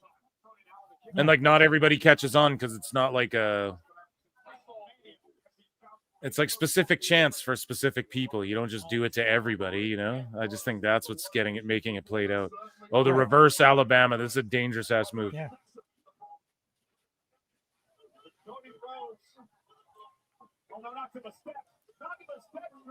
Oh. I'm a bit surprised. Well, not surprised because they were saying to like expect a bunch of surprises at WrestlePalooza, and so far the only major surprise is them announcing Stephanie going to the Hall of Fame. Is the Hangman Fletcher match still going? Might as well be. Might as well be. Oh my God. Brock versus Drew will happen. And here's the thing. You guys remember when Drew I don't know about Claymored Brock out of that Rumble halfway through when he eliminated like 15 people? Damn, look at Drew going off with live rounds. Right. And then Damn. Drew beat Brock for the belt that year. Yeah. So they could totally go back to that and do it where it draws money now because wasn't it like COVID or something? Yeah, it ended up being COVID mania, so they had to do it in the PC in front of nobody. Yeah. Is the media scrum still going on, Kevin, or are you just ribbing us? Oh man, if that all out scrum's still going, I'll just wait for the highlights on Twitter, man. Tony Khan they're just bibbling and babbling over there. Right. Hibbity and jibbity and I'm not gonna deal with this fucking shit. yeah. Not gonna deal with this shit. He has a big announcement, they said on Wednesday. Tony Khan has a huge announcement on Dynamite. So, come on, man. Tony and his 3 cups. Yeah, how many cups? How many cups did TK have? Yeah. One cup has Perrier, one cup has fucking Red Bull, and one cup has scissor.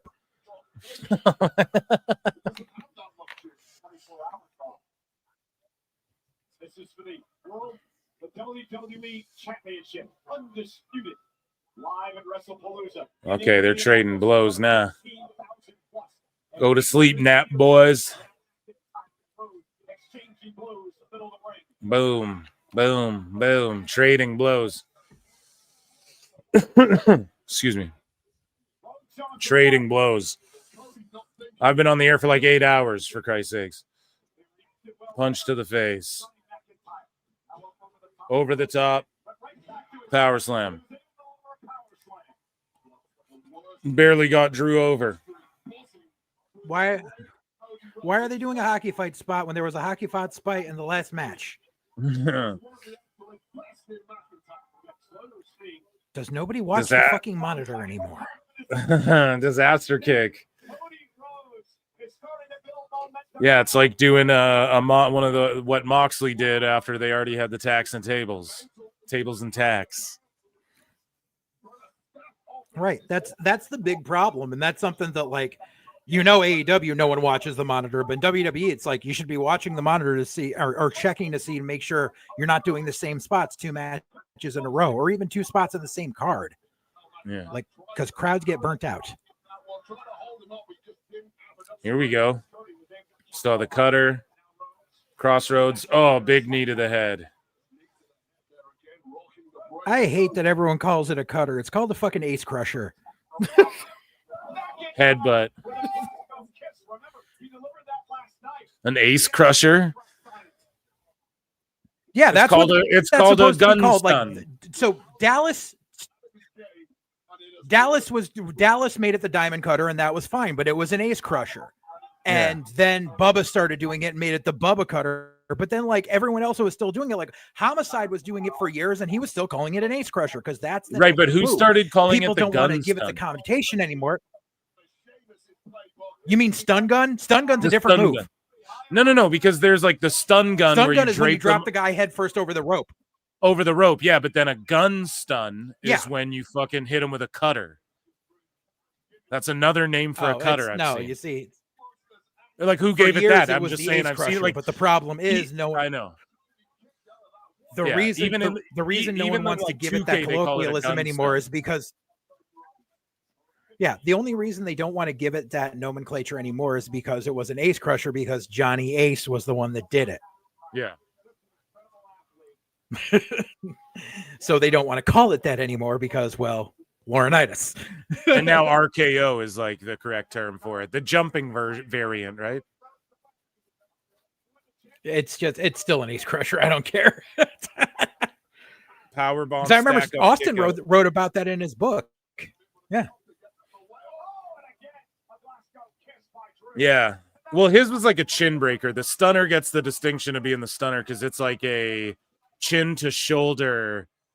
It's like a reverse jawbreaker, kind of, Yeah. Well, so if you read Stone Cold's first book, he talks about how when they wanted to give him a new finisher and they wanted him to do an ace crusher, but they said, you have to drop this. And he said, no, I'm going to drop to my ass.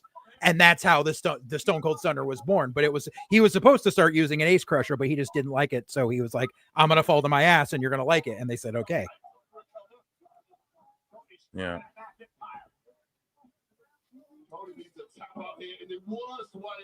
Yeah, now I'm just super curious. Like, who tried to give it the name Gun Stun? Like, where does that come from? I've never known.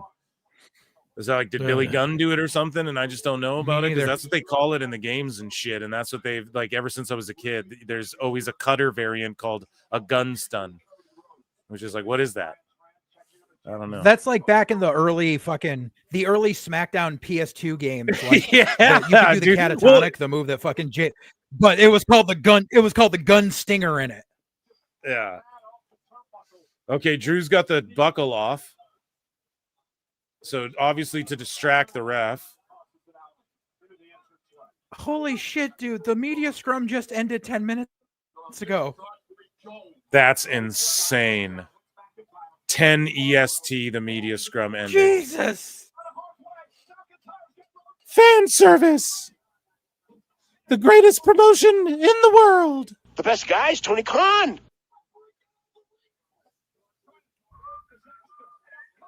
Oh, no. Almost a ref bump. Oh. Wait, there was... What just happened? The ref dove out and then another ref came running in? Or was it the same ref? I got so confused there. Yeah, another ref ran out. But why? The other one just dove out. He didn't take a bump. Man, it's... Yeah, see, he dove. And then another ref comes running out right away. Like, what the fuck? What happened?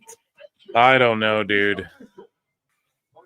second row. And back in time. What the hell was that? Cody Cutter. Exactly what McIntyre tried earlier. It didn't work back then. Did the second time. Oh man, and Drew with the fucking dive. With the epic dive. It's the same ref. No, that's the same ref who hit the ring after he went out. It is? He hit the Okay. ring. Yes, It yes. just okay. It's just very confusing. Oh, kick out after the Claymore. Damn, dude. Couple good false finishes here. Cody kick out there. Looking for his fourth world championship. Almost pinned the undisputed WWE champ there. And now Yeah, chat, PWT chat, undefeated, corrected us on that one. Yeah. Gold tonight, Drew. Yeah, but Drew's got to stay focused now. He's got this match completely under control. The dark clouds are all forming in the mind of McIntyre, who is convinced the world is against him. And again, he calls that both paranoid. Yeah, this match has, I think, been my match of the night so far. Oh, I'm still sticking with Stephanie and Io. yeah? We'll see if they fuck this finish up or... I just think Brock's looming, and that's why they did it first, because everybody goes, oh, Brock just wants to get the fuck out of there. But I think he just, like, pops up and beats the shit out of everyone or something. But why?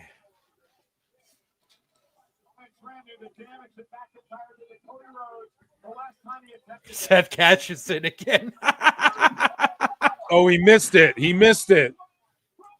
Oh, my God.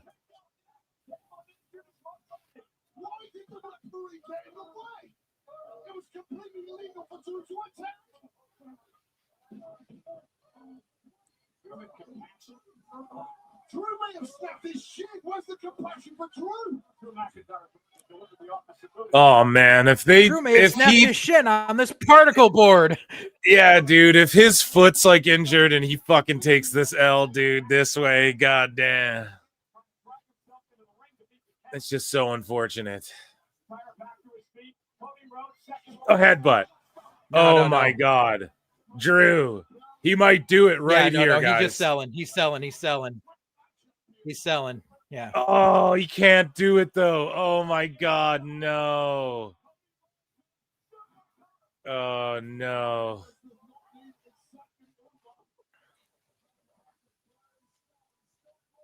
It's like I want Rhodes to lose this thing. I'm not a hater on Rhodes, but oh my goodness.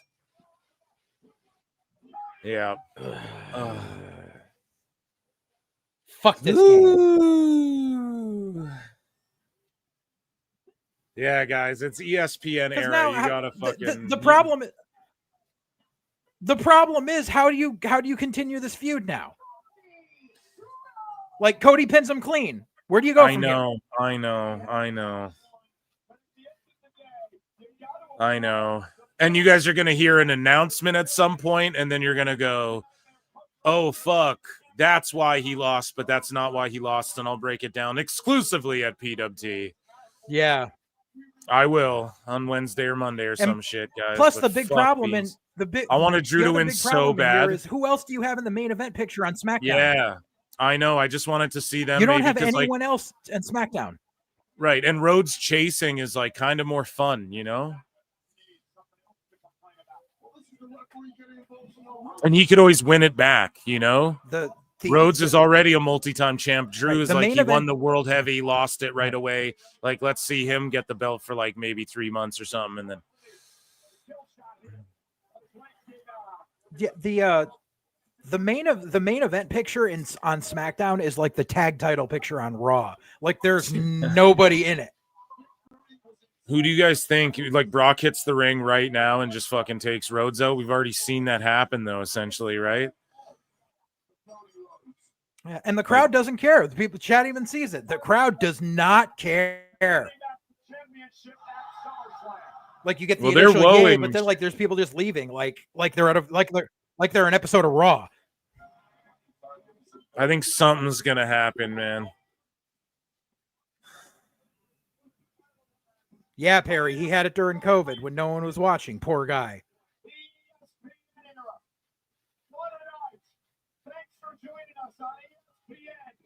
No, it might just end, dude. Yeah, that's the end. Unless they do a credit swerve. But who would pop us that? Brock. It's like, okay. Ugh.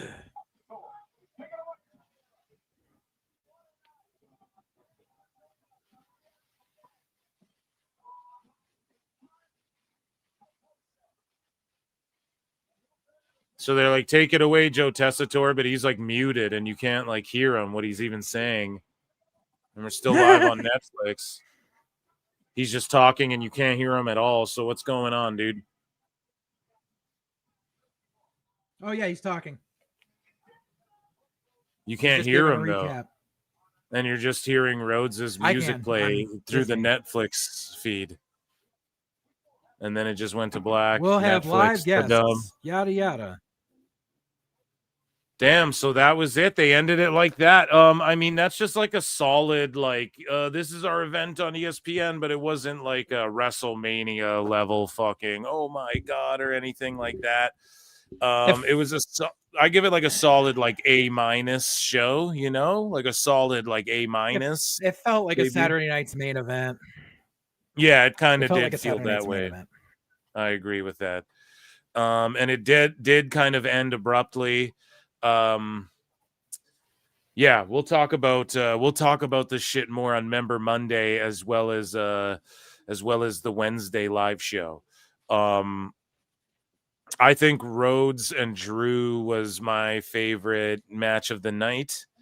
I think Io and Vaquer was a close second. I think Punk AJ Lee went a little too long. I think that putting the Usos together just to have them lose was a little weird.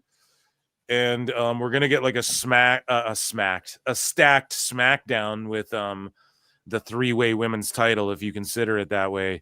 But yeah, I don't know. Overall, I would give this like a B+, A-, I guess, for me. What would you like grade it overall, and how did you enjoy You said it's like a Saturday night main event, so those have been fun, a lot of them, you know, with the member berries and Goldberg and all that shit. Yeah, So I don't know. I like Stephanie and Io.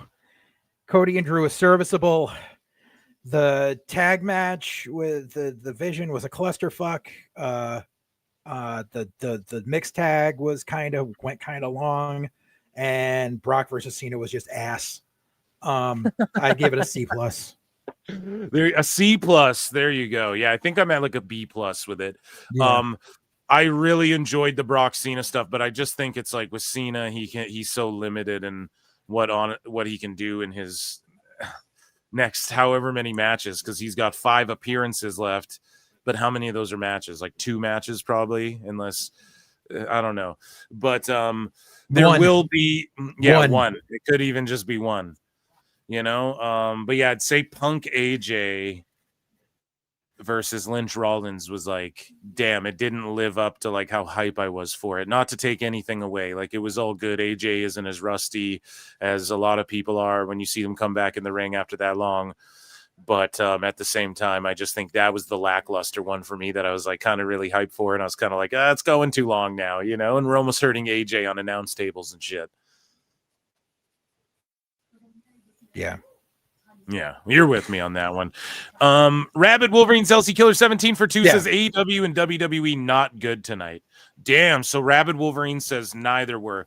Yeah, All Out was really a fucking drag, I'm gonna be honest. John Don Seabus says Phil could use some Jericho. Okay, well, we'll hear from Jericho here in the post show. No, not right now, not this instant. We're kind of chatting it up. Okay, but thank you. Acknowledge me. I don't know, man. It didn't blow me away the way I was hoping it would. But at the same time, hopefully the Brock stuff builds to something. And I don't know who's next in line for Rhodes. Like, who would you put in there next? I don't know. Unless they put Gunther over on SmackDown, like, I don't know. Yeah. No, I'm with you on that. Well, ladies and gentlemen, what is chat saying? Who won in Vac Air versus EO? AEW was crap. WWE was meh. They had both AJ and Nikki Bella's return go too long. Ricky, those chats move so fast. I know that AWYT doesn't have mods. I'm not sure about WWYT. I miss Brock Cena. Were you watching AEW? Def a C+ show. It kind of stumbled at the end. There you go, C+. A lot of people agree with you, JJ. They might be mad that you're a hater of Cody Rhodes and John Cena, but they agree with you on the overall grade. So I think that's a good thing, man.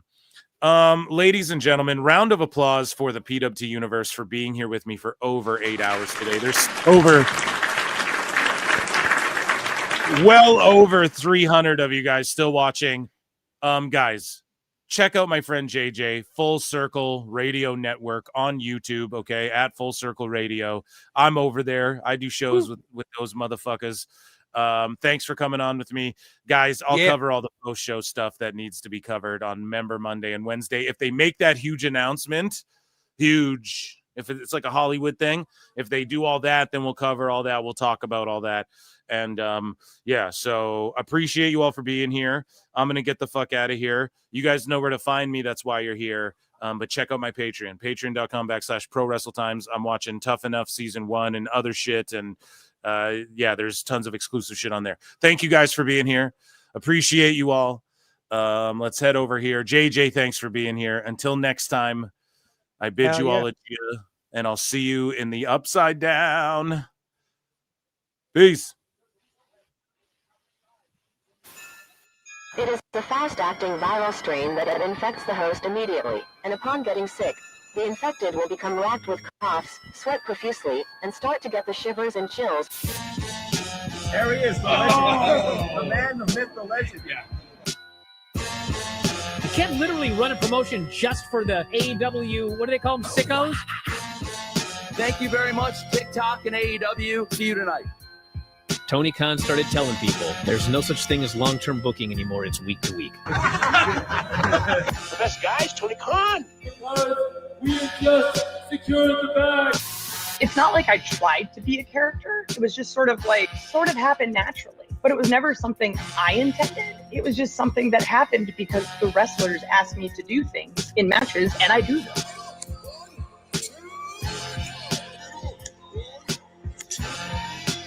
If you run a promotion just for the sickos, you're going to do 400,000 viewers eventually.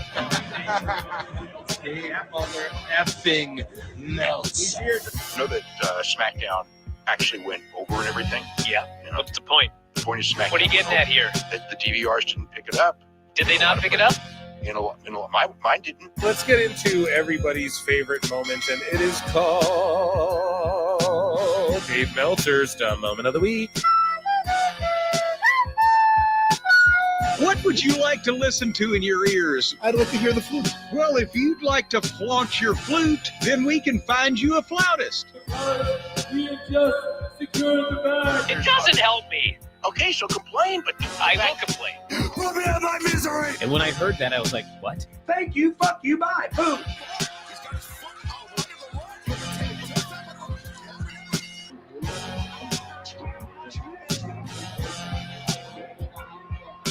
You gotta run a promotion for everybody. The sickos can be the ones that buy tickets first and spend the most money on the merchandise.